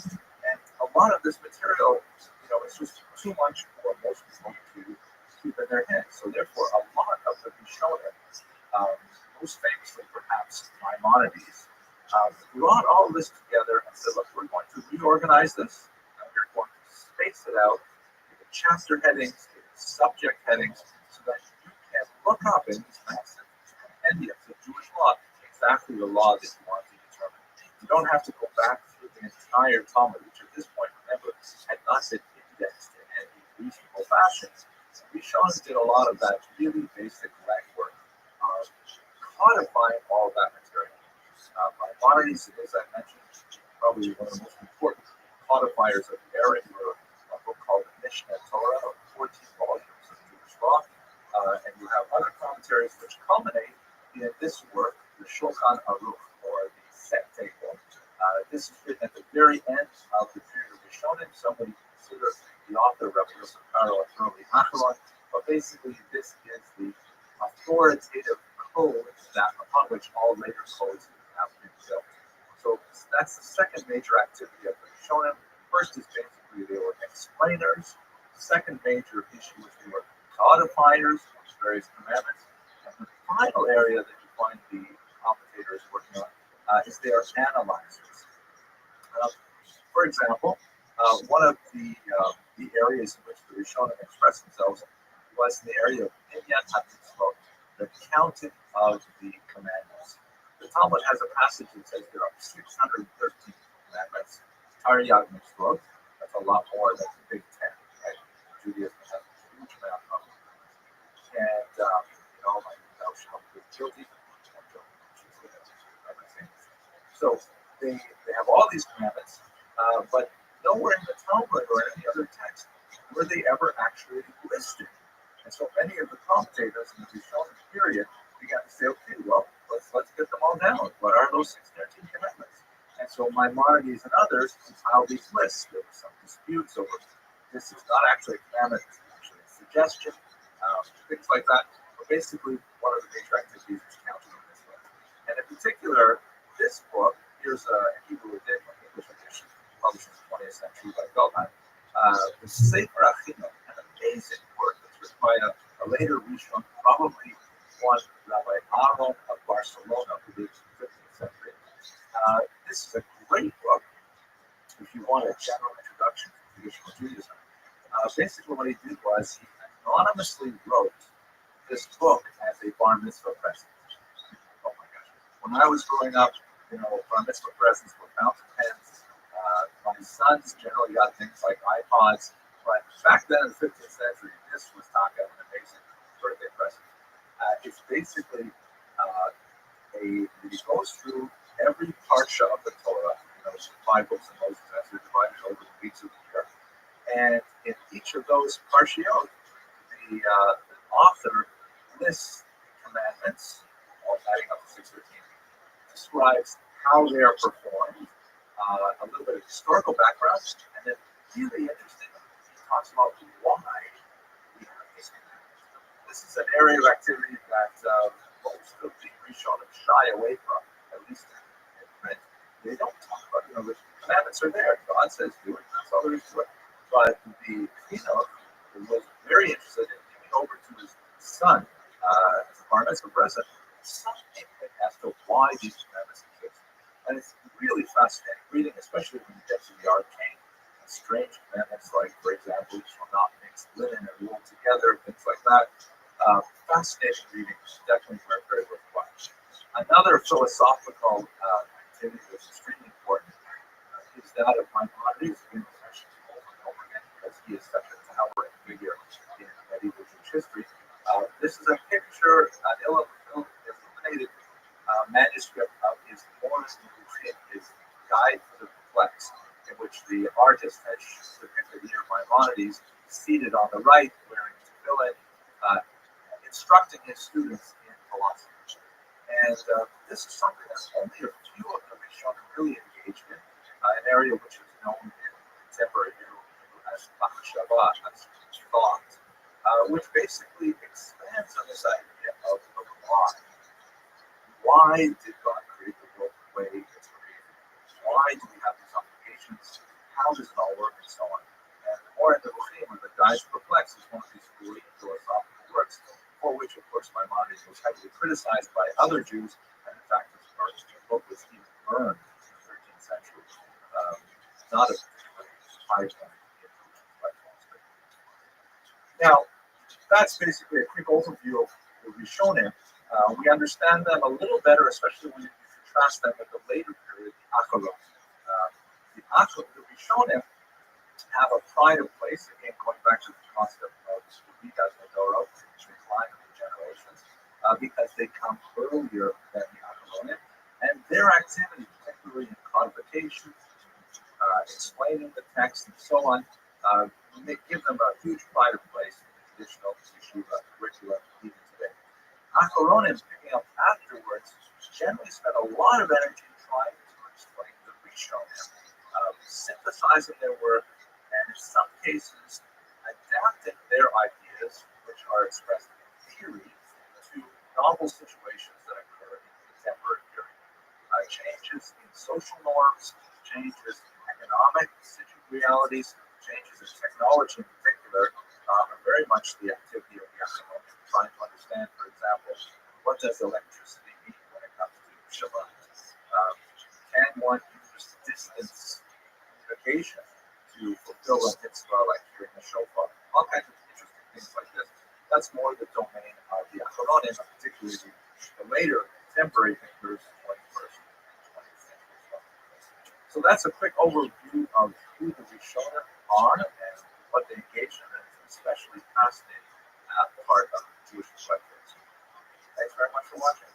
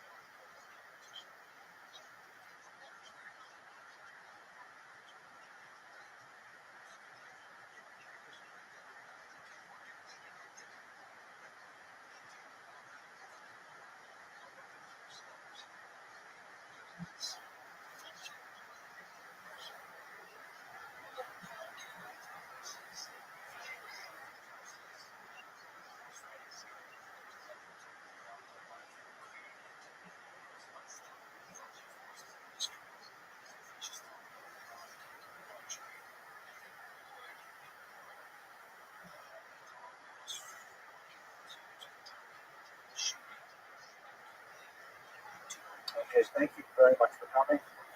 It's fantastic having the last week's book launch. I'm very gratified by it. Anyways, thank you. Tonight's lecture on material is dedicated by Kay Wiggs, who wants to honor her grandfather, who always told her to look it up, by Mr. Ramiro Matos, and by Barb and Kellen Leaker in memory of Lou and Jenny Ehrlich. As I mentioned to you in a previous class, all of our lectures are actually subscribed. We've got people who given to the donated to the student scholarship funds for the lectures. That's great. And what I especially like is the fact that people are still giving to the overall scholarship fund, which is amazing. So you've got a couple more anonymous grants of $100 and $101. We're now at $10,249, and we've got a few weeks left to hit $100,000. So we'll somehow make it. I also want to give a special thank you, as I mentioned, to those of you who came last week. It was really wonderful. We had a huge crowd. There was a lot of sushi that was consumed, a lot of cookies and things like that. I think we had a beautiful experience talking about my new book, which is selling really well. I'm pleased to say it's great to know that many people are appreciating it and it's getting the readers who will enjoy it. Also, if you're interested in learning more, I will be having another book signing, this time in the 5 towns. So if you're out in Long Island this Thursday night, it's Kristallnacht. Of course, that's a very important day in the history of the Holocaust. And I'll be speaking about the new book in that context, and welcome you to come on out and send your friends in the 5 towns to come see it. Okay.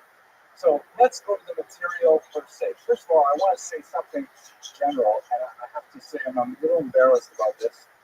You know, I have a PhD, and I've been teaching Jewish history for like 30 years now, and I've always pronounced our subject's name wrong until about 3 weeks ago.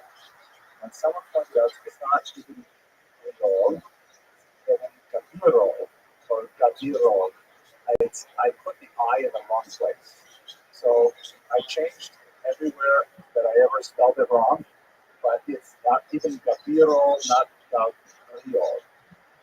It's embarrassing. I even said it to a rabbi, and the rabbi corrected me, and I felt humiliated, but it's good because it gets rid of my sins for young people. Anyway, so we're going to look at Ibn Gabirol. That's our subject for tonight. Fascinating figure who lived a rather troubled life. He's, of course, directly within the period that we've been focusing on for the entire semester, looking at Al-Andalus, and we will continue with Al-Andalus right up until for a couple more weeks, and then we're going to look at the Jews in Christian Spain up until 1492.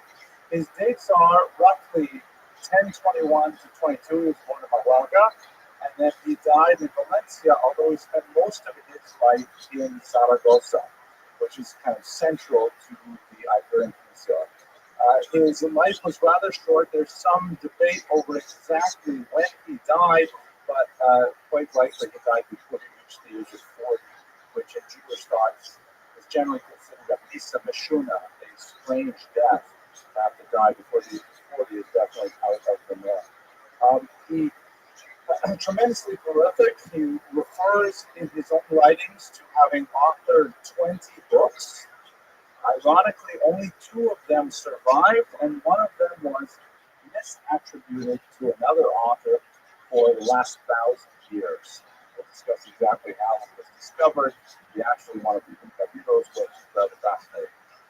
He lived a difficult life. He was orphaned as a young child. He found a patron, and then before he turned 20, the patron died. And he was regarded as a brilliant individual, a fantastic poet, and of course, in Spanish society, poetry was the acme of all virtues. So he had always an audience to attend to his poems, and he had customers for his poems when he was writing them for hire. But he was not well loved for his personality.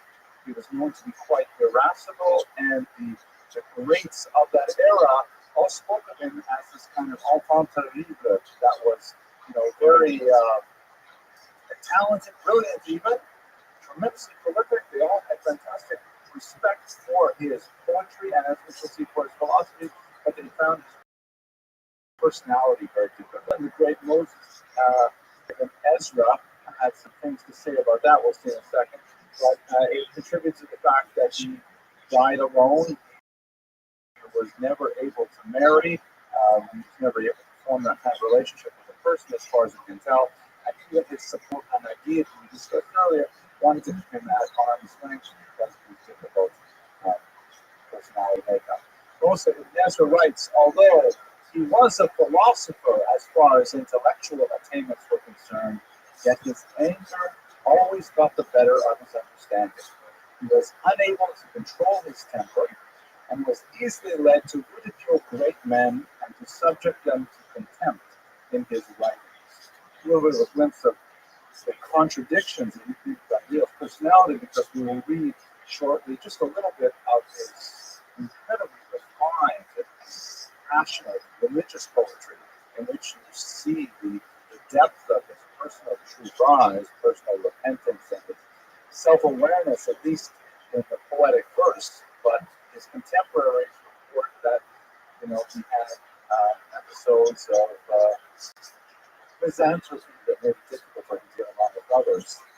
Here is a reference from his own poetry. He writes, "When my anger is roused, the heavens rumble with my thunder. I am not like the man who speaks mellow words and bows and scrapes of humility." There's a sense of there's some fire burning there in his personality. Yes, that's where it comes from. Here's my favorite, though. Check this out. "My light is diffused through the world, yet I am dirt beneath the feet of my true friends." Meaning, if I love you, if you're one of my friends, I'll do anything for you. I'm like dirt between your feet. Just ask whatever you want, I will do it for you. Dust to those who keep faith with me, and you won't find a more loyal or true associate than I. But to my enemies, I am a sky raining fire on their heads. And this is in a letter he writes to his former friend.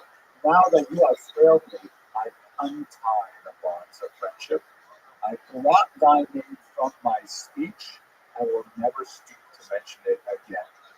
So this person you don't want to cross, and see why he would be regarded in this rather negative way. So you get a sense of his personality from just a few snippets of the kinds about this. It's ironic. Let's go straight to mistaken identity, because it's so. There is a great historical irony here in that the contrast between his elevated ethereal writings and his personal inability to control his anger are expressed in really being outside the major corpus of great Jewish writers in the area where he was most brilliant, which was his philosophy. Not so much his poetry, in my humble opinion.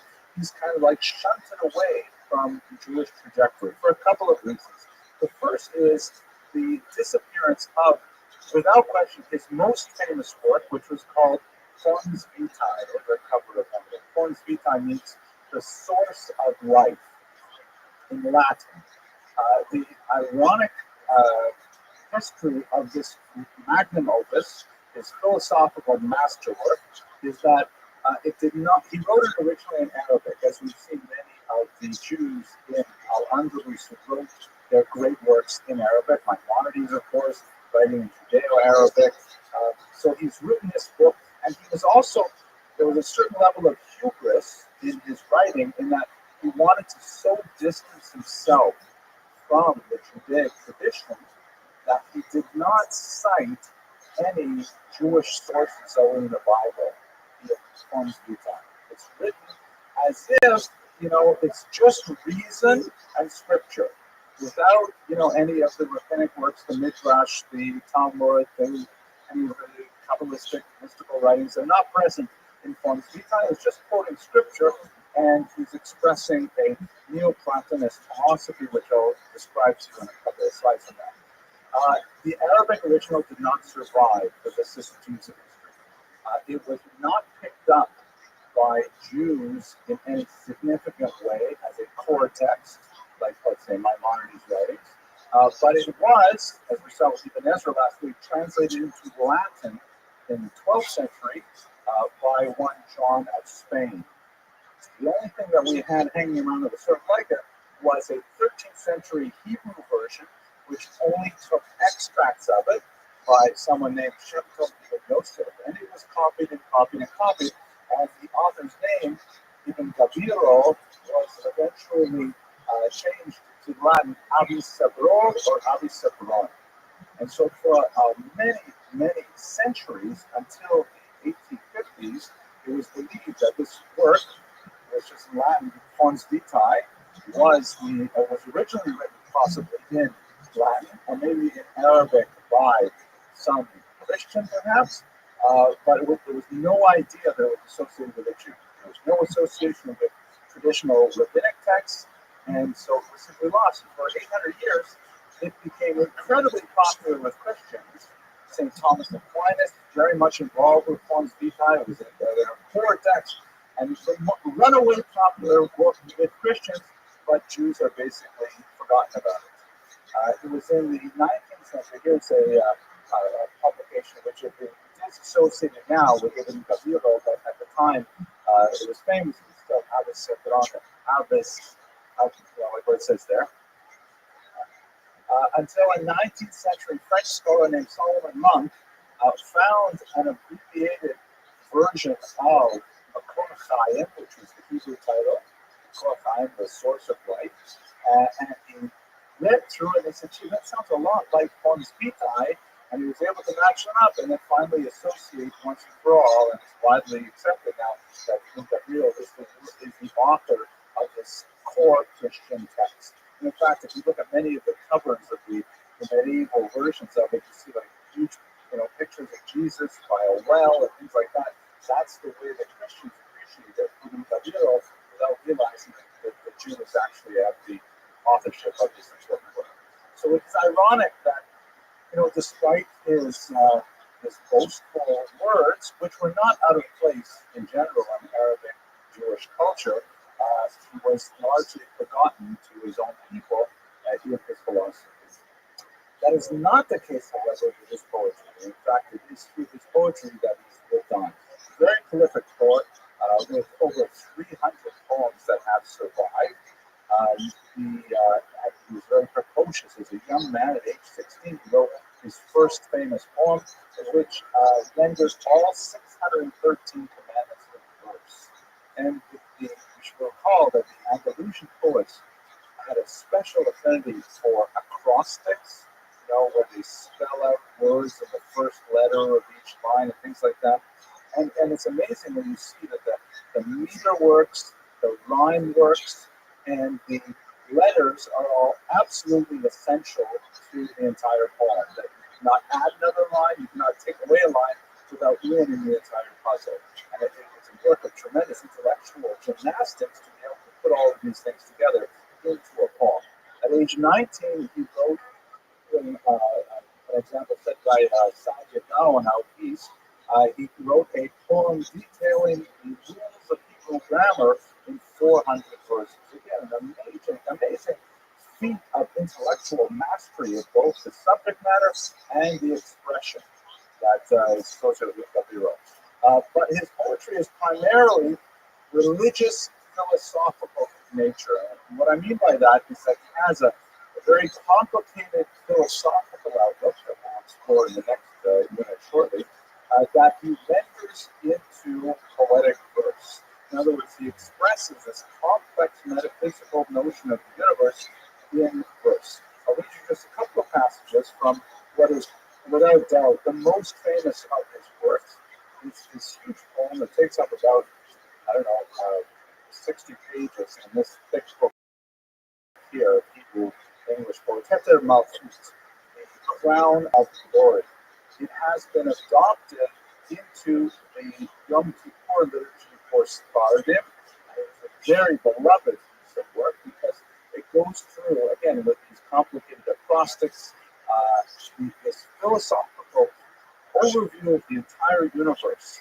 It's very astrological in nature. It goes through the creation of all the planets and what they're for and what they exert upon the world. It goes through the organs of the human body and what they're all about and how God fashioned them and so on. And you get this tremendously majestic view of everything that God created. And then he connects it to the personal repentance in a way that makes it so perfect for Yom Kippur. So let me just read you in English the beginning, the first stanza, and then let me read liturgy section I chose for repentance. So this poem begins with a little introduction that says, "May this my prayer aid mankind, the path of right and worth to find. The living God, his wondrous ways, herein inspire my song of praise. Nor is the theme at undue length set down. Of all my hymns, behold, the royal crown."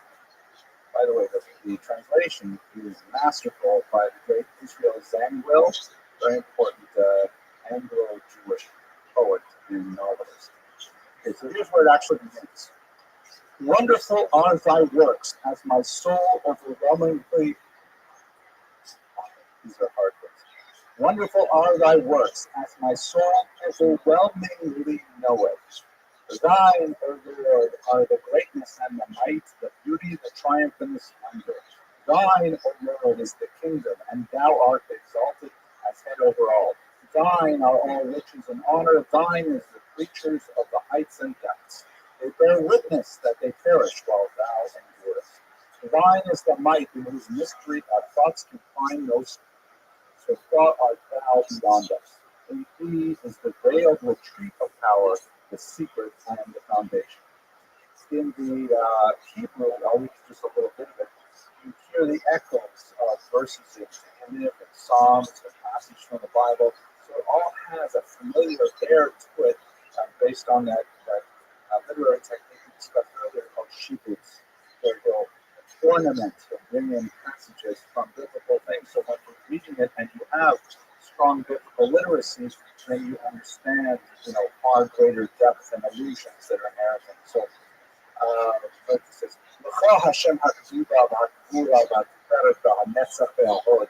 L'cha Hashem ha'mamlacha v'ha'tikaseh l'chol ha'rosh v'ha'osher v'chavod. L'cha pruei mala u'mata ya'ad ya'im ha'yavedu v'ha'tach sa'amod." So I said that Ashkenaz around ta'amod. "L'cha ha'gvura asher b'sodah v'hu v'yonenu la'amod. כי עצמת ממנו מאוד, לך חדיון העוז הסוד והיסוד." So if you're familiar with Hebrew, and if you're a regular in the synagogue, you recognize many of those passages as being taken directly from the liturgy or from Tanakh and so on, and they inform every line of this massive poem. So as I mentioned, it goes through this beautiful cosmic overview of everything in creation, how God created it. And, you walk away on Kippur here, this is not eating, you're reading this massive poem, and you're feeling the greatness of God's existence. Okay, so here's a passage just to give you a sense of how deep his personal God is. How, we've seen how others have referred to him, how he regrets his own mistakes. He says, "Oh my God, I know that my sins are too great to tell, and my trespasses too many to remember. As a drop from the sea will I make mention of some, and make confession of them." He will, by the way, go through a long series of acrostics of all different kinds of sins, which we see in the Ashkenazic liturgy as well, faiths, prayers, and things like that. Same idea. "Perhaps I shall silence the roar of their waves and their crashing, and thou wilt hear from heaven and forgive. I have trespassed against thy law. I have despised thy commandments. I have abhorred them in my heart, and with my mouth spoken slander.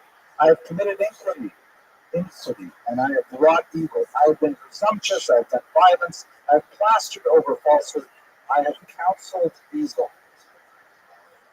I have lied, I have scoffed, I have revolted, I have blasphemed. I have been rebellious and perverse and sinful. I have stiffened my neck, I have loathed, I have rebuked and done wickedly. I have corrupted my ways, I have strayed from my paths. I have transgressed and turned away from thy commandments. But thou art just in all that has come upon me, for thou hast dealt truly, and I have dealt with it. O God, my countenance falls, when I remember all wherein I have provoked thee. For all the good which thou hast bestowed on me, I have requited thee with evil. For thou hast created me not from necessity, but from grace, and not by compulsion of circumstance, but by favor and honor. And before I was, with thy mercies didst thou conceive, and breathe into me a spirit, and call me into being. And after I came forth into the light of the world, thou didst not forsake me, but my tender father didst thou watch over my growing up. And it goes on in this vein. I don't want to, tshuva in the Tashvat, few months still to do a Veros and then we catch up on Yom Kippur. But you get the idea of I think, the depth of his poetic sensibility and why he was so beloved as a poet. As we shall see at the end of this class, he's immensely quotable. So much so that he's one of those few Jewish poets who have sort of breached the barrier between being an internal Jewish celebrity and being a world celebrity. Like people like Maimonides, who are able to inform the world, even in other languages, as being of great depth and wisdom. Okay, so let's talk about his philosophy a little bit, because in many ways that's really the core of what he's all about. His poetry is deeply informed by his metaphysics, and it's impossible to understand his poetry in any depth without grasping the larger sense of his philosophical view. So he was one of the great Neoplatonists. What is a Neoplatonist? Well, let's start with what is a Platonist, and then we'll work through the Neo part. Here is sort of the classic painting, of course, the School of Athens by Raphael, 16th century. It's in the Sistine Chapel, which is a very beautiful building near some schools in Rome. And this shows like all of these great thinkers from the Periclean age in Athens. Socrates is over here in green. He's, of course, the father of philosophy. I'm not an art historian, so I don't really know why Socrates got to the side. I would have put him like, and he's looking at profiles to be more central. But definitely the most important figures are essential to the event. You see here Plato and Aristotle, two figures who have incredibly large influence on Jewish thought, coming from the other side of the equator, as it were. Plato here shown on the right, the elder, who was the student of Socrates, and his student Aristotle over here. And Plato and Aristotle differed in so many things.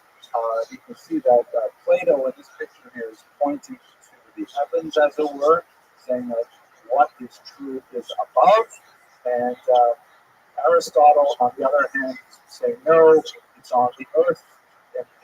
Empirical studies are what's important, and so on. Plato,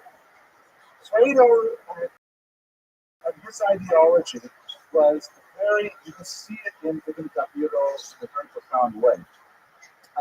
Plato argued essentially that this world that we live in, the material world, is essentially a pale reflection of a perfect and mathematically exact world that could not be contained within material forms. And in fact, he used the term in Greek eidos, or in English forms or ideas, to refer to the mathematically perfect, not theoretical, but somehow metaphysical world of which this is a pale reflection. So, for example, in Plato's thinking, there is the perfect chair. There is the ideal chair, which is exactly the mathematical form of what a chair should be. And all chairs that we have in this world are kind of like the attempt to approximate that ideal chair. That's kind of like if you're familiar with the Republic or you study philosophy when you're in college, in the 6th chapter, they have the famous metaphor of the cave, where you have people who are strapped to chairs and they're forced to look at the back of a cave, and behind them there's a fire illuminating people who are holding puppets. And so the people who are strapped to the chairs looking at the back of the cave, they see the shadows of the puppets, and because that's all they've ever seen in their life, they think the shadows are real. But were they to be released from their fetters by the philosopher and turn around, they would see that the shadows are only cast there by the fire and the puppets, which are more real than the shadows. And if they were to come up onto, level ground, then of course they would see true reality, the sun, trees, and things like that, and all of a sudden they would perceive what is actually real as opposed to what is simply ephemeral. So that's kind of like the core idea of Platonism. Aristotle, whom we won't discuss today, but we will have to get into in later classes, because he had a huge influence on Maimonides in particular. Aristotle said, all of this whole otherworldly stuff, it's garbage. There is no world where everything's perfect and formed. Plato just made all that stuff up.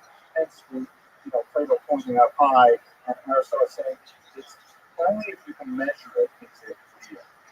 And a huge difference over the empirical status of reality.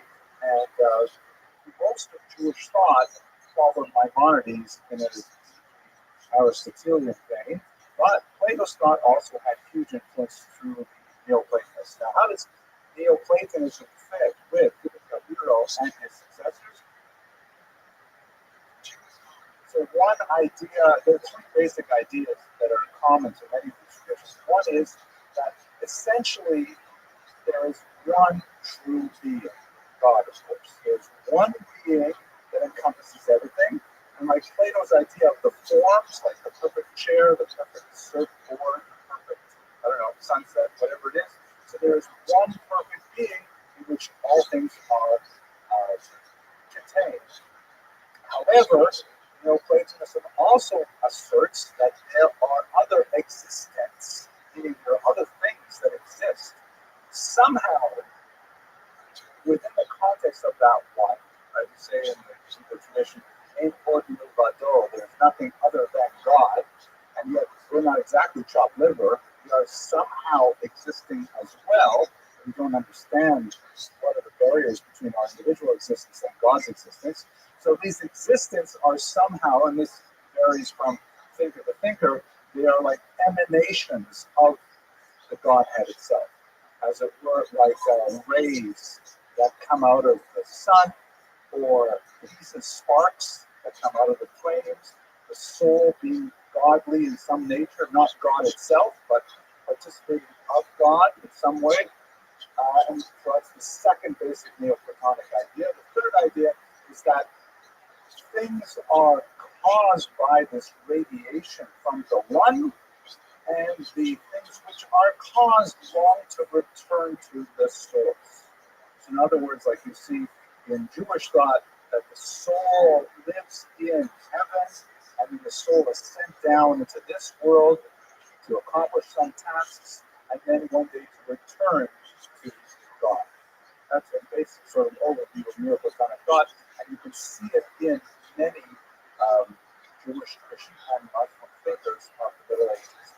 For Rabbi Gabriel, what is perhaps the most distinctive feature his contribution to scholastic thought? Again, his thought primarily pervades Christian ideas, did not really, deeply influence Jewish ideas, is something called hylomorphism.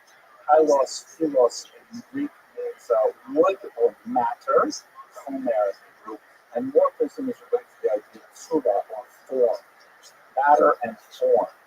For Ibn Gabirol, matter is kind of like the essential emanation of God, that all creation is created by God, like from 6 days of creation, but it is formless, like we say in Bereshit a few weeks ago, tohu vavohu, it's void and without form.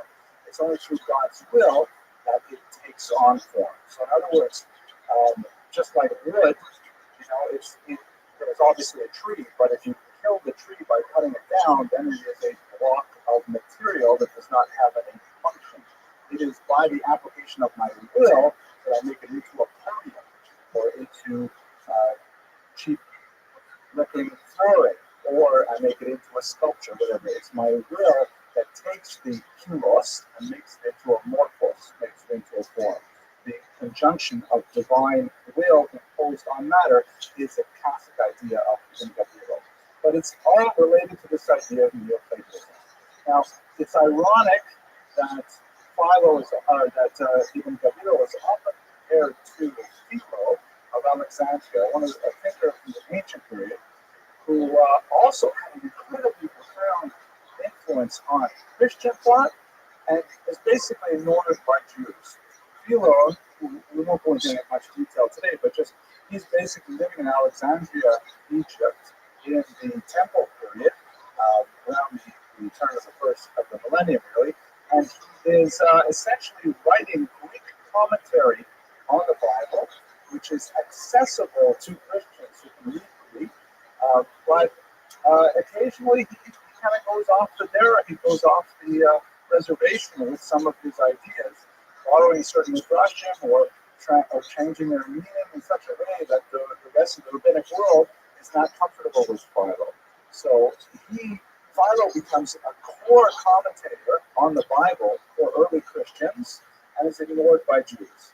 He's considered like the greatest of the great among these early commentators by Christians, and yet Jews have no time for him. Ibn Gabriel was similarly heavily influenced scholastics, but he's ignored by Jews. So it's kind of an ironic situation.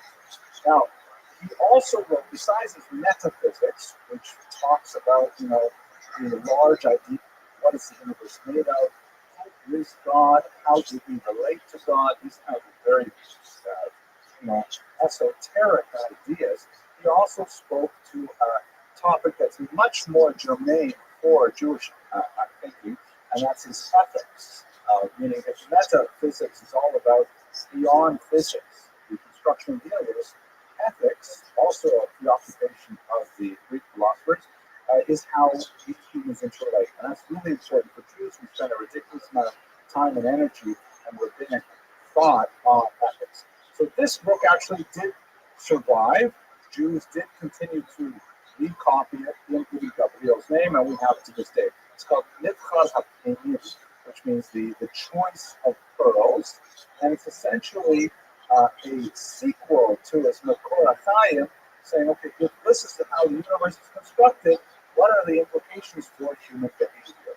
If this is the way God designed the world with matter and form, what's the outcome? How does that change my life?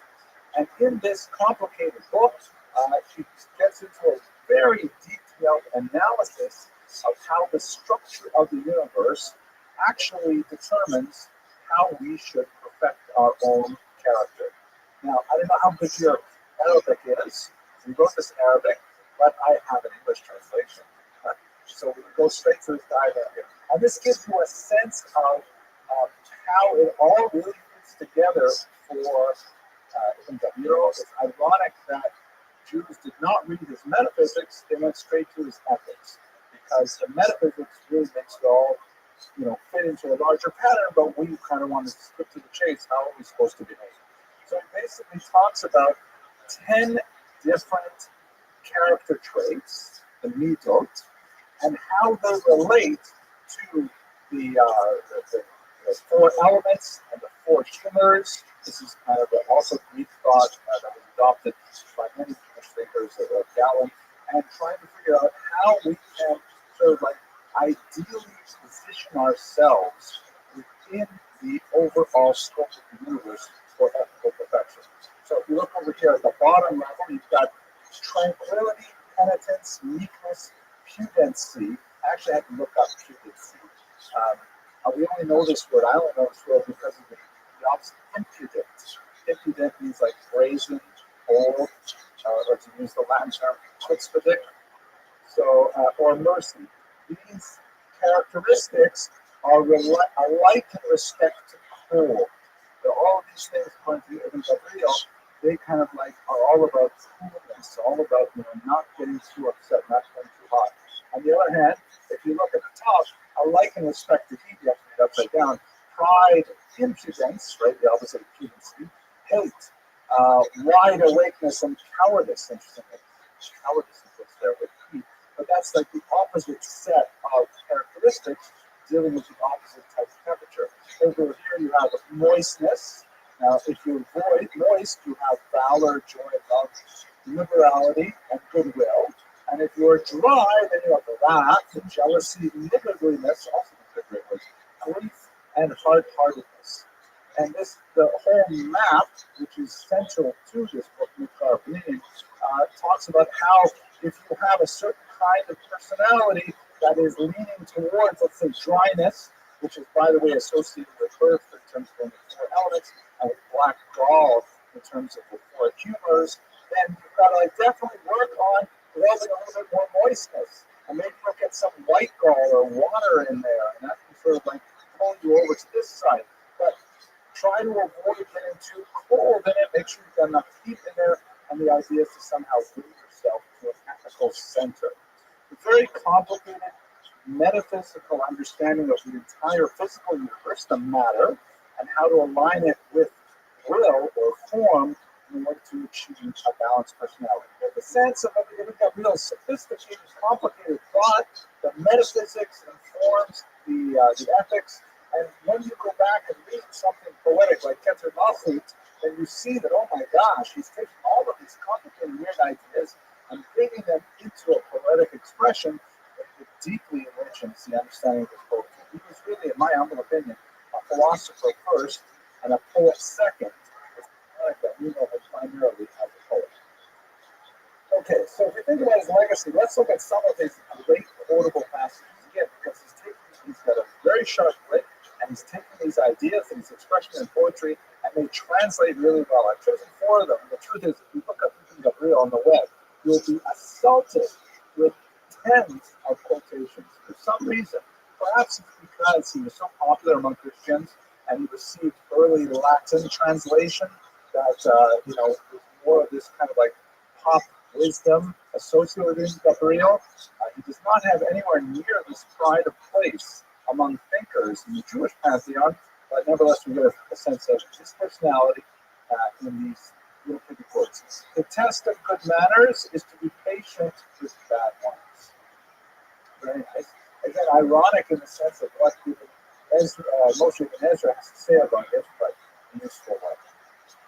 And Ibn Gabriel also took the photograph that goes behind these films. Okay, I made that up. Okay. If you want to keep something concealed from your enemy, don't disclose it to your friends. Okay? I remember when I was studying in England, they told me there's something called an Oxford secret. You ever heard that expression, Oxford? Apparently, an Oxford secret is something you only tell one person at a time. And it's obviously not a secret at all.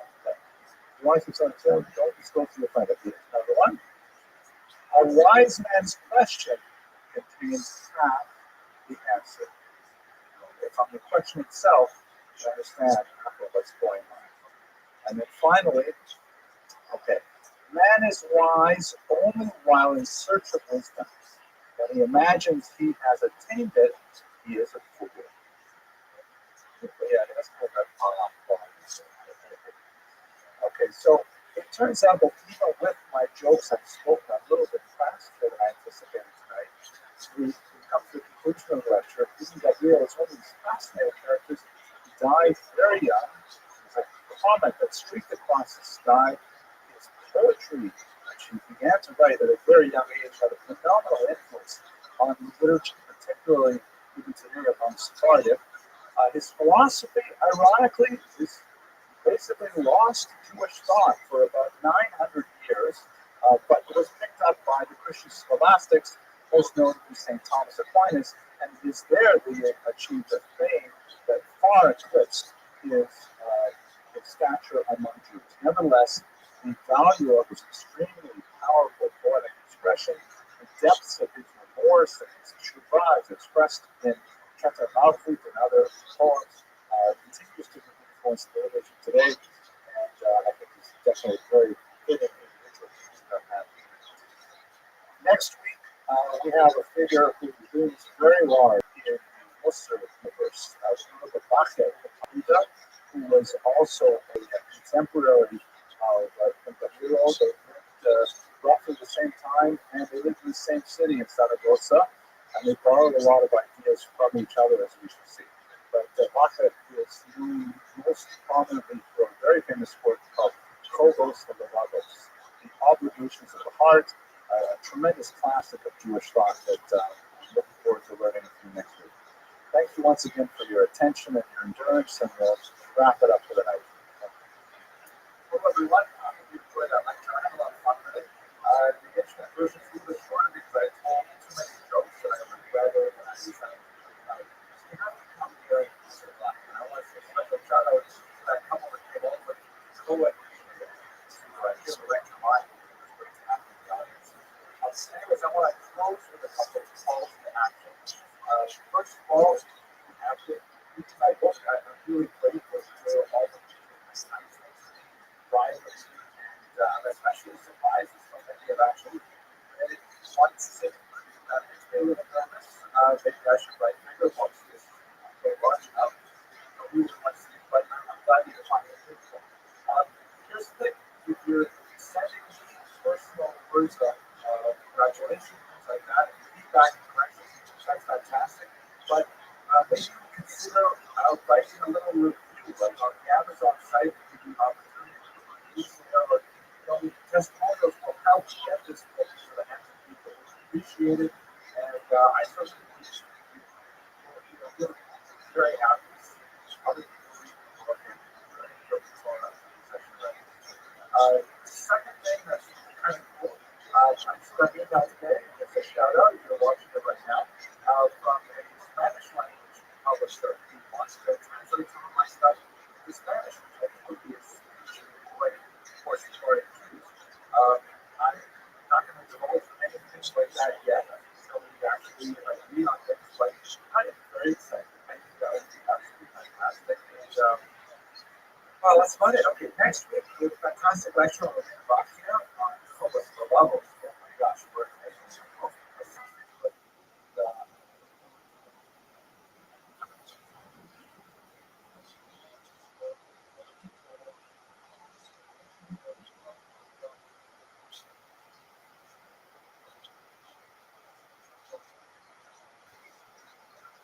thank you very much for coming.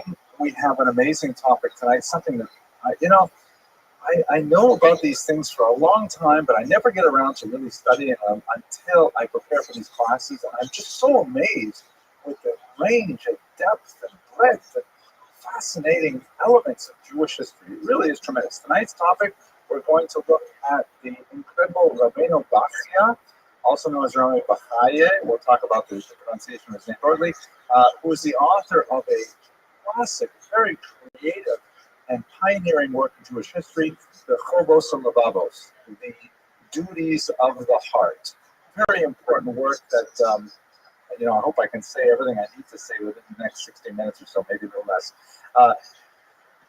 I have to start with a joke. Last week, it was not so successful. I think I had fun, but when I viewed them again, I ended up cutting out so much of the WO lectures. If you like the jokes, feel privileged because the rest of the internet is not getting them. It's only for you guys, but let's try this one, okay? This is actually a joke that I've told maybe 3 or 4 times, and I never managed to get it right, although I have to say it's probably one of my favorite jokes in the whole world. It has a tremendous depth to it. I just don't know why I can't get the punchline right. So it goes like this. You have to understand a little bit of cultural background. This is one of the famous cycle of Chelm jokes. Chelm in Ashkenazi sort of cultural mythology is a town that is filled with fools. And there are all kinds of jokes and stories about Chelm Jews that are sometimes uncomplimentary. Sometimes they show a strange kind of subversive wisdom, like the famous joke. This is a bonus joke, not the one I was planning to tell, about the Chelm family is sitting around the breakfast table one morning, and the father is getting his breakfast ready. He drops a piece of bread on the floor, and they look down, and he's shocked. And he calls everyone over, his wife and his kids come over, and they look, and it landed butter side up. And they don't know what it means. Oh my gosh, I dropped the bread. Look, it landed butter side up. They had no idea what to do. They didn't know, should they move it? Should they touch it? They decide to go talk to the rabbi, because whenever something is deeply troubling like this, you got to go to the rabbi. So they went to the rabbi, and the rabbi says, "Are you sure?" He said, "Yes, we all saw it. We brought in witnesses, kosher witnesses, not related to each other, the whole thing." And he says, "Okay, I have to check the books." So the rabbi goes into the library in his home, and he pulls out all the big tomes of the Talmud and Kabbalah and things like that. He's looking everywhere for an answer, and everyone's waiting. And meanwhile, the entire shtetl is kind of gathered around the rabbi's house. They've heard this amazing thing, and they don't know, what does it mean? Is it a messianic sign or something? Finally, the rabbi emerges from his study, and he's drenched in sweat. He's obviously been exerting himself intellectually to find out the answer. And he says, "I have the answer." And they say, "What is it, Rabbi?" He says, "You buttered the wrong side." There's a Jewish humor there. Okay, maybe I'll save the other joke till later if I find it nice. So tonight's topic is Rabbeinu Bachya. Absolutely amazing topic. He's such a creative and foundational thinker that has received so little treatment in the literature. And it's surprising how few lectures, for example, there are on YouTube about this topic. I'm glad to be contributing this one. Okay, so some good and welfare just to, before beginning today, our lecture is sponsored by an anonymous donor who is, supporting our students for Refuah Shalema, which is the Hebrew term for a complete healing for Mordechai ben Batya. We should have Refuah Shalema, he should have a complete healing, and we should know no more sorrow. Another very quick kind of cool piece of information for the internet audience. I'm going to put a little kind of thing at the end of this lecture with more information, but I'm delighted that I was asked to lead a tour into Portugal and Spain this summer. It's a riverboat tour that's going to go from the shoreline of Portugal into Spain. It has all kinds of road trips on the side, and really, it looks fantastic. It looks so cool. Watch the internet version. You'll see some of the pictures from the trip at the end of it. Also, very important to good and welfare. Next week, I have parent-teacher interviews. So that is a very high priority. I love learning history with all of you, but I got to make sure that I'm there for my parent-teacher interviews. Not because I really want to, but because my wife will kill me if I don't show up. No, but it is really important, obviously. So we're going to skip next week. We won't have a lecture here. I may send out something on the internet in advance, so if you're on the mailing list, you'll get a postcard willing. But otherwise, there's no class here next week. We'll convene again the week after.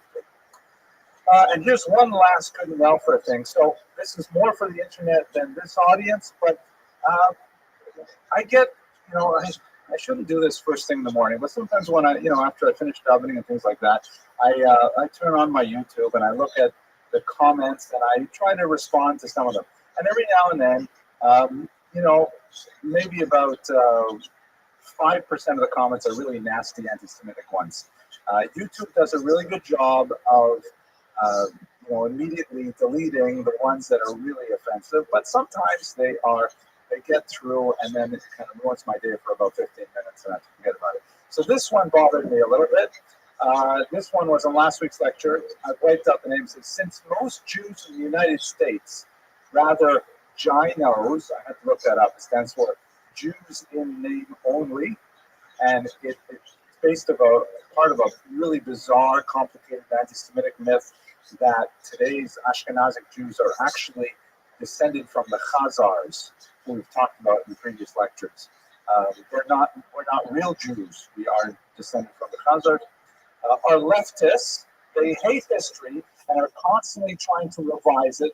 This makes it hard to raise money for true history. So I'm not exactly sure what he's getting at, but I think he's throwing a little jab at the fact that we have not met our $100,000 goal for scholarships yet. So the way to deal with these guys, I'm going to delete him later. But in the meantime, support our students, all of you on the internet. Doesn't matter how much. Go online and deal with people like this and say that we don't care. We want to keep learning, and we will help our students get through their undergraduate degree. Okay, enough good and welfare. Let's go straight to the actual material. So who was Rabbeinu Bachya? One of the most difficult things about this particular topic is that we know so little about Rabbeinu Bachya. In fact, these are the 2 volumes, kind of like the classic printing of Rabbeinu Bachya in the late 20th century version. And this is everything we really know about him. There's hardly any material about him in the medieval world. We barely know when he lived or where he lived, and most of the information that we get is based on internal literary evidence alone. Even though he was clearly a scholar of towering proportions, and his creativity literally started a major genre in Jewish literature, nevertheless, we know very little about his life. When he was born, when he died, we have a hint, one word, as to what he did for a living. Let's have a look at what we do know, most of which can be expressed on just the title page of this one book. Let's check it out. So this is the Hebrew Title page, Toras Chovas Halevavos, which is a beautiful title. The word Torah, of course, is used here in the sense of teaching. Right? The word Torah comes from Hora'ah, to instruct. So the teaching of the obligations of the heart. In Hebrew, it's in plural, but in English, it's like hair is plural, singular in English. So the obligation of the heart, and what the whole book is about, refers to how, and we'll return to this, so much of Jewish literature is all about the obligation of the limbs. Where do you have to be at a certain time? What do you have to do? Where do you have to go? What do you have to eat? What do you have to not eat? It's all about physicality. It's all about the body. What do you do with your body? That's the mitzvah. But there's very little discussion in a concerted way. Well, what do you do with your heart? How are you supposed to focus your heart? That's what we'll be engaged in for most of today's hour. But at any rate, that's the title, Teachings of the Duties of the Heart. And then below it, it's written here, Chibru B'Lashon Aravit, Harav HaGadol HaChassid, written in Arabic by the great and pious rabbi. The Arabic original is extant, and we have new translations made directly from the Arabic, although overwhelmingly we have relied on the 12th century Hebrew translation that we'll look at in the next slide. So we know he's a great and pious rabbi. What else do we know? He's our teacher, Rabbeinu. This term, Rabbeinu, is actually a fairly high-level honorific. Very few people in Jewish history received the term Rabbeinu, especially until the modern era. The Hasidic movement, I think, co-opted it such that just about every Hasidic leader becomes a Rabbeinu. But before the 19th century in particular, Rabbeinu was reserved for really unique individuals. Like, for example, Moshe Rabbeinu, right? Moses, our teacher. Not too many people at that level. So we know he is an important person. Now, this is the hard part. The name that we have transliterated into Hebrew is spelled Beit Chet Yud Yud. In the Kudot, the vowels, of course, are arbitrary, and no one's exactly sure how to pronounce his name. The customary pronunciation is Bachia, but it's not a regular Hebrew spelling at all. Bachia would be something like Beit Chet Yud Hey, maybe, but people say Bachia. Some people also say Bechaye, which is also not exactly right. This would be a shva, so it would be a Bechaye, which is kind of weird. No one's exactly sure how to say his name, but we have certain conventions. And we know his surname, son of Yosef. The family name is apparently Pikuda, or Pikuda. And he is finally, we know he was Dayan HaSefaradi, the Sephardic judge, or judge from Spain. Now, how do we know that these encomiums on the title page are true? It's because they're taken from the 12th century translation of Ibn Tibon, which is the closest to Rabbeinu Bachia that we have. Okay, here's the bottom part of it. It says, translated into the Holy Tongue by Rabbi Yehuda Ibn Tibon. And this is fascinating, Ibn Tibon. It's a fascinating thing. Ibn Tibon was the progenitor of a multi-generation family of translators in Provence, in particular in France, who were rendering Sephardic Arabic classics into Hebrew. And this is a period when in the 12th century, when the Almohads come in and the Al-Andalus period of the golden era begins to wane with the Orthodox Muslim persecution of the kind of cosmopolitan environment. And so Arabic readers are fleeing from Spain, including Maimonides, we saw before, Yehuda Levi leaves, and others. The Alfasi, ironically, moves to Spain at this point. But this is a period when Sephardic Jewish culture in Spain is in decline, and it's now being transmitted to a new generation in Christian Europe.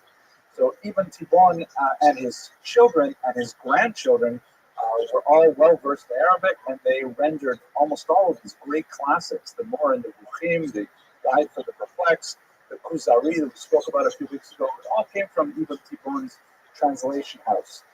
This, amazingly, is the very first work of Sephardic Arabic literature that Ibn Tibbon chose to render into Hebrew. It's my contention, I haven't read it anywhere else, but I think it's true. It's my contention that he chose this over Maimonides, or actually Maimonides would be difficult because I don't think he wrote the guide at that point, but he chose him over Yehuda Alevi, he chose him over so many other authors because Chobot HaLevavot was so unique and original. It was a path-breaking work, and that's why Ibn Tibbon chose to start with being a massive translation project with this particular work. And then just to make it a little more complicated, it has a modern translation by Pinchas Yehuda Lieberman. So I didn't actually bother taking a typical sample page, but if you can sort of see when I hold up mine, there's on the top there's a few paragraphs in one Hebrew font. Can you zoom in on this there, David, just for fun? Let's see how close you can get. I don't know, how does it look? Yeah, can you read it okay? What if I do like this? No. Anyways, okay. So the on the top there's the Hebrew translation of Ibn Tibbon, but because Ibn Tibbon, as he mentions in his introduction, you know, he wants very much to try and preserve the language of Rabbeinu Bachya as precisely as possible. He renders Arabic terms in Hebrew characters with little comment, and so you have all these obscure philosophic terms that make sense to Arabic readers but don't make sense to Hebrew readers. It's very difficult. So there's been a tradition of retranslating Ibn Tibbon, often by people who don't read Arabic but read Hebrew well, and they render it into an easier Hebrew, which I tended to read much more. It takes a little longer because it takes more words to explain the concepts, but the more modern Hebrew, in this case is a 20th century translation, is just a little bit easier to access. There is also a very fine English translation as well. It's been published by Feldheim. Another edition that I consulted online, an English edition. But that's the problem with working with a translation, that translations themselves are already a step back from the original. But that's how we access Chobot HaLevavot. And that's where I should go on to the next slide at this point. So where did he come from? Zaragoza, also spelled with S's, but this is apparently the official spelling. You can see it's in northern Spain, close to the Pyrenees Mountains. We really don't know anything about him, and in fact, there's huge question marks about exactly when he lived. We know certainly he had to have lived before Ibn Tibbon, because Ibn Tibbon published the translation in 1160. We also notice that there's some strong similarities in a couple passages between the work of Ibn Gabirol that we spoke about last week. So that means that one borrowed from the other, or potentially they were contemporaries sharing the same source.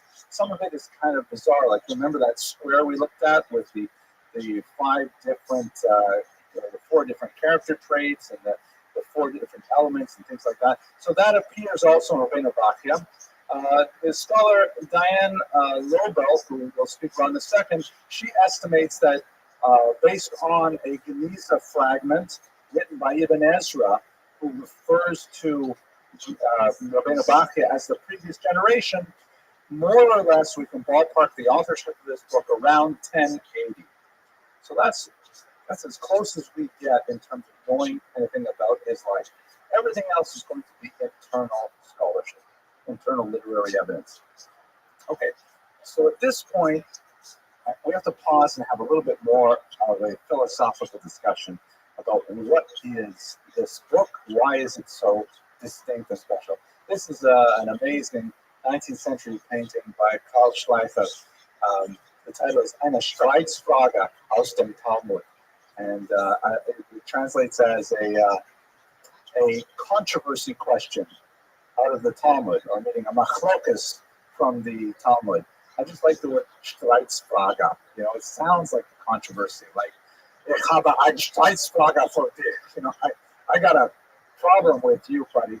My wife says, by the way, that when I speak German, I sound like I'm angry, and she wants me to tone it down somehow. German is one of our secret languages that we speak when we don't want our kids to figure out what we're saying. They figure it all out. They know everything. Anyways, okay, so this is a picture my grandmother, Shalom, used to own, and I always liked it when I was a kid because it shows, rabbis engaged in a Talmudic discussion. Now, besides that really short art history moment, what exactly is Jewish philosophy? Let's back the statement up a little bit and say, what exactly is philosophy? If we look at the Greek tradition of philosophy, and as Whitehead put it, all philosophy is footnotes to Plato. Philosophy is basically an attempt to understand the universe starting from zero. No assumptions. You build logic. From logic, you take premises, develop syllogisms. You have proposals, hypotheses, thesis, antithesis, synthesis, all kinds of different models to try and create an understanding of the fabric of reality. You can break it up into different schools or different disciplines, epistemology, metaphysics, things like that. But ultimately, philosophy begins with the search for wisdom, and that is in fact what the word philosophy means. Sophia in Greek means wisdom. Philo means I love. I love wisdom, philosophy. And what characterizes Western philosophy, drawing from Plato, is the Socratic idea that we know nothing. And in order to know anything, we must start from zero. This is perhaps why undergraduates love it so much, because it's like being in the sandbox and you have nothing created and you have to build it up from nothing. On the other hand, is it fair to say that this is a Jewish activity? With some rare exceptions until the modern era, I would say no. We use the term Jewish philosophy, but Jewish philosophy does not start from zero. Jewish thought, if we can use that word probably more appropriately, that term, Jewish thought starts from some, what the Germans call Grundlage, like foundation points. There are places where you got to start. You got to start with, for example, Torah Sinai, Revelations. You start with, in the beginning, God created the heaven and the earth. There are certain premises which are like axioms that are non-negotiable, and we build from there. What does God want us to do with this universe? What is the practical outcome of our understanding of this universe? That goes into Jewish thought, and we're very good at that. That's why we have such a profoundly deep legal tradition, because we explore the material and real implications of the foundational principles with which we were given. I'll tell you a true story. I heard this from a student who's at a particular law school in the Midwest, and it's near a local yeshiva. And every year in Law 1, there's a whole bunch of boys from the yeshiva who are studying, they're in law school, and they're sitting usually at the back in their white shirts and, dark pants and things like that. And the professor, who's a fairly well-known professor, he does this survey class. At the end of the class, he says, and before everyone is dismissed, I would like all of the young men from the rabbinical seminary to please come down and speak with me privately. So after all the other students file out, and the 20 or so guys from the yeshiva come down, apparently the professor says to them, listen, you leave me alone, and I'll. Right? So we have a very extensive legal tradition, but it's not per se philosophy the way the Greeks understand it. We have starting it. Now, when you get to the modern era, which we're not going to get to today, you will find philosophers who like to start all over, who like to say, I'm going to tear down everything that existed before and try to build it up in a way that's somehow Jewish. But that's not our agenda for today. We're looking at what we might call philosophy in the medieval environment. And that's why I think that Chobos Lavavos is so unusual in our tradition, because it is really the first work that synthesizes the disparate material of internal spiritual ethical life in a single study. Let me explain what I mean. As I mentioned earlier, we have a deeply sophisticated legal tradition, which begins from verses in the Torah. It goes through amplifications in the rest of the Bible, and especially in the Mishnah, and then the Talmud discusses it. The rabbis discuss it in responsa, which form legal precedents. Later, it goes into the codes and so on, which are, by the way, just about now being prepared. In the 11th century, 12th century, you begin to say the early codes, like Maimonides' Mishnah Torah, and so on. And that's kind of like a Jewish way of thinking about, what's the tachlis? What's the bottom line? How am I supposed to behave given these conditions? But the idea of just, that's not the sole material in the religious tradition, of course. There are scattered here and there these gems of spiritual insight that may be collected in a few places, a little bit like Pirkei Avot. Every now and then you'll see a glimmer of like kind of the internal spiritual life, but it seems to be overwhelmed, just like there are stars in the sky, but they are overwhelmed by the blackness of the expanse between those stars.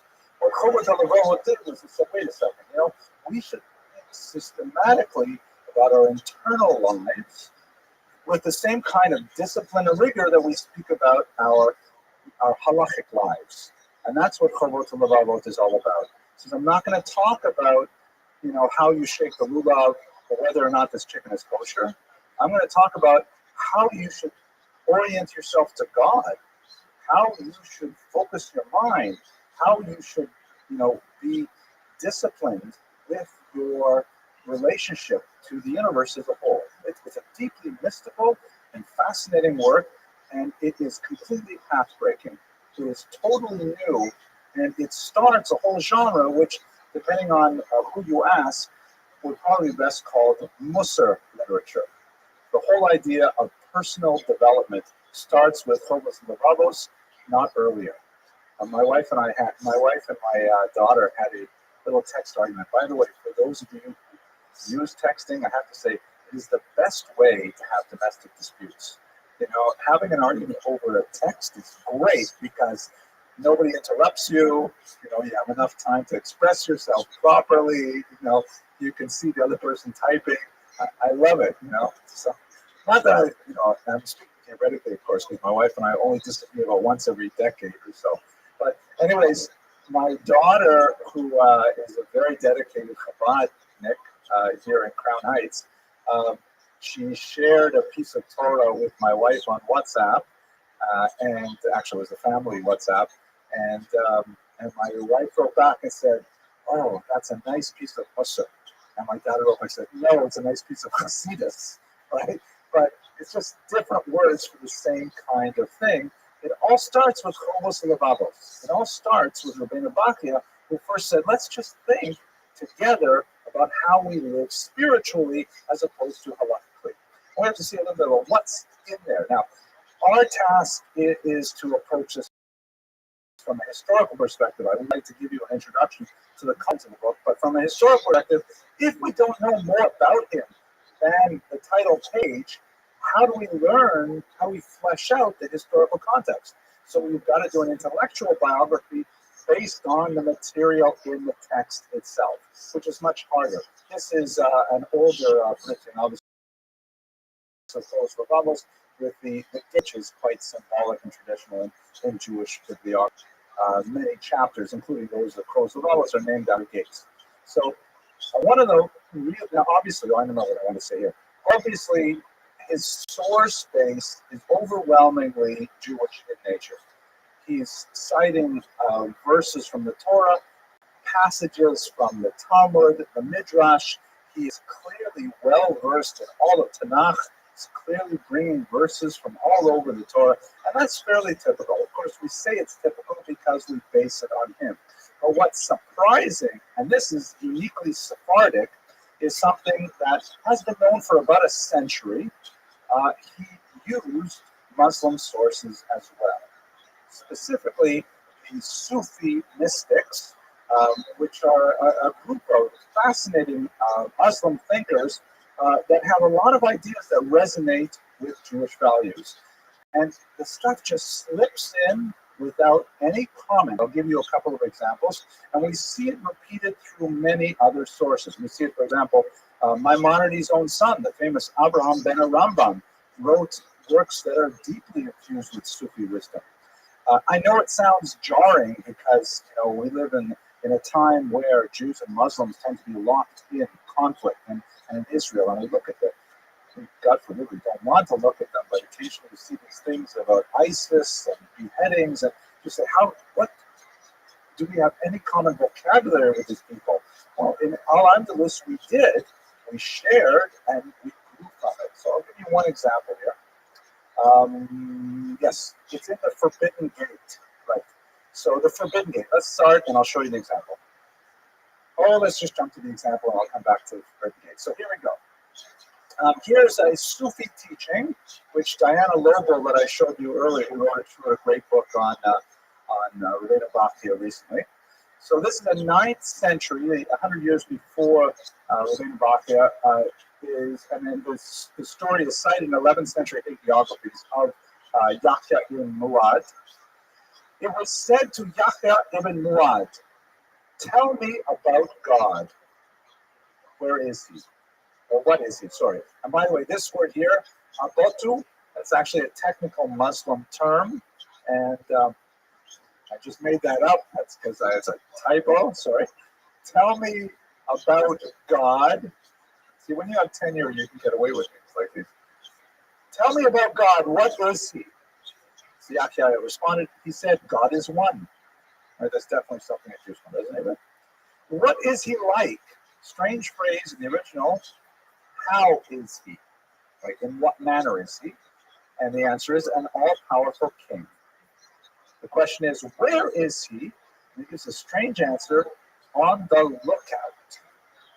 And then you have this funny coda. It was said, I didn't ask you about that. Yahya said, that is the description of the created. As for the description of the creator, it is what I told you. Sufis talk like this a lot. There's a fantastic book called The Origins of Consciousness by Robert Ornstein, which expands on this, but beyond our topic today. Now let's read from Rabbeinu Bachya, and I'll read it in Hebrew and translate. One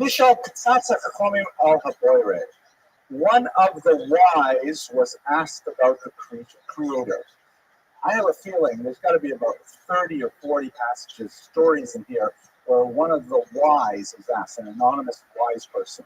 I haven't gone through the sources, but already 100 years ago, there's scholarship listing all of the passages where he borrowed from the Sufis. I have a feeling when you have this unnamed source, probably it's the Sufis.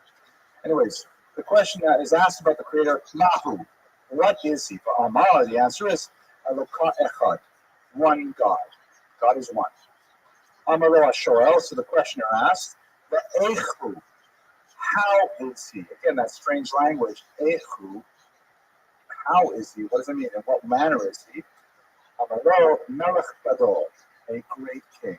Pretty straight translation. Amaro Va'anahu. He said to him, where is he? Amarlo, here's the Hebrew term, Tzipia. Tzipia.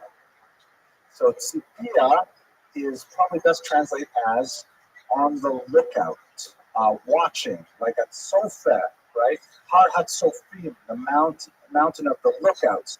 God is on the lookout. And remember, the question is, where is he? And the answer is what he is doing. Yeah, but it's not the right answer. The question deserves a where answer, right? Where are you going to be for dinner tonight? At home. That's what you say. You don't say, where are you going to be for dinner tonight? Tuesday. It doesn't make sense. It's non sequitur. But the answer, the deeper answer is, as Diana Lobel explains, you can't ask where God is. By asking that question, you misunderstand the basic reality that God is everywhere. You can't say in a particular place. The question itself is absurd. Rather, where is God? Where is what God is doing? And God is looking out. Looking out for what? Looking out for us. Looking out, waiting for us. On the lookout for us. And as soon as we start to look out for God, then the teaching goes, we are where God is. We join God not in a place, but in activity. We meet God when we look for God. It's a beautiful idea, and you don't have to take my word for it. Rabbi likes it. And then the end of the story is the same as well. He says, Amar lo Ashor, so the questioner says, I didn't ask you that. I didn't ask you what he was doing. I asked you where he was. Amar lo, so the wise one said, Shiltani b'milot ha'ela shmurot alamidot harui lo gavra. Lo nivra, sorry. Lo al-boire. So you ask me with words that are appropriate for a created being. A created being can be in a place.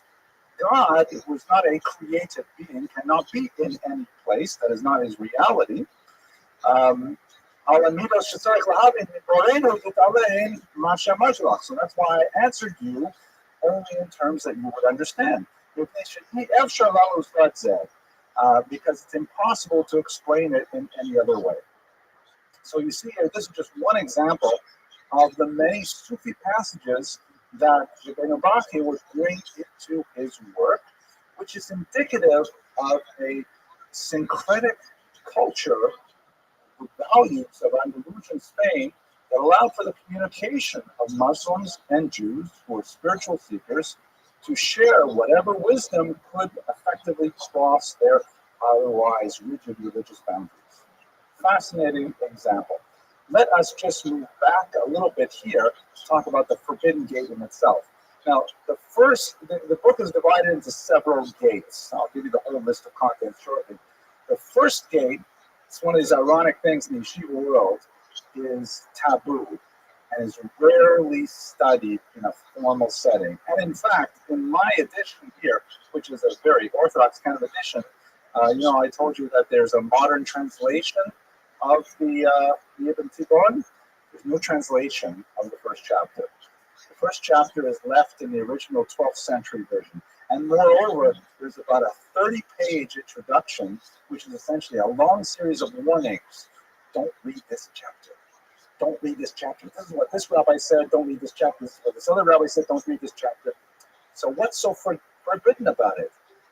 And of course, especially with someone like my wife, if you say a chapter is forbidden, well, she's of course going to read it. That's the first thing. I remember we once bought, sorry for sharing this with you, but I'm in a good mood, I guess. We once bought a book on marital happiness. And thank God, my wife and I have been married almost 30 years now. We bought a book on marital happiness. It was divided into two halves. The first half was a book for husbands, written by a husband, David Abramov, and the second half was a book for wives, written by his wife, Mrs. Abramov. What's her, Tehila Abramov?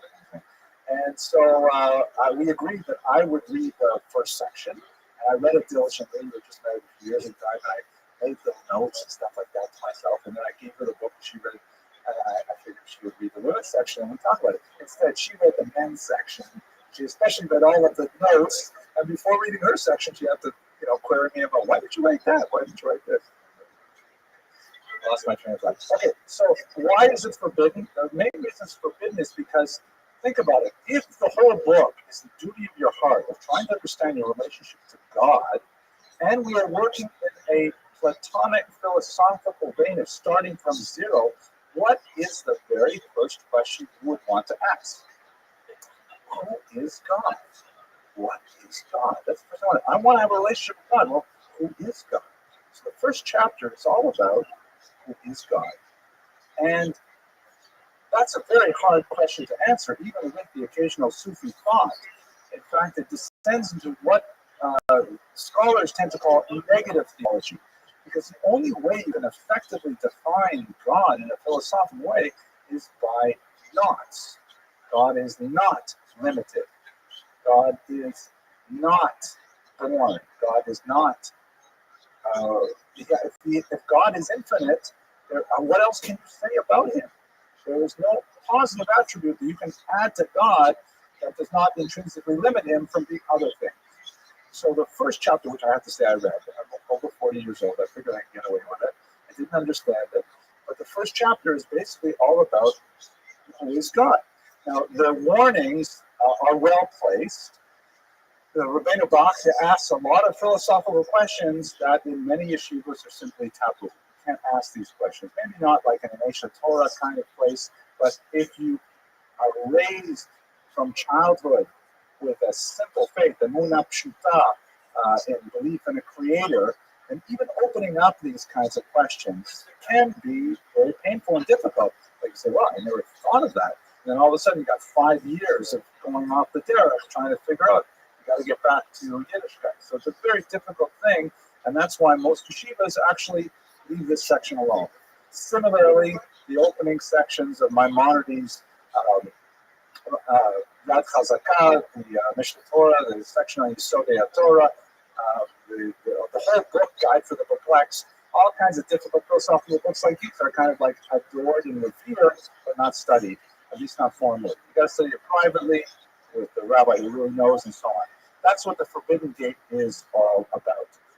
Now, I want to say one other cool thing about Sufism here that I really find fascinating. So, how is it possible that this such a frum Sephardi Dayan, a judge, a Sephardi judge, could borrow from the Muslims and incorporate it into Yiddishkeit? And as I began to say a little earlier, it's all about that syncretic nature, that delusion Jewry that was so special. If you think it's so unusual, however, I would like to say that maybe this is actually something about Jewish culture that we still enjoy today. We'll have more to say about this, God willing, about how it transitions to Christian Europe, but I would like to draw to your attention a popular song that you may have heard. In fact, if you walked outdoors anytime over the last 6 or 8 months, you probably heard Despacito. Very popular Latin song. The word Despacito, I will not sing it. It means, it's a very catchy tune. It's almost all in Spanish. And Despacito means slowly. And if you're not thinking about the Spanish and not listening to the words, then it sounds like a catchy sort of pop tune. But if you happen to watch the video, which I do not recommend, kids stay far away from this one, it's a Latin love song. It's totally inappropriate. It doesn't get any close to appropriate. Despacito. Nevertheless, check out this video. We can leave it running, but I'm going to actually cut this out of the internet version. I'll put the link in because of copyright versions. If I put a video in a video, I get in trouble. So here is a Jewish take on Despacito, and let's pause to discuss that. Wow. You know, Mi ka'amcha Yisrael goy echad ba'aretz. You know, these Jews are so amazing. We take this schmutzig song. It's totally not okay. And we like the words Despacito. We like the tune. And then we just totally transvalue it. We eat the fruit and we throw away the peel. And just think for a second. 100 years from now, you may have, you know, in the back of some library in the digital archives, someone might come across this Latin pop song that they sang in 2016. But then you go to a Jewish day school, and the kids will be singing the Hebrew version of it with these lyrics, and it'll be alive and fresh and moist. It'll have like real chiyus to it. This is what Jewish culture is all about. That because we live as a minority, because we live in a multilingual, multicultural environment, we're able to kind of like grab things that have value, transvalue them into a Jewish system, and ultimately, once it's digested, it becomes Jewish, like egg rolls. I haven't had supper yet. So that's what I'd like to think is happening with Rabbeinu Bach here, using Sufi sources. Here's the Sufi teaching of great deep spiritual depth, great value, very profound. And he says, you know what, I can take that. And he brings it into his work, and now it's become a Jewish classic. I don't know Muslim history well enough to wonder how many Muslims are actually studying those Sufi teachings. But if you go, for example, to the shul just down the street here, 2 blocks over, I happen to notice they have 30 copies of Cholas Levavos on the shelf. So Rabbeinu Bach's work, it's still being alive and studied just 3 blocks away, across the street in the Baal Shem Tov library, everywhere. That is something about being the eternal people that is incomparable. Okay, let's go on. So much to say here. But that was fun, wasn't it? So, right. Okay, so the foundation of it. So these are the gates that he describes in his work. There are 10 of these gates. Each one of them builds on the other. The idea is he describes kind of like a passage through each of these gates as you slowly climb to a higher madrega, a higher level of self-awareness and of ethical perfection and of spiritual purity and oneness with the God's purpose here. The first gate we talked about, the forbidden gate, it's actually called the gate of unity, which is which is referring to the unity of God. Then the next gate he gets to is called the gate of discernment. And this is also a fascinating delusion kind of thing. It's very much about science. He says if you want to know God, what did God give us to know about God? God gave us this amazing universe that we live in. And he says, so you got to study the universe. You have to know astrology. He has a whole passage on the astrolab that was like the big invention of the day. It's like the iPhone of the day. He says, you have to know iPhones. They're great. What you can do with them. And he goes through the natural world, and you have to appreciate biology. You have to appreciate all these various sciences because that's how we come to know God through our experience of the material universe. This is one of my favorite passages. It goes through, for example, human development. It tells about how amazing it is that children develop inside their mother's wombs, and they don't need to breathe, and they don't need to eat, and things like that. And it goes through how children grow. Let me just translate this one part. I actually pulled my wife aside to read this to her. Who, the child, who over mitkufat hayaldim atzurut hanarot. And then the child moves from the stage of childishness to being an adolescent. The horror of Enam Mohasimbo, and his parents are not disgusted with him. The Enam Misragzim Amashatrachav Rabbi, and they don't get angry with him because he needs so much. And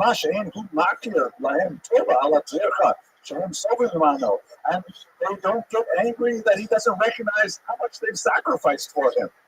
I was feeling that he probably wrote this when he was the parent of teenagers. And the fact that they give him everything he needs, and the fact that they protect him from all harm.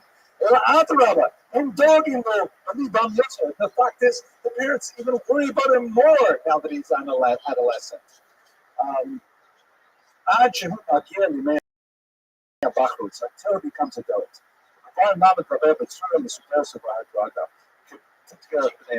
Until he becomes an adult and he learns to speak and comport himself properly like a human being. Right? So I found that more funny than you did, I think. But the idea is that's one of the evolutionary stages. It's so amazing. God created this universe that parents don't throw out their teenagers. Some people are nodding. Anyways, so that's in the gate of discernment. It's all about discerning the case of see what the universe has to offer and understand God's presence in it. Very powerful. The third gate, wow, this is called the gate. It's because someone's typing this and getting distracted by something. The gate of divine service, Avodah Elohim, which is all about, okay, so now you understand a little bit about God is. You see God in the universe, well, get to work. It's all about now applying yourself and not just showing up in shul for minion, but how to daven properly, how to put your soul into what you're doing. Wow. The fourth gate is perhaps the most studied of anything in the book. I went through it today. It was transformational, as always. The gate of trust, of bitachon, how to trust God. Very, very hard. If we had more time, in one section I wanted to read to you 7 ways in which a person learns to trust God, one after another. You have to trust in this way, and then you have to trust in this way. And reading a chapter like that just gives you such a sense of wellness and such a sense of calm and a sense that, the universe is my friend because God protects me. Phenomenal classic work of Jewish thought. Gate of unity of purpose, subjugation, repentance, self-analysis, gate of separation, which is referring to the idea of you don't have to have everything. You can live a life that's a little bit more modest. And finally, the ultimate, the gate of the love of God, which is also where Maimonides ends his famous book on repentance, where it's all about learning to love God, which is much more than we can say in this brief time that we have here. All right, the last part of the book is the only thing that we have in Rabbi Bach's own words, because he wrote them in Hebrew. And this is a passage which is called the Rebuke, the Tochacha, very beautiful poetic passage of a few pages in length, in which he speaks to his soul in the first person. He speaks to his soul and how he needs his soul to like focus and be disciplined and realize the huge task that lies before it. And then the last part is the bakasha, in which it's after taking responsibility in his soul for what he has to do, then he has a long prayer to God. He has a discussion in the 10th chapter in which he says, he exhorts people to read the Tochacha and the Bakasha, these two sections, with some regularity after having said a few cycles of Psalms and things like that, in order to develop spiritually to the next level. I personally, I've gone through Cholos and Levels before, but I totally forgot it, and I don't know anybody who actually follows this regimen.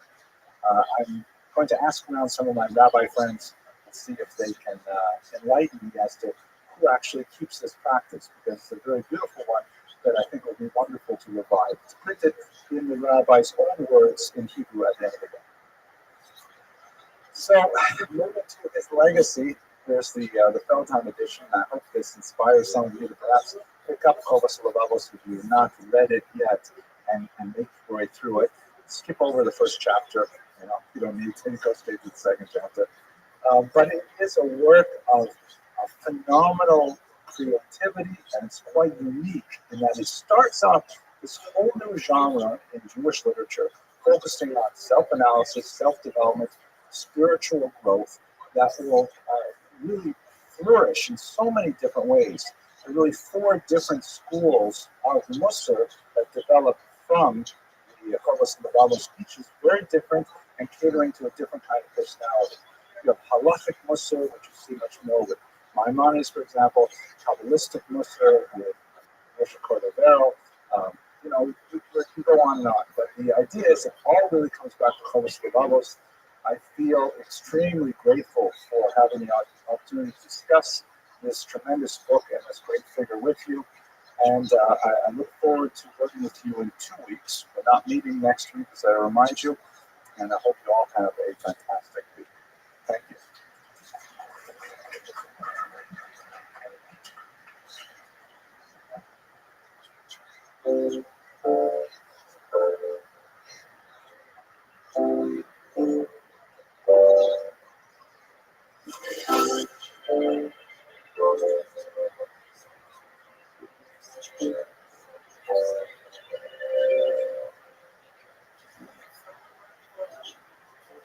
Hello, everyone.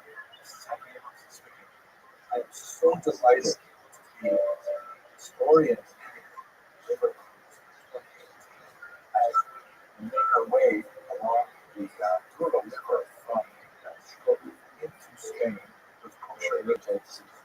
This promises to be an absolutely fantastic experience, both from a cultural level as well as an educational level, and of course, in terms of future comforts. Both that we travel on a system, we're called as like a ship or a vessel or something like that. It looks like an absolutely amazing experience. Well, I'm so thrilled with the idea of spending some time to kind of motivate intelligent students that you should hear about it on the internet as we explore the features that allow Safari to develop in such unusual ways. We'll be looking at the entire gamut of Safari features, all the way from the settlements of the religious period before into the Visigoth era, and then looking at the golden age, of course, of the Jews and Muslims Spain and the Halakhos. It's a much more difficult period of the Inquisition, the expulsions, and so on. And I'm hoping we'll also spend a fair bit of time looking at the phenomenon of the crypto Jews, those Jews who chose to disguise their identity in order to maintain their existence in a very tenuous environment, and look at not only on the populations of the Iberian Peninsula, but also into Europe, the Middle East, and North America as well. This is going to be an absolutely fantastic experience. I'm looking forward to participating with you. I hope you'll visit the website to learn more. There's so much information there about the specific locations of the boat will dock, the vessel will dock. And we're working on the educational program right now. We're going to try and make sure that we can take advantage of all of the architectural and archaeological and cultural spots that we have to visit along the road. Wow, it's amazing. I'm so glad my wife got willing to be coming with us as well. And she will have a lot to offer, I'm sure. So I hope to see you on this trip. I'm really looking forward to it. And thank you very much for listening. Please enjoy this very good.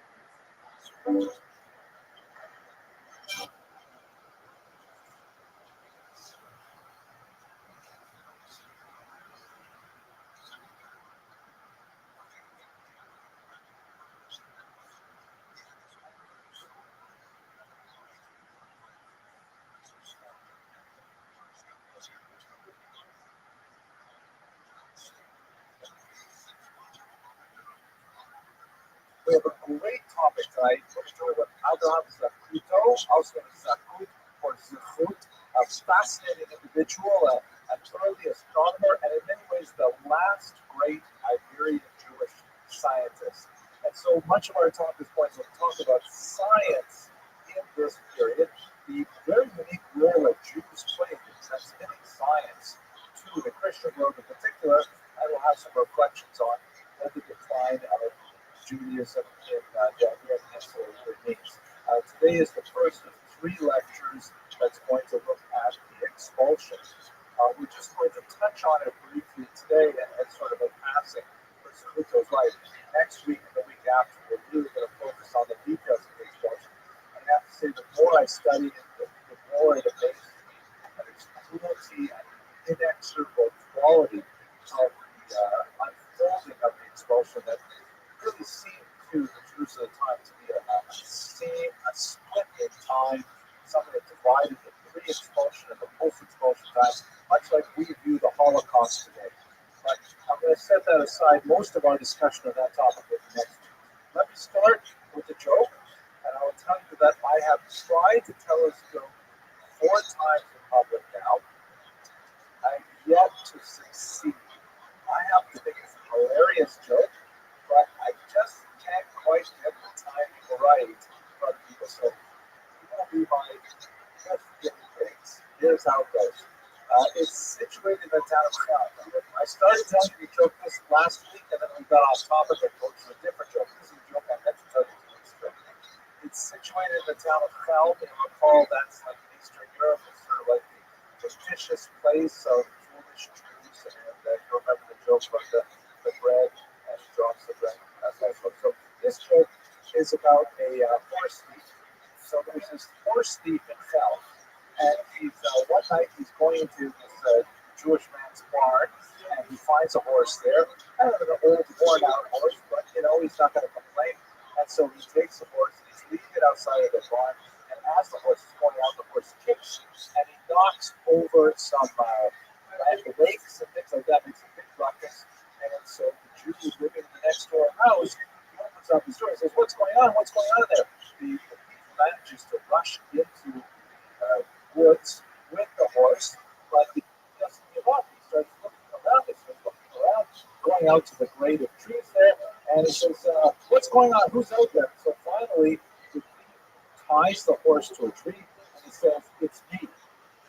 And the farmer says, "Who's me? Who's me?" And so the horse thief comes out, and the farmer says to him, "Chaim? My horse, Chaim? What happened to you?" He says, yes, I'm Chaim your horse. I am Chaim your horse. I was on the spot. He looks very quickly and he says, It's a terrible thing, but in my previous life, I was not very honest, and I stole from people, and so as a punishment, I was reincarnated as a horse, and I was sent to work for honest Jews like you, and to pay off my debt. And as of today, my debt has been completely, made equal, and now I've been transformed into a human being. And the farmer, was scout knight that he is, he's so amazed with this story. He says, "This is fantastic. I have to bring you inside, meet the Robinson. Come on in." He sits them down at the table, they feed him, and they grow them chit gas. What it was like being a horse, he makes up a whole story, things like this. And at the end of the night, he says, "Listen, so you'll sleep over?" He says, "No, I really do have to go. I can't stay. I have many places I need to go and many events that I need to make."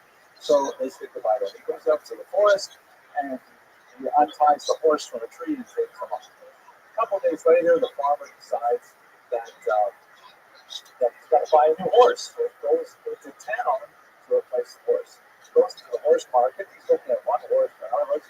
And all of a sudden, he sees one horse that looks suspiciously familiar. Goes up to him. He sees the same coloration, about the same posture, same height. Checks its teeth.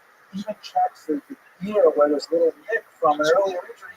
And looks the horse in the eye and says, "Chaim, it's only been a few days. What did you do wrong this time?" It's not that funny, right? But okay, I tried. I'll keep practicing until I get that joke funny. Thank you for laughing. I appreciate it. Very polite audience. Okay, thank you to Mr. Sklar for our lecture for tonight. He's a live participant tonight, and it's great to have him here. He hopes to continue these lectures, and I think he's great. One small bit of welfare. I'm kind of proud. This is my YouTube page, and this is a screenshot I took this morning. It's just 8,000 subscribers. Really, a nice number.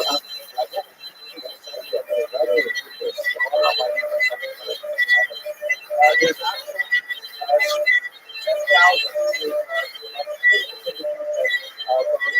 75% of the people who watch these lectures have not subscribed. They just, lurk on the outside, and that's great. So this number's actually quite a bit bigger, which is very exciting. And of course, these videos are also watched on Facebook and Twitter and places like that too. Okay, another really important thing next Tuesday, a week from tomorrow, we're going to have a very special event right here in this room. An exceptional individual, our very own Professor Yoshua November. He teaches composition here at the college, and he is an award-winning poet. We have spent a lot of time talking about poetry in the Andalusian period. We should actually hear a real poet speak. He has published 2 books that we're reading from his newest book. He has published in the New York Times, Chicago Tribune, many literary publications, and he is a finalist for the National Jewish Book Awards as well. We have a rare privilege to have him on our campus, and I think it's going to be a fantastic treat for all of us to hear him Tuesday night, not tomorrow, but next week. 7:30 to 8:30, he'll be reading his poetry. We will have refreshments, and he is, by the way, perhaps the number one most popular professor on campus. So I think we will have a lot of students here as well. It's going to be a really special evening. I hope you'll be able to come. I know it's a Tuesday, but if you make it on Tuesday night next week, it'll be fantastic. Okay, so jumping ahead to where we left off. Okay, let's go straight to the material then. Abraham Zaputo. So the name Zaputo is a Latinization of the Hebrew term Zechut, which means merit, and it's variously transliterated. Zaputo is perhaps the most common of them.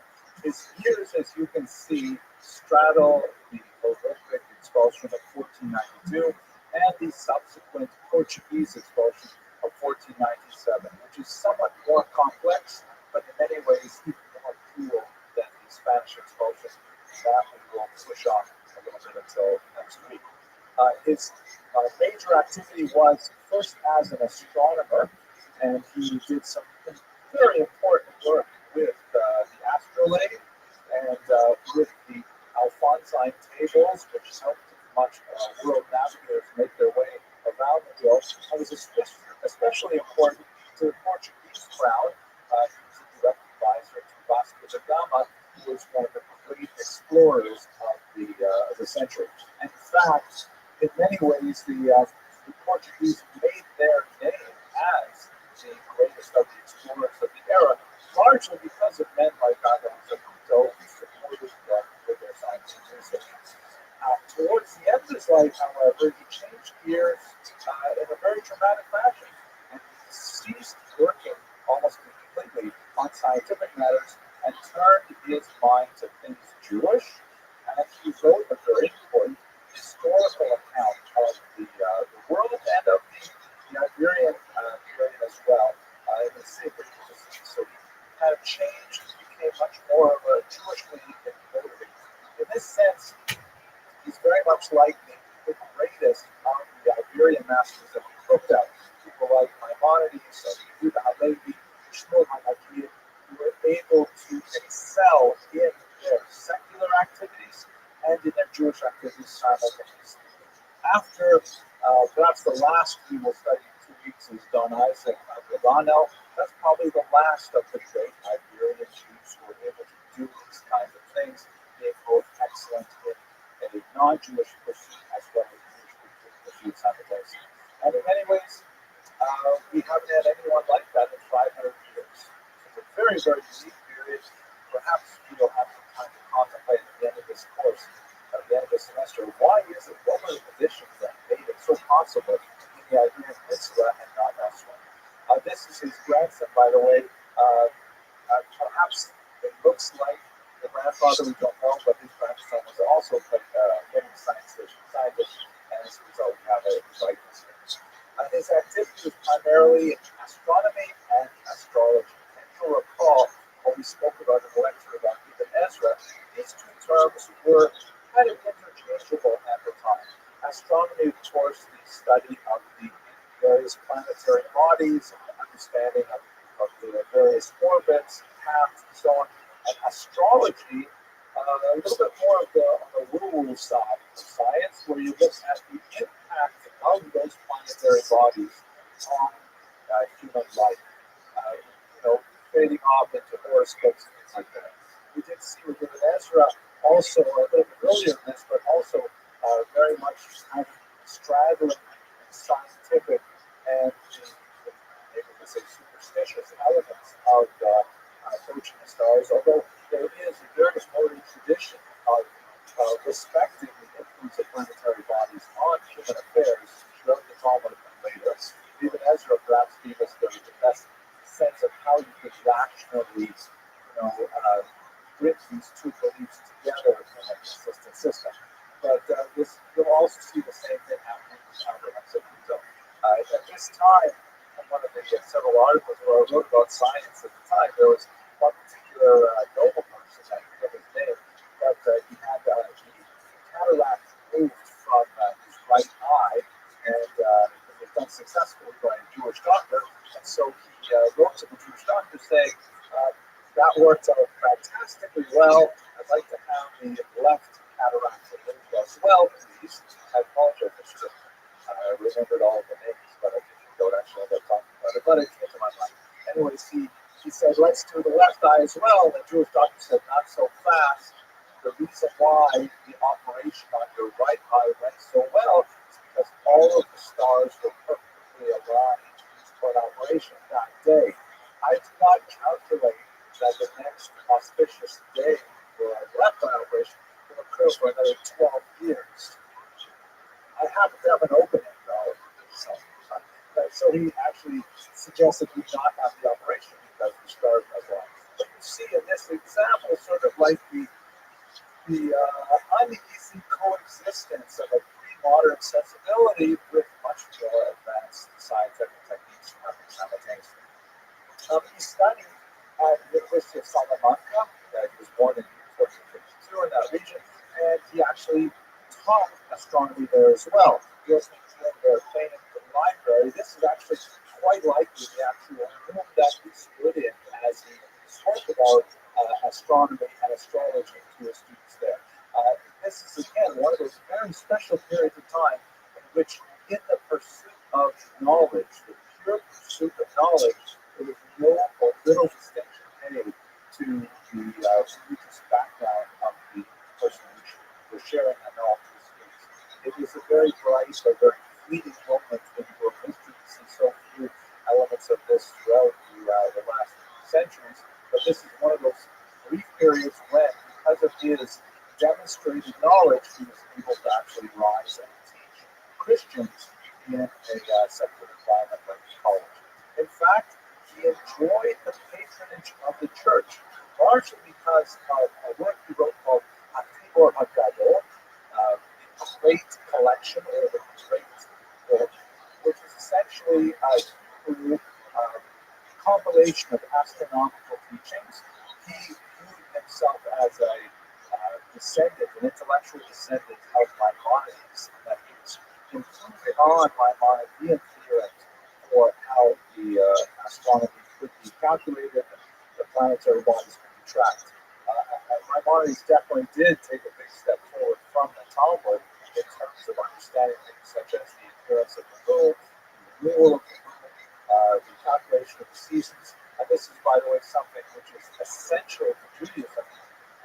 It's one of those things that one of the first Jewish publications that are ever put out, especially when it moves to a new region, one of the first things they put out is this listing of all the Chinese restaurants, and immediately after that, they put out a calendar. Calendars are crucial because they are bound to the calculation of the Passover holiday, the Purim, all kinds of things like this. So this is a long pursuit of Jews is understanding exactly how to determine the calendrical cycle of the year for ritual purposes. Let us recall here, just this right kind of a footnote on this. The Jewish calendar is extremely complicated.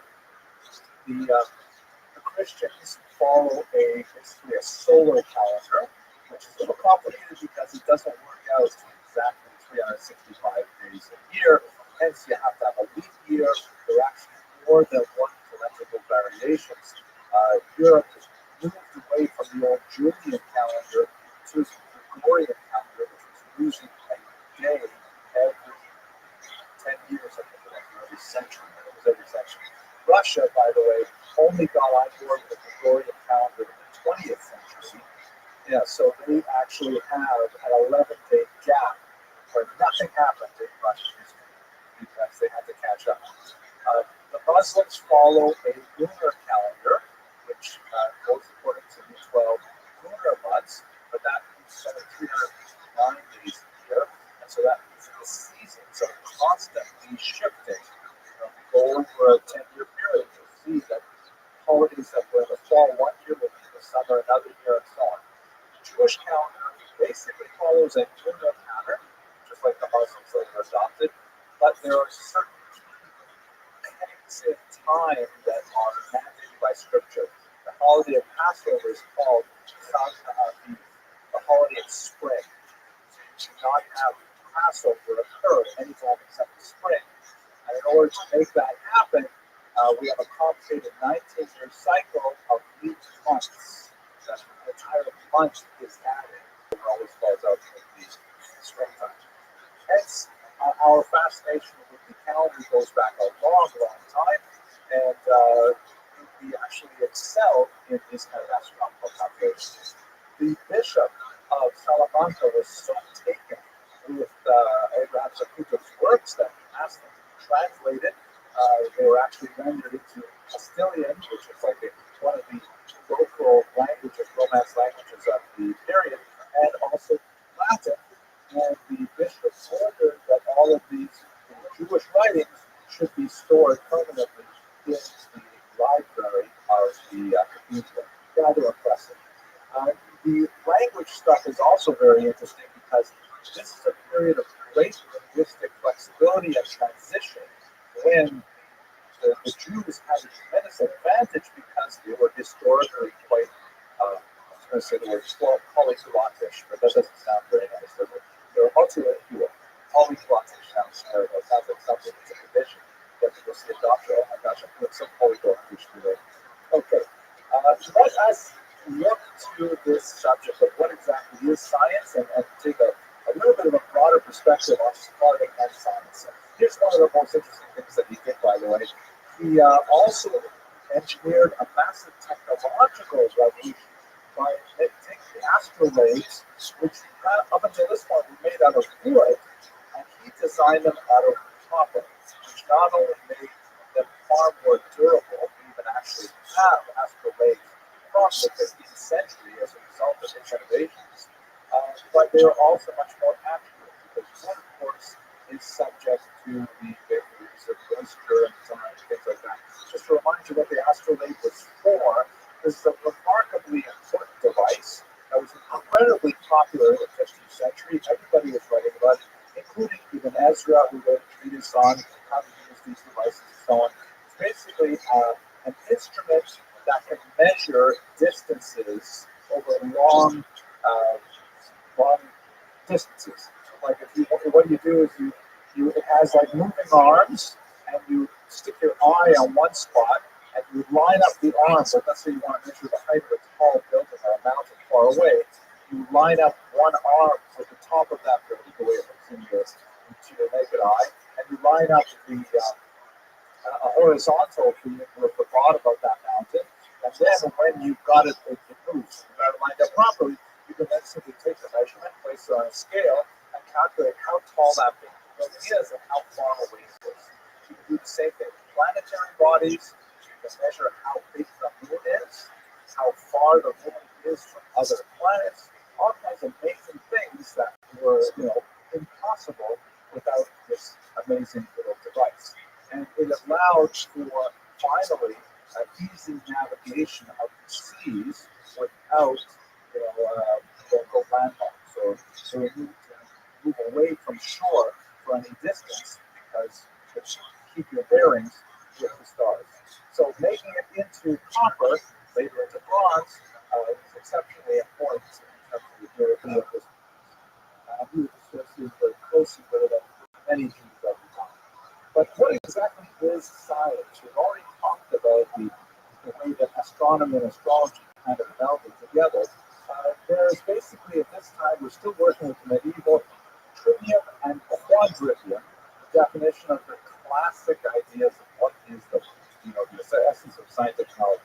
The trivium, or three items, was grammar, rhetoric, and dialectics. These are kind of like the basic humanities that you just had to know if you were going to be an educated person. It's ironic that of the three, we basically only study a little bit of the first one, and that primarily at the maybe at the primary and secondary levels. Like, how many people really know how to use a comma well? Not too many of our freshmen, I'll tell you that. But we really work hard on commas. And apostrophes, forget about it. Rhetoric, we only have the course in rhetoric. It doesn't require, thank God, principles of public speaking. But this is a subject that people used to spend years and years studying how to speak effectively, how to argue effectively, and it's largely gone the wayside. And dialectics, which is basically logic, you only study this if you're going to go into math or if you're going to go into philosophy, things like that, maybe into law. So we really, the trivium has been watered down significantly. We also have, however, the quadrivium, which is four other cool things people should learn. Arithmetic, of course, mathematics, music, which we have also basically lost. It's very rare for people to actually study music at a higher level. Third is geometry, it's related, of course, to arithmetic, but much more physical side. And then finally, astrology/astronomy, because these two things were not completely defined from each other. You'll note that this is the period of time, kind of 13th, 14th century, the Renaissance, when the idea of wisdom being too big for any one person to handle is just beginning to take hold. You still have what we call the Renaissance man, people like Da Vinci, Michelangelo, who are doing it all. But the idea that, maybe we should break this out, maybe we should specialize because you're just not going to be able to find people who can manage all these things. To be a doctor at this time was someone who really could handle all the world knowledge. You could grasp it all to divide it into these sections, but this is going to fade it, and shortly thereafter we'll have our practical part of science characterized these things. One of the most important roles Jews played was in bringing, as we saw in an earlier lecture we talked about literature, bringing Greek wisdom through its Arabic translation into the Christian environment, its Arabic into Latin, Greek into Arabic into Latin. And many of the figures who played a role in this transmission of Greek wisdom through Arabic transmission into the Christian environment were converts, such as this individual, Petrus Alphonsus, who is also known as Moshe Asfaradi, Moses the Sephardi, who was a Spanish Jew who moved to Europe, to Christian Europe, and converted to Christianity, and then made a career essentially out of translating what he remembered from when he grew up in Andalus, what he remembered of Arabic science for Christian leaders. You see this piece of art here. He's having a debate with Moses himself. Moses, of course, is depicted as Jewish. This is a hat which the Jews were required to wear after the Fourth Lateran Council of 1215. It's called the Jewish hat. You see, it's related to the witch's hat and to the dunce cap, things like that, which it's obviously a silly hat, makes people look absurd, that kind of thing. Petrus, on the other hand, although he's wearing a turban, which is meant to look kind of like Middle Eastern, sort of exotic, he still has a much more dignified wearing than Moses. Moses here, his hand gestures, by the way, are really complicated in medieval art. They actually tell the whole story based on how these hands are motivated, are depicted. Moses is here. Moses is trying to explain a complicated subject, and Petrus is usually very simple with a declarative finger there. It's like an aggressive gesture in medieval art. I'm telling you, buddy, with a strong kind of pointing gesture. In many homes, even to this day, of course, pointing is considered. My wife doesn't like when kids point like that. So, anyways, this is like Petrus Alphonsus is like one of these many Jews who are not especially learned. He was not like the brightest kid in Shiva, but he knew a lot because the general level of literacy was quite high in multiple languages. He had a smattering of logic, a smattering of sciences, and he made his way into Christian Europe, where people are still living on, on mud floors and sleeping with their animals in their barns to keep warm and things like that. And he knew so much that he was immediately a celebrity. When you have real people like Ibn Ezra come into the north and offer the same kind of information at a much more sophisticated level than people like Petrus Alphonsus who were out of a job, but there is nevertheless always a market for Jews who sort of jump over the wall and sell secrets to the larger population. He was a little bit of a kind of a strange group. Here is one of his drawings in which he attempted to unify the four-letter name of God, the Tetragrammaton, shown here in this representation, with the Christian Trinity, and he had like this whole kind of like pseudo-theology built around this idea. That's kind of sort of picture. Anyways, Petrus Alphonsus proposed a seven-part division of science that looks like this. Dialectics, arithmetic, geology, physics would basically be medicine, music, astronomy, and then the seventh subject is unfortunately lost. Some have argued that he believed the seventh science was necromancy, meaning black magic, using the dead to achieve metaphysical things or theurgy games, philosophy, or perhaps grammar. All this to say that science at this time is producing some tremendous technological achievements. Astrolabe is one of those amazing things that suddenly allows people to kind of iPhone their way out of the dial-up zone of history. But they're not exactly sure how to catalog it, how to manage it in a sophisticated way. That will come over the great scientific explosions that would occur in Europe. Now, as I've mentioned, the role that many of these Jewish scholars played, and Abraham Saputo is a prominent concept, was in bringing the wisdom that was originally belonging to the Greeks through Arabic and then Hebrew and into the Latin translations. You will recall, since we're speaking in a Western environment here, we even have this term, the Middle Ages. And the reason why we use this kind of strange term, what is it, the middle of? It's the middle of the golden age that is represented by the Periclean period, 500 years before the Common Era in Greece, when you have Socrates and Aristotle and Pythagoras and all these brilliant Greek thinkers. And then you have this it does pretty well under the Romans, and then when Rome is sacked in the 5th century, it goes downhill really fast, and all of Europe is plunged into the Dark Ages. Then you have the Renaissance, 1,000 years later, where it begins to climb out of the Dark Ages.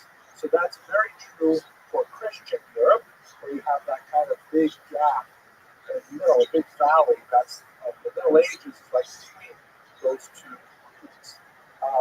For the Muslim culture, however, you can't really say they have a Middle Ages, right? Islam starts in the 7th century. They spread tremendously fast over North Africa, the Middle East, into Spain. They have tremendous successes in culture, in literature, in sciences. They eventually take the Greek wisdom and they do tremendous things with it. And so they've got kind of like an uphill climb. And then when they get to the 15th century, 16th century, that's when they start their decline. They don't catch up with the Industrial Revolution that explodes in Christian Europe. But they don't have a Middle Ages. And also, if you look at Jewish history, there's how do you put a Middle Ages into Jewish history? When the Christians were in the middle of theirs, we had Rashi, we had Tosfos, all these thinkers, my mind. All that a middle of anything. That's a name express. Nevertheless, the Christians were catching up when the Jews were bringing this wisdom to them in the last time. How was this done? Primarily through dual translations, in which we typically have two figures, a Jew and a Christian, who would transmit this knowledge into our Latin text for Latin Republic. Jew would know Arabic, sometimes Greek, and would know a Romance language, that would be a vernacular, and the Christian would know the vernacular and Latin.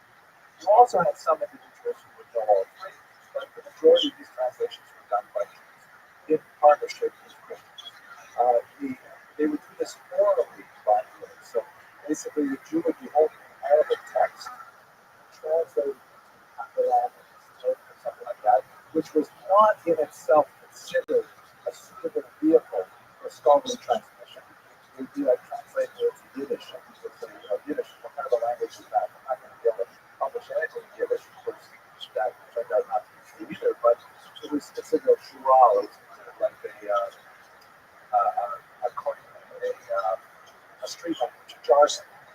And so when you would translate it into the local language, the person would understand it, and the translator would speak Latin for a reading partner.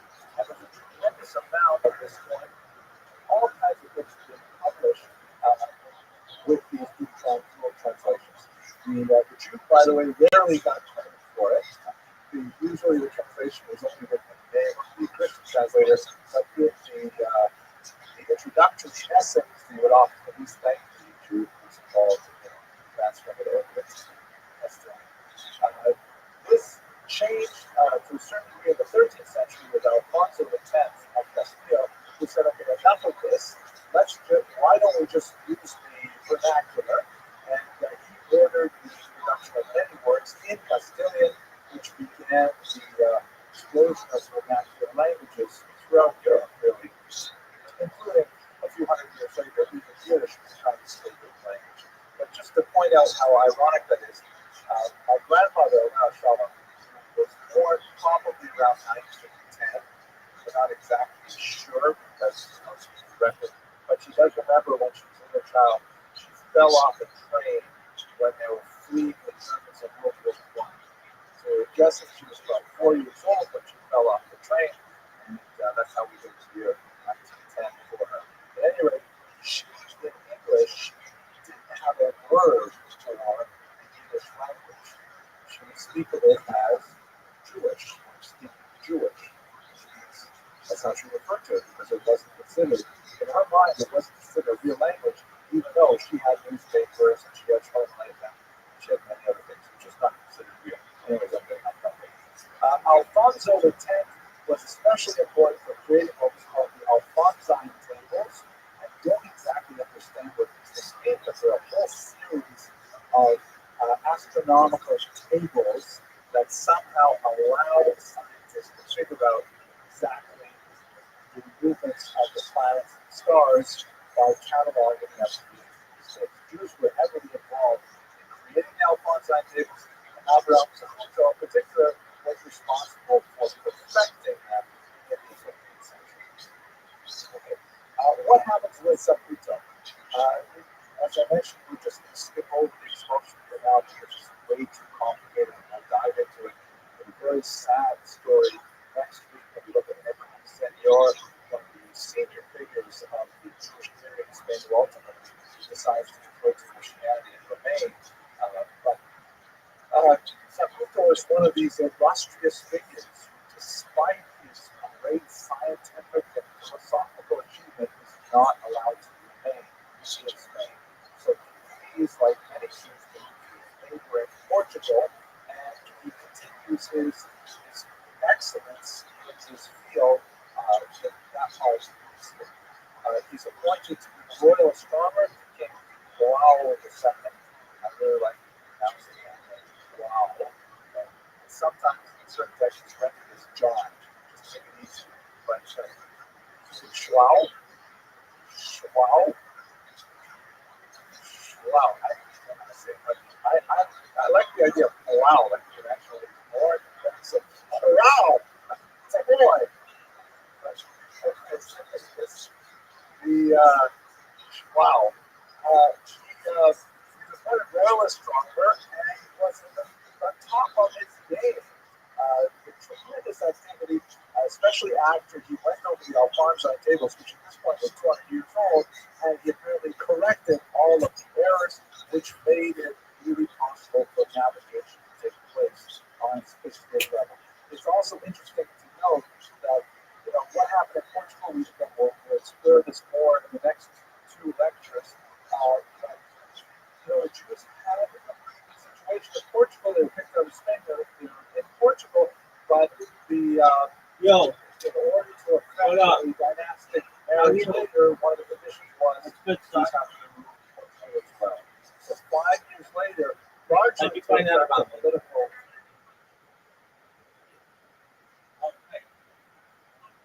How's your day going? Wonderful, thank you. Do you mind if I tell you about myself?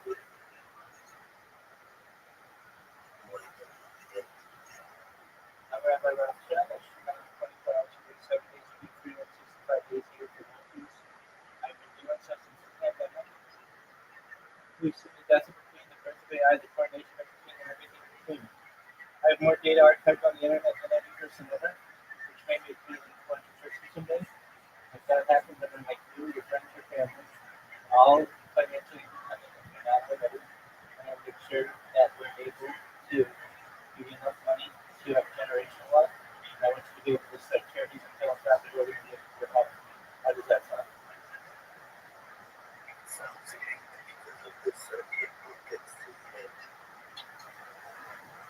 Good job.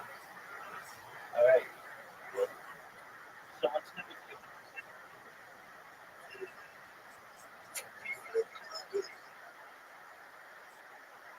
Okay.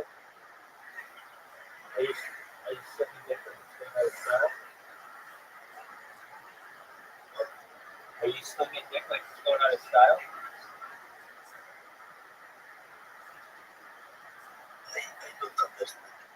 Yeah. Are you having a good time? Are you having a good time? Yeah.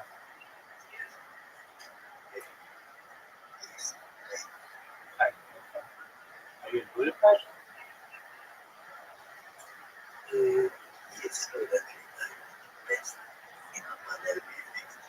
Oh, hi. How's the canyon?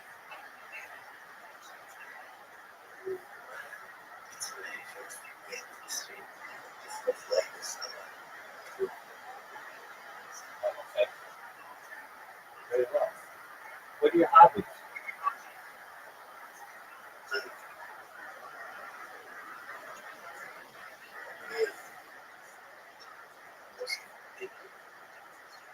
Mostly what? Okay. But when you do something, what do you like to do? What are your hobbies then? Do you like to golf? Do you like to run? Do you like to play with animals? What do you like to do?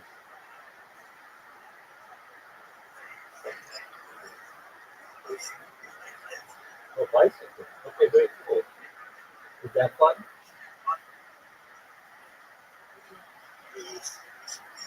Are you good at riding the bicycle? Oh, yeah, it's been a while, but it's one of those things that you don't forget. So, yeah, I like to ride bicycle.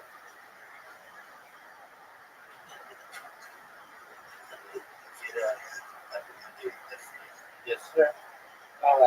Do you ride mountain bikes or do you ride like BMX bikes or beach bikes? What do you like to ride?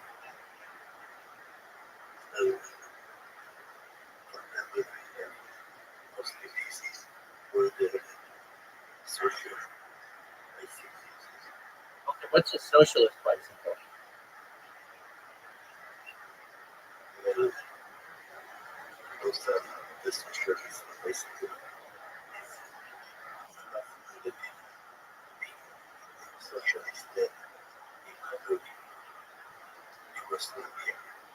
Oh, so it's like 30 years old. Oh, okay. Do they run really well? Do they still work?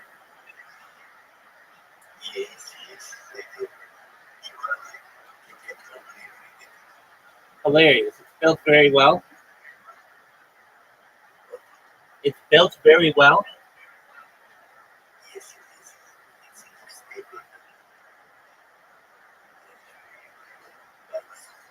Oh, very cool. All right. So you like to ride bikes. What else do you like to do?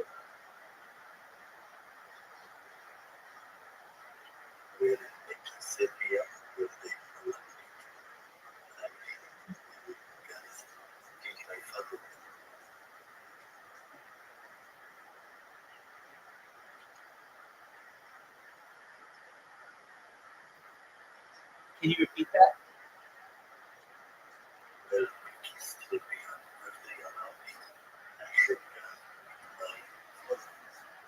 Oh, okay. You like shooting guns? Is that fun? Oh, tight. What kind of guns do you like to shoot?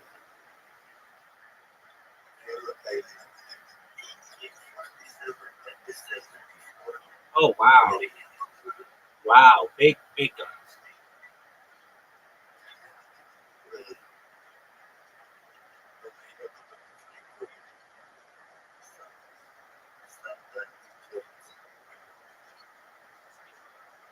Yeah. No, I get you. All right. And do you like to shoot at targets? Okay. Okay. And uh, do you like to shoot in the day or at night?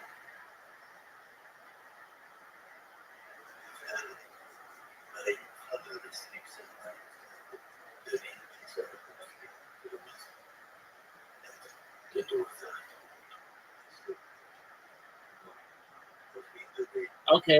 Do you like to shoot outside or inside?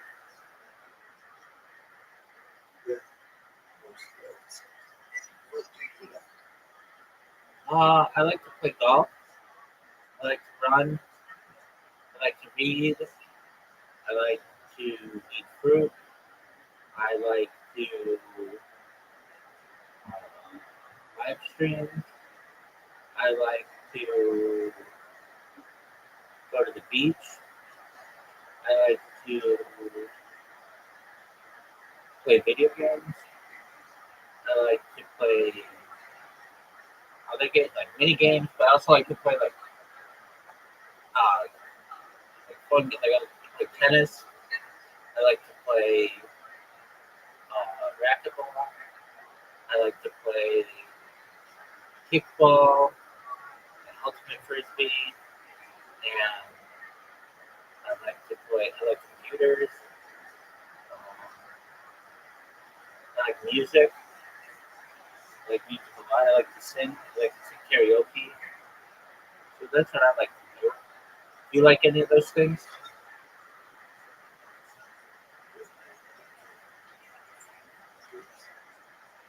What karaoke do you like to sing?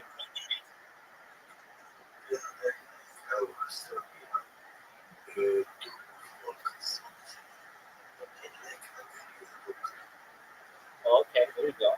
Do you like any American music?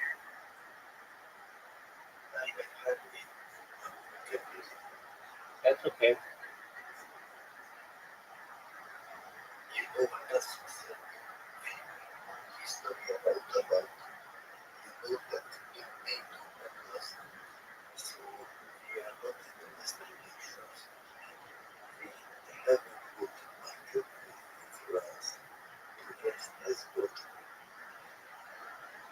Right. Right. Is it getting better or not? Is it getting better or not?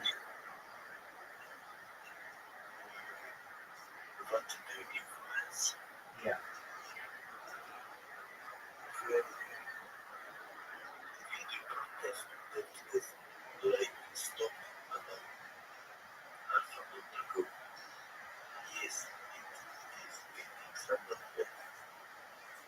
Okay. What are they what are they protesting?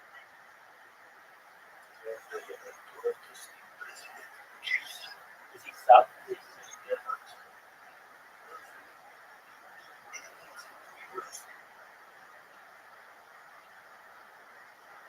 Okay, well, I'm asking you, is he okay with being stuck?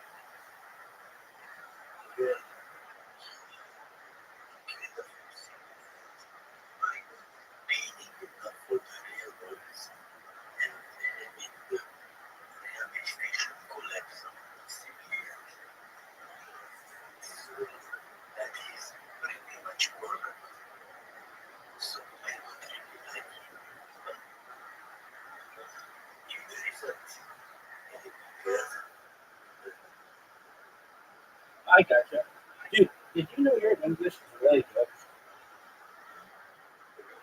It is. It's really good. I mean, I talk to people from all over the world, as you can imagine, every day. And I mean, you're just, you speak very clearly. I understand you. Your vocabulary is quite large. So I just wanted to say that I'm impressed by your English. Have you been speaking English your whole life?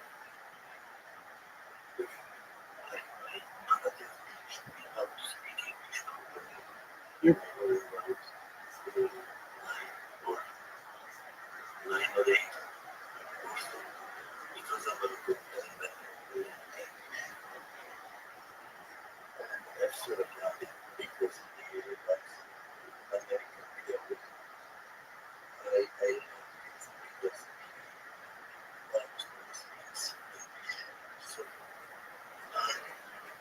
I understand. Well, he did a good job teaching you. Your English is really good.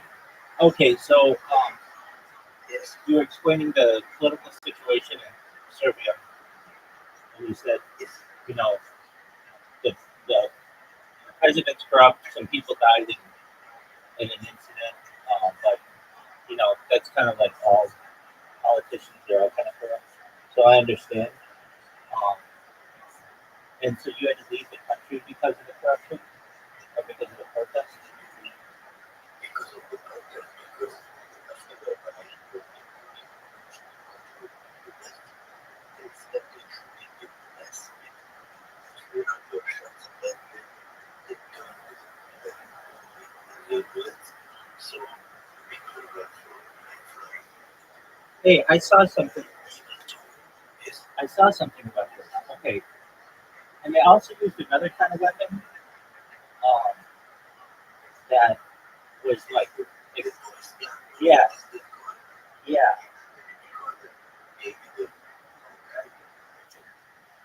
yeah. I saw a video of this. People were protesting in the streets, and then they turned on this thing. Everybody like ran away because um, it was right, right, he doesn't create much of a noise. So I feel that there's other people something like high frequency sound that kind of not target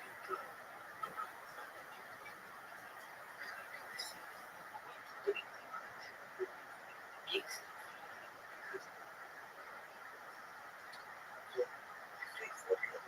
right. Exactly. It's very. It makes you feel hot, like you're on fire. Yes, it's like a news. Okay.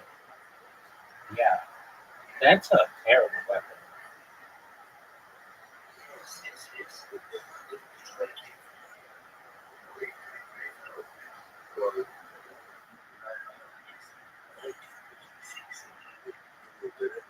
Yeah,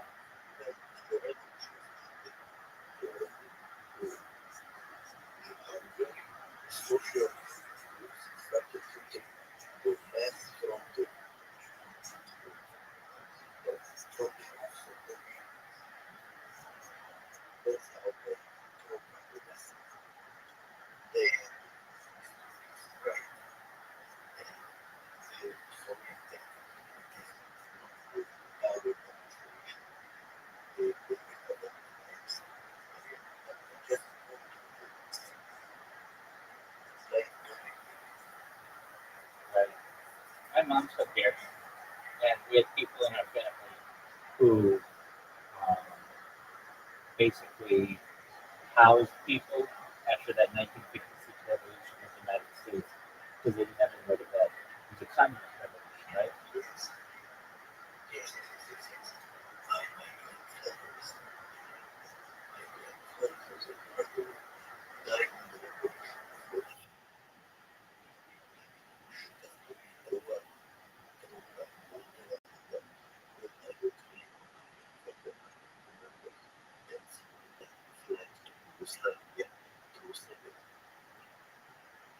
Okay. Um, no, my grandparents did it. I know a few things, but that's it. But because I was born in Serbia, I learned by nature. So Hungary kind of became my first Serbian Really, so it's more for me. wow. And so you were just scrolling on YouTube and you saw me?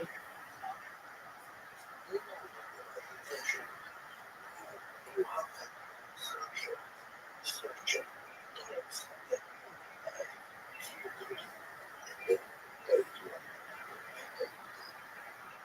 That's tight. That's smart. Well, you should know I'm always live in here.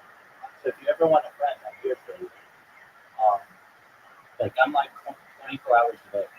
So if you're ever bored, this is your home. Um,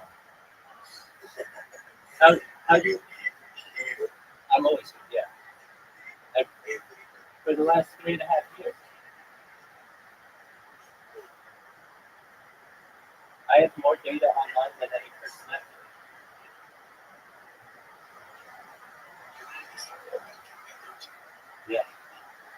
you ever seen the movie The Truman Show or the television show Big Brother?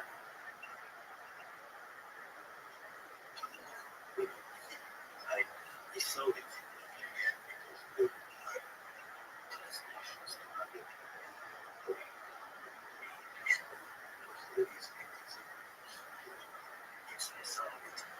Yeah. So that's kind of like my life is. That's kind of like what my life is. Exactly. Exactly.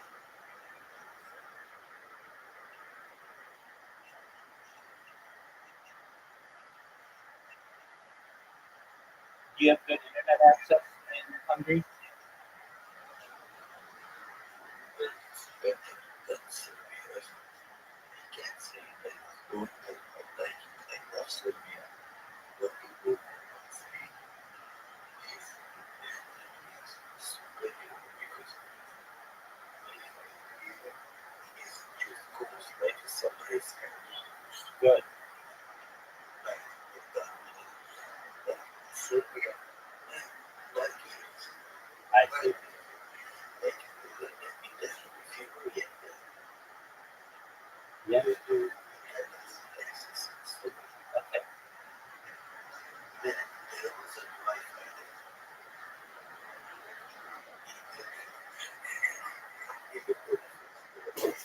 Wow. Wow. Of all the places you would think they would have Wi-Fi, it would be the internet access store. Wow.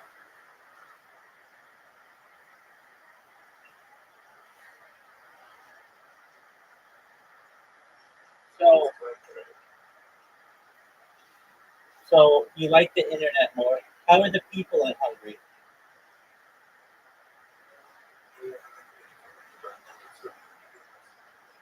Okay. So Serbia, they're nicer.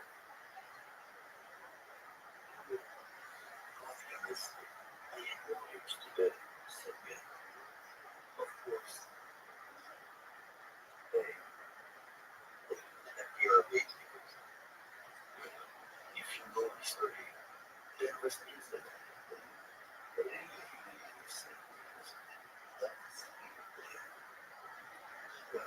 also but the stories is that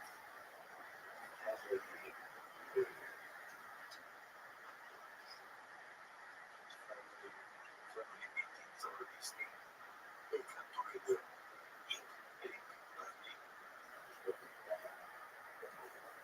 and it's authentic. Okay. This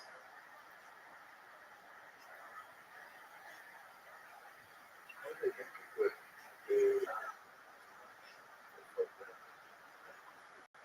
they are more fun, but sometimes when you say that people come to see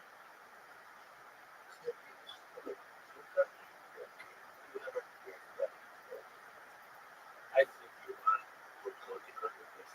You will eat so something so they start speaking Hungarian after Do you like the food? yes and there is the meat I that there are that much of foods are very very promised to that in Serbia. If you go visit it's just like a big fat guy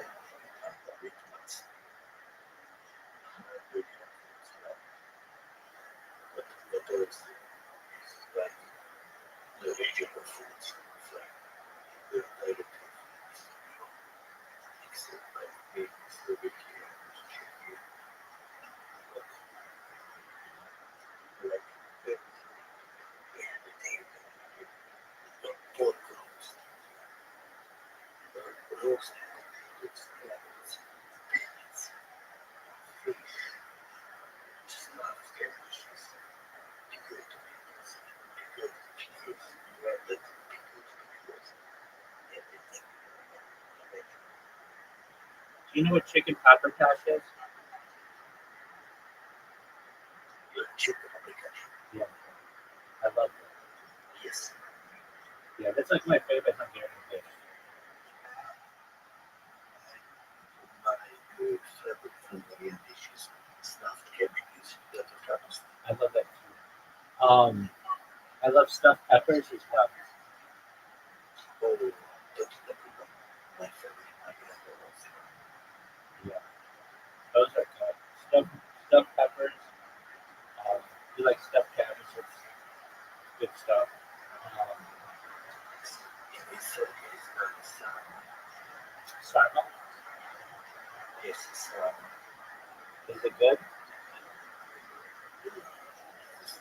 Okay, I gotcha. What else do they have? I mean, it's been my grandfather was from here. Hasn't been alive in that long, so I'm trying to think of what he would do. In addition to some other things. Um, oh, they made this. What do you It's like a dessert. Um, Keith, Keith, Keithley.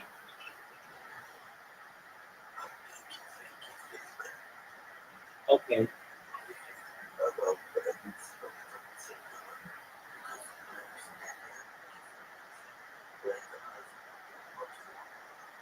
Yeah, yeah, exactly. But they put stuff in it, like cinnamon.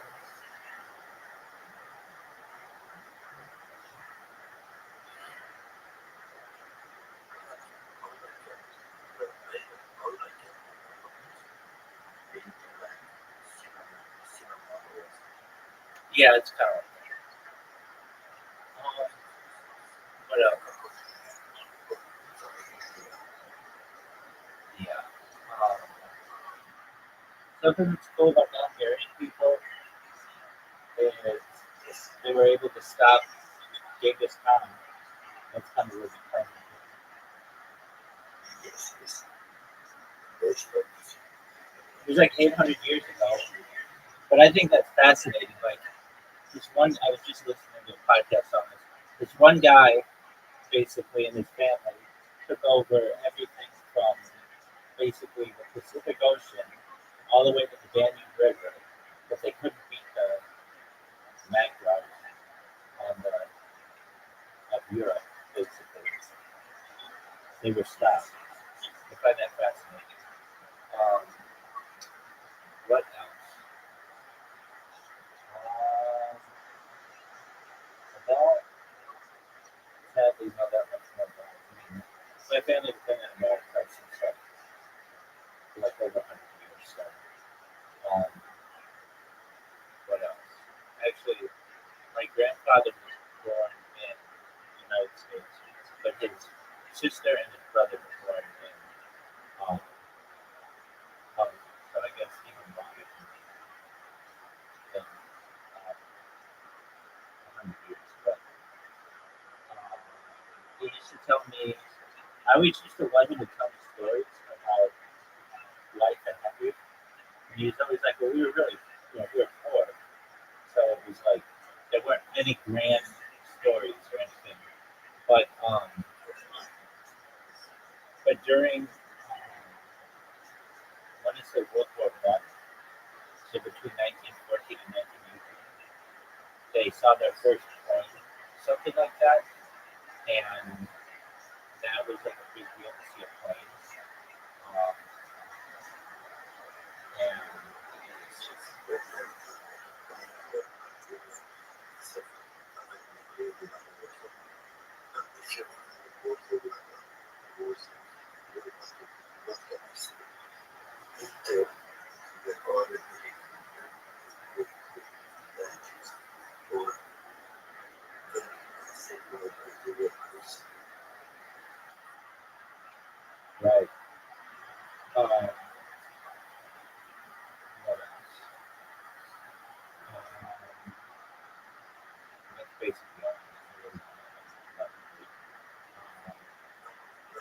know, I know, I know Budapest is two cities, or was two cities before they merged into one.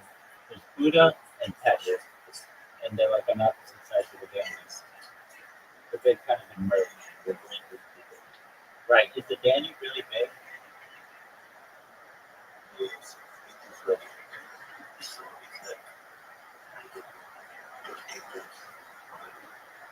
What, 13?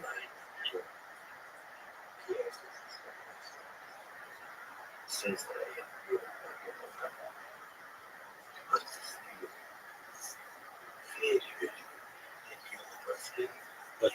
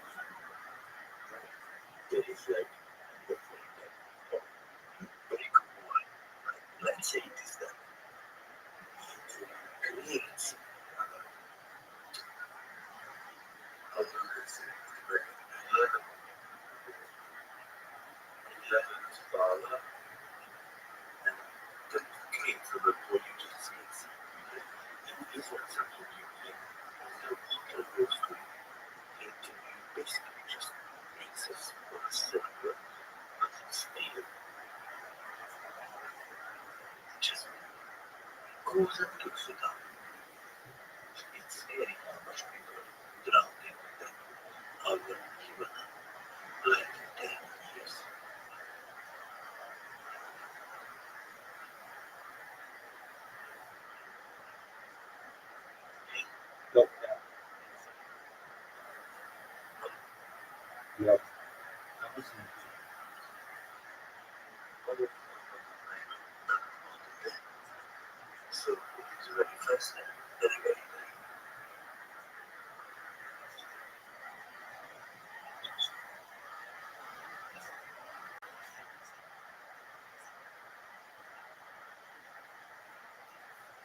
Can I ask you a question? Look up now. What age do you think I am?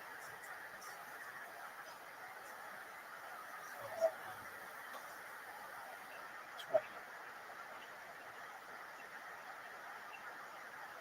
Serious? Now I can tell that. And I don't know what are you judging by my voice, how I speak, or my knowledge? All of them. You're knowledgeable. You speak English very well. You have a deep voice. Because because it's like almost 40 years. That could be. How old are you?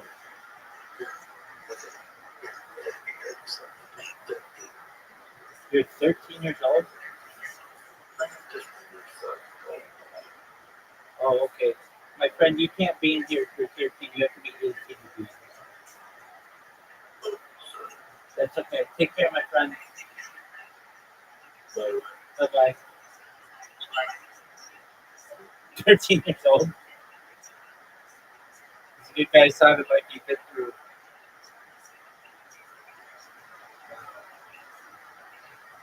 You said you started speaking English when you were 9. I thought, like, well, that's like 20 years of speaking English.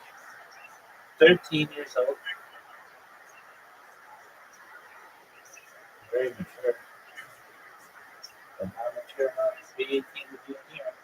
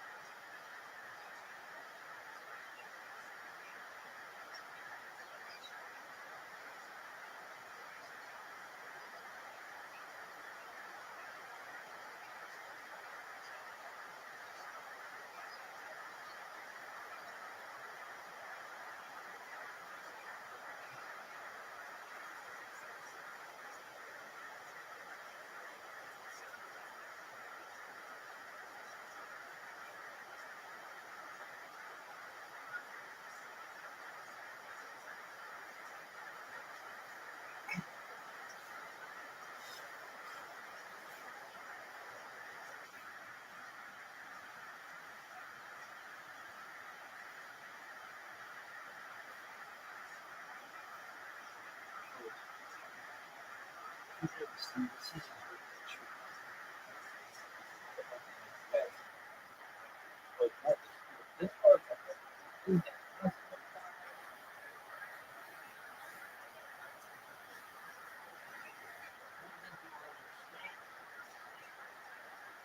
how athletic this motherfucker is.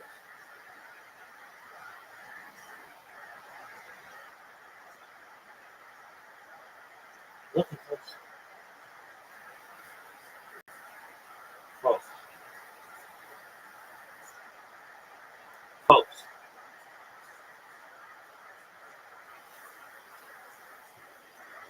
Folks.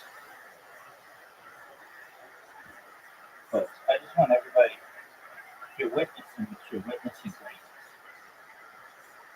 And I just think that's very often. It's really,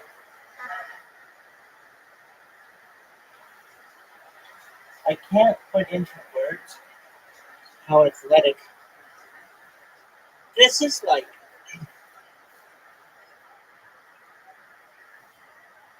if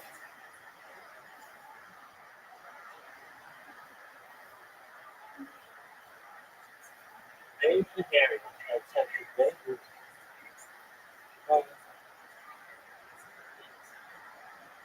ancient athletic during the Olympics,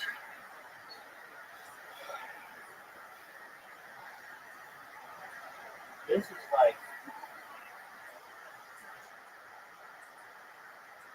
Jackie Joyner Kersey having sex with Reggie Jackson during the Motown 25 reunion of the Jackson 5. This is like,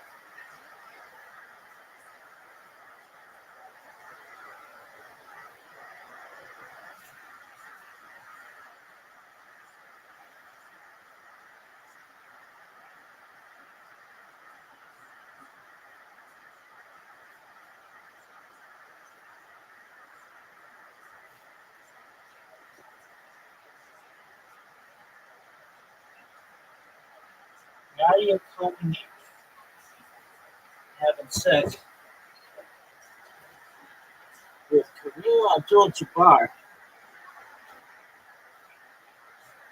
at a bar for Tustin in San Antonio.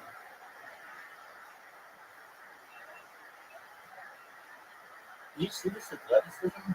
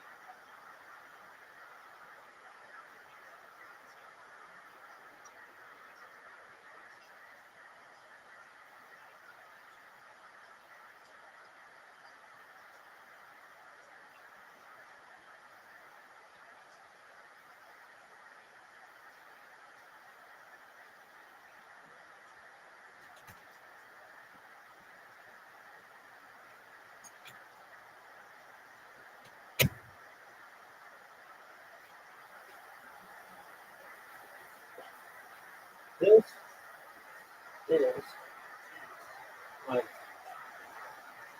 Tom Kite having sex with Lisa Lobo while flying the kite at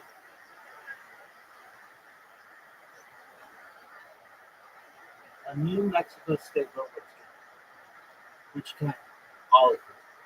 They just have some kind of, what do they call those things? The jamboree kind of deal. So, anyway, this is like Tom Weisskopf having sex with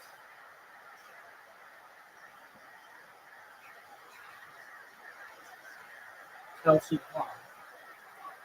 Not eating a plum.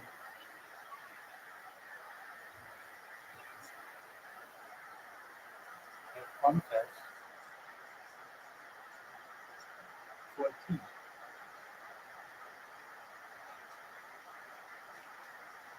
It's 20 plums. Okay. Plum Fest 22. Plum Fest 25. Okay. Yours?